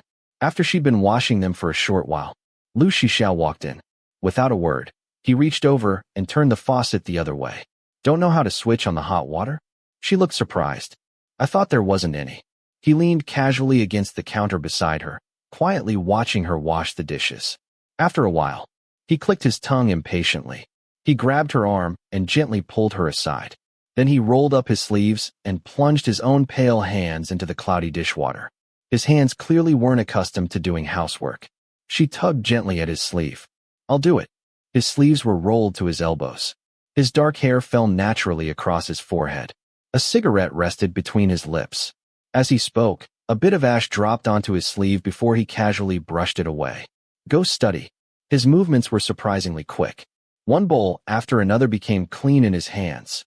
The warm kitchen light shone over his shoulders. For a moment, everything felt unexpectedly warm. After hesitating, Zhui quietly left the kitchen. She wiped down the dining table before taking her test papers over to the sofa. The coffee table was low, perfect for sitting cross-legged on the carpet while studying. As she picked up her pen, she noticed several faint red marks on the back of her hand from the cold water. Fortunately, they were already fading. When Lu Shixiao finished washing the dishes and walked into the living room, he found the tiny girl curled up on the carpet, quietly doing homework. She looked so small. "There's a table." He looked at her. She smiled. "It's all right. I like sitting here." He simply let her be. He picked up his phone instead. After finishing one paper, she looked over at him. "Don't you have homework?" Only after asking did she remember. He hadn't even brought his school bag home. She thought for a moment. "Lu Shixiao, I'll teach you math first." He raised an eyebrow and looked at her. One long leg rested lazily on the sofa. After a while, he laughed. "Studying's fine, but no reward, no credit." She froze. Then her face immediately turned red. She knew exactly what he meant. After hesitating for nearly half a minute, she finally stood up awkwardly. Walking over to him, she bent down and lightly wrapped her arms around him. "Is this okay?" He smiled, then sat up straight. "Okay." Zhui suddenly felt as though she'd picked up a rock, only to drop it squarely on her own foot. She took out her math textbook. "Final exams are coming soon. This unit is included. I'll start from the first chapter." Lu Shixiao quietly watched her side profile. He had always known she got excellent grades. Only now did he realize. When she was teaching something she truly understood, she became an entirely different person. Confident, steady, determined. Beneath her gentle appearance lived resilience, strength, and unwavering persistence. She explained everything carefully. Even the simplest concepts were broken into tiny, easy-to-understand pieces. After finishing the lesson, she found several practice problems for him. Lu Shixiao twirled his pen. He studied the questions briefly, then wrote down several formulas. Every formula was correct. Zhui quietly smiled. The corners of her eyes curved gently. "Now substitute the numbers." He really was clever. He understood almost immediately. Before long, he solved the problem. She picked two more difficult questions. He finished those just as quickly. Lu Shixiao, her eyes sparkled. "You're really smart." He looked at her for a long moment, then laughed softly. "Trying to trick me into studying harder?" She shook her head. "You really are smart. If you study seriously, your grades will improve very quickly." Using this opportunity to tutor him, she ended up reviewing for her own final exams as well. By the time they finished the first 3 lessons, it had become quite late. "I should go. He stood up. She quickly stopped him. "You don't have to walk me home. It's too cold. I'll just run back. I'll be home in no time. It's late." After spending so much time together, Zhui no longer felt as afraid of Lu Shixiao as she once had. Hearing that, she smiled. "Lu Shixiao, you're really a good person." His hand paused while putting on his shoes. He looked up at her. "Don't friend-zone me." Wrapped tightly in her scarf, she walked beside him through the freezing winter wind. The cold made the pain in her stomach return. As they approached the entrance to the residential complex, blue and red emergency lights suddenly flashed ahead. Zhui looked up. An ambulance was parked outside. The normally quiet entrance was unusually crowded. A sense of unease rose inside her. Without realizing it, she quickened her pace. A neighbor spotted her immediately. "Wan." She waved frantically. "Your grandmother fainted. Hurry." A loud buzz filled Zhouan's mind. She ran over. Her grandmother was already lying on a stretcher, being lifted into the ambulance. The neighbor hurriedly explained. "The property management said the power would be shut off tomorrow. I wanted to bring your grandmother some candles. When I got there, I found her collapsed in the living room. It scared me to death." Life was always unpredictable. Perhaps that was the only unchanging truth in this world. Zhouan stared at her grandmother's pale face. Her own hands and feet turned ice cold. Countless terrifying thoughts flooded her mind. She couldn't say a single word. Only tears streamed silently down her face. Zhou. A familiar voice broke through everything. A warm hand tightly wrapped around her freezing one. Lu Shixiao held her hand firmly. Looking directly into her eyes, he spoke in a deep, steady voice. Zhou, stay calm. Chapter 32. Lu Shixiao's voice seemed to cross countless mountains and rivers. It broke through everything surrounding her and took root deep inside her heart like an anchor that steadied a stormy sea. At last, Zhou regained a little of her composure. Now wasn't the time to fall apart. She hurriedly wiped away her tears with the back of her hand before climbing into the ambulance with Lu Shixiao. The nurse quickly checked her grandmother's condition. She has a high fever. It's most likely caused by the flu. As the weather grew colder, another wave of influenza had spread throughout the city. What should we do? Holding back her tears, Zhou asked anxiously. My grandmother is elderly. Isn't a high fever dangerous? Don't worry. The nurse comforted her gently. We're almost at the hospital. We'll do a full examination first. Lu Shixiao wrapped one arm around Zhou's shoulders and gently pulled her into his embrace. Nothing will happen. The tears she had just wiped away fell once more. It's all my fault. I knew Grandma always hides it whenever she's uncomfortable. But I still didn't notice she had a fever, or that she wasn't feeling well. Her grandmother was immediately taken away for examinations. Zhou sat alone outside the examination room. Lost. Helpless. Whenever she became nervous, she unconsciously picked at her fingers. By now, she'd scratched her fingertips until they were red. Lu Shixiao noticed. He sat down beside her and quietly took both of her hands into his. Lu Shixiao. Her voice trembled. Today's Christmas Eve. His voice remained calm and steady. That's exactly why your grandmother will be all right. Her thoughts were a complete mess. She couldn't think straight anymore. After a moment, Lu Shixiao suddenly asked, Are you thirsty? What? She looked up at him, then realized what he meant. She shook her head. He lifted a hand and gently brushed his knuckle across her dry lips. They're cracked. Almost immediately, he withdrew his hand and stood up. I'll go buy some water. After Lu Shixiao left, Zhou remained alone in the hallway. She completely lost track of time. It felt as though an eternity had passed before the nurse finally came back out. There's no immediate danger. The high fever caused inflammation, and because of her uremia complications, she'll need to stay in the hospital for intravenous treatment.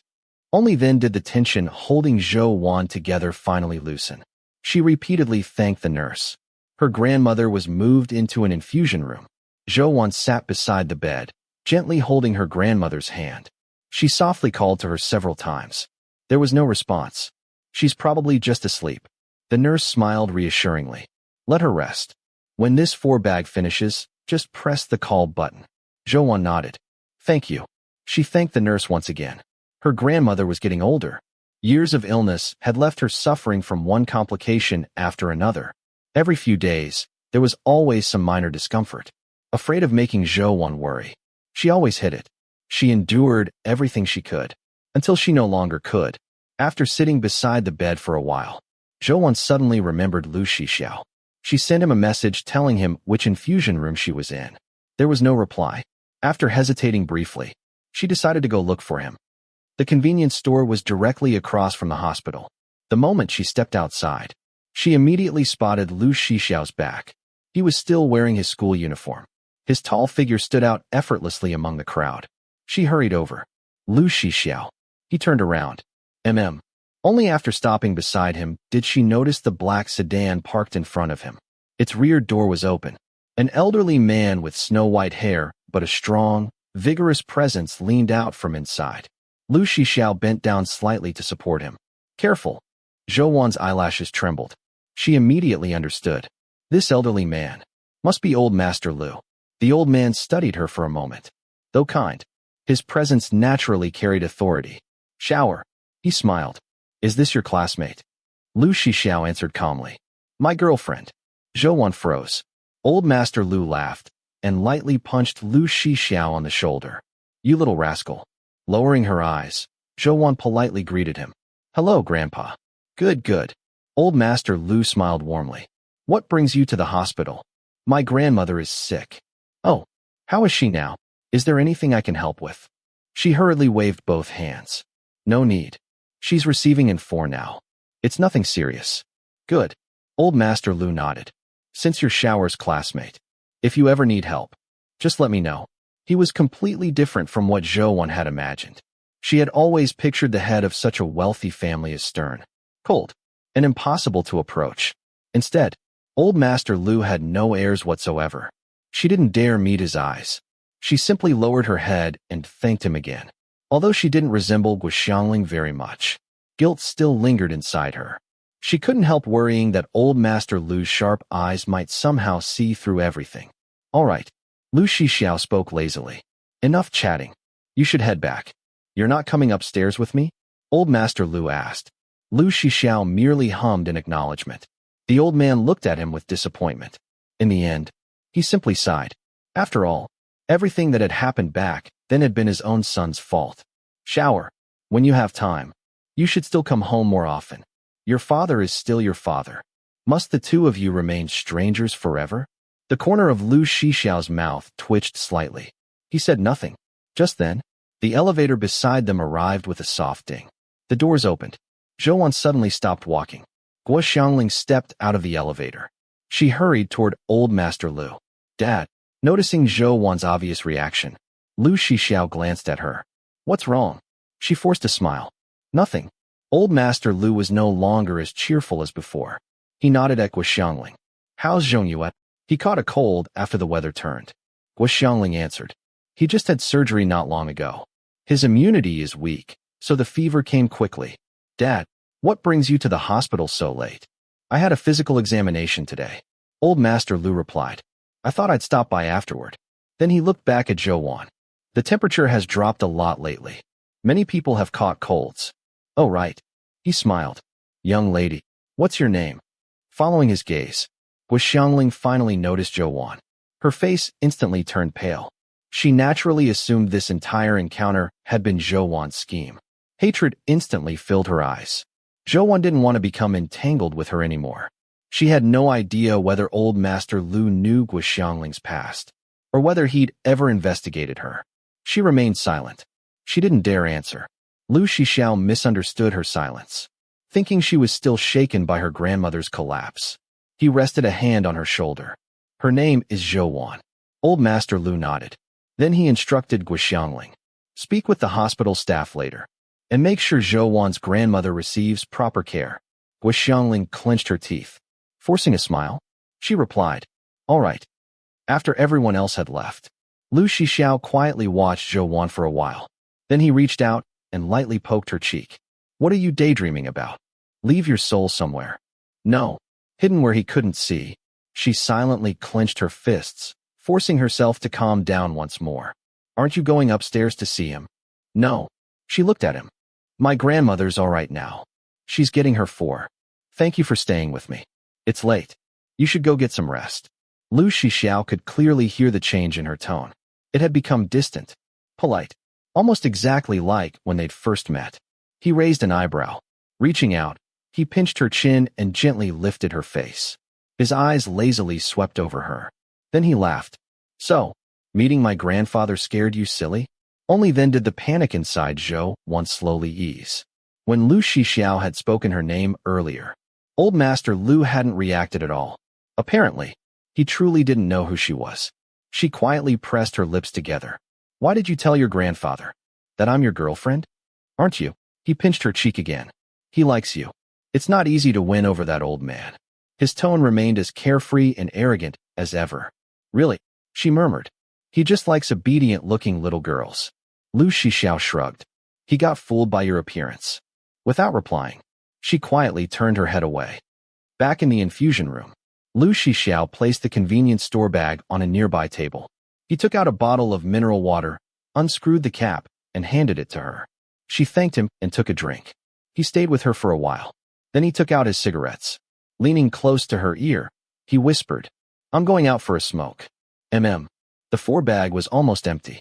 Looking up at it for a moment, Zhou stood and went to find a nurse.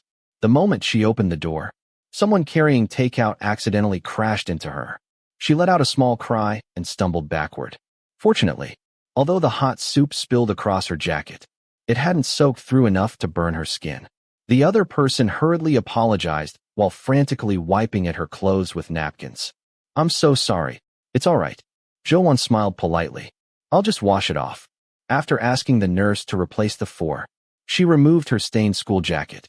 Only then did she notice. Inside the convenience store bag, besides the bottled water, there was also a package of sanitary pads. She quietly lowered her gaze. Looking at them, a faint warmth spread across her cheeks. The corners of her lips unconsciously lifted. She took one pad from the package and headed toward the restroom. After leaving the stall, she stopped in front of the sink. Looking at herself in the mirror, her eyes were still slightly red.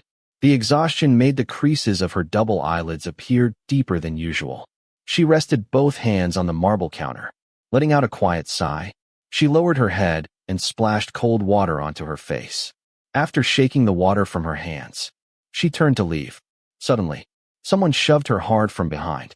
Zhou. Guo Xiangling glared at her viciously. One manicured finger pointed directly at her face. What did you promise me before? I gave you 150,000 yuan. You promised you would never let the Liu family find out. Already dizzy from exhaustion, the shove nearly knocked Zhou onto the floor. Her face pale, she steadied herself against the counter. Today's meeting was an accident. I never expected to run into his grandfather. You think just because you're young, you can fool the old master? Guo Xiangling's voice trembled with fury. He saw us pretending not to know each other today. If he ever discovers you're my daughter, who knows how we'll die? Daring to deceive him. Looks like you've grown tired of living. Zhou quietly clenched her fists, forcing herself to stay calm. She slowly looked up, meeting Guo Xiangling's eyes without fear.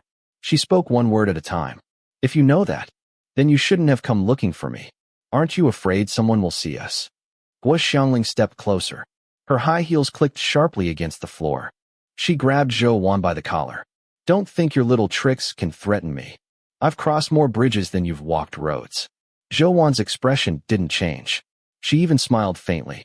For just a moment, Guo Xiangling almost saw Liu Shixiao's shadow reflected in her daughter's face. Her voice remained soft, gentle, without the slightest hint of aggression. Whether that's true or not isn't for you to decide. After all, I'm your daughter. Guo Xiangling narrowed her eyes. You like Liu Shixiao, don't you? Zhou bit down hard on her teeth. She said nothing. Since you like him, Guo Xiangling let go of her collar and casually dusted off her hands. Then are you willing to tell him the truth? Tell him that you're his stepsister? Zhou looked quietly at her. Do you love Liu Zhongyue? Guo Xiangling froze. I told you before. I'm your daughter. So naturally, I take after you. She calmly washed her hands again, then slowly dried them. Looking directly into Guo Xiangling's eyes, she spoke softly. I already told you. I won't go looking for Liu Zhongyue, as long as you never come looking for Grandma or me again. But if you keep bothering us, even if exposing everything destroys both of us, I'll destroy you first. Suddenly, a familiar voice came from nearby. Zhou. The young man stood there. His brows were slightly furrowed. His eyes were so cold they seemed capable of killing. He looked toward the two women, his expression dark and unfriendly. Chapter 33. The moment Zhou heard Liu Shixiao's voice, a chill ran through her from head to toe. She turned to look. The young man was still frowning, watching her without saying a word. When he saw that she wasn't moving, he clicked his tongue impatiently. Come here. Zhou didn't know how long he had been standing there, or whether he had heard her conversation with Guo Xiangling. His presence was icy. Even after she walked over to him, she didn't dare speak first. She simply lowered her head in silence. Liu Shixiao gripped her chin and lifted her face. Running around everywhere, and now you're giving me attitude. Zhou froze for a moment and instinctively looked up at him. Her gaze was anxious and focused, her eyes filled with unspoken emotion. For some reason, Liu Shixiao's heart softened at that look. The irritation in his eyes faded. He wrapped an arm around Zhou shoulders and led her toward the exit, completely ignoring Guo Xiangling behind them. The hospital was still crowded, even late at night. Countless quiet but chaotic sounds blended together. Zhou let him lead her several steps before remembering to explain. I wasn't running around. I just went to the bathroom and ran into her on my way out. What did she say to you? Liu Shixiao asked. Zhou stayed silent. He raised an eyebrow. Did she bully you? No. Really? Zhou didn't dare meet his eyes. Looking down, she tried to sound casual. Didn't you say I only pretend to be obedient? How could she bully me? Lu Shixiao chuckled and roughly ruffled her hair. So what were you two talking about just now? Zhou hesitated before answering with her eyes lowered. She just asked me to persuade you to visit your dad. Nothing else. Lu Shixiao let out an indifferent sound. Oh. Without another word, he took off his jacket and draped it over Zhou. Where are your clothes? I got them dirty earlier, so I took them off. Zhou tried to hand the jacket back. You should wear it. I'm not cold. He couldn't be bothered arguing with her. Before she could even slip her arms into the sleeves, he zipped the jacket up, wrapping her completely inside it like a cape. Zhou blinked as she looked up at him. His gaze swept over her, eyelashes lowered. After a moment, he turned away with a smile. How tall are you? His jacket nearly reached her knees. Puffing out her cheeks, Zhou answered, 1.60 meters. Lu Shixiao raised an eyebrow. Really? Putting on a serious expression, Zhou nodded firmly. Really? How much do you weigh? The last time I checked, about 39 kilograms. I'm not sure now. He frowned slightly. Too skinny. It's fine. I'm not very tall anyway. Back in the four-room, Zhou tucked the blanket around her grandmother and felt her forehead. It wasn't nearly as hot as before, and some color had returned to her face. Lu Shixiao, she said softly. You should go home. It's fine. He looked casually bored. I've got nothing to do at home anyway. Zhou paused and said nothing more. Earlier, she had carelessly hung her dirty jacket over the back of a chair, and soup had dripped onto the seat. Lu Shixiao grabbed some tissues and bent down to wipe it clean. I'll do it, Zhou said. He quickly finished cleaning it, then picked up the dirty jacket. Something slipped out of the pocket. A flash of red and green.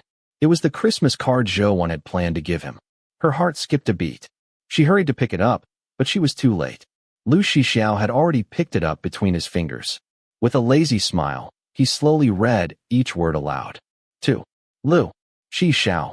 It was just an ordinary Christmas card, yet somehow, spoken in his low, magnetic voice, it sounded strangely intimate. Zhou's face immediately turned red. For me, MM. He opened it. Inside, in neat, careful handwriting, it read, Lu Shixiao.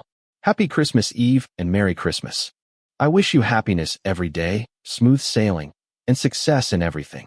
He stared at it for a while before smiling. Christmas Eve and Christmas Day, and you think one card is enough? Zhou couldn't help pouting. You already have so many cards in your desk. You'll probably get even more tomorrow. Lu Shixiao paused briefly before smiling even wider. So that's what those were. I never looked at them. Only then did Zhou realize he was explaining himself to her. Her face grew even hotter. She knew she shouldn't care about how many cards he received or whether he read them. Yet hearing him say that still made something inside her soften. It felt as though warm honey had melted through her heart, leaving her light and weightless. Oh, she tried to sound indifferent. If you don't like them, Lu Shixiao said lazily, come to my classroom tomorrow and throw them all away yourself. Zhou looked at him seriously. They're sincere gifts from other people. It wouldn't be right. Lu Shixiao burst into laughter. As though he'd heard the funniest joke in the world, his dark eyes sparkled with amusement. He nodded dramatically. Yes, Teacher Zhou. I'll remember your lesson. She knew he was teasing her. Embarrassed that her feelings had been seen through, Zhou glared at him with a crimson face. His laughing eyes seemed to say only 4 words. Keep pretending. After thoroughly enjoying her flustered expression, Lu Shixiao finally stopped teasing her. He waved the card lightly between his fingers. Thank you, Teacher Zhou. Zhou watched him carefully fold the card and tuck it into his pocket. At last, she couldn't help lowering her head and smiling. But the smile quickly faded. Guo Xiangling's words echoed once again in her ears. You like Lu Shixiao, don't you? Only then did Zhou finally understand why so many girls knowingly threw themselves at someone like him. They knew he was a playboy. They knew people like him rarely changed. Yet they still rushed toward him, willing to smash themselves to pieces before giving up. Lu Shixiao simply had that kind of charm. Whenever he showed someone tenderness, he made them feel as though they held the entire world in their hands. Without realizing it, they were already trapped, killed from 1,000 miles away. But she couldn't allow herself to become like that. It felt as though her soul had split into 2. One part was irresistibly drawn toward him, becoming happy or sad because of every little thing he did. The other stood coldly to one side, silently watching everything unfold, reminding her from time to time, "Don't mistake his gentleness for love." The 4 room smelled of disinfectant mixed with all kinds of food brought by patients' families. It was an unpleasant combination. Grandmother had finished 3 bags of 4 fluid. Only 1 remained. Zhou and Lu Shixiao stepped outside to get some fresh air. They stood by the railing on the hospital's 3rd-floor terrace. He leaned lazily against it with one elbow resting on the rail, casually smoking while the wind scattered the curling smoke into the night. He looked like someone inside a beautifully composed movie poster. Every frame was striking. "Lu Shixiao, my grandmother's 4 is almost finished, but she'll still need treatment tomorrow. She'll probably stay in the hospital for a few days. You should go home." He answered around the cigarette between his lips, his voice slightly muffled. Zhou wrapped both hands around the cold railing as the wind played with her hair. From there, she could see the nearby pedestrian street. Gray brick walls, old rooftops layered one behind another. The streets below were filled with young people dressed in Christmas-themed clothes. Vendors sold beautifully wrapped Christmas apples. It was the earliest first snowfall I can remember. Lu Shixiao tried searching his memory, but found nothing. He had never celebrated Christmas. To him, it had always seemed meaningless. He smiled carelessly. "You remember it that clearly?" It was the last Christmas I spent with my dad." Lu Shixiao paused and turned to look at her. Her profile was gentle beneath the lights. Dark hair framed her neck. Her bright black eyes quietly watched the distant streets, carrying a soft light. "Lu Shixiao, when you were little, did you believe in Santa Claus?" "No. I believed until I was 9. She smiled at him. "Pretty silly, right? Believing in Santa Claus at 9 years old. Every Christmas, I'd write my wish on a piece of paper and put it inside my stocking on Christmas Eve. My dad told me Santa Claus would ride through the snow in his sleigh, pulled by reindeer, collecting every child's wish. And on Christmas night, he'd grant the wishes of good children. Sometimes my wishes came true. Sometimes they didn't. So I asked my dad if it was because I hadn't been good enough. My dad said it was because it hadn't snowed that year. So Santa's sleigh couldn't come." She laughed softly, her eyes curving into crescents. "Thinking about it now, I can't believe I actually believed such an obvious excuse." Lu Shixiao quietly watched her. He knew then, she had grown up surrounded by love, protected so carefully that even though she was intelligent, she had still kept enough childlike innocence to believe such clumsy lies. So when it finally snowed that Christmas, I was incredibly excited. I really believed my wish would come true. "What was your wish?" Lu Shixiao asked. "I wish my dad's cough would get better." "Did it?" "No." She lowered her eyes. "After Christmas, his cough only became worse. He kept delaying going to the hospital because he worried about the money. When we finally found out, it was lung cancer." Lu Shixiao fell silent for a while. He didn't ask any more about it. Instead, he quietly asked, "What about now?" He exhaled another cloud of smoke, his voice low and husky. "What's your Christmas wish this year?" Zhou smiled. "I'm 16 now. I already know Santa Claus doesn't exist. What if he did?" He turned toward her. His gaze was unwavering beneath the night sky. "What would you wish for?" The thing Zhou wanted most was for her grandmother to stay healthy and live a long life. But she knew wishes like that could never come true. When she was little, whenever she wished for things like growing 5 centimeters taller, or for her parents to stop fighting, those wishes never came true. But when she wished for something simple, a box of chocolates, a pretty new school bag, those wishes were fulfilled almost immediately. After thinking for a while, she answered casually, "Then, I'd like a bicycle." Lu Shixiao flicked away the ash from his cigarette and smiled. "Christmas only comes once a year, and all you want is a bicycle?" After standing on the terrace for a while and smoking 2 cigarettes, they returned to the 4-room. Grandmother had finished all 4 bags, but still hadn't woken up. She needed further observation. Zhou decided to stay at the hospital overnight and urged Lu Shixiao to go home. Late on Christmas Eve, the streets were unusually lively. Lu Shixiao walked alone beneath the lights, an unlit cigarette between his lips. The winter wind outlined his tall figure, drawing countless glances from passing girls. When he reached a crosswalk, the light was red. He took out his phone and called Jiang Fan. Xiao. The noisy background on Jiang Fan's end was exactly what he expected. Didn't you say you weren't coming? I'm not. I just need to ask you something. Tilting his head, Lu Shixiao watched the countdown on the traffic light. The bike shop you mentioned before. Where is it? Why are you buying a bicycle? Lu Shixiao laughed. None of your business. I'll send you the owner's WeChat later. You can buy it tomorrow. Can't I get one tonight? Come on. Look at the time. At this hour, only the people selling Christmas apples are still awake. Lu Shixiao hung up. Soon afterward, Jiang Fan sent him the bike shop owner's contact. He stared at it briefly. Instead of adding the owner, he opened the navigation app and searched for nearby bicycle shops. The traffic light changed from red to green, then back to red again. Lu Shixiao remained standing exactly where he was while crowds flowed around him, like a scene from a Wong Kar-wai film. He called every bicycle shop one after another. Every answer was the same. Closed. Not a single shop was still open. The next morning, Zhou Wan was awakened by her grandmother. Wan. Squinting against the bright hospital lights, grandmother frowned. Where are we? Grandmother, you're awake. You had a high fever yesterday, so you're in the hospital. Zhou Wan held her hand. The doctor said yesterday they'd check your condition again today. If your fever has gone down, you should only need one more for. How do you feel? Are you still uncomfortable? A high fever? Putting on a stern expression, Zhou Wan nodded. Yes. I've told you so many times. If you don't feel well, you have to tell me. You can't keep enduring everything by yourself. You suddenly fainted last night. We had to call an ambulance. You almost scared me to death. Grandmother smiled apologetically as she stroked Zhou Wan's hair. I didn't feel that bad. I thought it was just an ordinary cold. I'm just glad you're okay. Otherwise, I don't know how I'd keep living. Don't say such silly things. Grandmother patted the back of her hand. Our Wan is such a capable girl. No matter what happens, you'll make it through. Zhou Wan bent down and gently hugged her, resting her cheek against her grandmother's chest. I don't care. You have to stay healthy. You have to stay with me. All right. Grandmother smiled warmly. I'll do my best.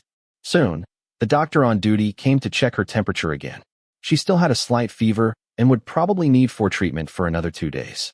Worried about the expense, grandmother insisted on going home after this bag. But Zhou Wan firmly refused.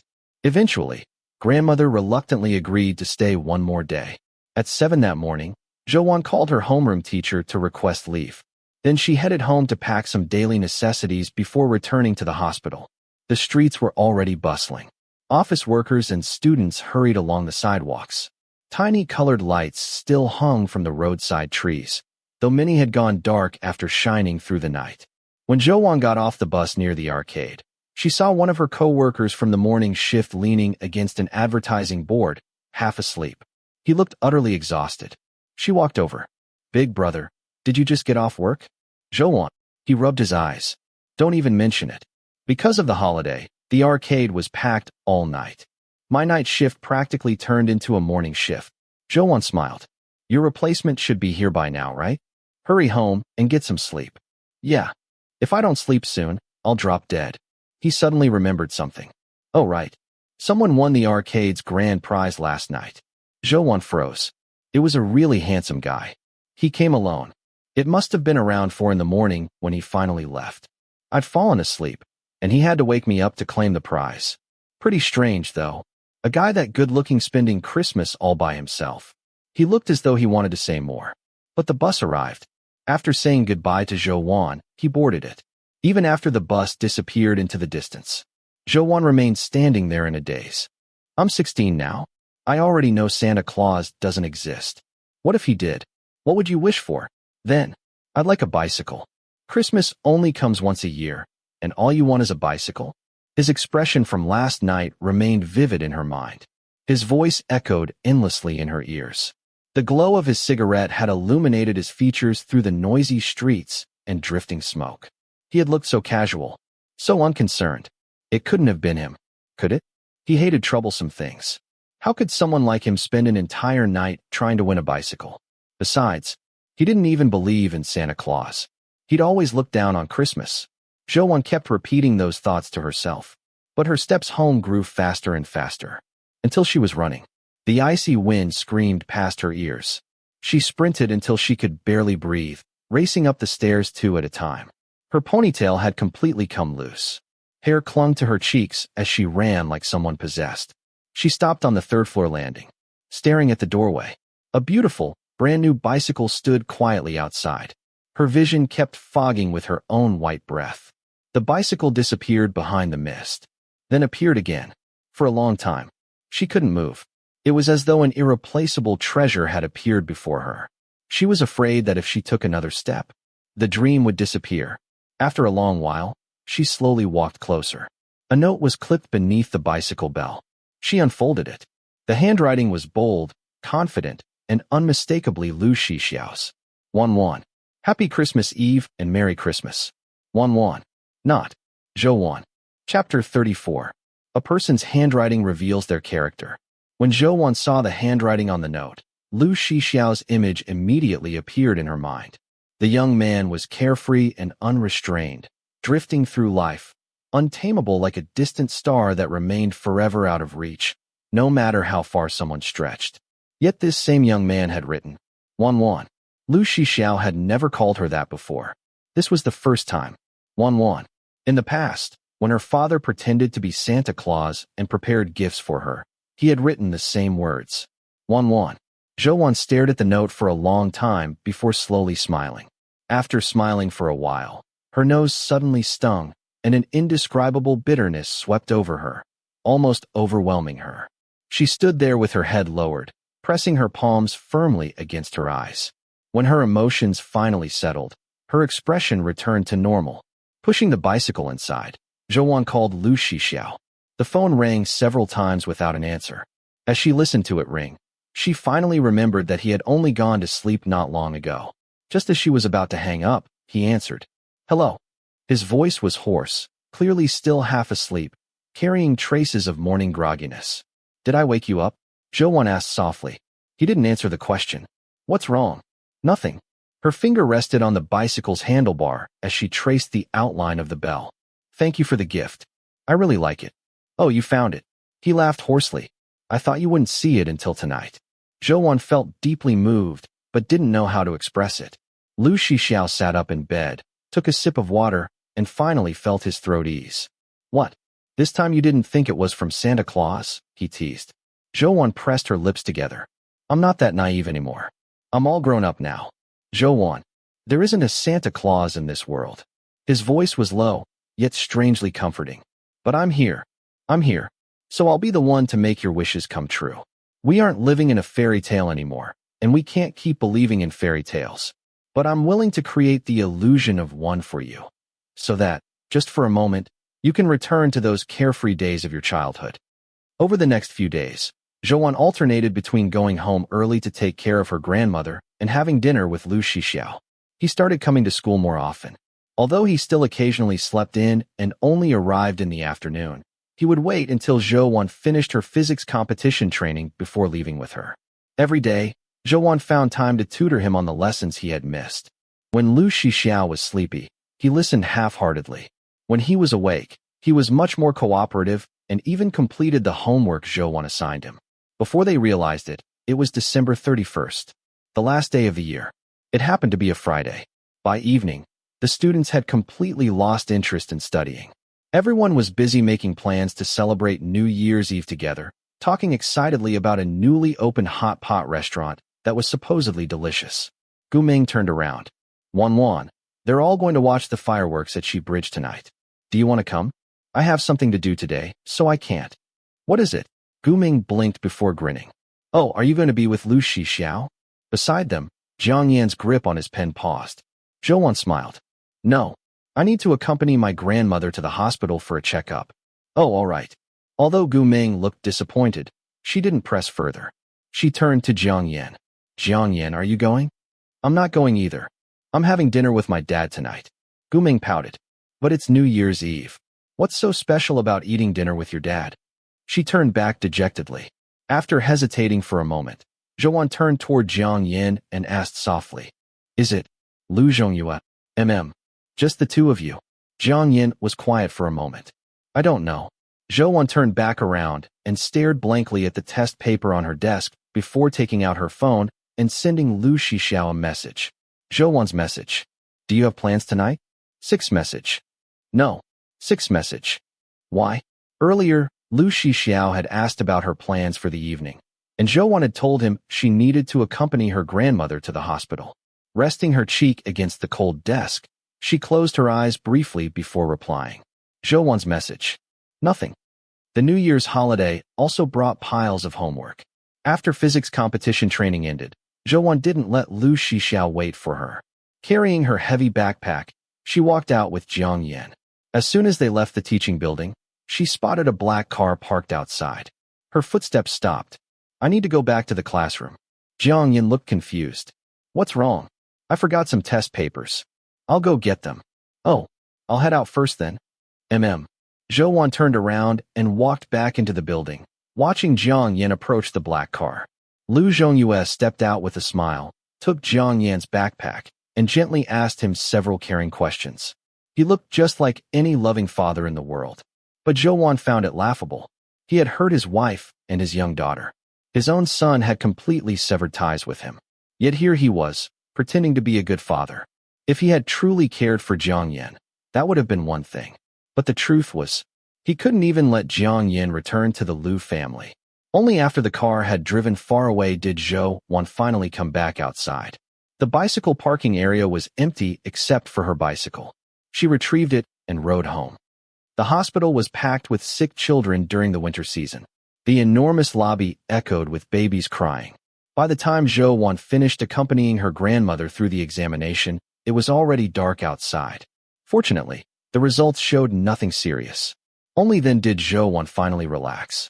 Grandmother, what would you like to eat? I'll go buy something. Don't waste money. Anything simple is fine. Zhou smiled. It's the last day of the year. Let's eat something nice.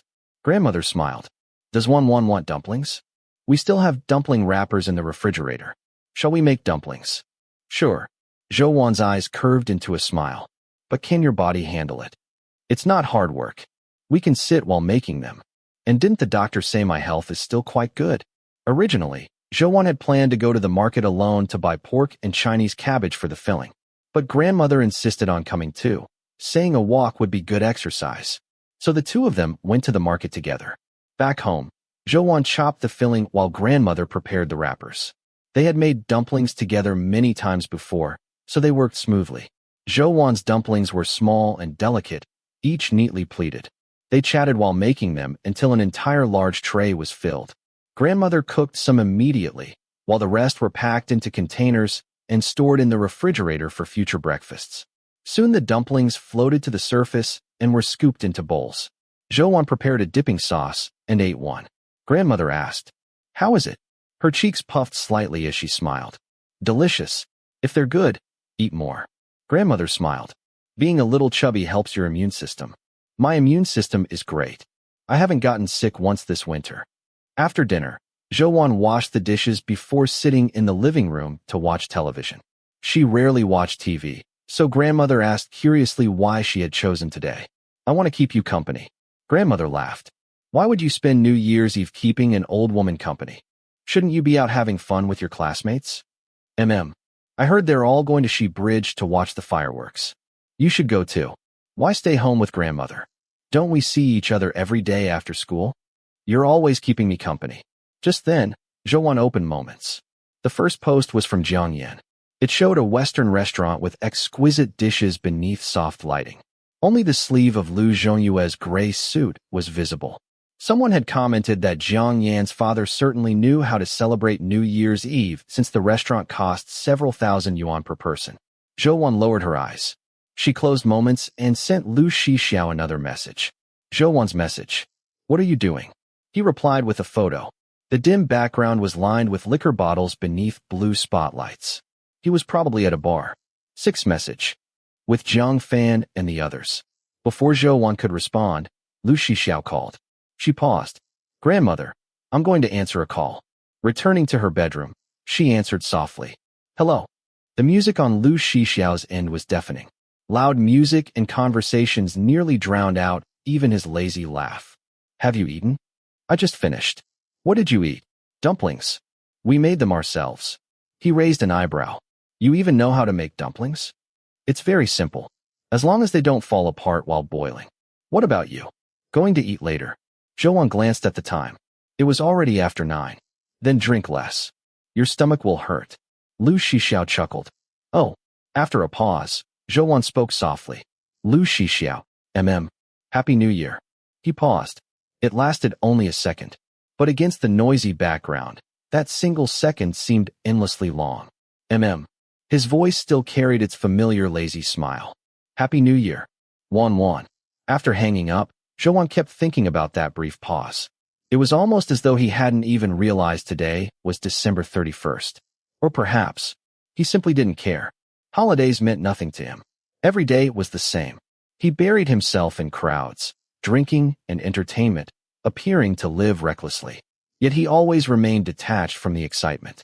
His heart stayed cold. His eyes stayed calm. He never truly became part of any of it. Zhou walked out of her bedroom.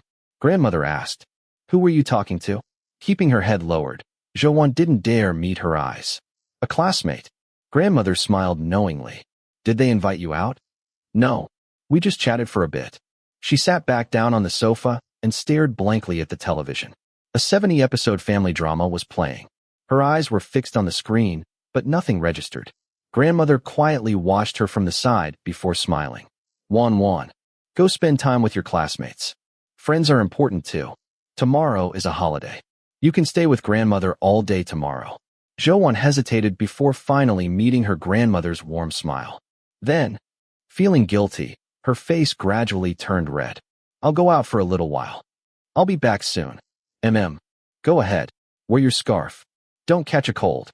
Zhou changed clothes and wrapped on her scarf.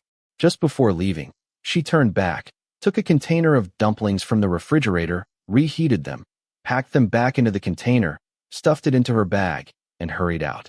After getting on the bus, she remembered to send Lu Shixiao a message. Zhou message. "I'm coming to see you now." Zhou message. "Is that okay?" 6 message. "Weren't you supposed to accompany your grandmother to the hospital?" Zhou message. "We're already done." 6 message. "I'll come to you." Zhou message. "I'm already on the bus. Just wait for me there for a bit." 6 message. "All right." The streets were terribly congested. The bus crawled forward, braking constantly. Each sudden stop made Zhou lurch forward until she became carsick. She opened the window. The cold wind finally eased her nausea. 40 minutes later, she finally arrived. After getting off the bus, she saw the bar across the street.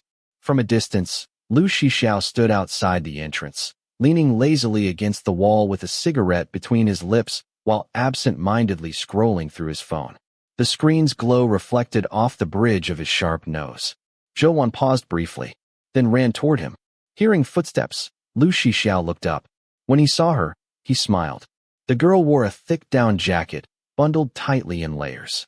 A red scarf covered half her face. Her cheeks and nose were flushed pink from the cold, making her look like a piece of cream-filled candy. "Why did you suddenly come?" he asked. Zhou didn't really know why she had suddenly decided to come. Instead of answering, she asked, "Why are you waiting outside? Aren't you cold?" "Didn't feel like staying inside alone."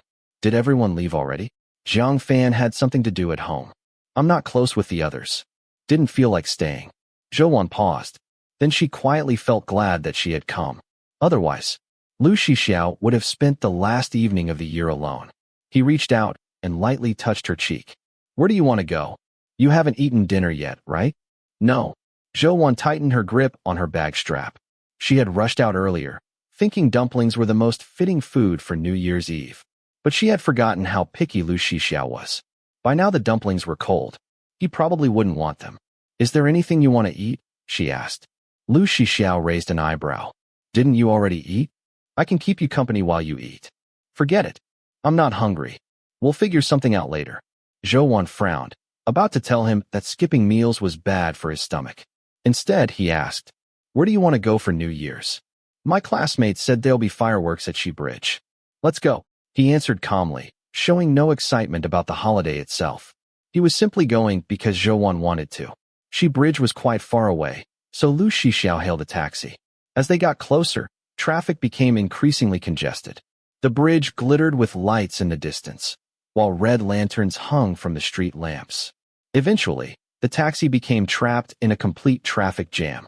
The driver turned around. "Young man, why don't you get off here? Traffic's completely blocked. If I drive all the way to the bridge, the meter's going to be expensive." Lu Shixiao agreed. He paid the fare before getting out with Zhou. He wore only a black jacket with what looked like a single layer underneath. "Aren't you cold?" Zhou asked. He looked down at her. "I'm not." She didn't quite believe him. How could he not be cold wearing so little? She reached out from inside her oversized sleeve and held his hand. To her surprise, it wasn't cold at all. It was even warmer than hers. Lu Shixiao raised an eyebrow.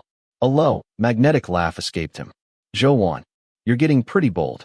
She froze before instinctively looking up at him. Under his teasing gaze, she couldn't help blushing. "I just wanted to see whether your hands were cold." "Oh." He nodded lazily. "Is that so?" She had been telling the truth. Yet somehow, his teasing made it sound like a terrible excuse. Knowing she could never win against him, Zhou simply looked away and stopped talking. "Are you mad?" "No," she mumbled quietly. Lu Shixiao laughed again. "So, were my hands cold? They're warmer than mine." "Really?" He deliberately drew out the word before mischievously reaching for her sleeve. "Then let me check yours." Like peeling an orange, he carefully pulled her hand out from inside her oversized sleeve. Holding it, he tucked it into his jacket pocket. Zhou froze. She instinctively looked toward him. He was much taller than she was, forcing her to tilt her head back. From below, his profile looked clean and sharp. He gazed toward the river and the brightly lit bridge. His perfect features seemed almost sculpted. A wicked smile curved one corner of his lips. Zhou's heart suddenly skipped a beat, then began racing wildly. Her hand remained inside his pocket. She didn't pull away. She simply let him hold it. Before long, her fingers had become just as warm as his. The streets were packed with people. Most were young, all walking toward Shi Bridge. The fireworks display had been heavily advertised, attracting an enormous crowd. By the time they reached the bridge, it was packed shoulder to shoulder. Looking around, Zhou spotted several food stalls. "Are you hungry?" she asked again. "I'm not." Knowing how irregular his eating habits were, and suspecting he might not have eaten anything all day, Zhou decided to feed him anyway. "Let's look over there." She pointed toward a stall selling honey chicken wing rice rolls. Lu Shixiao followed her. "What do you want?" "Honey chicken wing rice rolls. But one serving is too much. I can't finish it by myself. Why don't we share it?" Lu Shixiao agreed. He bought one serving of honey chicken wing rice rolls along with a cup of bubble milk tea. "Aren't you getting one?" Zhou asked. "I don't drink that." Zhou carried the milk tea while Lu Shixiao held the rice rolls. When they looked for seats, every plastic table and chair nearby was occupied. After glancing around, Lu Shixiao led her to a nearby staircase. The area was dimly lit. Hardly anyone was there. It was as though an invisible barrier separated them from the bustling crowd. On one side, noise and celebration.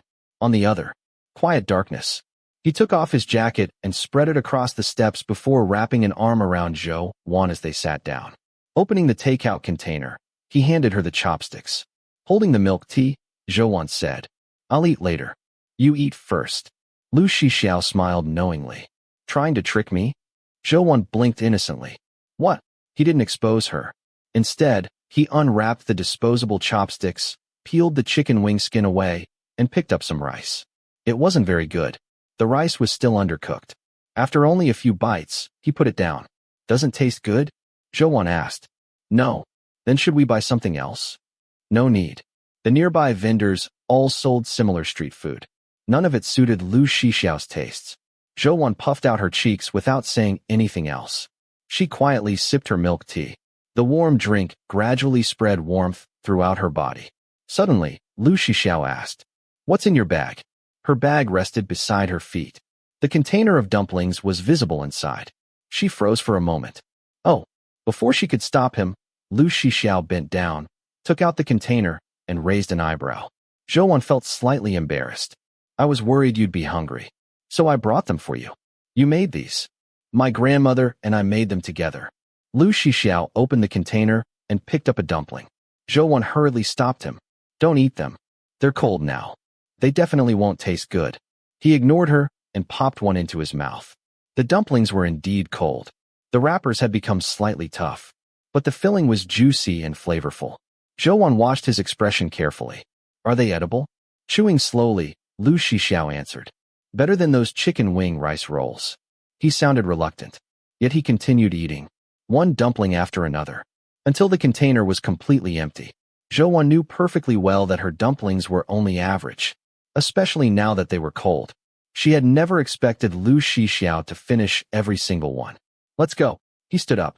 The fireworks are about to start. Zhou followed him. They continued toward the bridge until they found a good place by the riverside with a clear view. Resting her hands on the railing, she caught sight of Lu Shixiao discreetly pressing a hand against his stomach. His brows were slightly furrowed. He had probably eaten too many cold dumplings. His stomach must have been protesting. Unable to help herself, Zhou laughed softly. What's so funny? He asked. She certainly couldn't tell him the real reason. She simply smiled at him. Her eyes sparkled brilliantly. Normally, Zhou appearance was gentle and soft.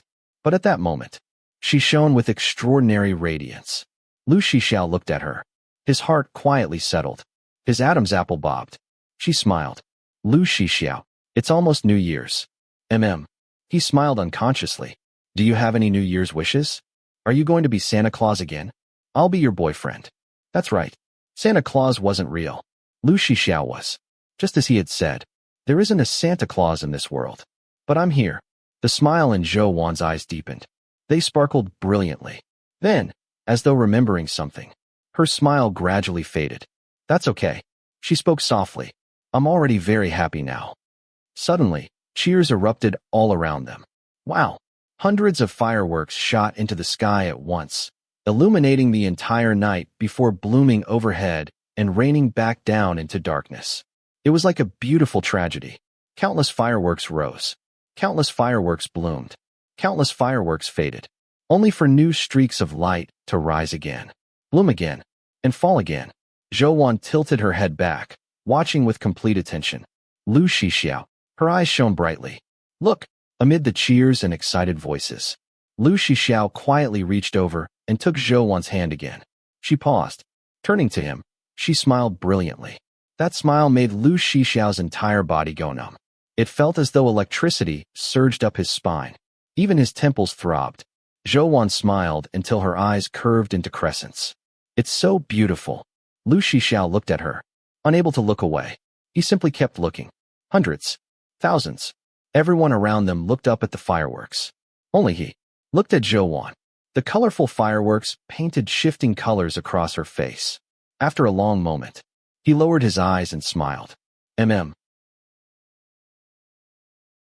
Chapter 35. After New Year's Day, they officially entered the final sprint for the end-of-term exams. With the citywide final exams approaching, the teachers went all out, handing out and grading test papers. Zhou was preparing for both the final exams and the March physics competition, keeping herself incredibly busy. She only managed to spare 1 hour after school each day to tutor Lu Shixiao. Soon, the end of January arrived. It was time for the final exams. Because she had ranked first in the last monthly test, Zhou was assigned the first seat in the first examination room. Lu Shixiao, on the other hand, hadn't taken the last exam at all, so he was assigned to the very last seat in the very last examination room. Usually, the district-wide exam papers weren't particularly difficult, but this year was an exception. Every subject was noticeably harder, especially mathematics. Many students didn't even have time to look at the final question before the papers had to be handed in.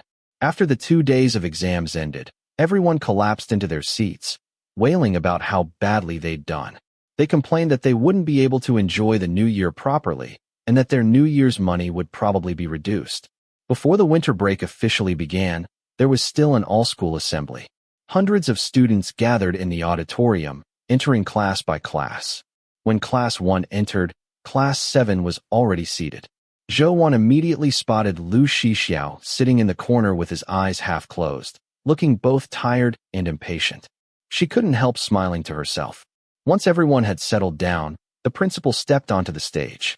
He simply reminded them about winter break safety precautions and urged everyone not to neglect their studies during the holiday, since there would be a placement exam when school resumed next semester. A chorus of groans filled the room. Finally, the principal announced the end of the meeting.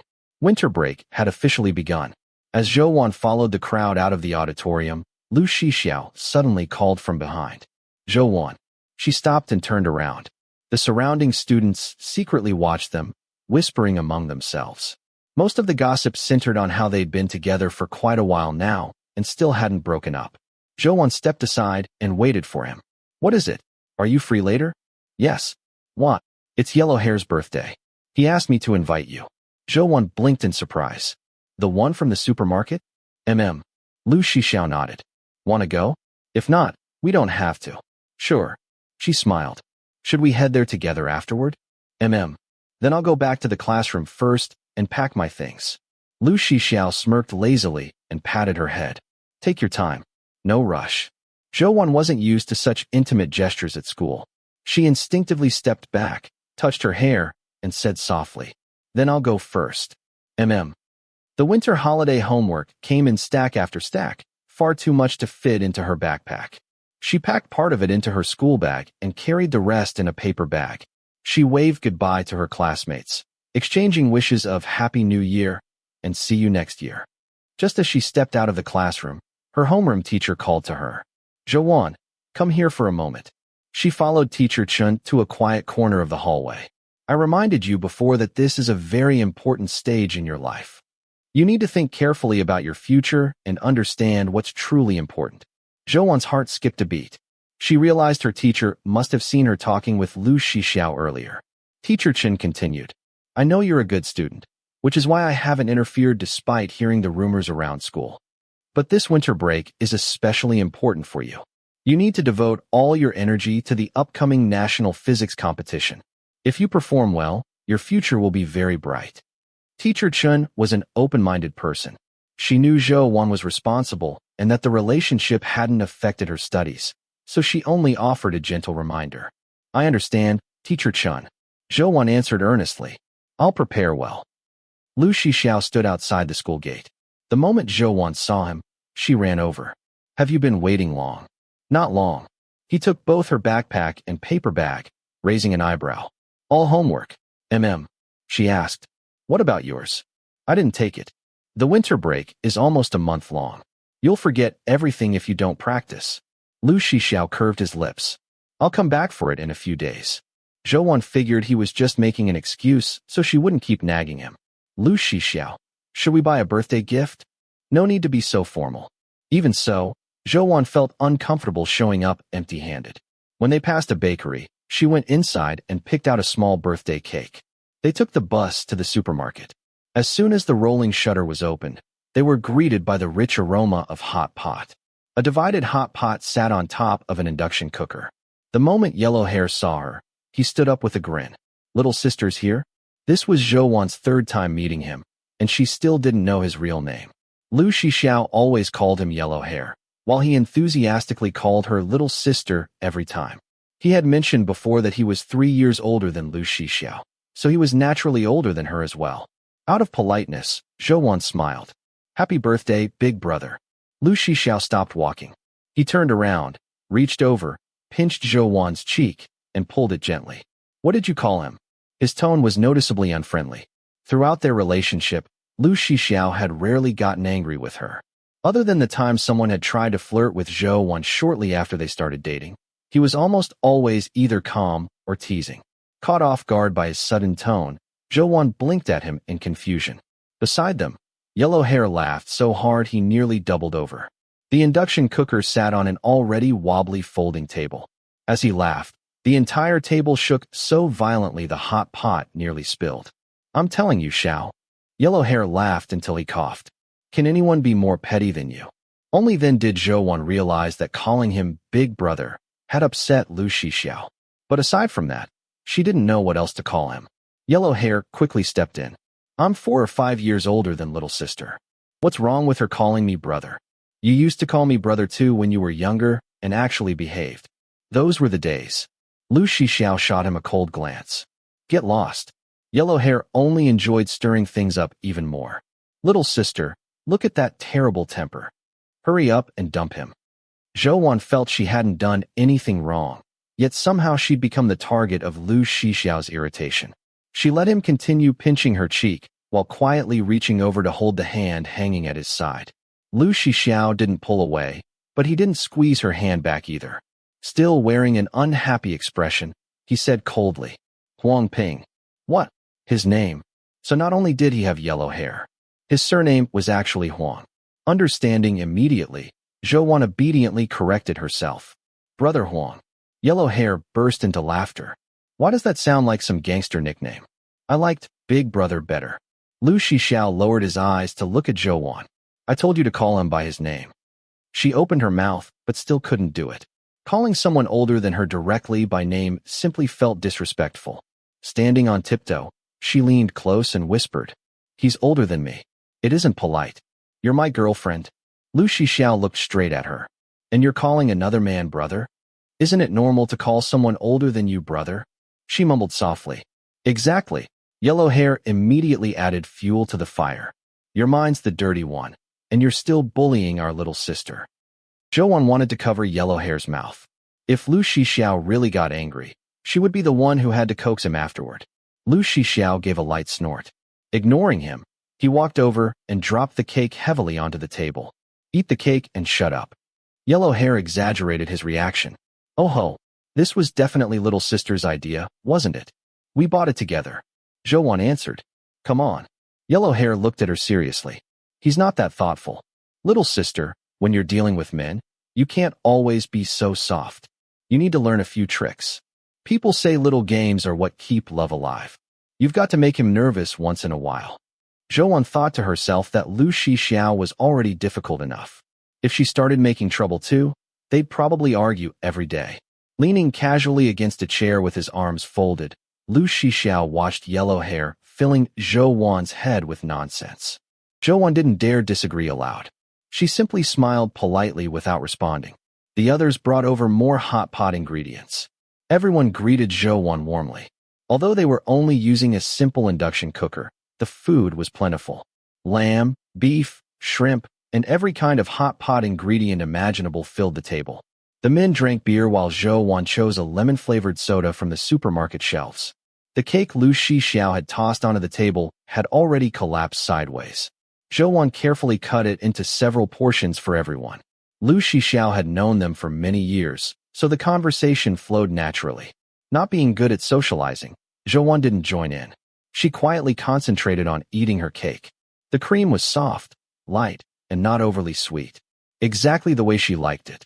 Before long, she had finished her slice. Holding a cigarette, Lu Shixiao glanced at her and silently pushed his untouched piece of cake toward her. She looked over. "You're not eating it." He watched her for a moment. "No. Too sweet. This one isn't very sweet. I don't like cake." Zhou scooped another bite of cream into her mouth. "If I eat both pieces, I'll get fat. You should gain some weight." As he spoke, he leaned closer.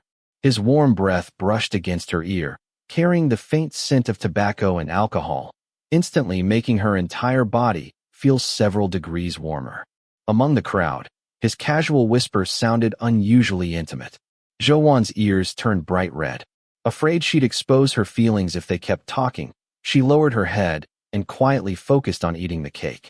They stayed until around 9 o'clock, when it was finally time to close the supermarket. Zhou had eaten so much cake that she almost couldn't sit up straight. "Not staying a little longer?" Yellow Hair asked. "No." Lu Shixiao tilted his head toward Zhou. "I need to take her home." The moment they stepped outside, the freezing winter wind hit them head-on. Zhou zipped up her coat and pulled her hood over her ears. Looking down, Lu Shixiao noticed a tiny smear of cream at the corner of her mouth. "You've got something here." He gestured with his chin. "What?"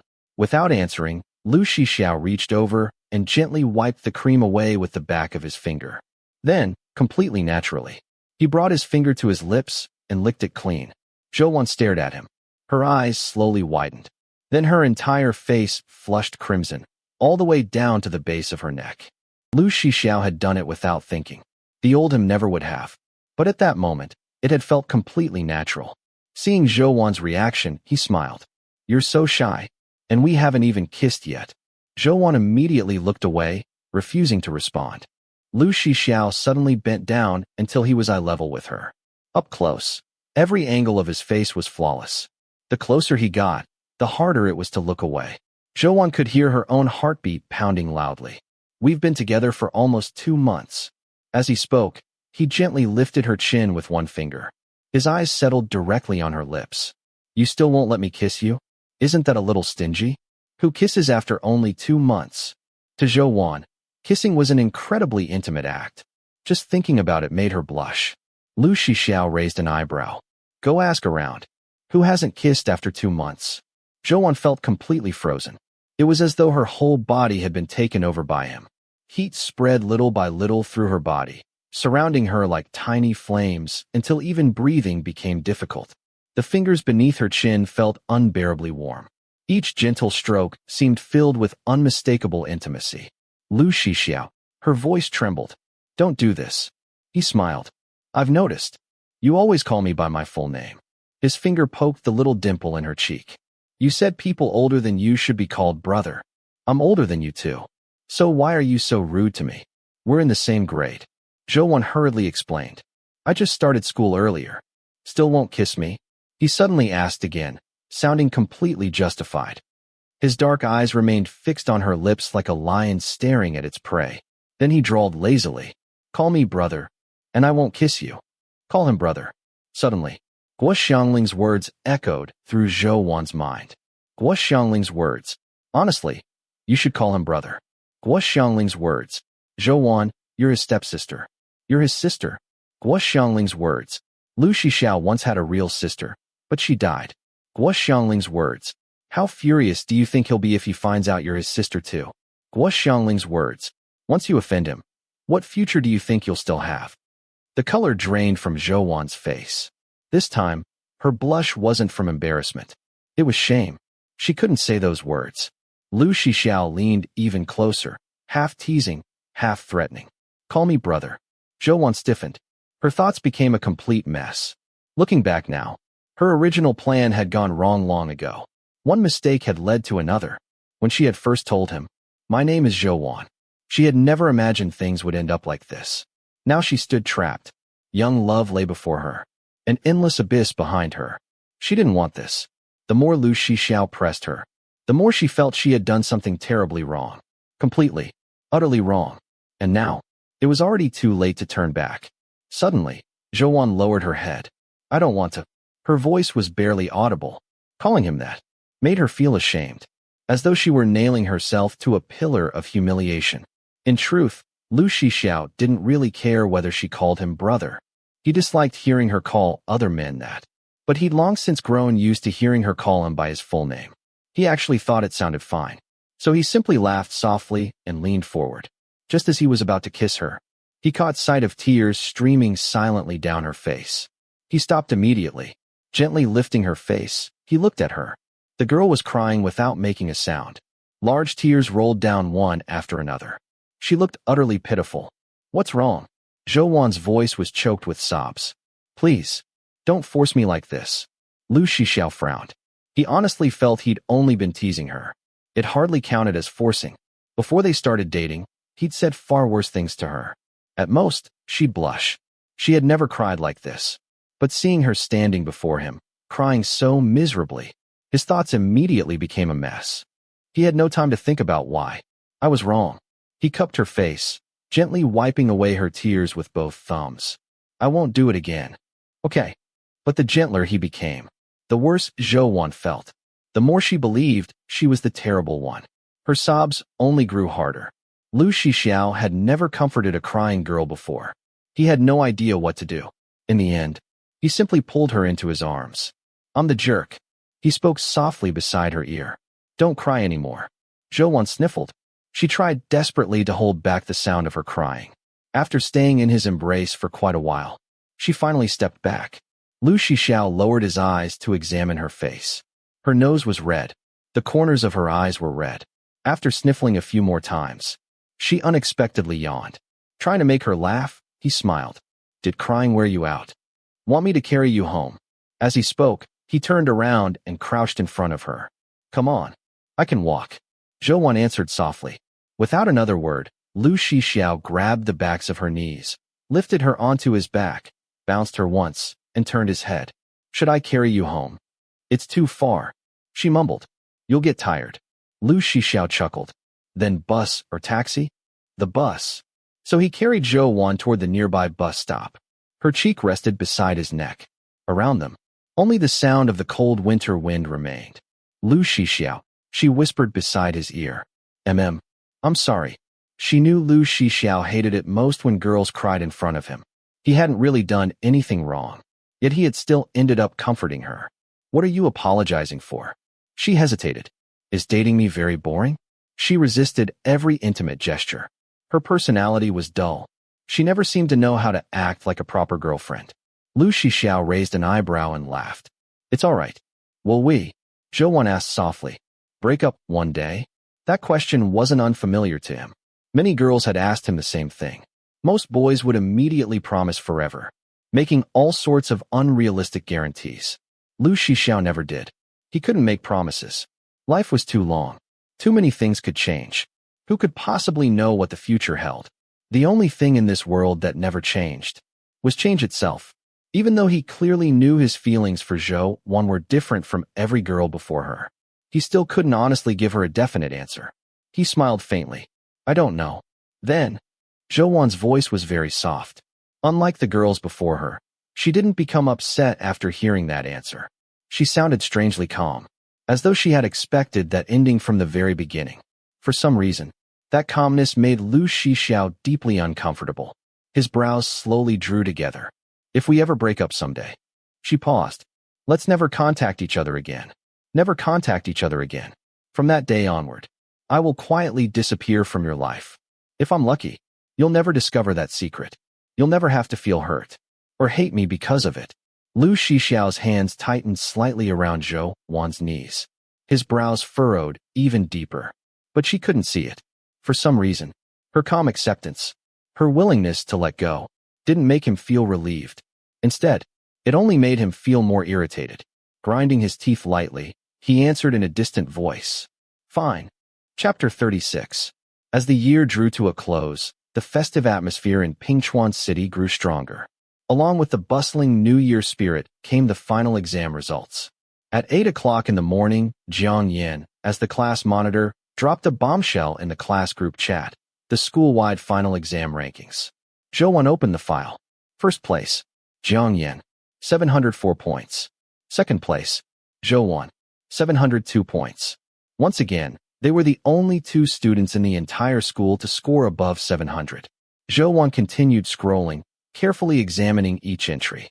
Suddenly, her finger stopped, her gaze fixed on one particular line, and her lips curved into a smile. 380th place, Lu Shixiao. Out of 500 science track students in the second year, he had climbed more than 100 places. Zhou Wan immediately took a screenshot of his ranking and sent it to Lu Shixiao. He didn't reply until the afternoon, sending a voice message. His voice was still hoarse, as though he had just woken up, carrying a faint smile. Teacher Zhou did a good job. From the first day of winter break until just before the Lunar New Year, Zhou Wan spent almost every day at the library. After quickly finishing her winter break homework, she devoted herself entirely to preparing for the upcoming physics competition.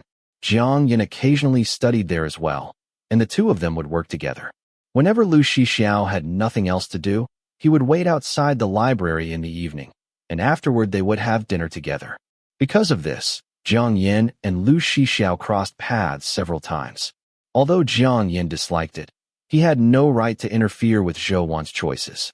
As for Lu Shixiao, he simply ignored Jiang Yan completely. New Year's Eve. Grandmother went to the market early in the morning and bought festive window decorations and lucky paper cuttings. That day, Zhou Wan didn't go to the library. Instead, she helped grandmother clean the house, paste the decorations onto the windows, and hang the upside-down Fu characters. Soon, the little house was filled with bright red decorations, making it look warm and full of life. That evening, they enjoyed hot pot together at home. Outside, the neighbors were setting off firecrackers and fireworks with their children. The neighborhood was incredibly lively. The colorful fireworks constantly lit up the night sky, their glow shining through the windows and reflecting across their faces. Grandmother was in an unusually good mood and even drank a small cup of warmed rice wine. Zhou Wan clinked her cup gently against grandmother's. Grandmother, I wish you good health and a long life in the new year. Grandmother smiled warmly. And grandmother wishes our Wan good health and happiness too. You've worked so hard preparing for your competition lately. I hope you achieve excellent results. I definitely will. Resting her chin on one hand, Zhou smiled brightly. Grandmother, you've never been to B-City before, have you? How would an old woman like me ever have had that chance? If I win first prize in the competition, I'll qualify for direct admission to a university in B-City. She looked toward the fireworks outside the window. Then I'll take you there on a plane. I heard it's a huge city, full of people and skyscrapers. Grandmother smiled. That sounds wonderful. Then I'll wait for our Wan to take me there. After dinner, grandmother watched television for a while. The rice wine soon made her sleepy, and before midnight, she went to bed. Zhou also returned to her room. She didn't turn on the light. The fireworks outside provided enough illumination. She quietly watched the scene beyond the window. The lively celebration outside made it feel as though they existed in completely different worlds. After a while, Zhou picked up her phone. Zhou's message. Lu Shixiao, Happy New Year. 6 message. Happy New Year. Zhou's message. What are you doing? 6 message. Nothing much. Zhou paused. Zhou's message. Weren't you supposed to be home? She had asked Lu Shixiao before about his New Year's Eve plans. Every year, the entire family gathered at the Lu family mansion to celebrate with old Master Lu. 6 message. Left.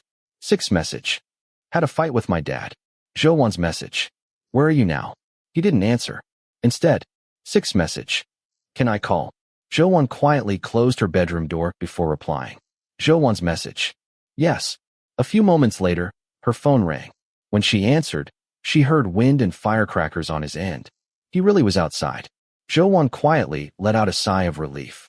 On a day like this, she didn't want him to spend the holiday alone. Even if he were with friends, it was still better than loneliness. What are you doing? He asked, his voice still hoarse. Nothing, just sitting here. She frowned slightly. Do you have a cold? I'm fine. Lu Shixiao continued. Watching TV with your grandmother? No. Grandmother already went to sleep. I'm just sitting here by myself. She looked out the window. There are lots of people setting off fireworks in the neighborhood. I'm watching them. Lu Shixiao was silent for several seconds. Then he quietly asked, Zhou, do you want to see snow? She blinked. I checked the weather forecast. There won't be any snow during the next 7 days. He chuckled softly. Do you want to see snow? Yes. The moment she answered, her heart suddenly began pounding. She remembered what Lu Shixiao had once said. Think it'll snow this year? It won't. It's a warm winter. You like snow? Don't you? It's too noisy. I think it's clean. Then let's go see snow at the end of the year. But you said there won't be any. Then he had glanced at her, wearing that fearless confidence unique to youth. If I say I can show you snow, then you'll see snow. On the other end of the call, Lu Shixiao laughed quietly. At the same moment, Zhou finally recognized the background sounds. The firecrackers on his end perfectly overlapped with those outside her own apartment. Her heartbeat grew louder and louder. Suddenly startled, Zhou rushed to the window. Not far away, behind all the festive lights, Lu Shixiao sat alone beneath a tree. The glowing tip of his cigarette flickered red in the darkness. He looked completely out of place in the celebration around him. Yet little by little, he was becoming part of Zhou's world. Even now, she found it difficult to believe what she was seeing. She even wondered whether she was imagining him. Lu Shixiao, where are you? Her voice trembled. He still didn't answer. Instead, as though he already knew she had found him, his deep voice quietly crossed the distance between them. The whole world seemed to disappear, leaving only the two of them. Zhou, let's go see snow. Usually, Zhou was calm and rational. But at that moment, she didn't stop to think about how Lu Shixiao planned to make it snow when the weather forecast clearly said otherwise. She simply grabbed her coat and ran downstairs.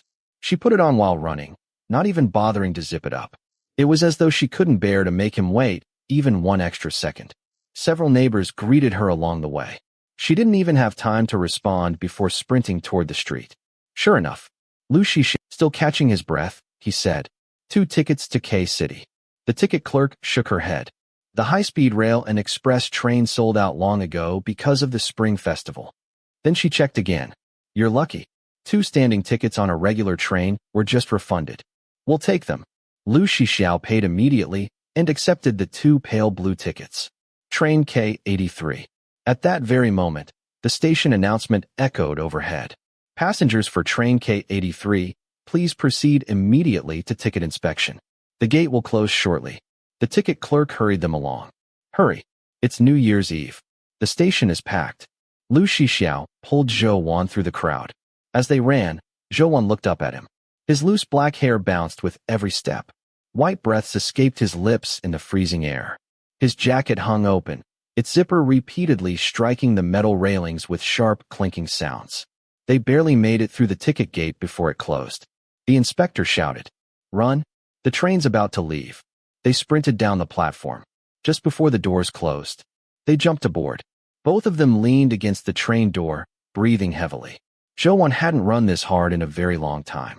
The freezing air burned her throat. Yet she couldn't stop smiling. Everything that had just happened felt like the scenes from a movie, as though they had eloped, leaving everything behind, running away together toward another city. Lu Shixiao glanced sideways at her. "What are you smiling about?" She simply shook her head, still smiling. "You just got onto a train with me like this." He laughed. "Aren't you afraid I'll sell you?" Zhou Wan looked at him with smiling eyes. "I'm not." The carriage was packed. Most passengers were migrant workers returning home for the new year, carrying countless bags. Train attendants pushed carts selling sunflower seeds, popcorn, and bottled water. The carriage was filled with all kinds of smells. There wasn't even enough room to stand comfortably. Yet Zhou Wan still felt incredibly happy. She hadn't been this happy in a very long time. Lu Shixiao quietly shielded her from the passing crowds so no one would bump into her. The old green train slowly traveled through the darkness.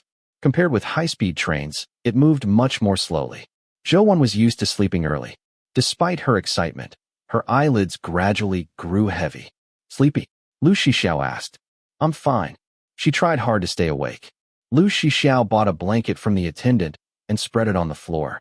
"Sit down and rest for a while." They sat side by side. Even though Zhou Wan tried to resist, she soon fell asleep. Her head slowly leaned onto Lu Shixiao's shoulder. Lu Shixiao usually stayed up late and slept lightly. In such a noisy carriage, he couldn't sleep at all. He quietly wrapped one arm around Zhou Wan's shoulders, letting her rest against him. From where he sat, all he could see was the delicate tip of her nose. The carriage wasn't especially cold because of the heating. Still, people always got colder after falling asleep. So Lu Shixiao quietly removed his own coat and carefully draped it over Zhou Wan. Somewhere in her dreams, Zhou Wan vaguely noticed. But she was too exhausted to wake. She dreamed, and at the end of that dream, Lu Shixiao stood beneath her apartment building with his usual carefree smile. When Zhou Wan woke up, she stared blankly for a while. Only then did she realize. None of it had been a dream. She really had boarded a northbound train with Lu Shixiao just to see snow. The crowded carriage had become much quieter. Those without seats had fallen asleep on the floor. Just then, Lu Shixiao spoke beside her. "Awake." She looked up. His handsome face was close beside hers. He looked tired too. The creases beneath his eyelids were deeper, and his lazy voice carried obvious exhaustion. "Aren't you going to sleep?" she asked. "Can't." "What time is it?" 3 in the morning. He smiled faintly. "We're almost there." 3 o'clock in the morning. And here she was, traveling toward an unfamiliar city with Lu Shixiao. Everything about this journey felt mysterious and romantic. So it's already the new year? Her eyes suddenly lit up. His arm was still around her shoulders. His deep voice sounded close beside her ear. "Happy New Year, Wan Wan." "Happy New Year." Zhou Wan copied the nickname his friends used. "A Xiao." His quiet laugh was immediately drowned out by the train announcement. "Ladies and gentlemen, train K83 will soon arrive at K Station. Passengers getting off at K Station, please prepare your belongings. Happy New Year." People all around them began gathering their luggage. A few minutes later, the train stopped. Under the dim green station sign, Lu Shixiao held Zhou Wan's hand as they stepped off. K City was much colder than Pingchuan. Even inside the station, the freezing air bit through their clothes. Lu Shixiao draped the clean side of the blanket over Zhou Wan's shoulders to shield her from the wind. Nearby, a mother told her husband, "Pull his collar up tighter. Don't let him catch a cold." The little boy woke on his father's shoulder and burst into tears after the exhausting journey. His father smiled patiently. We're almost home. If you're good, you can make one New Year's wish. The boy sniffled. Can I have a transformer? Of course. His father smiled. But no more crying, okay? The little boy immediately stopped crying. Watching them, Zhui smiled. Following the crowd, they left the station. From a distance, she saw it. Everything was white. The rooftops, the trees, the cars. Everything lay beneath thick snow. The whole city seemed wrapped in white. It was the first time Zhui had ever seen snow this heavy. Her footsteps unconsciously became lighter as she hurried forward. Wow! She ran to the railing and gazed at the snowy world. It was far heavier than the greatest snowfall Pingchuan had ever seen. Lu Shixiao didn't like snow. So instead of looking at the scenery, he looked at Zhui. Joy radiated from every part of her. Lu Shixiao. His voice had become unusually gentle.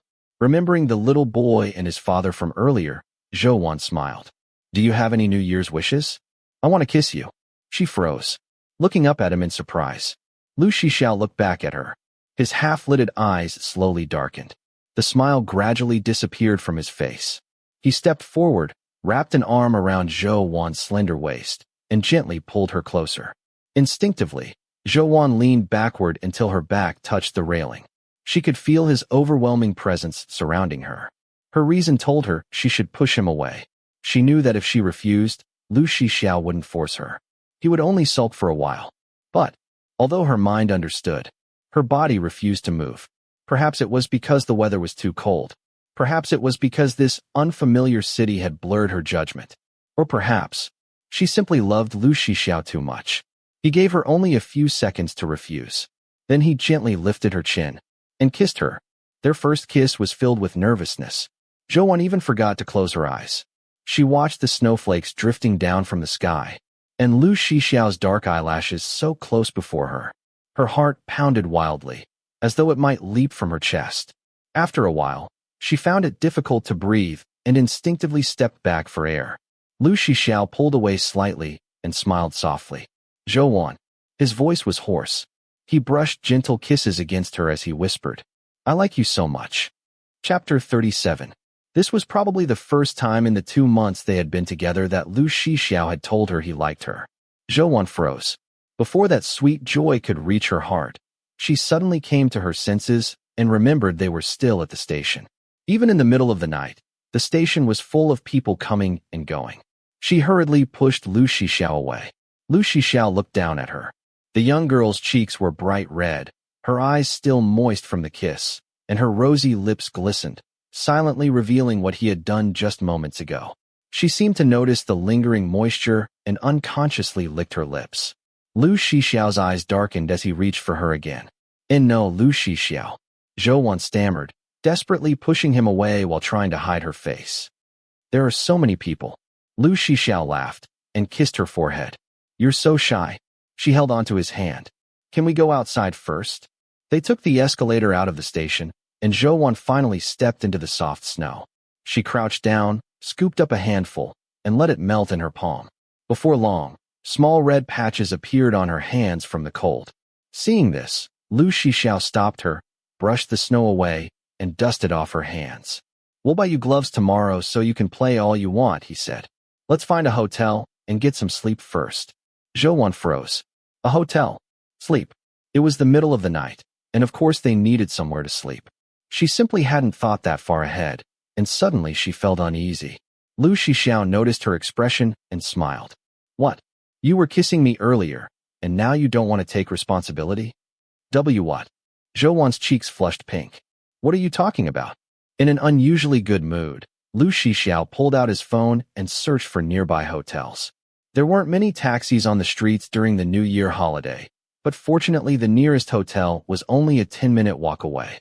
Along the way, Lu Shixiao kept stealing kisses. A walk that should have taken 10 minutes ended up taking 20. Zhui had never seen him this clingy before. In her impression, Lu Shixiao had always been relaxed and detached in relationships. She felt both embarrassed and secretly happy. She didn't reject his kisses. Although Lu Shixiao could feel her entire body tense with every intimate touch, still unfamiliar with such closeness, She would quietly lift her chin and let him kiss her. She didn't know how to kiss him back. Yet every trembling breath she took felt perfect. Standing beside the frozen river, Lu Shixiao wrapped his arms around her and kissed her again, his fingertips gently brushing her cheek. "Why are you so obedient all of a sudden?" Blushing, Zhou lowered her head. "Oh, let's go inside. It's cold." The hotel was right behind them. Lu Shixiao smiled. "Why are you in such a hurry?" His playful tone carried an unmistakably suggestive meaning. Zhou became even more flustered. When they entered the hotel, only a sleepy woman remained at the front desk. Barely keeping herself awake, she said, "A double room is 361 yuan per night." Zhou immediately stopped walking. Lu Shixiao glanced at her, chuckled, and took both of their ID cards from his pocket. He had been holding on to hers ever since buying the train tickets. Zhou tugged nervously at his sleeve, wanting to stop him. Instead, she heard him ask, "Do you have two separate rooms?" The woman paused and looked at them again. They both looked extremely young, especially the girl, whose cheeks were still flushed pink. She had seen plenty of college couples staying there, but instinctively felt these two were different. "A single room is 200 yuan.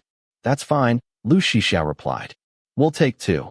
As she entered their information, the woman muttered, "I thought you two were dating. You're both so good-looking. Are you brother and sister?" Zhou thumb pressed tightly against her index finger, and her whole body stiffened. "No." Lu Shixiao lit a cigarette, unexpectedly willing to chat. "She's my girlfriend." "Then why are you staying in separate rooms?" Lu Shixiao casually draped an arm around Zhou's shoulders. "My girlfriend's still young." The woman smiled. "I didn't expect someone your age to be so considerate. You're a good boyfriend." Lu Shixiao laughed casually. "Can't help it. We're exhausted. If we stayed in the same room tonight." He shrugged with a roguish smile. "Neither of us would get any sleep." The woman smiled knowingly and handed over 2 room cards. "Third floor. I put your rooms next to each other. Take the elevator and turn right." "Thanks." The hotel wasn't particularly luxurious. The elevator walls were covered with advertisements and posters, with a mirror on one side. The moment the doors closed, Lu Shixiao pulled Zhou into another kiss. MMPH. She hit him lightly. Lu Shixiao. He kissed her lips gently. Feeling that she wasn't resisting, he slowly moved to kiss her ear, his lips brushing the delicate blue veins beneath her skin. Zhou shivered. She couldn't take it anymore and struggled with all her strength. But she was no match for him. In desperation, she bit down on his collarbone. A faint red bite mark immediately appeared. If she had bitten any harder, she probably would have drawn blood. The sharp sting finally brought Lu Shixiao back to his senses. He pulled down his collar to look. Quite a vicious bite. Leaning against the elevator wall, Zhou stayed as far away from him as possible. "Who told you to behave like that?" Her eyes had already turned red. She was genuinely angry. Lu Shixiao found her adorable. But remembering how she had cried the last time he teased her too much, he swallowed the jokes that had nearly escaped his lips. "I'm sorry." He gently rubbed the tip of her ear, watching it turn even redder beneath his fingertips. "Forgive me." Zhou felt his apology wasn't sincere at all. The elevator doors opened. She immediately ran out. Only after getting several meters away did she turn around with a stern face. "I'm going to sleep." Lu Shixiao smiled at her expression and raised the room cards. "How are you planning to sleep when I have the key?" "Come here." His voice was lazy. "I won't kiss you." Only then did Zhou slowly shuffle back. Lu Shixiao took her hand, found her room, and unlocked the door. As Zhou stepped inside, he followed her in. Startled, she grabbed his arm. "What are you doing?" Without answering, Lu Shixiao turned on his phone's flashlight and carefully checked every corner of the room. "This hotel probably doesn't inspect its rooms very carefully," he explained. "I'm checking for hidden cameras." Zhou paused. After checking the bathroom as well, he came back, switched off the flashlight, and flicked her forehead. "What were you thinking, little girl? Your mind's in the gutter." He deliberately teased her. "And you're acting like I'm the suspicious one." Zhou shoved him out into the hallway. Just before closing the door, she paused. Looking at him through the narrow gap, she softly said, "Good night." He smiled. "Good night." Now alone in her room, Zhou could hear almost everything through the thin walls. She could hear Lu Shixiao's slippers shuffling next door and the sound of running water from his bathroom. She had already slept on the train, and being in an unfamiliar place made it difficult to fall asleep again. Walking to the window, she quietly looked out at the snowy night. The station was near the outskirts of the city. It wasn't bustling or prosperous, yet the endless silver-white landscape was breathtaking. She took out her phone and snapped a picture. Opening moments, she saw that many of her classmates had already posted photos of food, fireworks, or selfies celebrating the new year. She selected the photo of the snow. She almost posted it publicly. Then she realized everyone would ask where she had gone and who she had gone with. After hesitating, she changed the visibility to only me and typed, "I like you so much. Lu Shixiao. Happy New Year." Post. This snowfall belonged only to her and Lu Shixiao. And this post was her secret. In the north, it was still dark at 7 in the morning. The temperature was bitterly cold, and even breathing felt icy. As soon as Zhou woke up, she called her grandmother. Not wanting her to worry, she didn't mention that she was in K-City. She only said she had gone out for something. Since Zhou had always been obedient, her grandmother didn't ask many questions. She simply reminded her not to catch a cold. After hanging up, Zhou sat quietly against the headboard. There was no sound from the room next door. Lu Shixiao was probably still asleep. Around 10 o'clock, she finally heard movement. She got up, washed, changed clothes, and before long, the doorbell rang. Looking through the peephole, she saw Lu Shixiao. Opening the door, she smiled. "Good morning. You've been awake for a while?" He raised an eyebrow. His eyelids drooped sleepily. "You seem to be in a really good mood." She noticed the dark circles beneath his eyes. "Didn't you sleep well?" "Too close to the station." He yawned. "Too noisy. Do you want to sleep a little longer?" "Forget it." He ruffled her hair. "Didn't I promise I'd take you to play in the snow?" There was a ski resort on a nearby mountain. After checking out, Lu Shixiao took Zhou there. They rented ski suits, goggles, and skis. Since it was New Year's Day, the resort was crowded with groups of young people and families with children. "Do you know how to ski?" Zhou asked. "A little."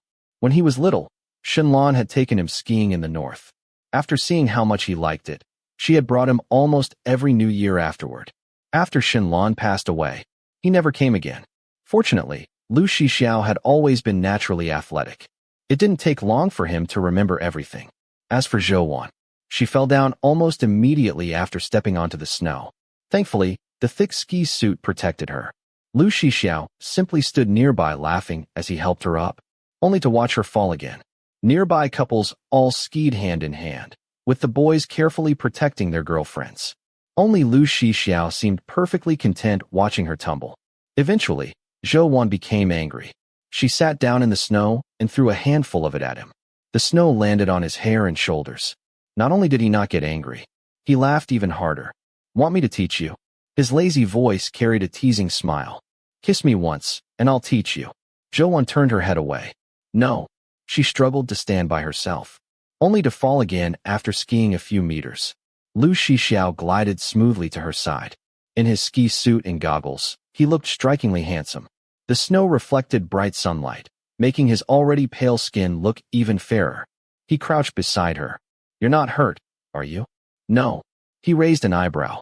This time he compromised. "All right. No more falling. Just let me kiss you once, and I'll teach you." He had lowered the terms from making her kiss him to letting him kiss her. Lu Shixiao leaned closer. Supporting herself with both hands behind her, Zhou leaned backward. He followed, then lost his balance and fell into the snow. Zhou burst into laughter.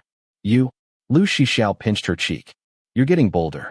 Instead of getting up, he wrapped an arm around her waist, pulled her closer, and lightly bit her lip. "Ow." She frowned and hit his arm. "You bit me.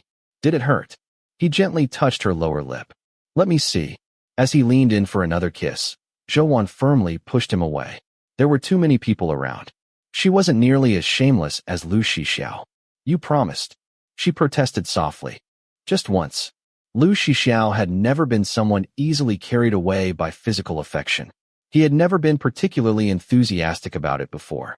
But somehow, with Zhou, he simply couldn't help himself. Still, he knew she was shy and would become upset if pushed too far. So he finally stopped teasing her. Helping her to her feet, he patiently taught her how to ski. Although Zhou wasn't naturally athletic, she learned quickly. Before long, She was able to glide short distances by copying his movements. The wind rushed past her ears. Ahead of her stretched a boundless sea of white. There was no painful past, no hidden calculations, only endless snow. She happily slid farther downhill. The faster she went, the stronger the wind became. She never noticed the rock hidden beneath the snow. Suddenly her skis tilted. She completely lost control and headed straight toward a clump of bushes. Zhou, Lu Shixiao immediately chased after her. Seeing she was about to crash into the bushes, he lunged forward. Grabbing her, they both tumbled into the snow. He shielded her head with one arm. His back slammed heavily against a rock. He let out a muffled groan. Coming back to her senses, Zhou hurriedly asked, "Are you okay?" "I'm fine." She reached behind him. "Did you hit your back?" "I heard it." Lu Shixiao remained lying there, letting Zhou reach around him. From the front, it looked almost as though she were hugging him. He chuckled despite the pain. "Just bumped it." "Why did you rush over like that?" Her nose stung. "If I fell, then I fell. What if you had hit your head?" Earlier, he had simply watched her fall over and over again, because he knew the snow was soft enough that she wouldn't get hurt. But this time, he hadn't hesitated for even a second. "If I got hurt," he pinched her cheek, "you'd take care of me. Then you'd have to spend more time with me instead of going on library dates." What nonsense. Though annoyed by his lack of seriousness, Zhou still felt deeply moved. "Then, I'll spend more time with you for the rest of winter break." Lu Shixiao smiled. "Forget it. Don't you have your competition coming up?" Zhou paused. "Then, after the competition." "Deal." Without her noticing, Lu Shixiao quietly tested his slightly sprained ankle. Fortunately, it wasn't serious. He stood up. "Want to keep skiing?" Zhou shook her head. She was afraid of causing him trouble again. By the time they left the ski resort, it was already 2 in the afternoon. After a late lunch at a local restaurant, they wandered around the city for a while before taking a taxi to the station that evening. This time they weren't as lucky. There were no train tickets left. In the end, they bought seats on an intercity bus. Although slower, it traveled directly to Pingchuan, so the total travel time wasn't much different. They sat side by side. Zhou took the window seat. Lu Shixiao had barely slept for 2 days. Not long after the bus departed, he unexpectedly fell asleep. Zhou sat perfectly straight. She deliberately kept her shoulders steady so he could lean comfortably against her. Outside, the bus sped along the highway. The orange sun slowly sank below the horizon. Its warm light softened everything, making the entire world seem incredibly gentle. Smiling faintly, Zhou took out her phone to photograph the sunset. Then she paused. Looking down at the sleeping Lu Shixiao, she quietly switched to the front camera. Carefully extending her arm, she tried not to move her shoulder. On the screen appeared both of them. Even asleep, Lu Shixiao looked sharp and handsome, like an unsheathed sword. Yet with his head resting against her shoulder and his bangs falling softly over his forehead, those cold features appeared unexpectedly gentle. Without realizing it, her eyes curved into a smile. Click. She captured the moment. After taking the picture, she suddenly felt embarrassed. She hurriedly put away her phone and looked back out the window. It was 9 o'clock at night when they returned to Pingchuan City. Everything looked exactly as before.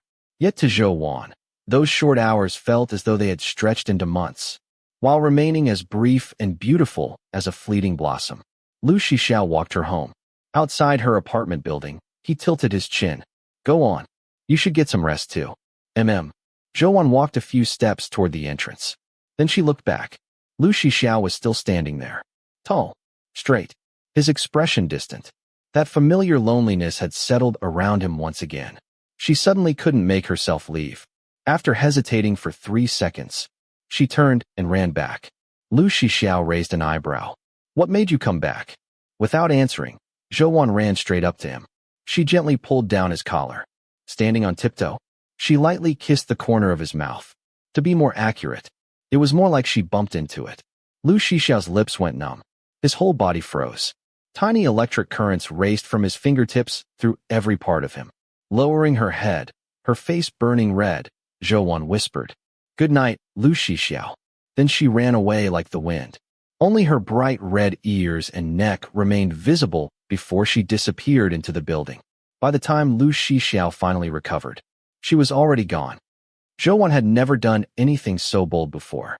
She ran all the way to her apartment door before finally stopping. Breathing hard, she unlocked the door and went inside. Her grandmother was watching television. Looking up, she smiled. "Why are you running so fast? Was a wolf chasing you?" Still out of breath, Zhou couldn't answer. She poured herself a glass of water and drank it in one gulp. Back in her room, she thought about what she had just done. The more she thought about it, the more embarrassed she became. She felt she had completely made a fool of herself. Just then, her phone vibrated. A voice message from Lu Shixiao. Without even listening, she knew it was probably another teasing remark. Her face was already too hot. 5 minutes later, after her heartbeat had finally calmed a little, she played it. The young man's deep, magnetic voice carried a seriousness that rarely appeared at his age. "Zhou, spend every new year with me from now on." He almost never spoke so seriously.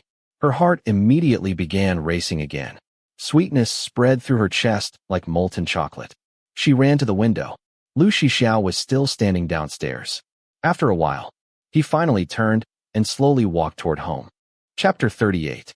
Lu Shixiao had never made promises about the future to anyone, nor had he ever spoken about forever. This was the first time. When he said those words, even he was stunned for a moment. "Zhou, spend every new year with me from now on. I want you by my side every year. I don't like this world, and I have no hopes for the future. But if you're with me every new year, then maybe I'll start looking forward to what's ahead." The question Zhou had asked him a few days ago. Today, he wanted to change his answer. "Lu Shixiao, will we ever separate? I don't know, but I hope we never do." After New Year's Day, everyone became busy visiting relatives and exchanging holiday greetings. Even Lu Shixiao was forced by old Master Lu to return to the family estate several times. Zhou, however, had far fewer visits to make. After Zhou Jun passed away, her grandmother had borrowed money from relatives, and over the years, they had gradually lost contact. That left Zhou with a few peaceful days. She received Lu Shixiao's call while studying in the library. She quickly picked up her phone and ran outside before answering. "Hello." His voice was casual. "What are you doing?" "I'm at the library," Zhou replied softly. "What about you?" "At the old house." He clicked his tongue impatiently. "So annoying." Zhou laughed. "Are there a lot of relatives?" "I barely know any of them. Why should I give New Year's greetings to strangers?" She tried to comfort him. "Just bear with it for a little while. You'll be able to leave soon. Have dinner with me tonight." "Okay." Just then, someone on Lu Shixiao's side, probably a household servant, asked what he wanted for dinner. He replied that he wouldn't be eating there. Old Master Lu happened to overhear him and asked why. Lounging lazily on the sofa with one leg crossed over the other, Lu Shixiao answered, "I'm having dinner with my girlfriend." Zhou ears immediately turned red. "What are you saying?" Fortunately, old Master Lu understood his grandson's personality well enough. The fact that Lu Shixiao had returned home at all was already a rare show of respect, so he didn't say anything further. After hanging up, Zhou studied for a while longer. When Lu Shixiao texted that he had arrived, she packed her things and prepared to leave. Jiang Yin looked over. "Leaving so early today?" She smiled. "I'm going out for dinner." Jiang Yin frowned slightly, but didn't say anything. Zhou hurried downstairs. The moment she spotted Lu Shixiao in the distance, she ran toward him. "Why are you wearing so little again?" "Not cold." He took her backpack. "What do you want to eat?" She thought for a moment. "Korean barbecue.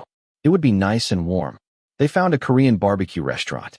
Just as they finished eating, Jiang Fan called, asking Lu Shixiao to join them for cards that night. Recently, Lu Shixiao rarely joined their gatherings anymore. Most of them involved drinking or karaoke, neither of which interested him much, so Jiang Fan hardly invited him these days. Before Lu Shixiao could refuse, Jiang Fan hurriedly said, "We're short one player. We're waiting for you." Then he hung up. Lu Shixiao smirked and lowered his phone. Zhou asked, "Are you going? Do you want to go?" He looked at her. "If you don't want to, I won't. I'm okay with it." She didn't want him to lose touch with his friends. Even if many of them were just drinking buddies, getting together once in a while wasn't a bad thing. "I'll go with you." Following the address Jiang Fan sent, Lu Shixiao brought Zhou upstairs. The moment they entered the private room, everyone started complaining about how impossible he had become to invite out. Then they noticed Zhou behind him and immediately teased him for becoming inseparable from his girlfriend. Lu Shixiao couldn't be bothered arguing. He simply laughed and sat down. He didn't play cards often, only occasionally when bored. Still, the way he shuffled the deck was remarkably smooth. His long fingers moved effortlessly, making even the simple act look handsome. After arranging his cards, he turned to Zhou Wan. Know how to play? I know the rules. She had learned them years ago by watching Guo Xiangling play cards and mahjong. Want to try? She immediately waved both hands. I've never actually played. The others laughed. Come on, sister-in-law. Xiao Ge has money. If you lose, he'll pay. Let us earn some New Year's money. New Year's money is fine. Lu Shixiao had a cigarette between his lips. His hoarse voice carried a lazy grin. But call me daddy first. Everyone burst into laughter and curses. When it was his turn, he casually threw down a pair before asking quietly. If you lose, I'll cover it. Want to play? I'll watch first. She lowered her voice. I might have forgotten how. She sat quietly behind him, watching. The table beside them was covered with fruit. Strawberries, blueberries, honeydew melon. Zhou Wan quietly ate strawberries one bite at a time. Suddenly, Lu Shixiao turned toward her and opened his mouth. She paused. Then she removed the leaves from a strawberry and gently placed it into his mouth. The room immediately erupted. Oh, come on. Enough already. Stop showing off your relationship during New Year. Zhou Wan lowered her head, blushing. Lu Shixiao laughed shamelessly. Then he glanced at everyone. That's enough. If you make her uncomfortable, you're all leaving here on your knees. Zhou Wan. He made it sound as though she had a terrible temper, when in reality, he was the one who lost his temper the easiest. The way he spoke was incredibly protective. Even though everyone already knew Zhou Wan was special, his longest-lasting girlfriend, they were still surprised hearing him speak like that. This wasn't the Lu Shixiao they remembered. They couldn't help looking at Zhou Wan with newfound admiration.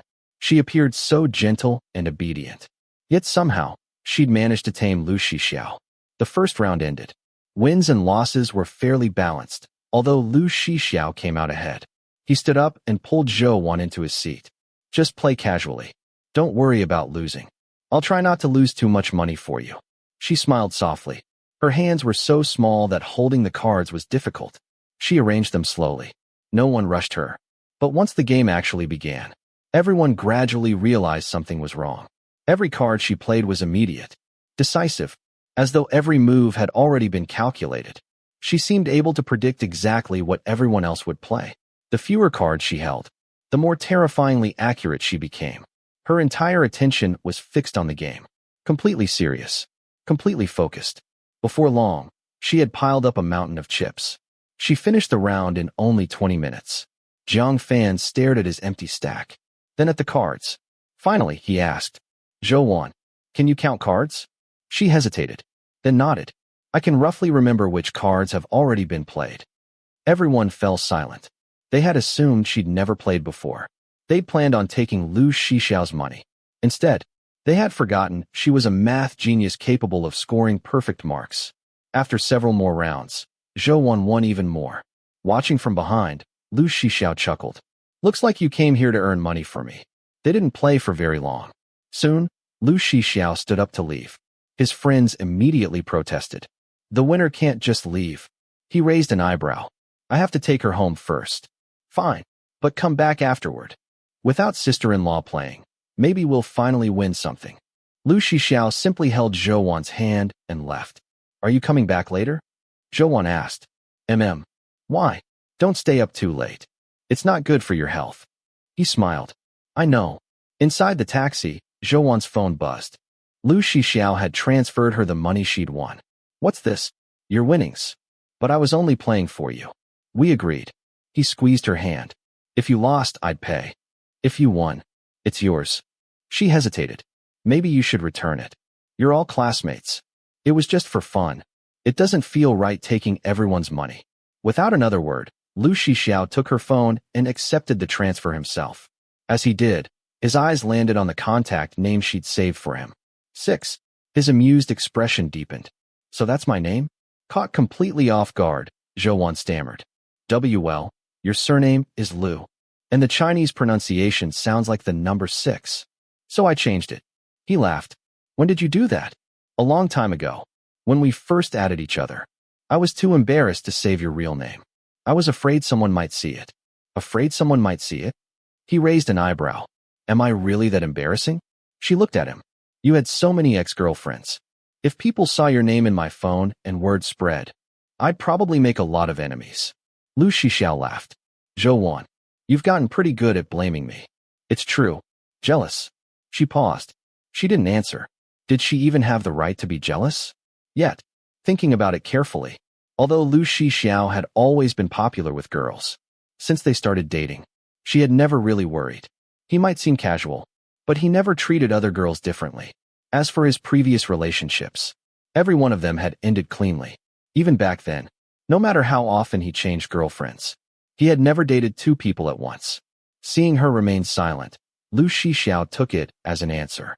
In the past, nothing annoyed him more than girls being jealous for no reason. But now, he actually found it rather pleasing. He ruffled her hair. From now on, it's only you. In the blink of an eye, the 14th day of the Lunar New Year arrived. Winter break ended. School resumed.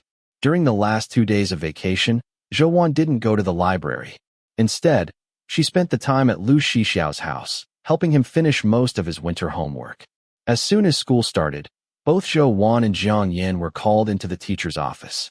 Next month you'll both be going to be city for the national competition. You prepared well over the holiday, right? Jiang Yan answered that he and Zhou had often studied together at the library. Good. The physics teacher nodded with satisfaction. I was never worried about you two. Get plenty of rest over the next few days.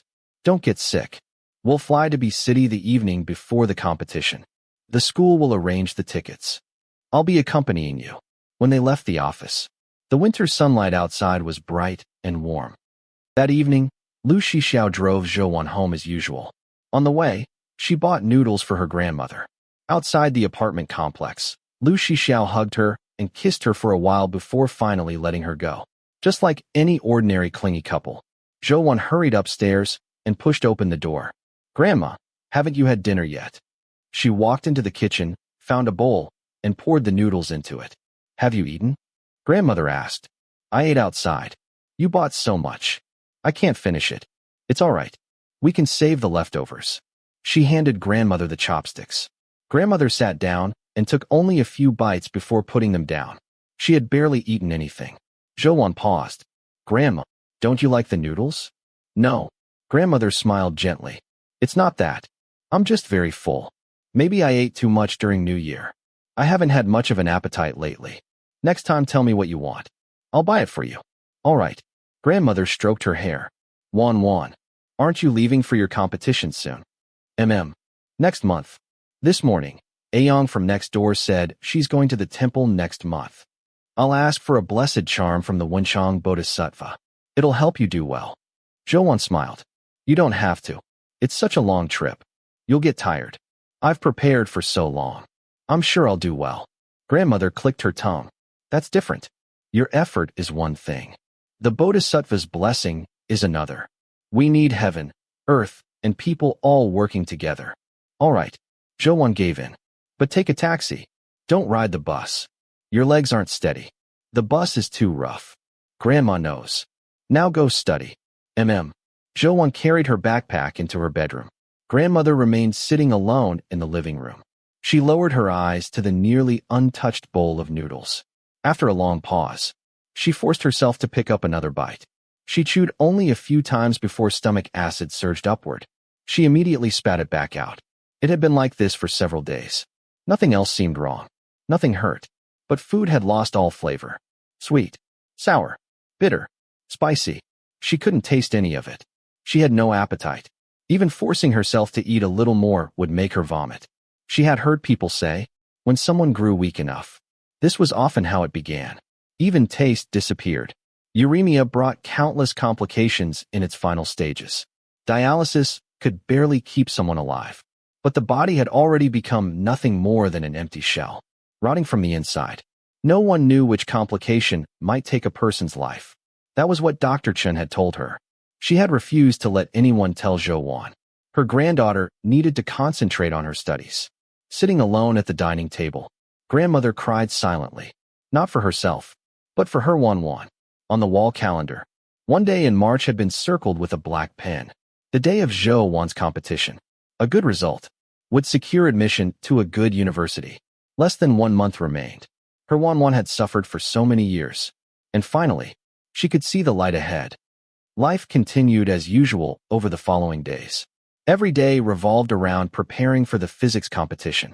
The other teachers also understood its importance. They allowed Zhou Wan and Jiang Yin to ease up on their other subjects and focus entirely on competition training. Sometimes after school, Zhou Wan brought food home to eat with grandmother. But grandmother always ate very little. Perhaps it was just because of the cold weather. Other times, she ordered takeout and ate at Lu Shixiao's house. She studied while he played on his phone nearby, occasionally dragging him into studying for a while as well. Soon, February passed. March arrived. You've lost weight. Lu Shixiao looked at her. Zhou Wan touched her face. I don't know. I haven't weighed myself. I can tell. He smiled. Just by hugging you. He wrapped his arms around her waist and pulled her close. Only after she was completely red-faced and flustered did he finally let go. You've definitely gotten thinner. I'll take you somewhere nice today. He held her hand. We need to put some weight back on you. She laughed softly. Okay. He brought her to an upscale restaurant. Just looking at the entrance made Zhou Wan nervous. Are we really eating here? Isn't it very expensive? He laughed. Since you're going to become successful after your competition, I'm investing in you now. You'll have to support me later. Lu Shixiao. She tugged gently at his sleeve. Let's eat somewhere else. What? You don't want to support me? He teased. Planning to abandon me? No. Before she could continue, he had already led her inside. Table for two. After they sat down, Lu Shixiao ordered mostly seafood. The prices alone made Zhou Wan's heart ache. She stopped looking. After a moment, she quietly said, If I win first prize, besides guaranteed admission, I'll also receive prize money. He raised an eyebrow. Oh, if I win, I'll treat you to dinner. He chuckled. Deal. Just then, the restaurant doors opened. The staff immediately greeted the newcomers. The manager hurried over with a smile. Mr. Lu, you should have called ahead. We would have prepared for your arrival. It's fine. Lu Zhongyue's voice sounded calm. I'm only here for dinner. No need to make a fuss. Zhou Wan froze. Instinctively, she looked toward Lu Shixiao. He merely lifted his eyes slightly. His expression remained indifferent. She turned back. Lu Zhongyue had entered, with Jiang Yin beside him. Jiang Yin saw her. His gaze paused briefly, but he neither greeted her nor reacted. When the staff asked where they would like to sit, Jiang Yin pointed toward the opposite side. Over there. Lu Zhongyue hadn't noticed them. Lu Shixiao. Zhou Wan quietly watched his face. Should we leave? It's fine. He smiled faintly. Don't worry. The restaurant was crowded, yet everyone spoke quietly. Only soft conversations and the clinking of cutlery filled the room. From across the restaurant, Zhou Wan could vaguely hear Lu Zhongyue and Jiang Yin talking. Lu Zhongyue asked about his studies. Every now and then, his laughter rang out. It was obvious he liked Jiang Yin very much. And Jiang Yin was deliberately trying to please him. He was far more talkative than usual. Then suddenly, Lu Zhongyue's phone rang. He answered. Xiangling. Zhou Wan's hand froze around her chopsticks. Her entire body stiffened. I'm with Abian. Come join us. The food hasn't arrived yet. He never asked Jiang Yan's opinion. After hanging up, he simply said, Your aunt is coming too. Jiang Yan's smile stiffened for only an instant. Then it returned. Great. I haven't met Auntie yet. Guo Xiangling was coming.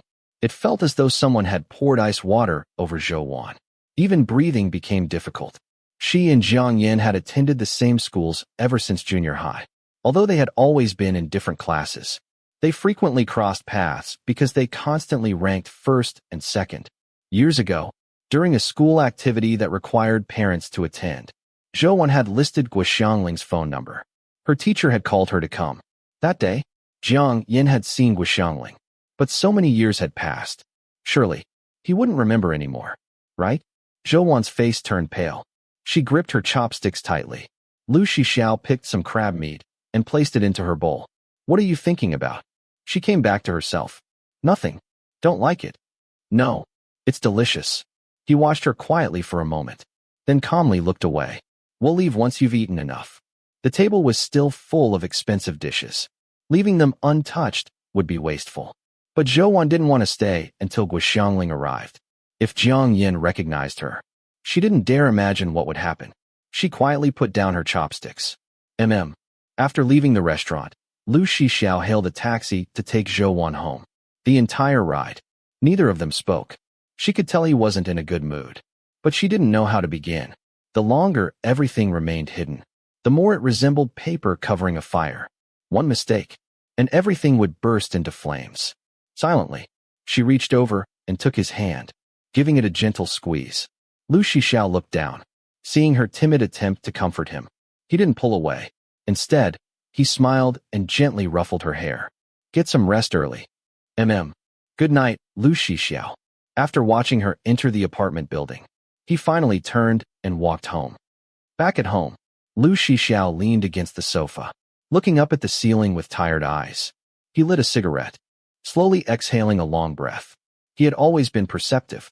He could read Zhou emotions almost instantly. From the very beginning, he had known she wasn't as simple and obedient as she appeared. He had seen through the way she deliberately approached him. But somewhere along the way, he had stopped caring. No matter why she had come to him in the beginning, as long as she stayed beside him now, that was enough. She never spoke about it, and he never asked. Still, he knew something had been wrong with her tonight. At first, when Lu Zhongyue entered, she had only been worried about him, carefully watching his reactions. But later, her emotions had suddenly changed. She became visibly overwhelmed. When had it begun? He frowned, thinking back carefully. Yes, it started. The moment Lu Zhongyue answered Guoxiangling's call. Suddenly, countless fragments from the past flashed through his mind.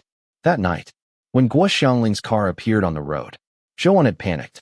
Later, at the hospital, the moment she saw Guoxiangling, her whole body had stiffened. He had also once seen the two of them talking quietly beside the restroom sinks. Everything seemed connected by an invisible thread. Lu Shixiao had never doubted Zhou's feelings for him. He had dated many girls before. He knew countless different ways people expressed love. Zhou's way was different, but every time she looked at him, her eyes shone. She had taken him to the amusement park on his birthday, earnestly wished him a happy birthday. When his fear of heights overwhelmed him, she had stood in front of him like a fearless warrior, holding his hand tightly. She had accompanied him to another city before dawn, just because she didn't want him to spend New Year's alone. Zhou truly liked him, and yet, she had never imagined spending forever with him. She had calmly accepted the possibility of separation, just as she once said, if we separate someday, let's never contact each other again, okay? Zhou had secrets. Lu Shixiao slowly closed his eyes. His brows drew tightly together.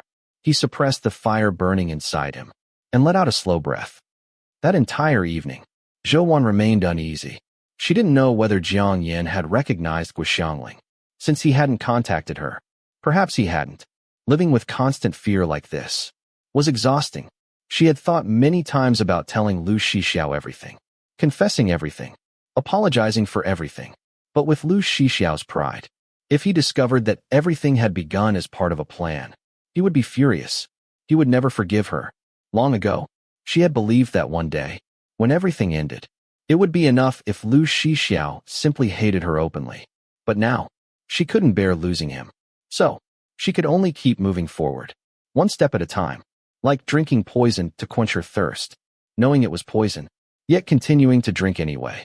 The next morning, when Zhou entered the classroom, Jiang Yin was already there. He simply glanced at her once. Morning. She relaxed. She thought she had escaped danger once again.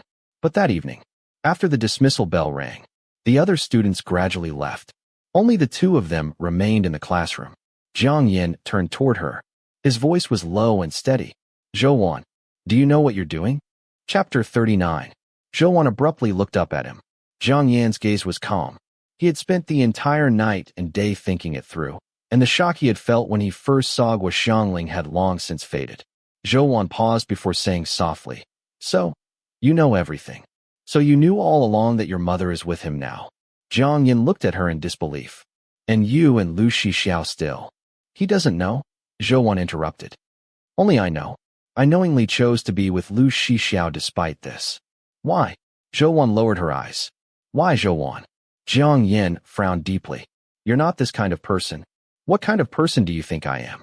After carrying this secret alone for so long, she finally broke. Obedient? Well-behaved? Never angry? So even though Gua Xiangling betrayed my father, abandoned me, and refused to help my grandmother when she needed it most, I'm supposed to stand by and watch her live happily without doing anything?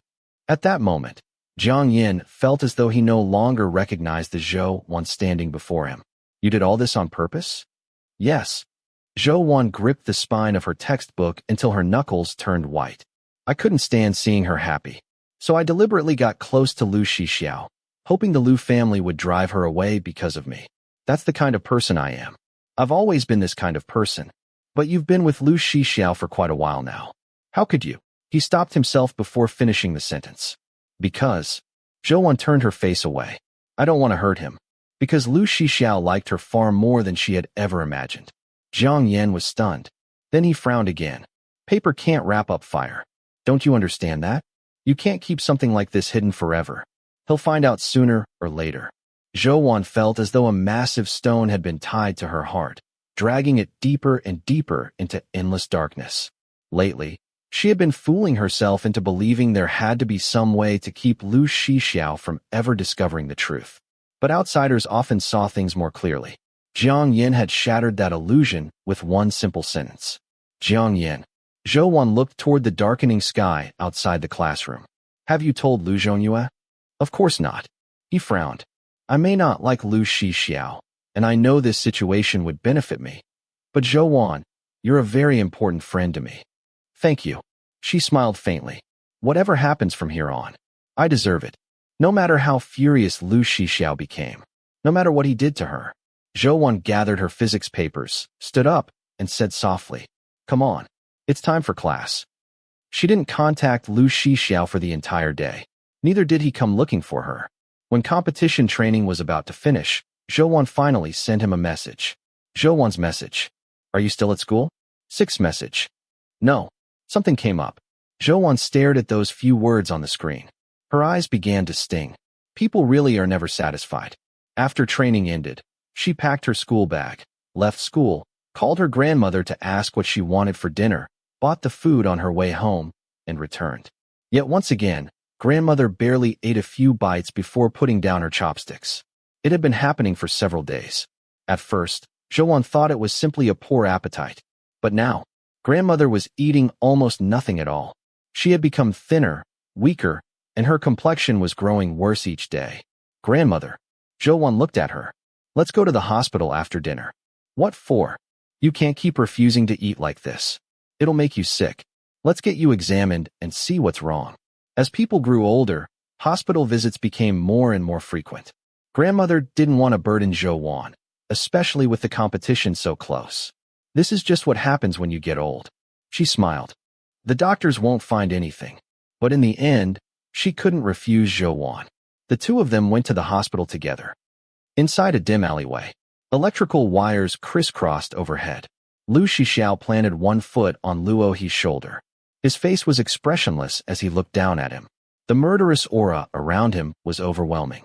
Luo He's shoulder bone felt as though it was about to shatter beneath the pressure. He writhed on the ground, screaming.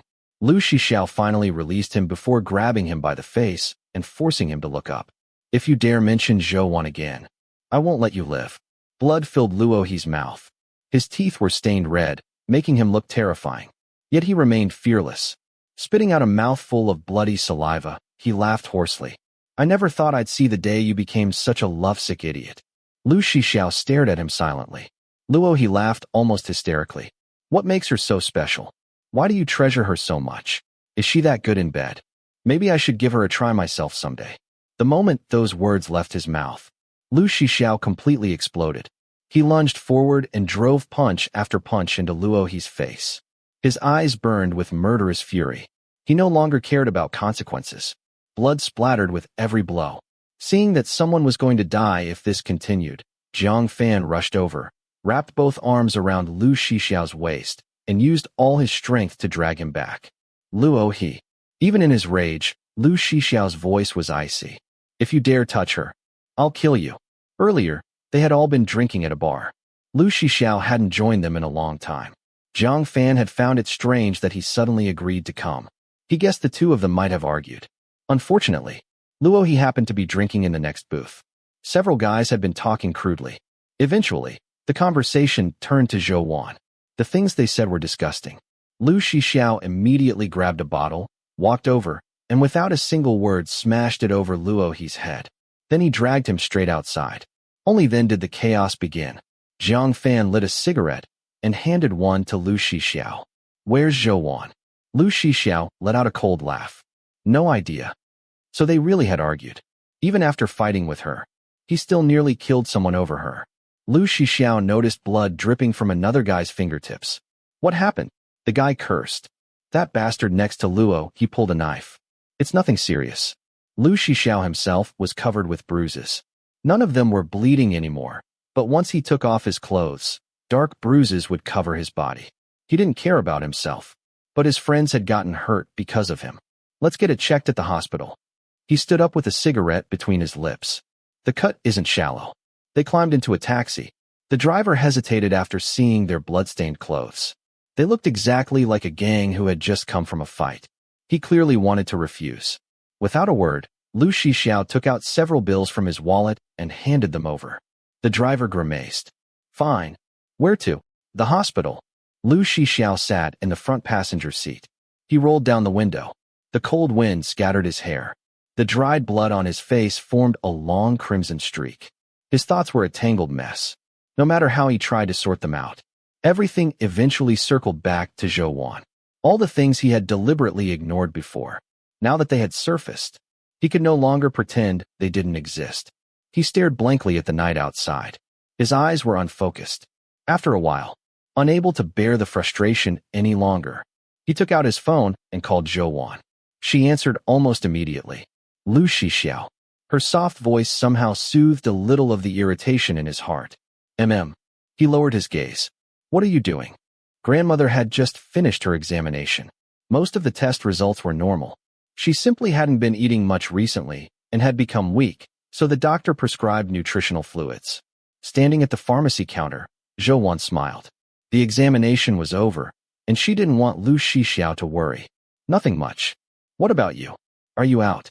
At that moment, the taxi stopped. We're here, the driver said. Lu Shixiao stepped out and closed the door. The surroundings were noisy. Zhou Wan assumed he was out with friends. Then have fun. She smiled gently. Don't drink too much. Lu Shixiao's face remained cold. I know. After hanging up, Zhang Fan patted his shoulder. What happened? Did you and Zhou Wan fight? No. It couldn't really be called a fight. With Zhou Wan's personality, who could actually fight with her? Then what's with that face? Zhang Fan raised an eyebrow. Weren't you two doing great just recently? Even if he had fallen out of love, he shouldn't be acting like this.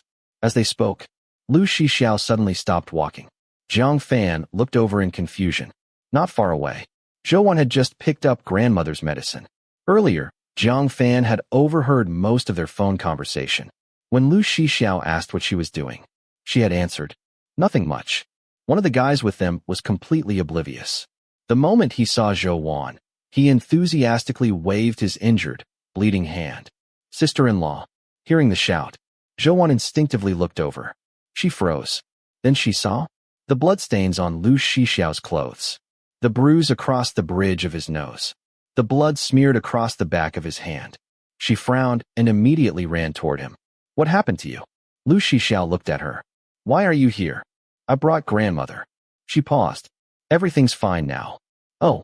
Zhou Wan carefully examined his injuries. Lu Shixiao. Did you get into another fight? It was Luo He. One of the guys answered loudly without noticing the atmosphere. Damn that bastard. He's all bark and no bite. Next time I'll kill him myself. Zhang Fan hurriedly tried to explain. At the bar earlier, Ah Xiao heard. Zhang Fan. Lu Shixiao interrupted coldly. You guys go in first. Then he grabbed Zhou Wan by the wrist and pulled her outside. She stumbled after him, but all she could think about were his injuries. She reached toward his hand, trying to get a better look. Lu Shixiao. Her voice trembled. She was both worried and angry. Why did you get into another fight? All the frustration inside him finally erupted. He stopped abruptly, turned around, and looked down at her. His eyes were filled with anger and impatience. Whether I fight or not is none of your business. He let out a cold laugh. Zhou, who do you think you are? She froze. Her hand remained suspended in the air for a long moment, before slowly falling. The instant the words left his mouth, Lu Shixiao regretted them. But seeing her quietly lower her hand, his face turned cold again. Through clenched teeth, he repeated, Tell me, who are you to me? I'm sorry. She lowered her head. But please go see a doctor first, okay? Lu Shixiao turned his face away with a cold laugh. He would rather Zhou get angry, hit him, curse him, anything. Yet after he had spoken such cruel words, she still apologized gently. Zhou had never truly regarded him as her boyfriend. She never lost her temper, never argued, never demanded anything. Perhaps she simply didn't care enough. Why waste emotions on someone who was destined to leave? Hadn't she accepted that ending long ago? She wore the purest, most innocent face, while doing the cruelest things, as though this relationship existed only for temporary happiness. Perhaps this was karma, retribution for everything he had done in the past. Lu Shixiao closed his eyes. He drew in a slow breath. Zhou, when I asked what you were doing, why didn't you tell me you were at the hospital? She paused. Because the examination was already over. There wasn't anything serious. I didn't want to make you worry. Originally, it really hadn't been a big deal. But now, that tiny lie had become infinitely magnified. Each omission stacked on top of the last. Yesterday, I asked what you were thinking. You said nothing. Fine. If you didn't want to tell me, I didn't force you. But today it's the same. Do you even treat me as your boyfriend? You never tell me anything. You keep everything locked inside. No one can get close. Zhou, is this how you're supposed to date someone? She had noticed his unhappiness yesterday. She simply hadn't expected it to grow into this. She slowly looked up. Her eyes were already red. The young man's gaze remained lowered. His eyes were filled with disappointment, coldness, and irritation. For someone like Lu Shixiao, winning someone's heart had always been easy. But for someone who had once received all his tenderness, seeing him look at her like this was unbearably painful. Blood rushed into Zhou eyes. The tip of her nose turned pink. Her eyelashes grew damp. Lu Shixiao was still angry. Yet seeing her like this, his heart softened. His fingers twitched slightly. Forget it, he thought. Whatever she was hiding, it didn't matter anymore. As long as she stayed beside him, he didn't want to care about anything else. Just as he was about to reach out and wipe away her tears, she suddenly lowered her head. Lu Shixiao, do you not want to be with me anymore? He froze. His Adam's apple bobbed. She didn't even dare look at him. She was afraid she would see that cold expression again. She tried desperately to keep her voice from trembling. If you want to break up with me, then Zhou. He interrupted her sharply. Had she looked more carefully, she would have seen the urgency in his eyes, the fear, the desperation to stop her before she could finish those words. He was too furious to continue. Suppressing everything inside him, he slowly exhaled and turned away. Forget it. Do whatever you want. Half an hour later, grandmother finished her nutritional infusion. Wan, are your hands cold? I'm not cold. Grandmother immediately grabbed her hand. Oh my, your hands are freezing. And you're still saying you're not cold. Your exams are coming soon. You absolutely can't catch a cold. She quickly tucked Zhou's hand inside her padded coat and rubbed it over and over to warm it. Zhou's long eyelashes trembled. Bitterness surged into her nose. Her heart ached sharply. She could only force her eyes wide open, trying desperately to keep the tears from falling. Grandmother, let's go home. Back home. Zhou took a shower and sat on the edge of her bed. The peach-shaped plush doll Lu Shixiao had won for her still sat beside the pillow. She stared at it quietly, remembering the expression on his face earlier. After saying, "Forget it," he had turned and walked away, without looking back once. A tear suddenly slipped down her face. Her composure finally collapsed. She covered her eyes with one hand, but she couldn't stop the tears. They flowed between her fingers. Hot, relentless. Winter was always a heartbreaking season. She didn't even dare cry out loud. She bit down hard, forcing every sob back into her throat. Only faint, broken whimpers escaped. The sound of someone drowning in unbearable grief. That night, she didn't remember when she finally fell asleep. She only remembered her pillow was soaked with tears, and her aching, swollen eyes. Half asleep, she dreamed. She dreamed of her father dying when she was little. She dreamed of Gua Xiangling dragging her suitcase away from home. She dreamed of grandmother collapsing for the first time. For some reason, ever since childhood, everything she treasured eventually left her. At the end of the dream, she was back in the arcade, under the dim lights. Amid the constant beeping of arcade machines, Lu Shixiao casually pulled a pack of cigarettes from the shelf, tossed it onto the counter, glanced at her, and raised an eyebrow. "What's your name?" He stood there wrapped in the brilliant light of youth. Bright, fearless, reckless, proud, like that summer thunderstorm. Intense, yet fleeting.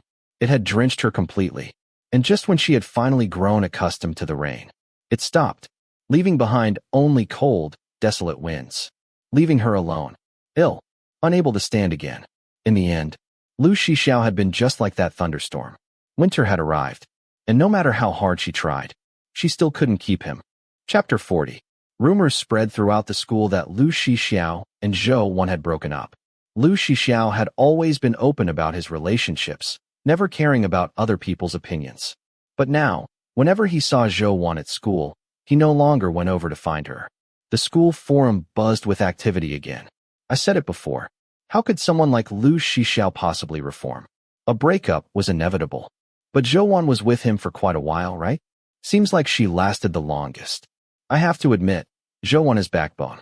After breaking up, she didn't beg Lu Shixiao to get back together like his previous girlfriends. What's the point of begging? When has begging Lu Shixiao to get back together ever worked? You just end up humiliating yourself.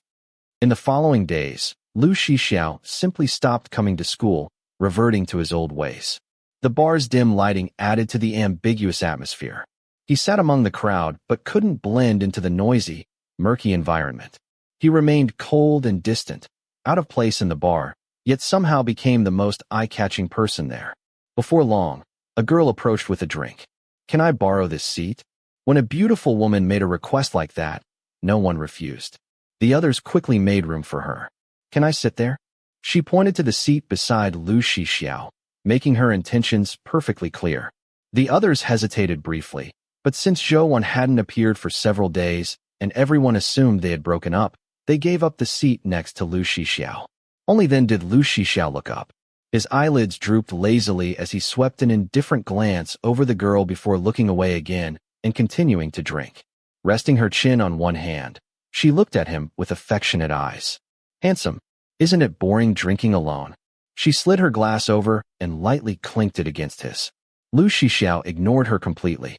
He finished his drink, set the empty glass on the table, and still said nothing. The girl wasn't embarrassed in the slightest. "Can I have your contact information?" "Not interested." Those were the first words Lu Shixiao had spoken to her. His voice was magnetic, but ice cold. "Do you have a girlfriend?" Lu Shixiao clenched his jaw but remained silent. The girl had seen plenty of men acting aloof in places like this. Most of them were only playing hard to get. Besides, the man before her had a reputation for dating many girls. Smiling, she blinked at him flirtatiously. "Your girlfriend must be incredibly beautiful to deserve someone like you." Compared to her, how do I look? She really was beautiful. She had striking fox-like eyes that were naturally captivating. Compared to her, Lu Shixiao suddenly laughed. No one could tell what that smile meant, but it was the first time he had smiled all evening. His smile only made him look even more handsome, roguish and dangerously attractive. The line from his profile to his Adam's apple was clean and sharp. Unfortunately, his words were far less pleasant. "You're nowhere near her." The girl's smile froze. She had probably never been rejected so bluntly before. Her expression darkened immediately. Whatever interest she had vanished as she stood up and walked away. The others exchanged glances. Jiang Fan asked, "Xiao, you and Zhou Wan haven't broken up?" Lu Shixiao looked up. "Who told you we broke up? Everyone's saying it. I thought you two had a fight at the hospital a few days ago and split up." "No." "Then?" Jiang Fan wanted to ask more, but Lu Shixiao had no interest in discussing his love life in front of so many people. He stood up directly. "I'm leaving." After leaving the bar, Lu Shixiao walked alone beneath the neon lights. After a while, he couldn't help taking out his phone and calling Zhou Wan. After several rings, a cold mechanical voice answered. "The number you have dialed is temporarily unavailable." Lu Shixiao's face darkened. He let out a cold laugh. Zhouan really did have backbone. She had said she wouldn't contact him, and she truly hadn't. He hailed a taxi and went straight to Huang Ping's place. As soon as the supermarket's rolling door opened, Huang Ping looked up. Our little sister is here. Lu Shixiao clicked his tongue irritably. Yellow Hair looked behind him. Where's little sister? Who the hell is your little sister? His tone was full of irritation. Seeing his expression, Yellow Hair grinned. What happened? Did you fight? Without answering, Lu Shixiao grabbed a pack of cigarettes from the shelf. Yellow Hair laughed. Did you piss her off with that terrible temper of yours? Serves you right. This is exactly what you deserve. She wants to break up with me. Lu Shixiao's voice was extremely quiet. Yellow Hair froze. Although he had never seen Lu Shixiao bring any girl besides Zhouan here, he'd heard countless stories about Lu Shixiao's relationships. But he'd never once heard of Lu Shixiao being dumped. You broke up? No. After a pause, Lu Shixiao ran a frustrated hand through his hair. I don't know. So you had a fight? Sort of. Why?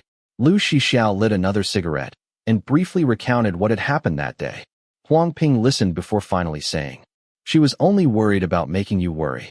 It's not like she was secretly meeting another guy. He laughed. Since when did you become this petty?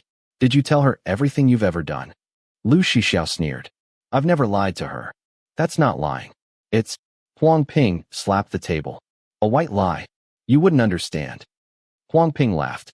Seriously, if my girlfriend were as petty as you are, making a big deal out of every little thing, I want to break up too. That's not the only thing I'm angry about. Then what is it? Lu Shixiao lowered his eyes, exhaling smoke. She's hiding something from me. Huang Ping blinked in surprise. Thinking back to Zhouan's gentle, sweet personality, he couldn't help saying, never would have guessed. Turns out our little sister has secrets. Lu Shixiao looked at him expressionlessly. Only then did Huang Ping become serious. What is she hiding? As soon as he asked, he realized how stupid the question was. Oh right. If you knew, it wouldn't be a secret. Lu Shixiao leaned back in the chair with his hands in his pockets, resting his head against the metal backrest. The harsh fluorescent light overhead hurt his eyes. If I wanted to know her secret, he spoke quietly, I could definitely find out.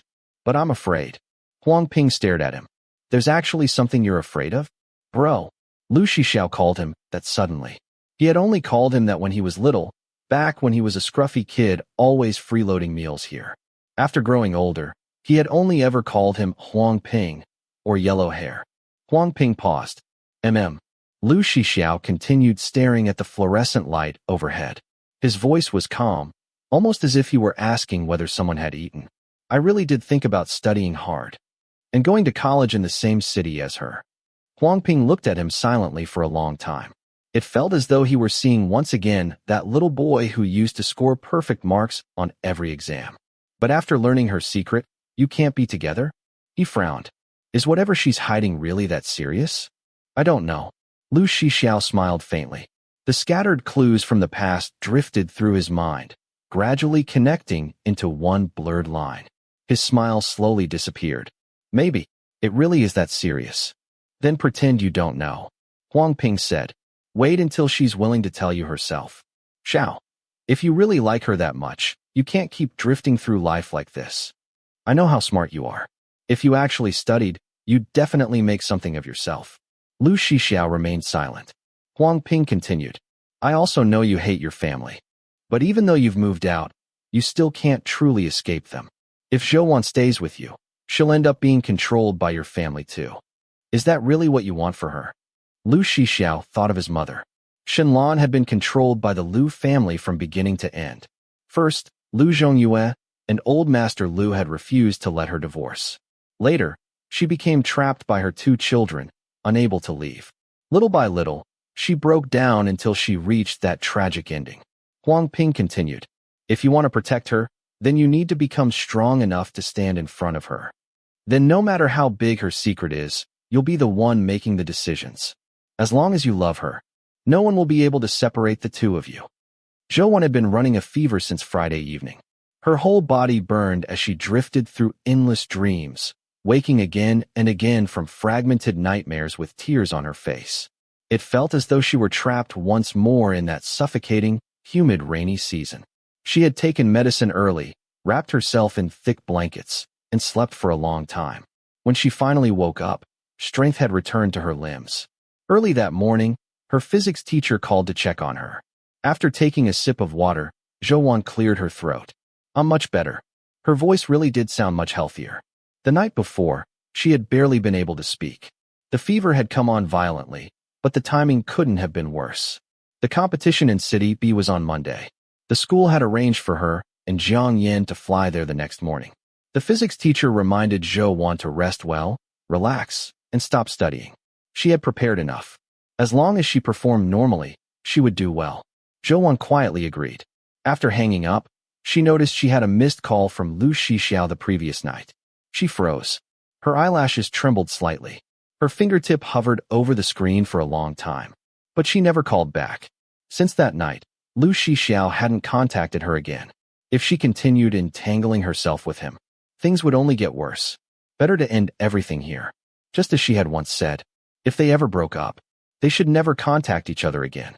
She washed her face. Her head finally felt a little clearer. After changing clothes and walking out of her bedroom, she saw her grandmother changing into her shoes by the door, carrying a cloth bag. "Grandmother?" Her grandmother hurried over. "How are you feeling? Are you any better?" "Much better." Zhou smiled. "After another night's sleep, I should be fine." Her grandmother reached out to feel her forehead. It was indeed no longer burning. Only then did she sigh in relief. "I made some porridge. It's still in the pot. Remember to eat some later, take your medicine, and get back into bed." Zhou nodded. "Are you going out?" "As I told you before, I'm going to the temple to burn incense and pray for your exam the day after tomorrow." Her grandmother smiled. "I'll be back soon. It's such a long trip. Do you really have to go?" "It's not far at all." She smiled warmly. "For my Wan to do well, this much is nothing. Be careful on the way. Call me when you get there." "I will." Her grandmother gently rubbed Zhou hair before changing her shoes and opening the door. As she closed it behind her, she reminded her again, "Don't forget to eat the porridge." The apartment became quiet once more. Zhou sat alone at the dining table wearing a thick jacket, slowly eating spoonful after spoonful of porridge. She had cried far too much over the past few days. Now her eyes were swollen and sore, unable to produce any more tears. At least she could blame everything on the fever instead of making up excuses. Silently, she looked down at the bowl before her. She ate one small spoonful after another. When she reached the bottom of the bowl, she suddenly lowered her head and pressed a hand against her chest. Her eyelashes trembled violently as she struggled to steady her uneven breathing. She couldn't even cry anymore. So why did her heart still hurt so much? She buried her face in the crook of her arm and whispered in a tiny voice. Zhou thought, "I'm sorry, Lu Shixiao. I'm sorry. This was all her fault. She had brought all of this upon herself." Lu Shixiao hadn't touched his phone all day. The young man stood beside the motorcycle racetrack wearing a sleek red and white racing suit that made him look especially striking. His expression was calm and emotionless as he quietly looked ahead. Lu Shixiao had always looked down on the races held at Huangping's track. This was his first time entering one. Not for any special reason. Only because he wanted the first-place prize money. He knew Zhou needed money. Her grandmother needed treatment. She would have tuition to pay. There were expenses everywhere. She had temporarily quit her arcade job because of the physics competition. After the competition ended, she would have to find another part-time job. Lu Shixiao himself wasn't short of money. But all of that money came from the Lu family. Zhou would never accept his money. At the very least, he could give her money that he had earned himself. At 17 or 18 years old, as Huang Ping had said, he still didn't have the ability to protect Zhou from every hardship. But at least, he could make her life a little easier, a little happier. Huang Ping walked over and patted his shoulder. "Still haven't gone to see our little sister? I'll wait until she comes back from the competition." Lu Shixiao looked into the distance. "When she comes back, I'll already have won first place. At least then she'll know that I can earn money on my own too." A whistle sounded. The race was about to begin. Tall and long-legged, Lu Shixiao looked exceptionally handsome in the racing suit. He climbed onto the motorcycle and lowered his helmet. Silently, calmly, he looked straight ahead. A long beep echoed across the track. Several motorcycles shot forward at once. The wind roared past his ears as Lu Shixiao immediately took the lead. He thought, When Zhou came back, when the race was over, he would go find her, whether that meant begging her to stay or asking for her forgiveness. He would tell her how much he loved her. He would tell her that from now on he would behave himself, study hard, take the college entrance examination, go to university together with her. He would tell her that nothing else mattered anymore. From now on, it would only be the two of them. The racetrack echoed with roaring engines and the shrill screech of brakes. At almost the same moment, another set of brakes screamed through a dark alley. A food delivery rider on a motorcycle spotted an elderly woman collapsed beside the road. He immediately parked his bike and ran over. There was a puddle beneath her. Her face had fallen into the dirty water. Her gray hair and collar were soaked with mud. "Ma'am," he gently shook her shoulder. "Are you all right?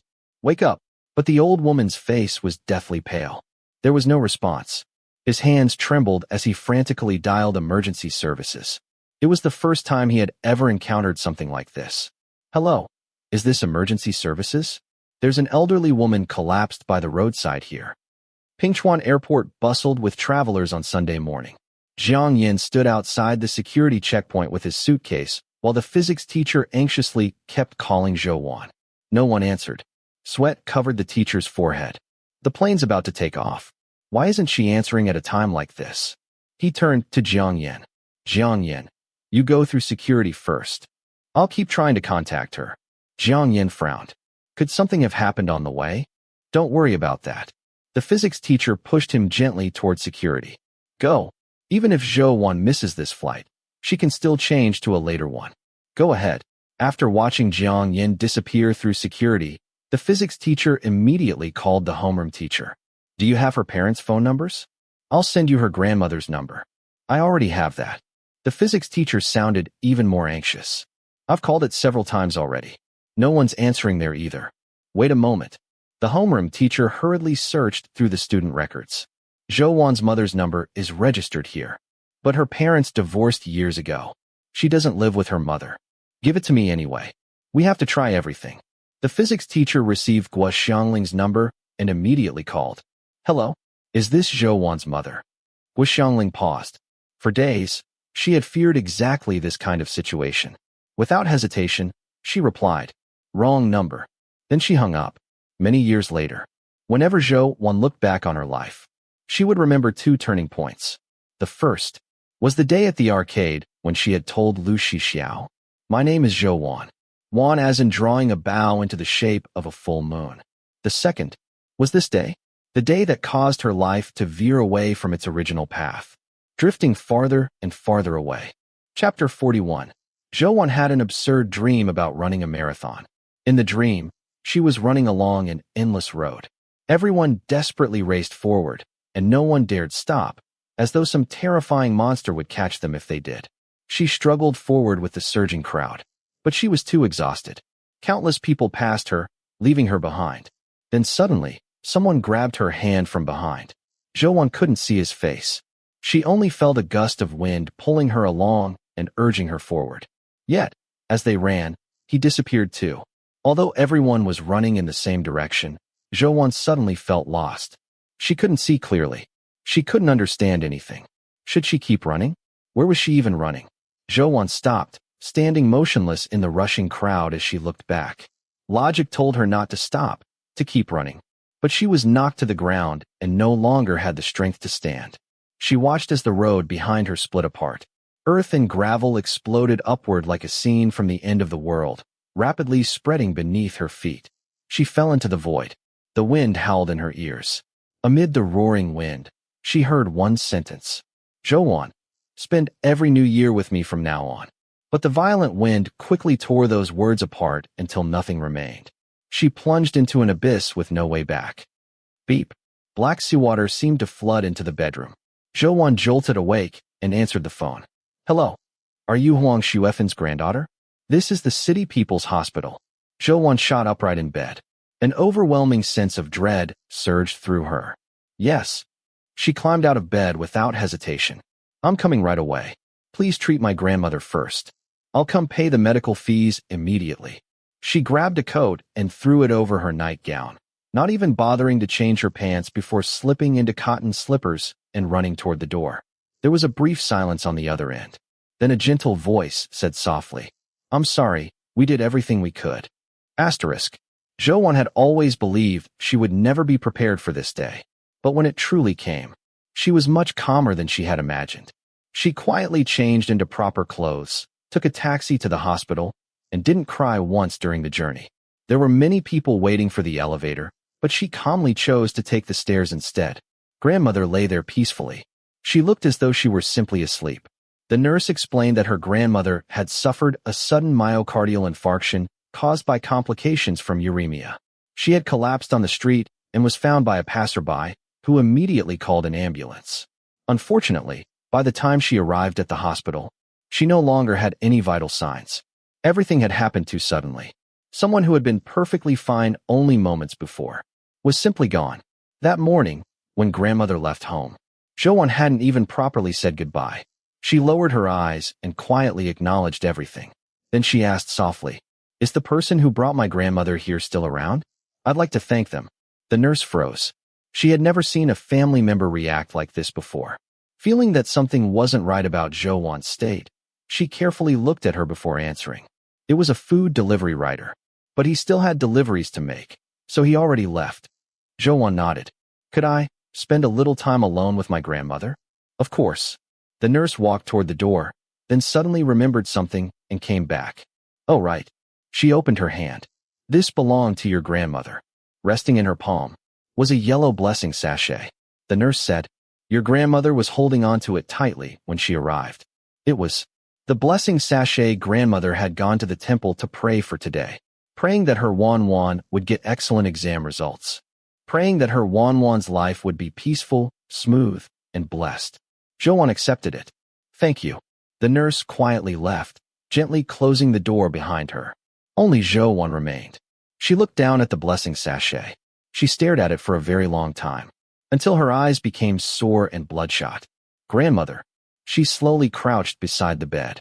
Looking at the familiar face, she whispered, "Why did you leave me alone too?" She clenched the sachet tightly.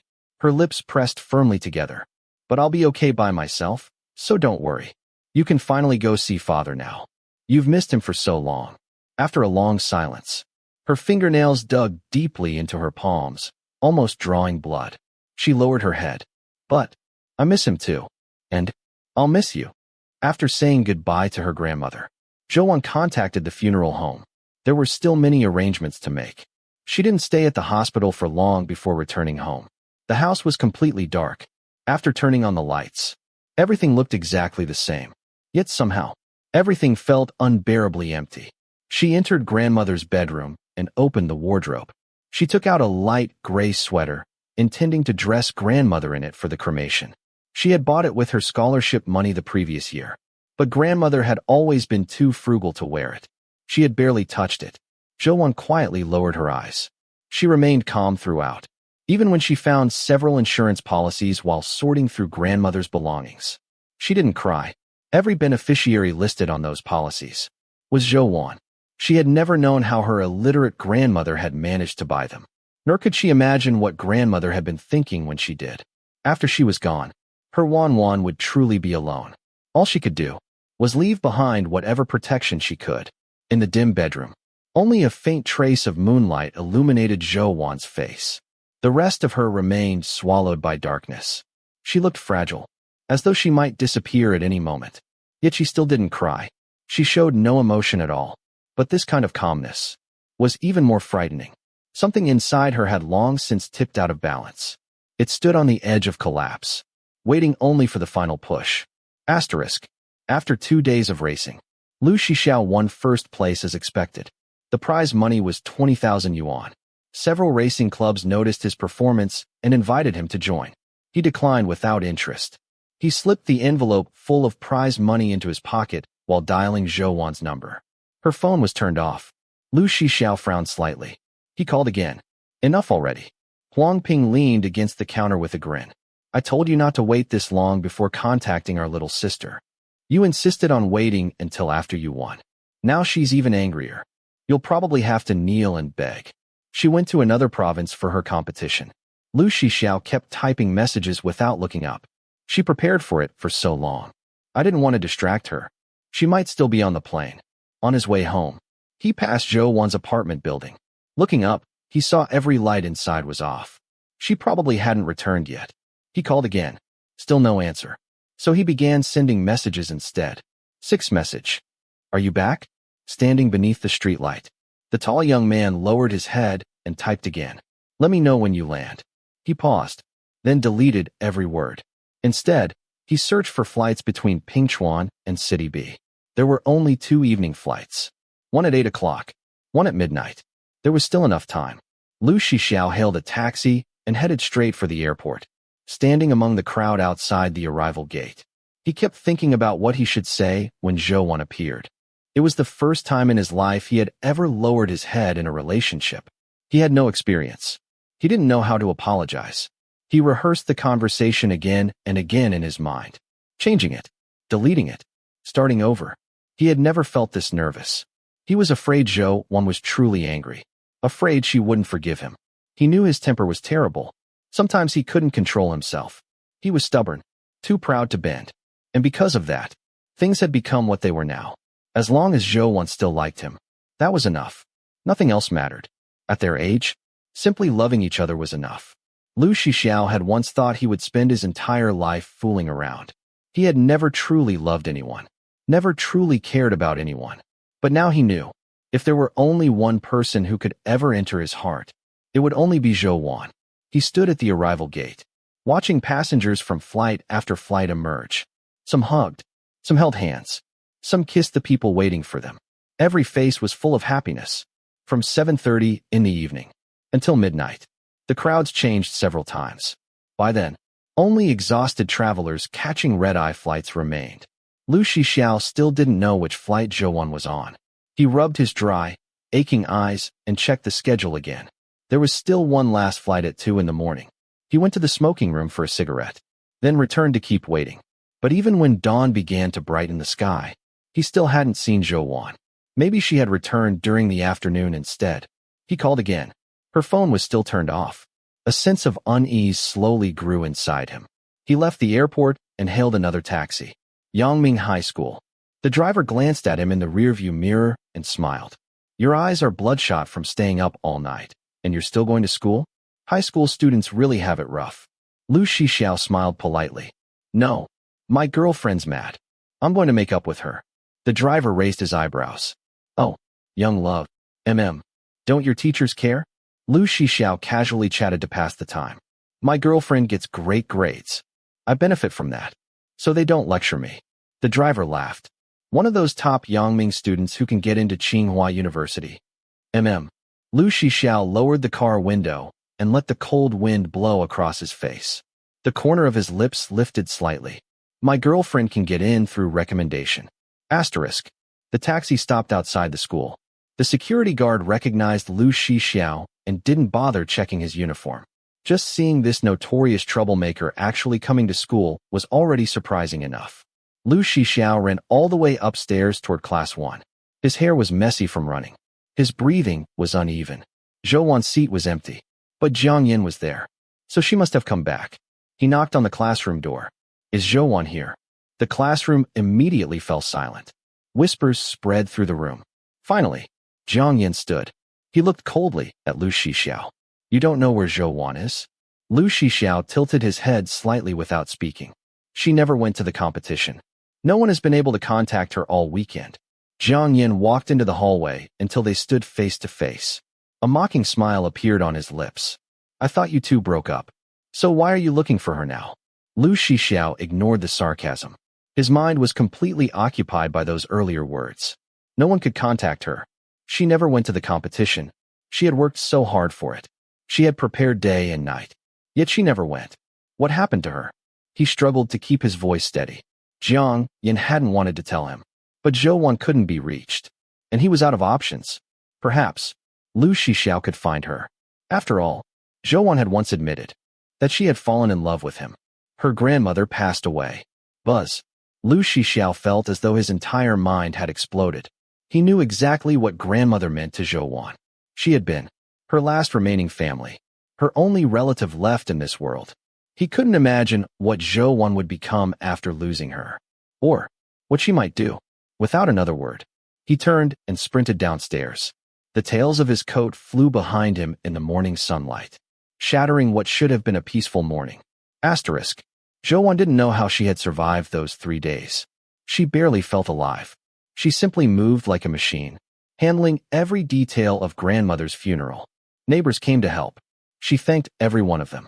Not once did she allow herself to cry. At night, she was alone again. The endless darkness wrapped around her with bone-deep cold. She sat on the floor beside the sofa, completely drained. She hadn't changed clothes for 3 days. She hadn't washed her face. She had barely eaten. During the day, she busied herself with funeral arrangements. At night, she simply sat there, unable to sleep, spending dozens of hours staring blankly into space. Until grandmother was finally cremated. Everything was over. On the way home, she bought winter melon and pork ribs. She decided to make winter melon rib soup.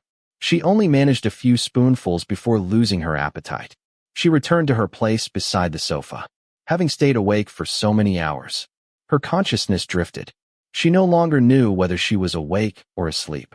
A strange smell gradually spread through the room, like gas, but she no longer had the strength to stand.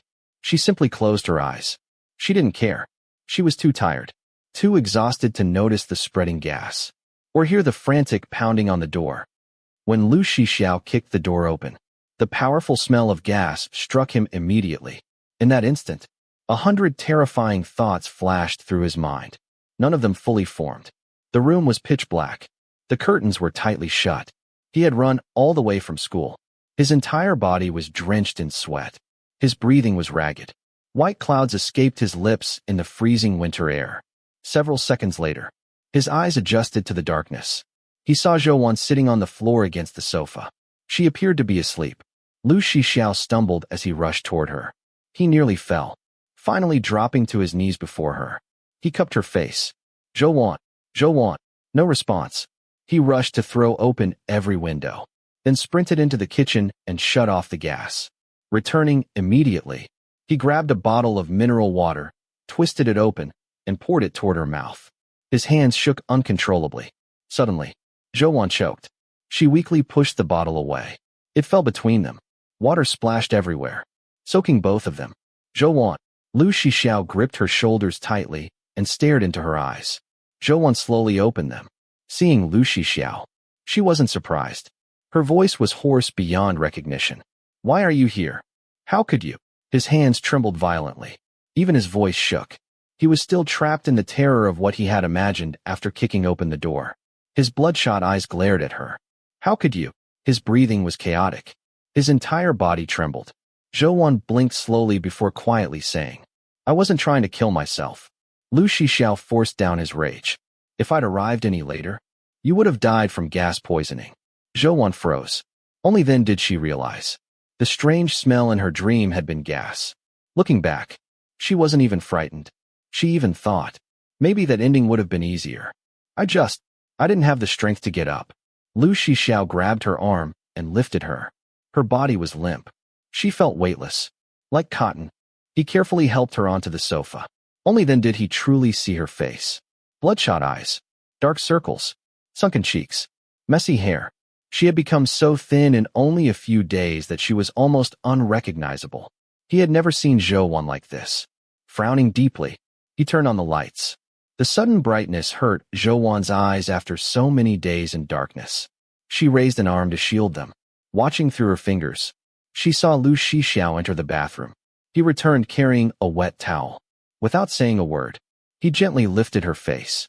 His movements weren't particularly gentle as he wiped it clean. Zhou didn't even have the strength to resist. Afterward, he poured a cup of hot water and handed it to her. Drink. She turned her head away. I don't want to. Lu Shixiao pinched her chin. Drink it. No. He pressed down on her lower lip. Don't make me force you. Knowing he would, Zhou looked at him once, then took the cup, holding her breath. She drank it all in one go. She tossed the empty cup aside and collapsed back onto the sofa, covering her eyes with one arm. She whispered, You should leave. Lu Shixiao couldn't bear seeing her like this. Zhou had never been someone especially cheerful, but she had always possessed a quiet strength. She had never been completely defeated. She shouldn't have become like this. Zhou. He frowned. Get up. Why? I'm taking you outside. You need some sunlight. You're going moldy. No. I'm tired.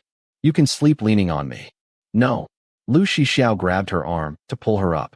She struggled. He pulled harder. Zhou poured every ounce of resistance she had left into that single moment. She violently shook off his hand. The motion threw her off balance. She fell backward onto the sofa. Her hair covered her face. His expression darkened, determined not to let her stay trapped in this room any longer. He said, "If you keep living like this, how can your grandmother rest in peace?" The moment he grabbed her wrist, Zhou violently shook him away. Every last bit of life inside her exploded. She screamed, "What else am I supposed to do?" Her bloodshot eyes were completely dry. Every feature on her face stood on the edge of collapse. "What can I do? I'm only 16. After that heartbreaking scream, her voice gradually faded. That single outburst had exhausted every remaining bit of strength. Curled into a tiny ball on the sofa, she hugged her knees, buried her face. Her sobs became tiny, broken whimpers. Lu Shixiao felt as though countless needles were tearing through his heart. Lu Shixiao. Her voice was as faint as a dying kitten. His throat tightened. At last, something inside Zhou finally broke. For the first time in days, she cried. Her breathing became uneven. Her sobs shook uncontrollably. Her shoulders trembled. Her fingers clutched her pants until her knuckles turned white. She couldn't stop shaking. "Lu Shixiao, I don't have you anymore. And now, I don't have grandmother either. I have nothing left. Why? Why is my life like this?" She remembered that dream, finally understanding. The endless marathon had another name. Life. Everyone kept running. But Zhou had stopped. The rushing crowd crushed her. The earth split apart beneath her feet. The road collapsed, and she fell into the abyss. She cried so hard that she could no longer form complete sentences. Tears poured out endlessly, as though she were trying to shed every tear she had held back over the past few days. Lu Shixiao knelt before her, holding her hand. Then suddenly, something warm landed on the back of her hand. A tear. Wan. He pulled her into his arms, gently patting her back over and over. He whispered beside her ear, "I'm sorry. I was awful to you that day. I'm sorry. I wasn't here with you." Like someone who had wandered alone across thousands of miles, finally finding a place to rest, Zhou cried heartbrokenly in Lu Shixiao's embrace. And again, without growing tired, he whispered, Wan, I'm here. I'll always be here. At least, I'll stay by your side while we grow up. We'll grow up together. No matter what happens in the future, just look back. You'll find I've always been by your side." Chapter 42. Zhou gradually calmed down under Lu Shixiao's deep, gentle voice. She was still crying, but no longer hysterically. Lu Shixiao didn't try to comfort her with empty words. He simply patted her back gently, letting her cry. His shoulder became soaked with her tears again and again. Zhou had once read online that crying could be a form of healing. All the tears she had held back over the past few days finally poured out in one overwhelming burst. The stone weighing on her heart seemed to become a little smoother, its sharp edges worn away. Wan. Lu Shixiao was still kneeling on the floor. He didn't know how long he had been there, only that his knees had long since gone numb. He gently wiped away the tears on her face and kissed her cheek. "Are you hungry? Do you want something to eat?" Zhou wasn't hungry at all, but she nodded anyway. After letting out everything she had been suppressing, her mind finally became a little clearer. Only then did she realize that earlier, she might truly have wanted to die. She didn't want that anymore. She needed to go outside. "Then let's go," Lu Shixiao said. "Wait." She sniffled. "I want to change my clothes." She hadn't showered or changed clothes for 3 days. Zhou went into the bedroom, took a shower, washed herself thoroughly, and changed into clean clothes. When she came out, she looked at him. "Let's go." They returned to the noodle shop. Uncle Kong had already heard about Zhou grandmother. He quietly offered his condolences, and Zhou thanked him. He even gave her 3 liang of noodles while only charging for 2. Although Zhou had little appetite, she understood his kindness and forced herself to eat quite a bit. Afterward, they stopped by the supermarket next door. Lu Shixiao bought a bottle of water, unscrewed the cap, and handed it to her. Neither of them spoke much along the way. Lu Shixiao wasn't a talkative person either. He simply stayed by her side in silence. When they returned home that evening, Lu Shixiao opened every curtain and window.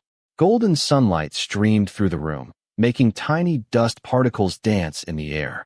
He went into the kitchen to check the source of the earlier gas leak. It seemed to be a problem with the pipes. Although it could probably be repaired, he wasn't comfortable leaving Zhou here alone. Everything in this house reminded her of her grandmother, and he was afraid something like today might happen again. Wan, come stay at my place. Zhou paused and turned to look at him. You can move back after you're feeling better. Stay with me for now. There's an empty room anyway. Okay. Lu Shixiao hadn't expected her to agree so easily. Looking at her again, he saw Zhou sitting quietly on the sofa, watching the sunset outside the window. Silent, heavy, fragile. Without another word, he walked into her bedroom, took a suitcase from the cabinet, and began packing. He folded all of her winter clothes and placed them inside. She didn't own many clothes. One suitcase was enough. He found another bag and packed her toiletries and daily necessities. Anything else? He asked after coming back out. Zhou looked over the packed luggage. I think that's everything. Let's go then. If you forget anything, I'll come back and get it later. Thank you, Zhou said softly. The sun was setting. Clouds burned crimson across the sky, painting the horizon like a magnificent oil painting. Lu Shixiao pulled the suitcase with one hand while carrying the other bag over the handle. With his free hand, he held Zhou hand. The two of them quietly walked home together. Lu Shixiao's apartment had many rooms, but they hadn't been used for a long time. He checked the blankets stored in the guest room closet. They smelled damp from sitting untouched for too long. You'll sleep in my room tonight, he said. Zhou looked up. What about you? I'll stay in the guest room. She frowned slightly, wanting to refuse. But she knew that once Lu Shixiao made up his mind, he wouldn't change it. She didn't have the energy to argue. Okay. After dinner, Lu Shixiao went out by himself. He bought a brand new quilt and pillow from the mall. Then he stopped by a home goods store and bought Zhou a set of pajamas and a pair of slippers. Less than half an hour later, he hurried home. When he returned, Zhou was sitting quietly again, staring blankly into space. His footsteps slowed. He quietly steadied his breathing. Wan. She looked toward him. You haven't rested properly these past few days. Go to bed early tonight. She nodded obediently, almost mechanically. Okay. The next morning, Lu Shixiao's alarm rang at 6:30. He planned that if Zhou wanted to go back to school, he'd go with her. He got up on time. After washing up, he quietly stepped outside. Zhou's bedroom door remained closed. There wasn't a sound inside. He gently turned the doorknob. The room was dim. Zhou was sleeping on her side with her back facing the door. Her long black hair spread across the pillow. She seemed to be sleeping peacefully. Lu Shixiao quietly closed the door again without waking her. She was simply too exhausted. Since her grandmother passed away, this was the first real sleep she had managed. Perhaps it was because she had left that house full of painful memories. Or perhaps because this bed carried Lu Shixiao's familiar scent. When Zhou finally woke up, the sky outside was still dark and gloomy. She checked the time. 1 o'clock in the afternoon. She changed out of her pajamas and pulled open the curtains. Rain poured steadily outside. No wonder the room had remained so dark. She walked out of the bedroom. Lu Shixiao wasn't there. She continued farther into the apartment before seeing him in the kitchen. Smoke filled the room. Something smelled burnt. She blinked. Lu Shixiao. He turned around. You're awake. She walked over. What are you doing? I bought takeout. It got cold, so I wanted to heat it up before you woke. Seeing her come closer, he immediately reached out and caught her wrist. Stay back. She pressed her lips together. Let me do it. It should have been as simple as reheating it in the microwave. She had no idea how Lu Shixiao had managed to turn the kitchen into such a disaster. She tried to rescue the food. After watching for a while, Lu Shixiao finally couldn't bear it anymore. He grabbed her wrist and led her away. Forget it. It's ruined. Let's order something else. They sat together at the dining table. Lu Shixiao browsed restaurants on his phone. After choosing one, he showed her the screen. How about this? Anything's fine. After lunch, it was still raining. The rain fell endlessly. The gloomy sky looked almost like night. Lu Shixiao took the empty takeout containers downstairs to throw them away. When he came back, he asked, What do you want to do? I don't know. Want to go to school? She paused. then slowly shook her head. I don't. All right. He asked nothing more. But he couldn't let Zhou continue sitting around doing nothing. If she stayed idle, she would only keep thinking. After a while, he suddenly said, Come play games with me. It wasn't a question. It was a decision. Zhou obediently nodded. He brought over his phone and opened a game he hadn't played in a long time. Zhou curled up beside him on the sofa, quietly watching. After 2 matches, Lu Shixiao asked, Have you ever played before? She shook her head. Then, realizing he couldn't see her, quietly answered, No. When the next match loaded, he handed her the phone. Try. I don't know how. I'll teach you. Zhou accepted the phone. After watching him play twice, she understood the basic controls. But she wasn't skilled yet. Very quickly, she was surrounded by enemies. Lu Shixiao reached over. His arm wrapped around her shoulders. His chin rested beside her neck. His long fingers gently covered the back of her hand, guiding her movements. Like this. His voice brushed softly against her ear. Her eyelashes trembled. His clean scent surrounded her. There wasn't the smell of cigarettes anymore. You haven't been smoking lately? Lu Shixiao chuckled. You're not even paying attention to the game. Still guiding her hand, he answered. No. I forgot about it. With his help, what had been certain defeat became victory. The match ended. Still sitting behind her, Lu Shixiao casually reached toward the coffee table for his cigarettes. One arm remained loosely around her waist. Zhou leaned forward with him. You mentioning cigarettes made me want one. He placed one between his lips, then paused before lighting it. Can I? She nodded. He lit it. The flame reflected in her eyes. He inhaled deeply before turning his head to exhale the smoke away from her. Does smoking make you forget your troubles? Zhou asked quietly. Not really. Then why smoke? It relieves stress. She stretched out her hand. Can I try one? Lu Shixiao looked at her through the drifting smoke. No. She withdrew her hand. Then I want a drink. She was allergic to alcohol. The last time she drank even a little, red rashes had spread across her body. Lu Shixiao laughed. He took out another cigarette. Smoking's probably safer. She reached for it. He lifted it out of reach. She looked at him. Just one. Okay. She accepted it and awkwardly copied the way he held his. Lu Shixiao gently cradled the back of her head. Instead of using a lighter, he leaned in and lit her cigarette with his own. Zhou inhaled. The cigarette tip glowed bright red. She copied Lu Shixiao exactly. But because it was her first time, she inhaled far too deeply. Immediately, she began coughing violently. Her throat burned. Her eyes watered. How is it? Still coughing? She shook her head. Lu Shixiao took the cigarette from her and crushed it into the ashtray. Now you know what it's like. Don't smoke again. It took a long time before Zhou finally stopped coughing. But her tears kept flowing. She leaned back into Lu Shixiao's embrace, resting her head against his shoulder. She covered her eyes with one arm. Her voice trembled. But I feel awful. My heart keeps hurting. Would smoking make it hurt less? Lu Shixiao gently held her face. He turned her toward him and kissed her. His lips carried the rich taste of tobacco. His breath held a faint bitterness. Everything about him surrounded Zhou completely. The kiss was overwhelming, unavoidable. After a long while, he slowly pulled away. Their breathing intertwined. It was impossible to tell whose breath belonged to whom. Looking into her eyes, he asked softly, Have you ever heard this? What? Your grandmother has only stepped out of time. She became the smallest parts of the universe, molecules and atoms, and one day she'll become everything around you.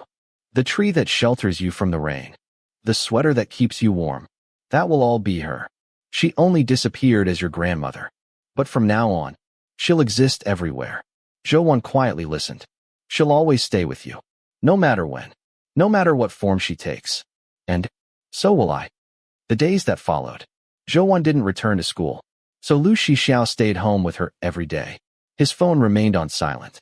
He barely looked at it. It felt as though the two of them had isolated themselves from the rest of the world. They slept until they woke naturally. Sometimes they ordered takeout. Sometimes they went out to eat. Lu Shixiao even repaired Shenlan's old cassette player. He rented old movies from a video store. At night, they curled up together with the curtains drawn and watched film after film. Sometimes they wandered around supermarkets or shopping malls together. Sometimes they stayed home playing games. Every day, he kept Zhou occupied, and life gradually became a little easier to endure. That Sunday, when Zhou walked out of the bedroom, Lu Shixiao wasn't home. Breakfast still sat warm on the dining table. Beside it lay a note in his handwriting. Gone out for a bit. I'll be back later. Call me if you need anything. Zhou folded the note in half and slipped it into her pocket before quietly eating breakfast. She had completely forgotten.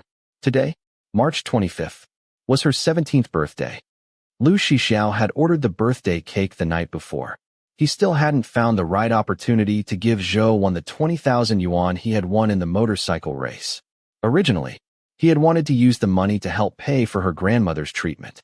Now, he planned to use part of it to buy Zhou a birthday present. He had received countless gifts in his life, but he had never been good at choosing one for someone else. He wandered around the mall. Nothing seemed suitable. Nothing felt worthy of her 17th birthday. Remembering how few winter clothes she owned, he bought several outfits for her. Then, under the enthusiastic recommendation of a sales assistant, he also bought himself a matching black down jacket. Zhou was white, carrying several shopping bags. He still felt it wasn't enough. Then, he stopped walking. Across the street stood a black sign. Tattoo. The shop was called Nan Nan. The name sounded soft, romantic, but the black, gray, and white storefront carried an entirely different feeling. Strong, sharp. It immediately caught his attention. After standing there for several seconds, he walked inside. Welcome. A staff member stood up. What kind of tattoo would you like? Instead of answering, Lu Shixiao looked around at the tattoo designs covering the walls. Customers like him weren't unusual. Many people walked in on impulse, or because they wanted to commemorate something important.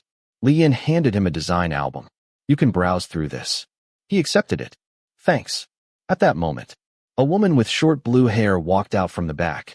She looked capable and cool, yet somehow also carried the gentle elegance of Jiangnan. She was a contradiction, just like the shop itself.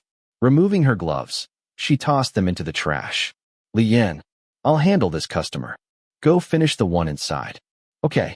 Su Jinan walked over. Have you decided? I want words. Sure. What words? Zhou. Su Jinan paused briefly, then smiled. Your girlfriend's name? She had tattooed many couples' names before.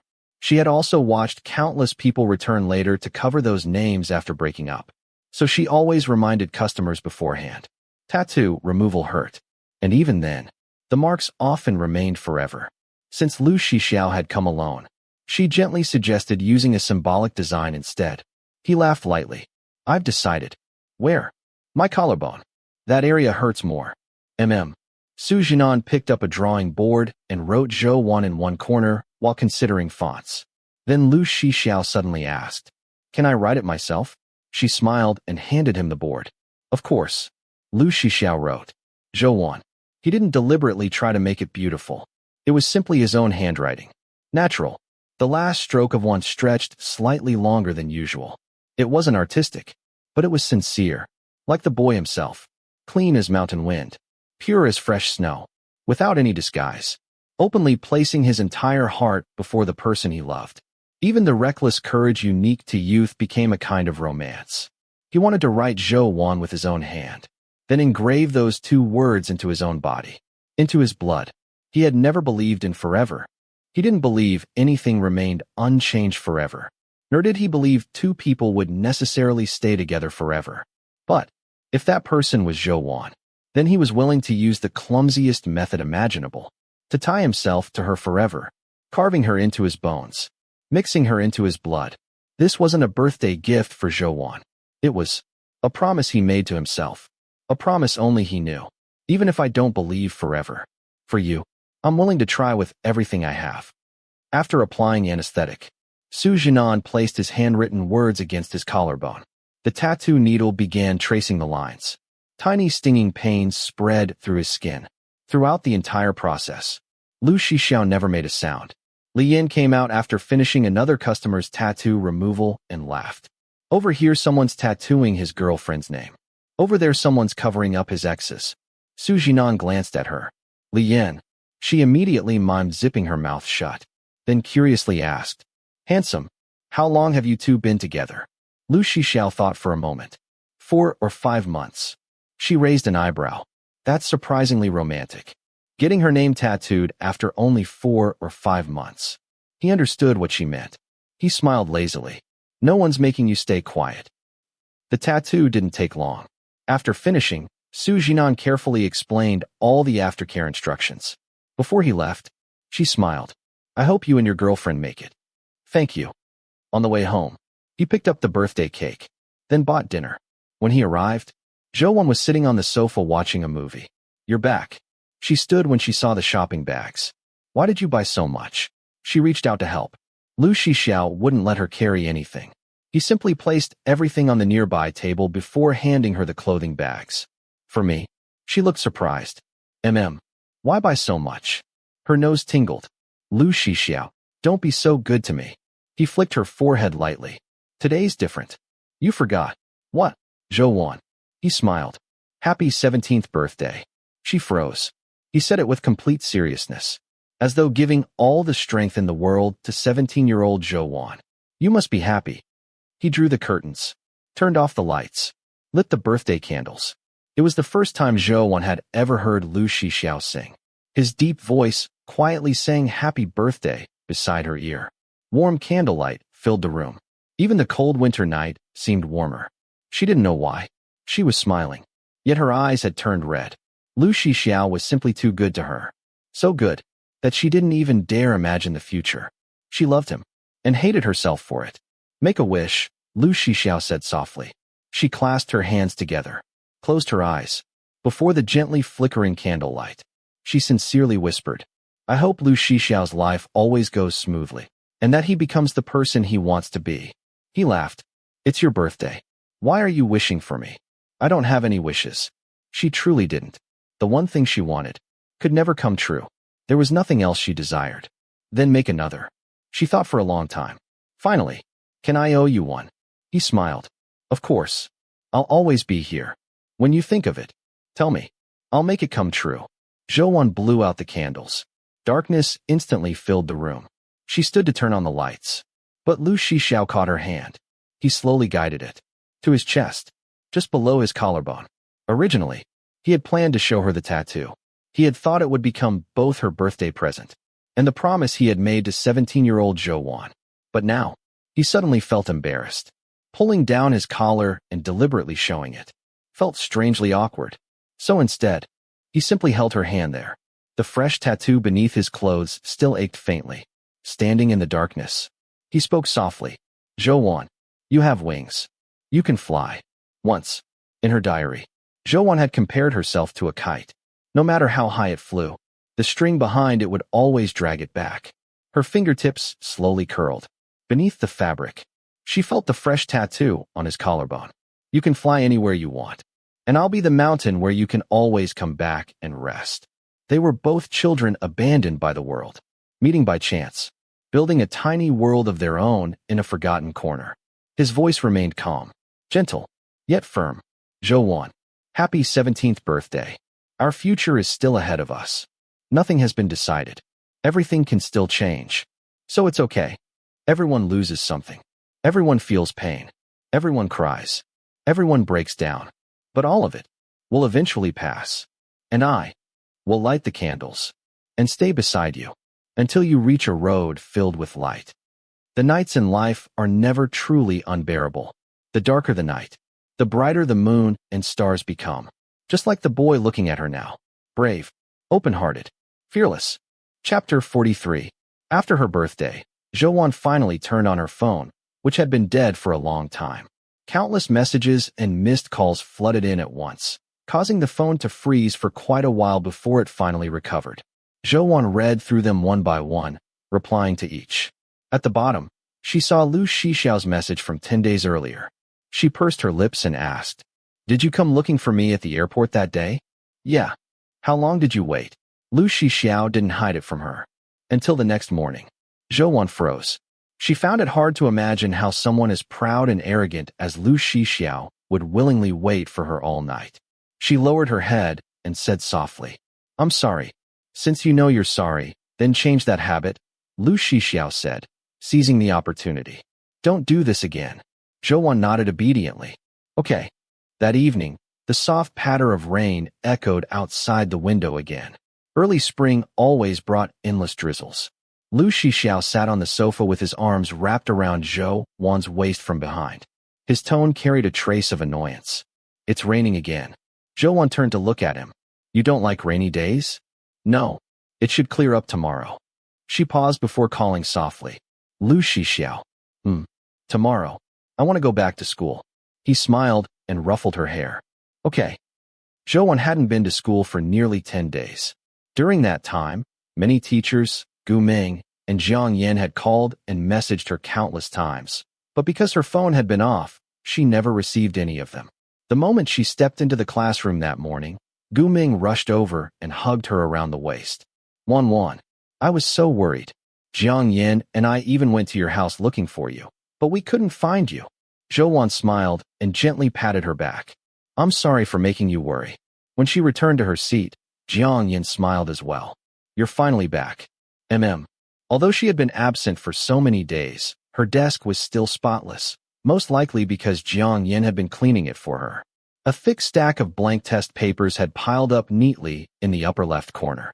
For the next several days, Zhou Wan buried herself in catching up with everything she had missed. Although the physics teacher felt it was a pity she hadn't been able to participate in the competition, there was nothing anyone could do under the circumstances. In the end, the teacher simply patted her shoulder. Don't worry. With your grades, you'll still get into the university you want through the regular admissions. After school every day, Lu Shixiao waited outside her classroom so they could walk home together. At first, people whispered and gossiped. After a couple of days, no one bothered anymore. In the evenings, Zhou Wan studied in the living room while Lu Shixiao sat beside her with a textbook open. She assigned him preview work. After finishing her own studies, she would give him 2 basic practice problems from that day's material. He always got them right. Occasionally, Jiang Fan called him. Come out. Not going. What? Are you hiding your girlfriend at home or something? Why are you cooped up inside every day? Lu Shixiao answered with only 2 words. Studying. Jiang Fan nearly dropped his phone. He assumed Lu Shixiao had simply made up the world's worst excuse to avoid hanging out. After ending the call, Lu Shixiao tossed his phone aside and continued reading. Suddenly, he noticed Zhou Wan looking at him. He turned. Zhou Wan rested her chin on one hand and smiled softly. His heart skipped. He raised an eyebrow. What? Like this? Zhou Wan smiled with her eyes curved. You're actually pretty well-behaved. I've always been well-behaved. He was the complete opposite of well-behaved. Zhou Wan let out a quiet laugh. What are you laughing at? He pinched both sides of her face. Isn't your boyfriend well-behaved enough? You've been very good lately. She let him squeeze her cheeks while smiling. If you keep studying like this until senior year, you should be able to get into a pretty good university. Are you going to City B? I don't know. I'm not sure I can get in through the regular entrance exam. You definitely can. Lu Shixiao said. So I'd better study hard too. Otherwise we'll end up in a long-distance relationship. Zhou Wan paused. Then she simply smiled without saying anything. Midterm exams arrived in the middle of April. The night before the exams, they were studying together as usual. Around 9 o'clock, Zhou Wan yawned. Lu Shixiao looked over. Tired? No. She rubbed her eyes. My eyes are just tired from doing problems. Then let's go out for a walk. Huh. Zhou Wan had already finished reviewing. Lu Shixiao still had plenty left. He smiled. You can't get fat from one meal. Let's clear our heads for a while. They both put on the matching jackets Lu Shixiao had bought before. Zhou Wan wore white. Lu Shixiao wore black. They walked out together. Without realizing it, they wandered past Zhou Wan's old home. The cherry blossoms lining both sides of the road had fully bloomed. Pink and white petals covered the streets like a soft carpet. Wait. Zhou Wan stopped. I want to get my bicycle. The bicycle Lu Shixiao had won for her at the arcade on Christmas. Okay. She went upstairs. Coming home made her chest ache again. Keeping her head lowered, she silently wheeled the bicycle back out. Lu Shixiao helped carry it downstairs. Seeing the sadness in her eyes, he gently stroked her hair. Where do you want to go? Anywhere. Lu Shixiao swung one long leg over the bicycle and rang the bell. Then I'll take you riding. Tonight's wind was strong. It swept through the cherry blossoms, scattering petals into the air. Several landed in both their hair. Zhou Wan sat sideways on the back seat, hugging his waist. She tilted her face upward and quietly enjoyed the cool spring breeze. Lu Shixiao rode aimlessly through the peaceful streets. Before long, they reached Huang Ping's convenience store. Want to go in? Okay. He parked the bicycle outside and lifted the curtain. Huang Ping knew nothing about Zhou Wan's recent tragedy. Seeing the two of them arrive together, he grinned. Oh, made up already. Zhou Wan paused before smiling politely. Huang Ping laughed. Little sister, you don't know how miserable Lu Shixiao was after you two fought. He wore a long face every day and even snapped at me. Zhou Wan glanced at Lu Shixiao. He wasn't embarrassed in the slightest. He simply smirked while lighting a cigarette nearby. So tell your big brother. Huang Ping teased. How did this brat win you back? Before Zhou Wan could answer, Lu Shixiao interrupted. Enough. Satisfied with his teasing, Huang Ping laughed. A few guys are playing cards inside. Want to take a look? No. Lu Shixiao exhaled smoke. I've got a young lady with me. Zhou Wan volunteered. I don't mind. You can go. Huang Ping sucked in a sharp breath. No. Little sister, did you forget the relationship advice I gave you before? You can't be this understanding. You've got to make life difficult for him once in a while so he'll always think about you. Stop teaching her nonsense. Lu Shixiao grabbed a lighter from the shelf and threw it at Huang Ping. In the end, Lu Shixiao never went inside. He simply stayed chatting with Huang Ping. Zhou Wan bought some oden and sat nearby eating, while watching a rerun variety show playing on the tiny television sitting on top of the refrigerator.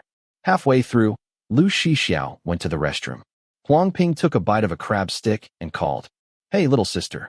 Don't let Zhao's appearance fool you. He's the most loyal person you'll ever meet. Once he decides on someone, it could very well be for life. Zhou Wan froze. Her fingertips slowly dug into her palm. He used to do all those ridiculous things because he never genuinely cared about anyone. But you're different. He really likes you. Zhou Wan's eyelashes trembled. When you two fought last time, he was honestly miserable. Sure, this kid has been spoiled by girls because of his looks, and he's got a bad temper and doesn't know how to comfort people. But he told me he wanted to study hard. He wants to attend a university in the same city as you. He wants to be able to support you with his own abilities. I told you before, didn't I? He never cared about motorcycle racing before. He only entered this time to win prize money, so you wouldn't have to work so hard at your part-time jobs. Zhou Wan thought about all the clothes Lu Shixiao had bought her for her birthday. Xiao lost his mother when he was little. He's practically cut ties with his father. I watched him go further and further down the wrong path, and there was nothing I could do. So hearing him say he wanted to study seriously, Huang Ping smiled. I was really happy. He looked at Zhou Wan. So, little sister, Xiao only has you now. Be good to him. The more Huang Ping spoke, the harder Zhou Wan pressed her nails into her palm until they nearly broke the skin. What are you telling her now? Lu Shixiao returned. Huang Ping winked at Zhou Wan. Teaching my little sister how to keep you under control. Lu Shixiao patted Zhou Wan's head. I've told you before. Don't listen to him. Since the midterms started the next day, they didn't stay long. Lu Shixiao rode Zhou Wan home on the bicycle. She wrapped her arms around his waist, pressing her face gently against his back. Her thoughts were completely occupied by Huang Ping's words. She didn't know when things had begun moving in a direction completely beyond her control. She liked Lu Shixiao, yet she didn't want him to love her too deeply. The more he loved her, the more she felt unworthy of that love. Lu Shixiao. I'm sorry. He laughed. What are you apologizing for now? Zhou Wan opened her mouth. She wanted to tell him everything. Tell him she was a girl filled with darkness. Tell him everything had been part of a carefully planned revenge. Tell him she wanted revenge against Guxiangying, his stepmother, her biological mother. But when the words reached her lips, she couldn't say them. She leaned her forehead against his back. Quietly, she wiped her tears on his jacket. She didn't want to hurt Lu Shixiao. But no matter what happened, she would end up hurting him. There was no avoiding it. Lu Shixiao turned his head slightly. Zhou Wan, why are you suddenly apologizing? He laughed casually. I always trouble you. I always make you worry. And I always make you ride me home. He chuckled. I'm happy to.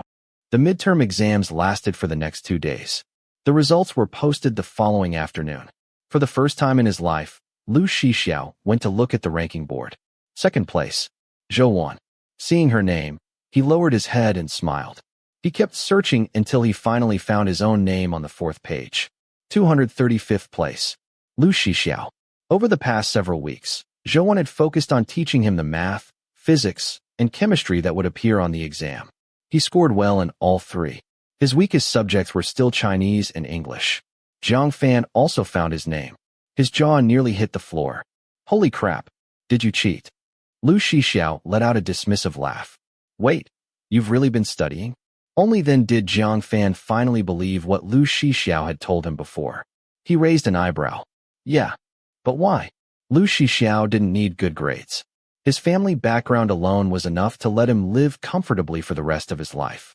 Lu Shixiao glanced at Zhang Fan and answered quietly. Because I don't just want to date her. I want to protect her. I want to stand beside her. I want my girl to spend the rest of her life without worries. With nothing left but happiness. Zhang Fan stood there in silence. He had always known Zhou was different. He had always known Lu Shixiao liked her. But only now did he truly understand just how serious Lu Shixiao was. The people you should worry about aren't the innocent ones who wander into love. They're the playboys who finally decide to settle down.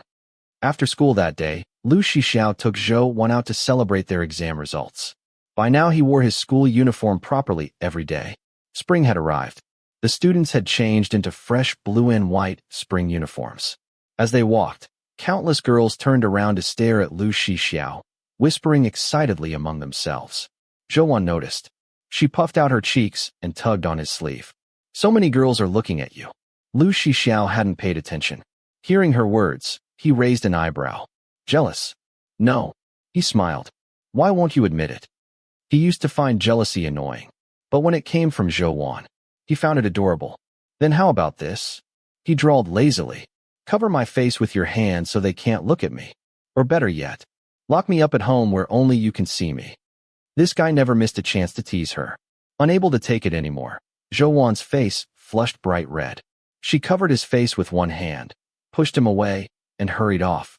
Lu Shixiao staggered back dramatically. Then he burst into laughter. His shoulders shook as he chased after her, wrapped an arm around her shoulders, bent close to her ear, and demanded playfully, "How dare you hit me?"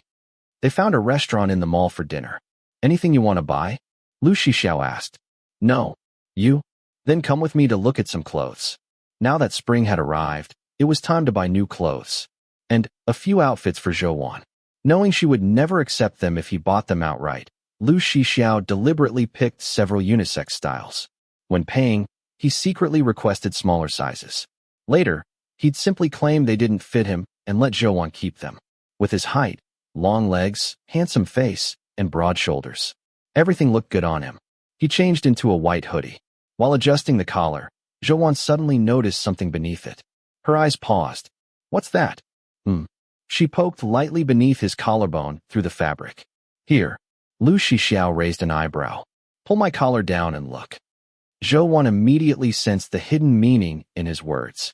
Too embarrassed to actually do it, she muttered, "No."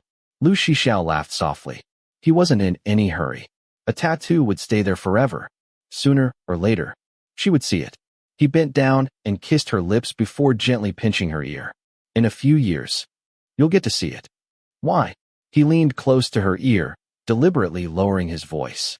"Because by then, our Wan will be all grown up. And we can do grown-up things." Zhou blinked in confusion. For example, he deliberately dragged out every word. "Taking off my clothes." His voice wasn't loud, but it was just loud enough for the nearby saleswoman to hear. She immediately understood, and couldn't help smiling. Zhou's face instantly turned crimson. How? How could he say something like that so openly in broad daylight? Unable to face him any longer, she stepped back stiffly. I'm going to the restroom." Lu Shixiao laughed in satisfaction after successfully teasing her. "Okay, I'll wait here." Watching her leave, he laughed again before asking the saleswoman to pack everything in women's sizes. Zhou entered the restroom and leaned against the wall inside the stall. It took quite a while before her racing heartbeat finally settled. Lu Shixiao was really. Her tiny amount of experience was no match for his. Recently, while living together, he had behaved so well. He never crossed the line, never made inappropriate moves, never said inappropriate things. She had almost forgotten what kind of person he really was, even though she knew he would never force her. Just hearing those words made her face burn. She simply couldn't handle it. Covering her face with both hands, Zhou felt utterly embarrassed. For the moment, She completely forgot about what she had seen near his collarbone. She assumed it was probably just a birthmark. She stayed inside until the heat finally faded from her cheeks. Just as she was about to leave, she heard high heels clicking outside. Someone entered the neighboring stall.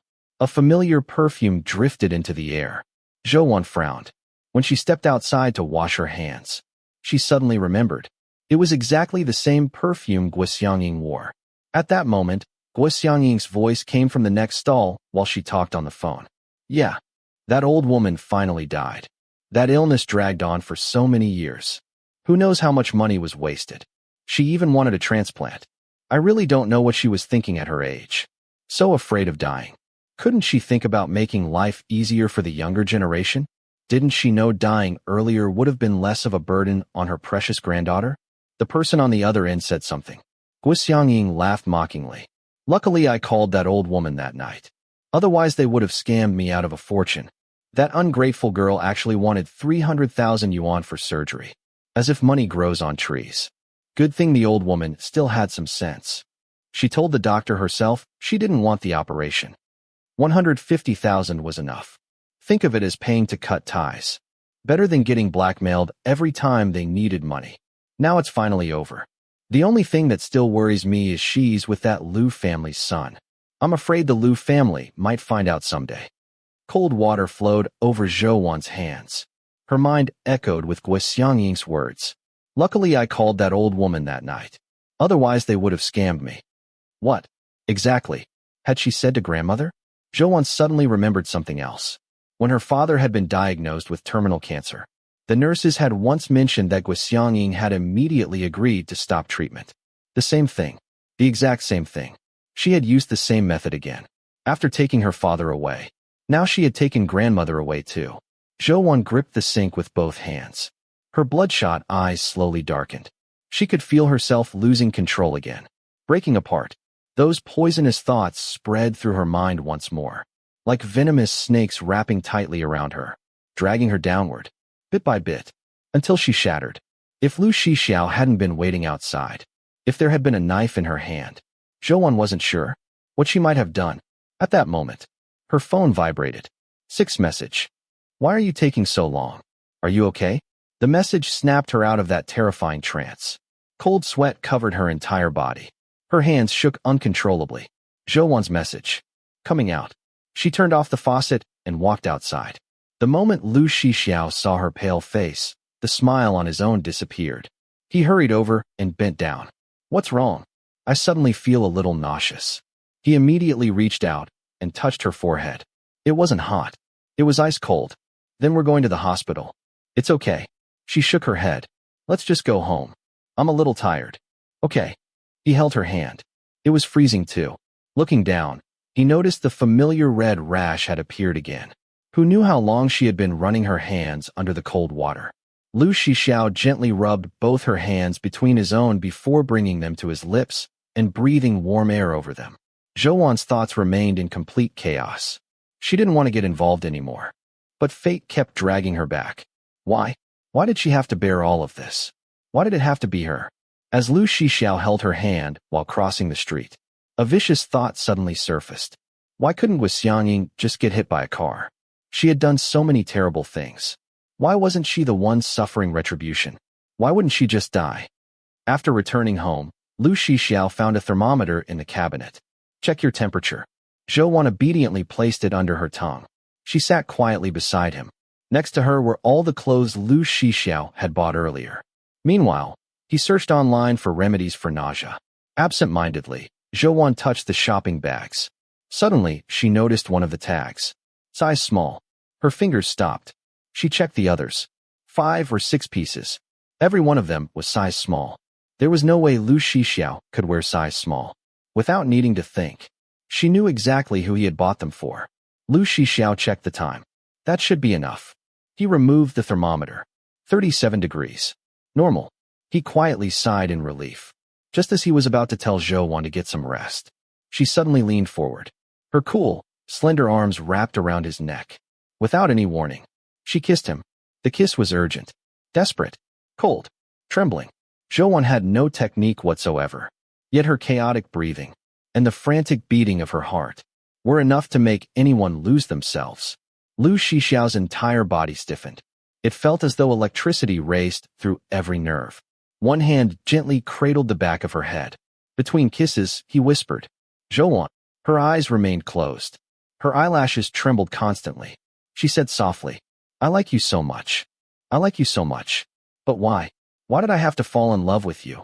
Of all people." Chapter 44. Lu Shixiao noticed that something was wrong with Zhouwan, but at that moment, he couldn't focus on it. He held the back of her head, his long fingers threading through her hair as he tilted her face up and kissed her with overwhelming intensity. Their breaths intertwined as the intimacy between them deepened. Even though they were already so close, it still didn't feel close enough. Lu Shixiao wrapped an arm around Zhouwan's waist and lifted her onto his lap. Her back pressed against the edge of the dining table as she passively accepted his kiss, completely immersed in it. Lu Shixiao felt as though he were the one with the fever. His whole body burned with heat, and his reason was on the verge of being consumed. Zhouwan's waist was slender, carrying the fresh scent of shower gel. Winter had passed, and without their heavy coats between them, Lu Shixiao could clearly feel the gentle curve of her waist. Unable to stop himself, he tightened his grip, his fingertips tracing that delicate curve. But even that wasn't enough. Lost in the moment, he couldn't control himself anymore. He pulled Zhouwan tightly into his arms, his fingers slipping beneath the hem of her shirt. The instant his burning fingertips touched her skin, Zhouwan's entire body stiffened. Her back straightened instinctively, but she neither struggled nor resisted.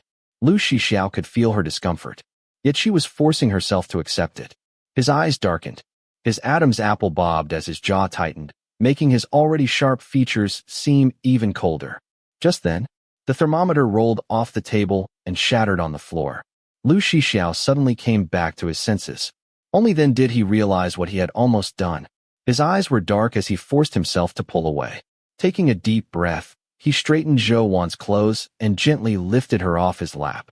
Zhouwan looked down at the broken thermometer, its tiny beads of mercury scattered across the floor, and instinctively bent over to pick them up. Just as she reached out, Lu Shixiao caught her wrist. His voice was hoarse. "Don't touch it." Zhouwan paused and quietly withdrew her hand. Lu Shixiao went to the kitchen, grabbed a cloth, crouched down, cleaned up the broken thermometer, and threw everything into the trash. After washing his hands, he pulled Zhouwan back into his arms. This time, he made no further moves. He simply kissed the tip of her nose and smiled. "Why did you suddenly throw yourself at me like that?" Zhouwan sniffled. "Those clothes, you bought them all for me?" Lu Shixiao raised an eyebrow.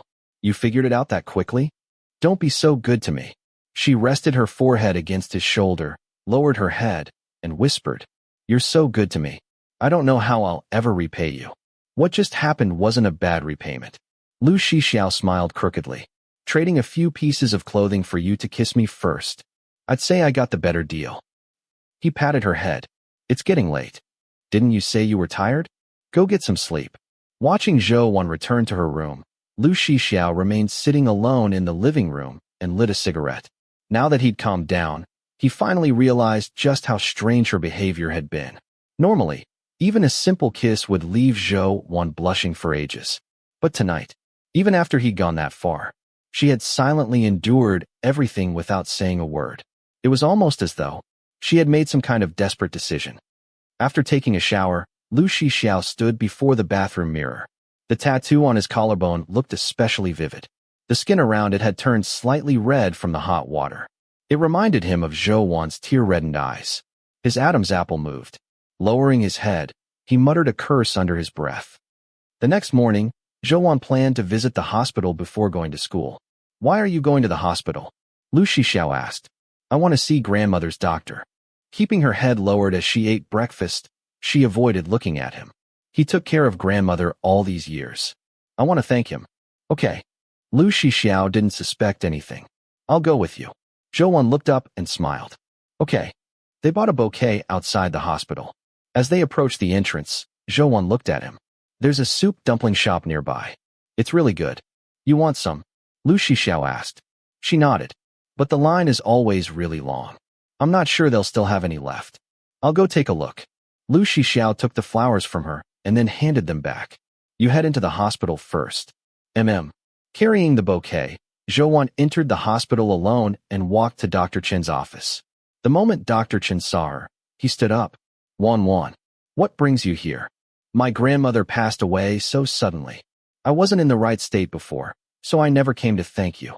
She placed the bouquet of sunflowers on his desk. You've taken care of grandmother all these years. And you've always cared about me too. Thank you. Dr. Chen smiled gently. No need to thank me. I was only doing my job. He looked carefully at Zhou. You've lost a lot of weight. She lowered her head and smiled faintly. I didn't have much appetite for a while, but I'm much better now. You're still young. You have to stay strong. Your grandmother wouldn't want to see you like this from heaven. Zhou's eyes stung. She nodded. After a moment of silence, she spoke again. Dr. Chen, I want to ask you something. Go ahead. Back then, was my grandmother really not suitable for a kidney transplant? Dr. Chen froze. Zhou noticed every subtle change in his expression. Her eyelashes trembled as pain spread through her heart. It was grandmother who told you not to perform the transplant, wasn't it? Dr. Chen sighed softly. Wan, you were only 16. The surgery would have cost hundreds of thousands. Your grandmother simply didn't want you to go down the wrong path, trying to earn that money. Zhou lowered her head. Tears landed silently on the back of her hand. She couldn't say a word. Afraid she would blame herself forever, Dr. Chen continued gently. Besides, there wasn't a matching kidney donor at the time.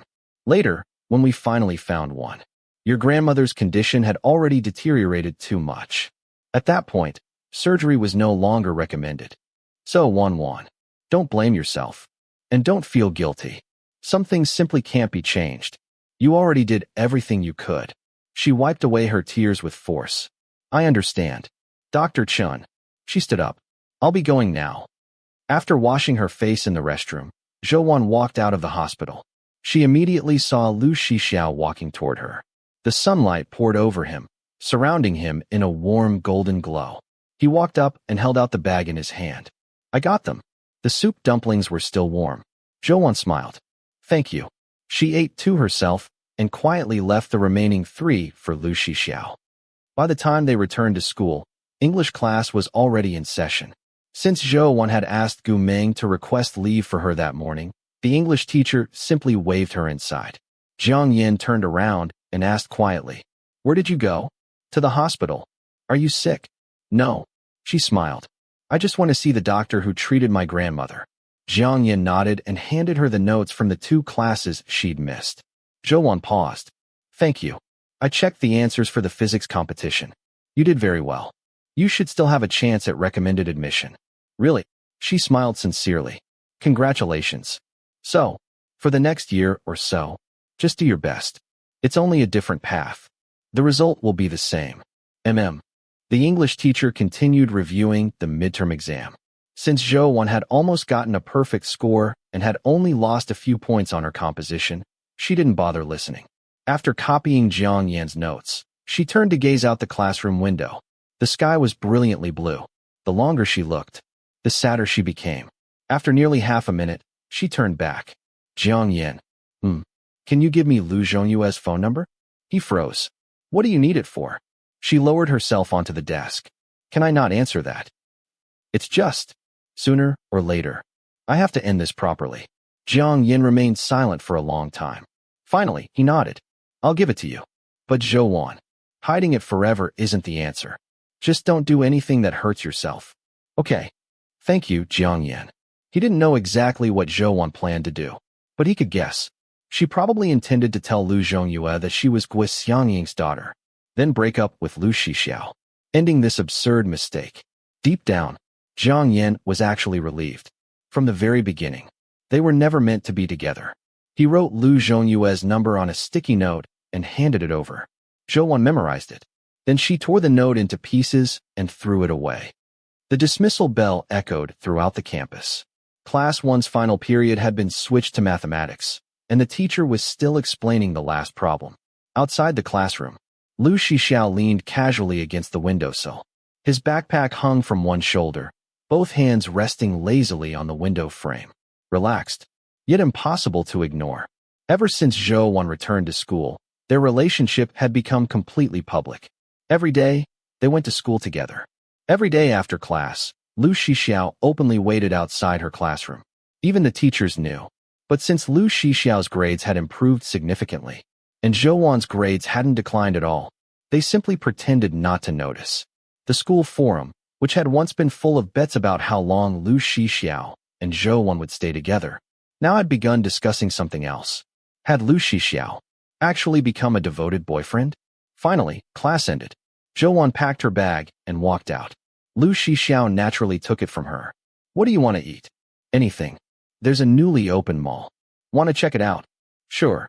Many stores were holding grand opening promotions. For dinner, Zhou Wan chose a lamb hot pot restaurant. After eating, they wandered through the basement shopping area. Suddenly, Zhou Wan stopped. She pointed toward an old-fashioned photo booth. Lu Shixiao. Let's take pictures. He raised an eyebrow and smiled. All right.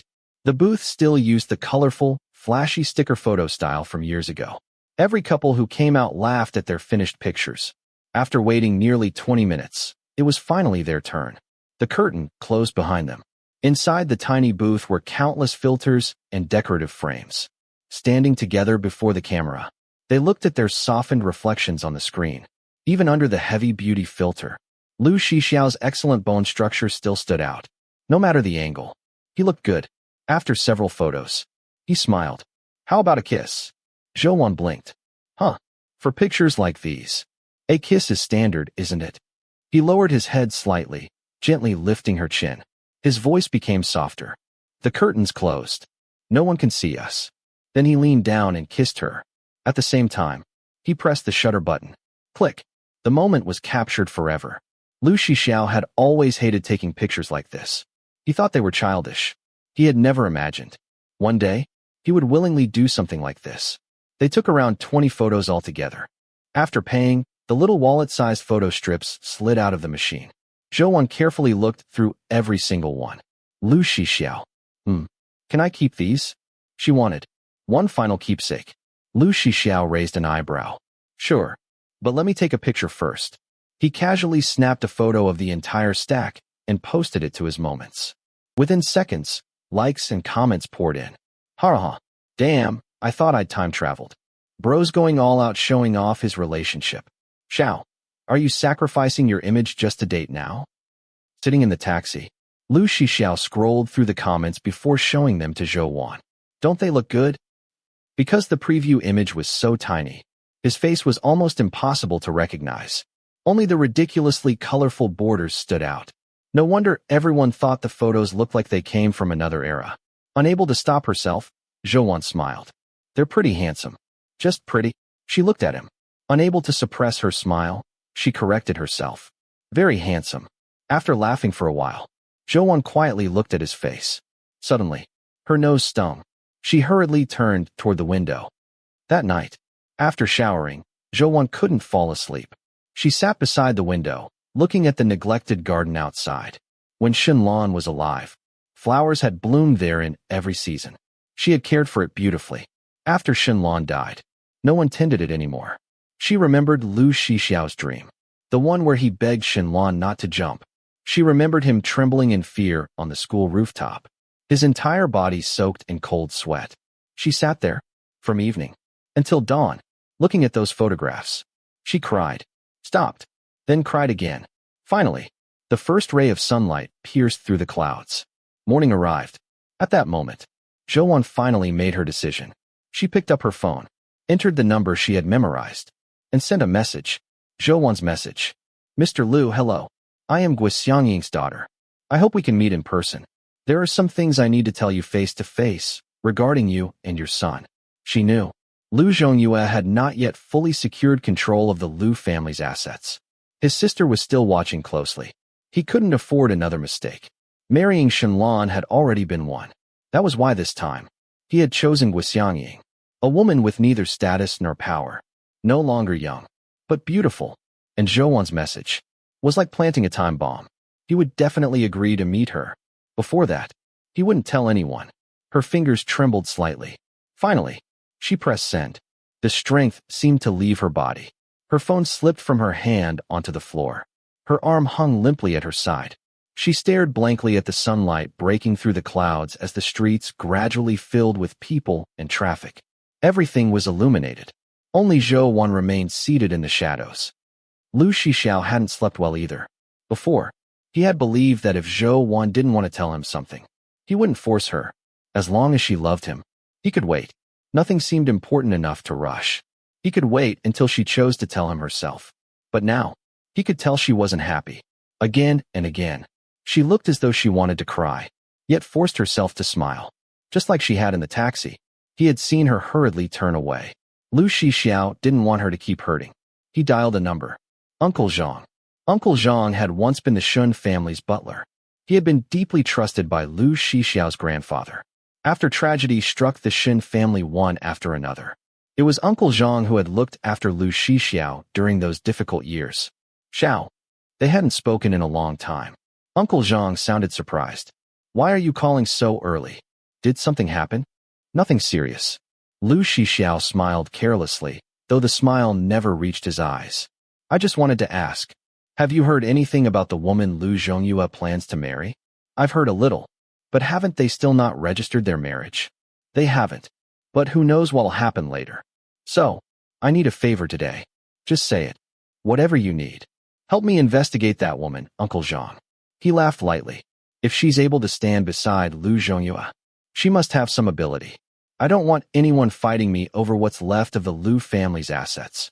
I understand. I'll have someone investigate immediately. Lu Shixiao stood before the mirror, looking at the tattoo just visible above the collar of his pajamas. He tugged at the corner of his mouth into a faint smile. Thanks, Uncle Zhang.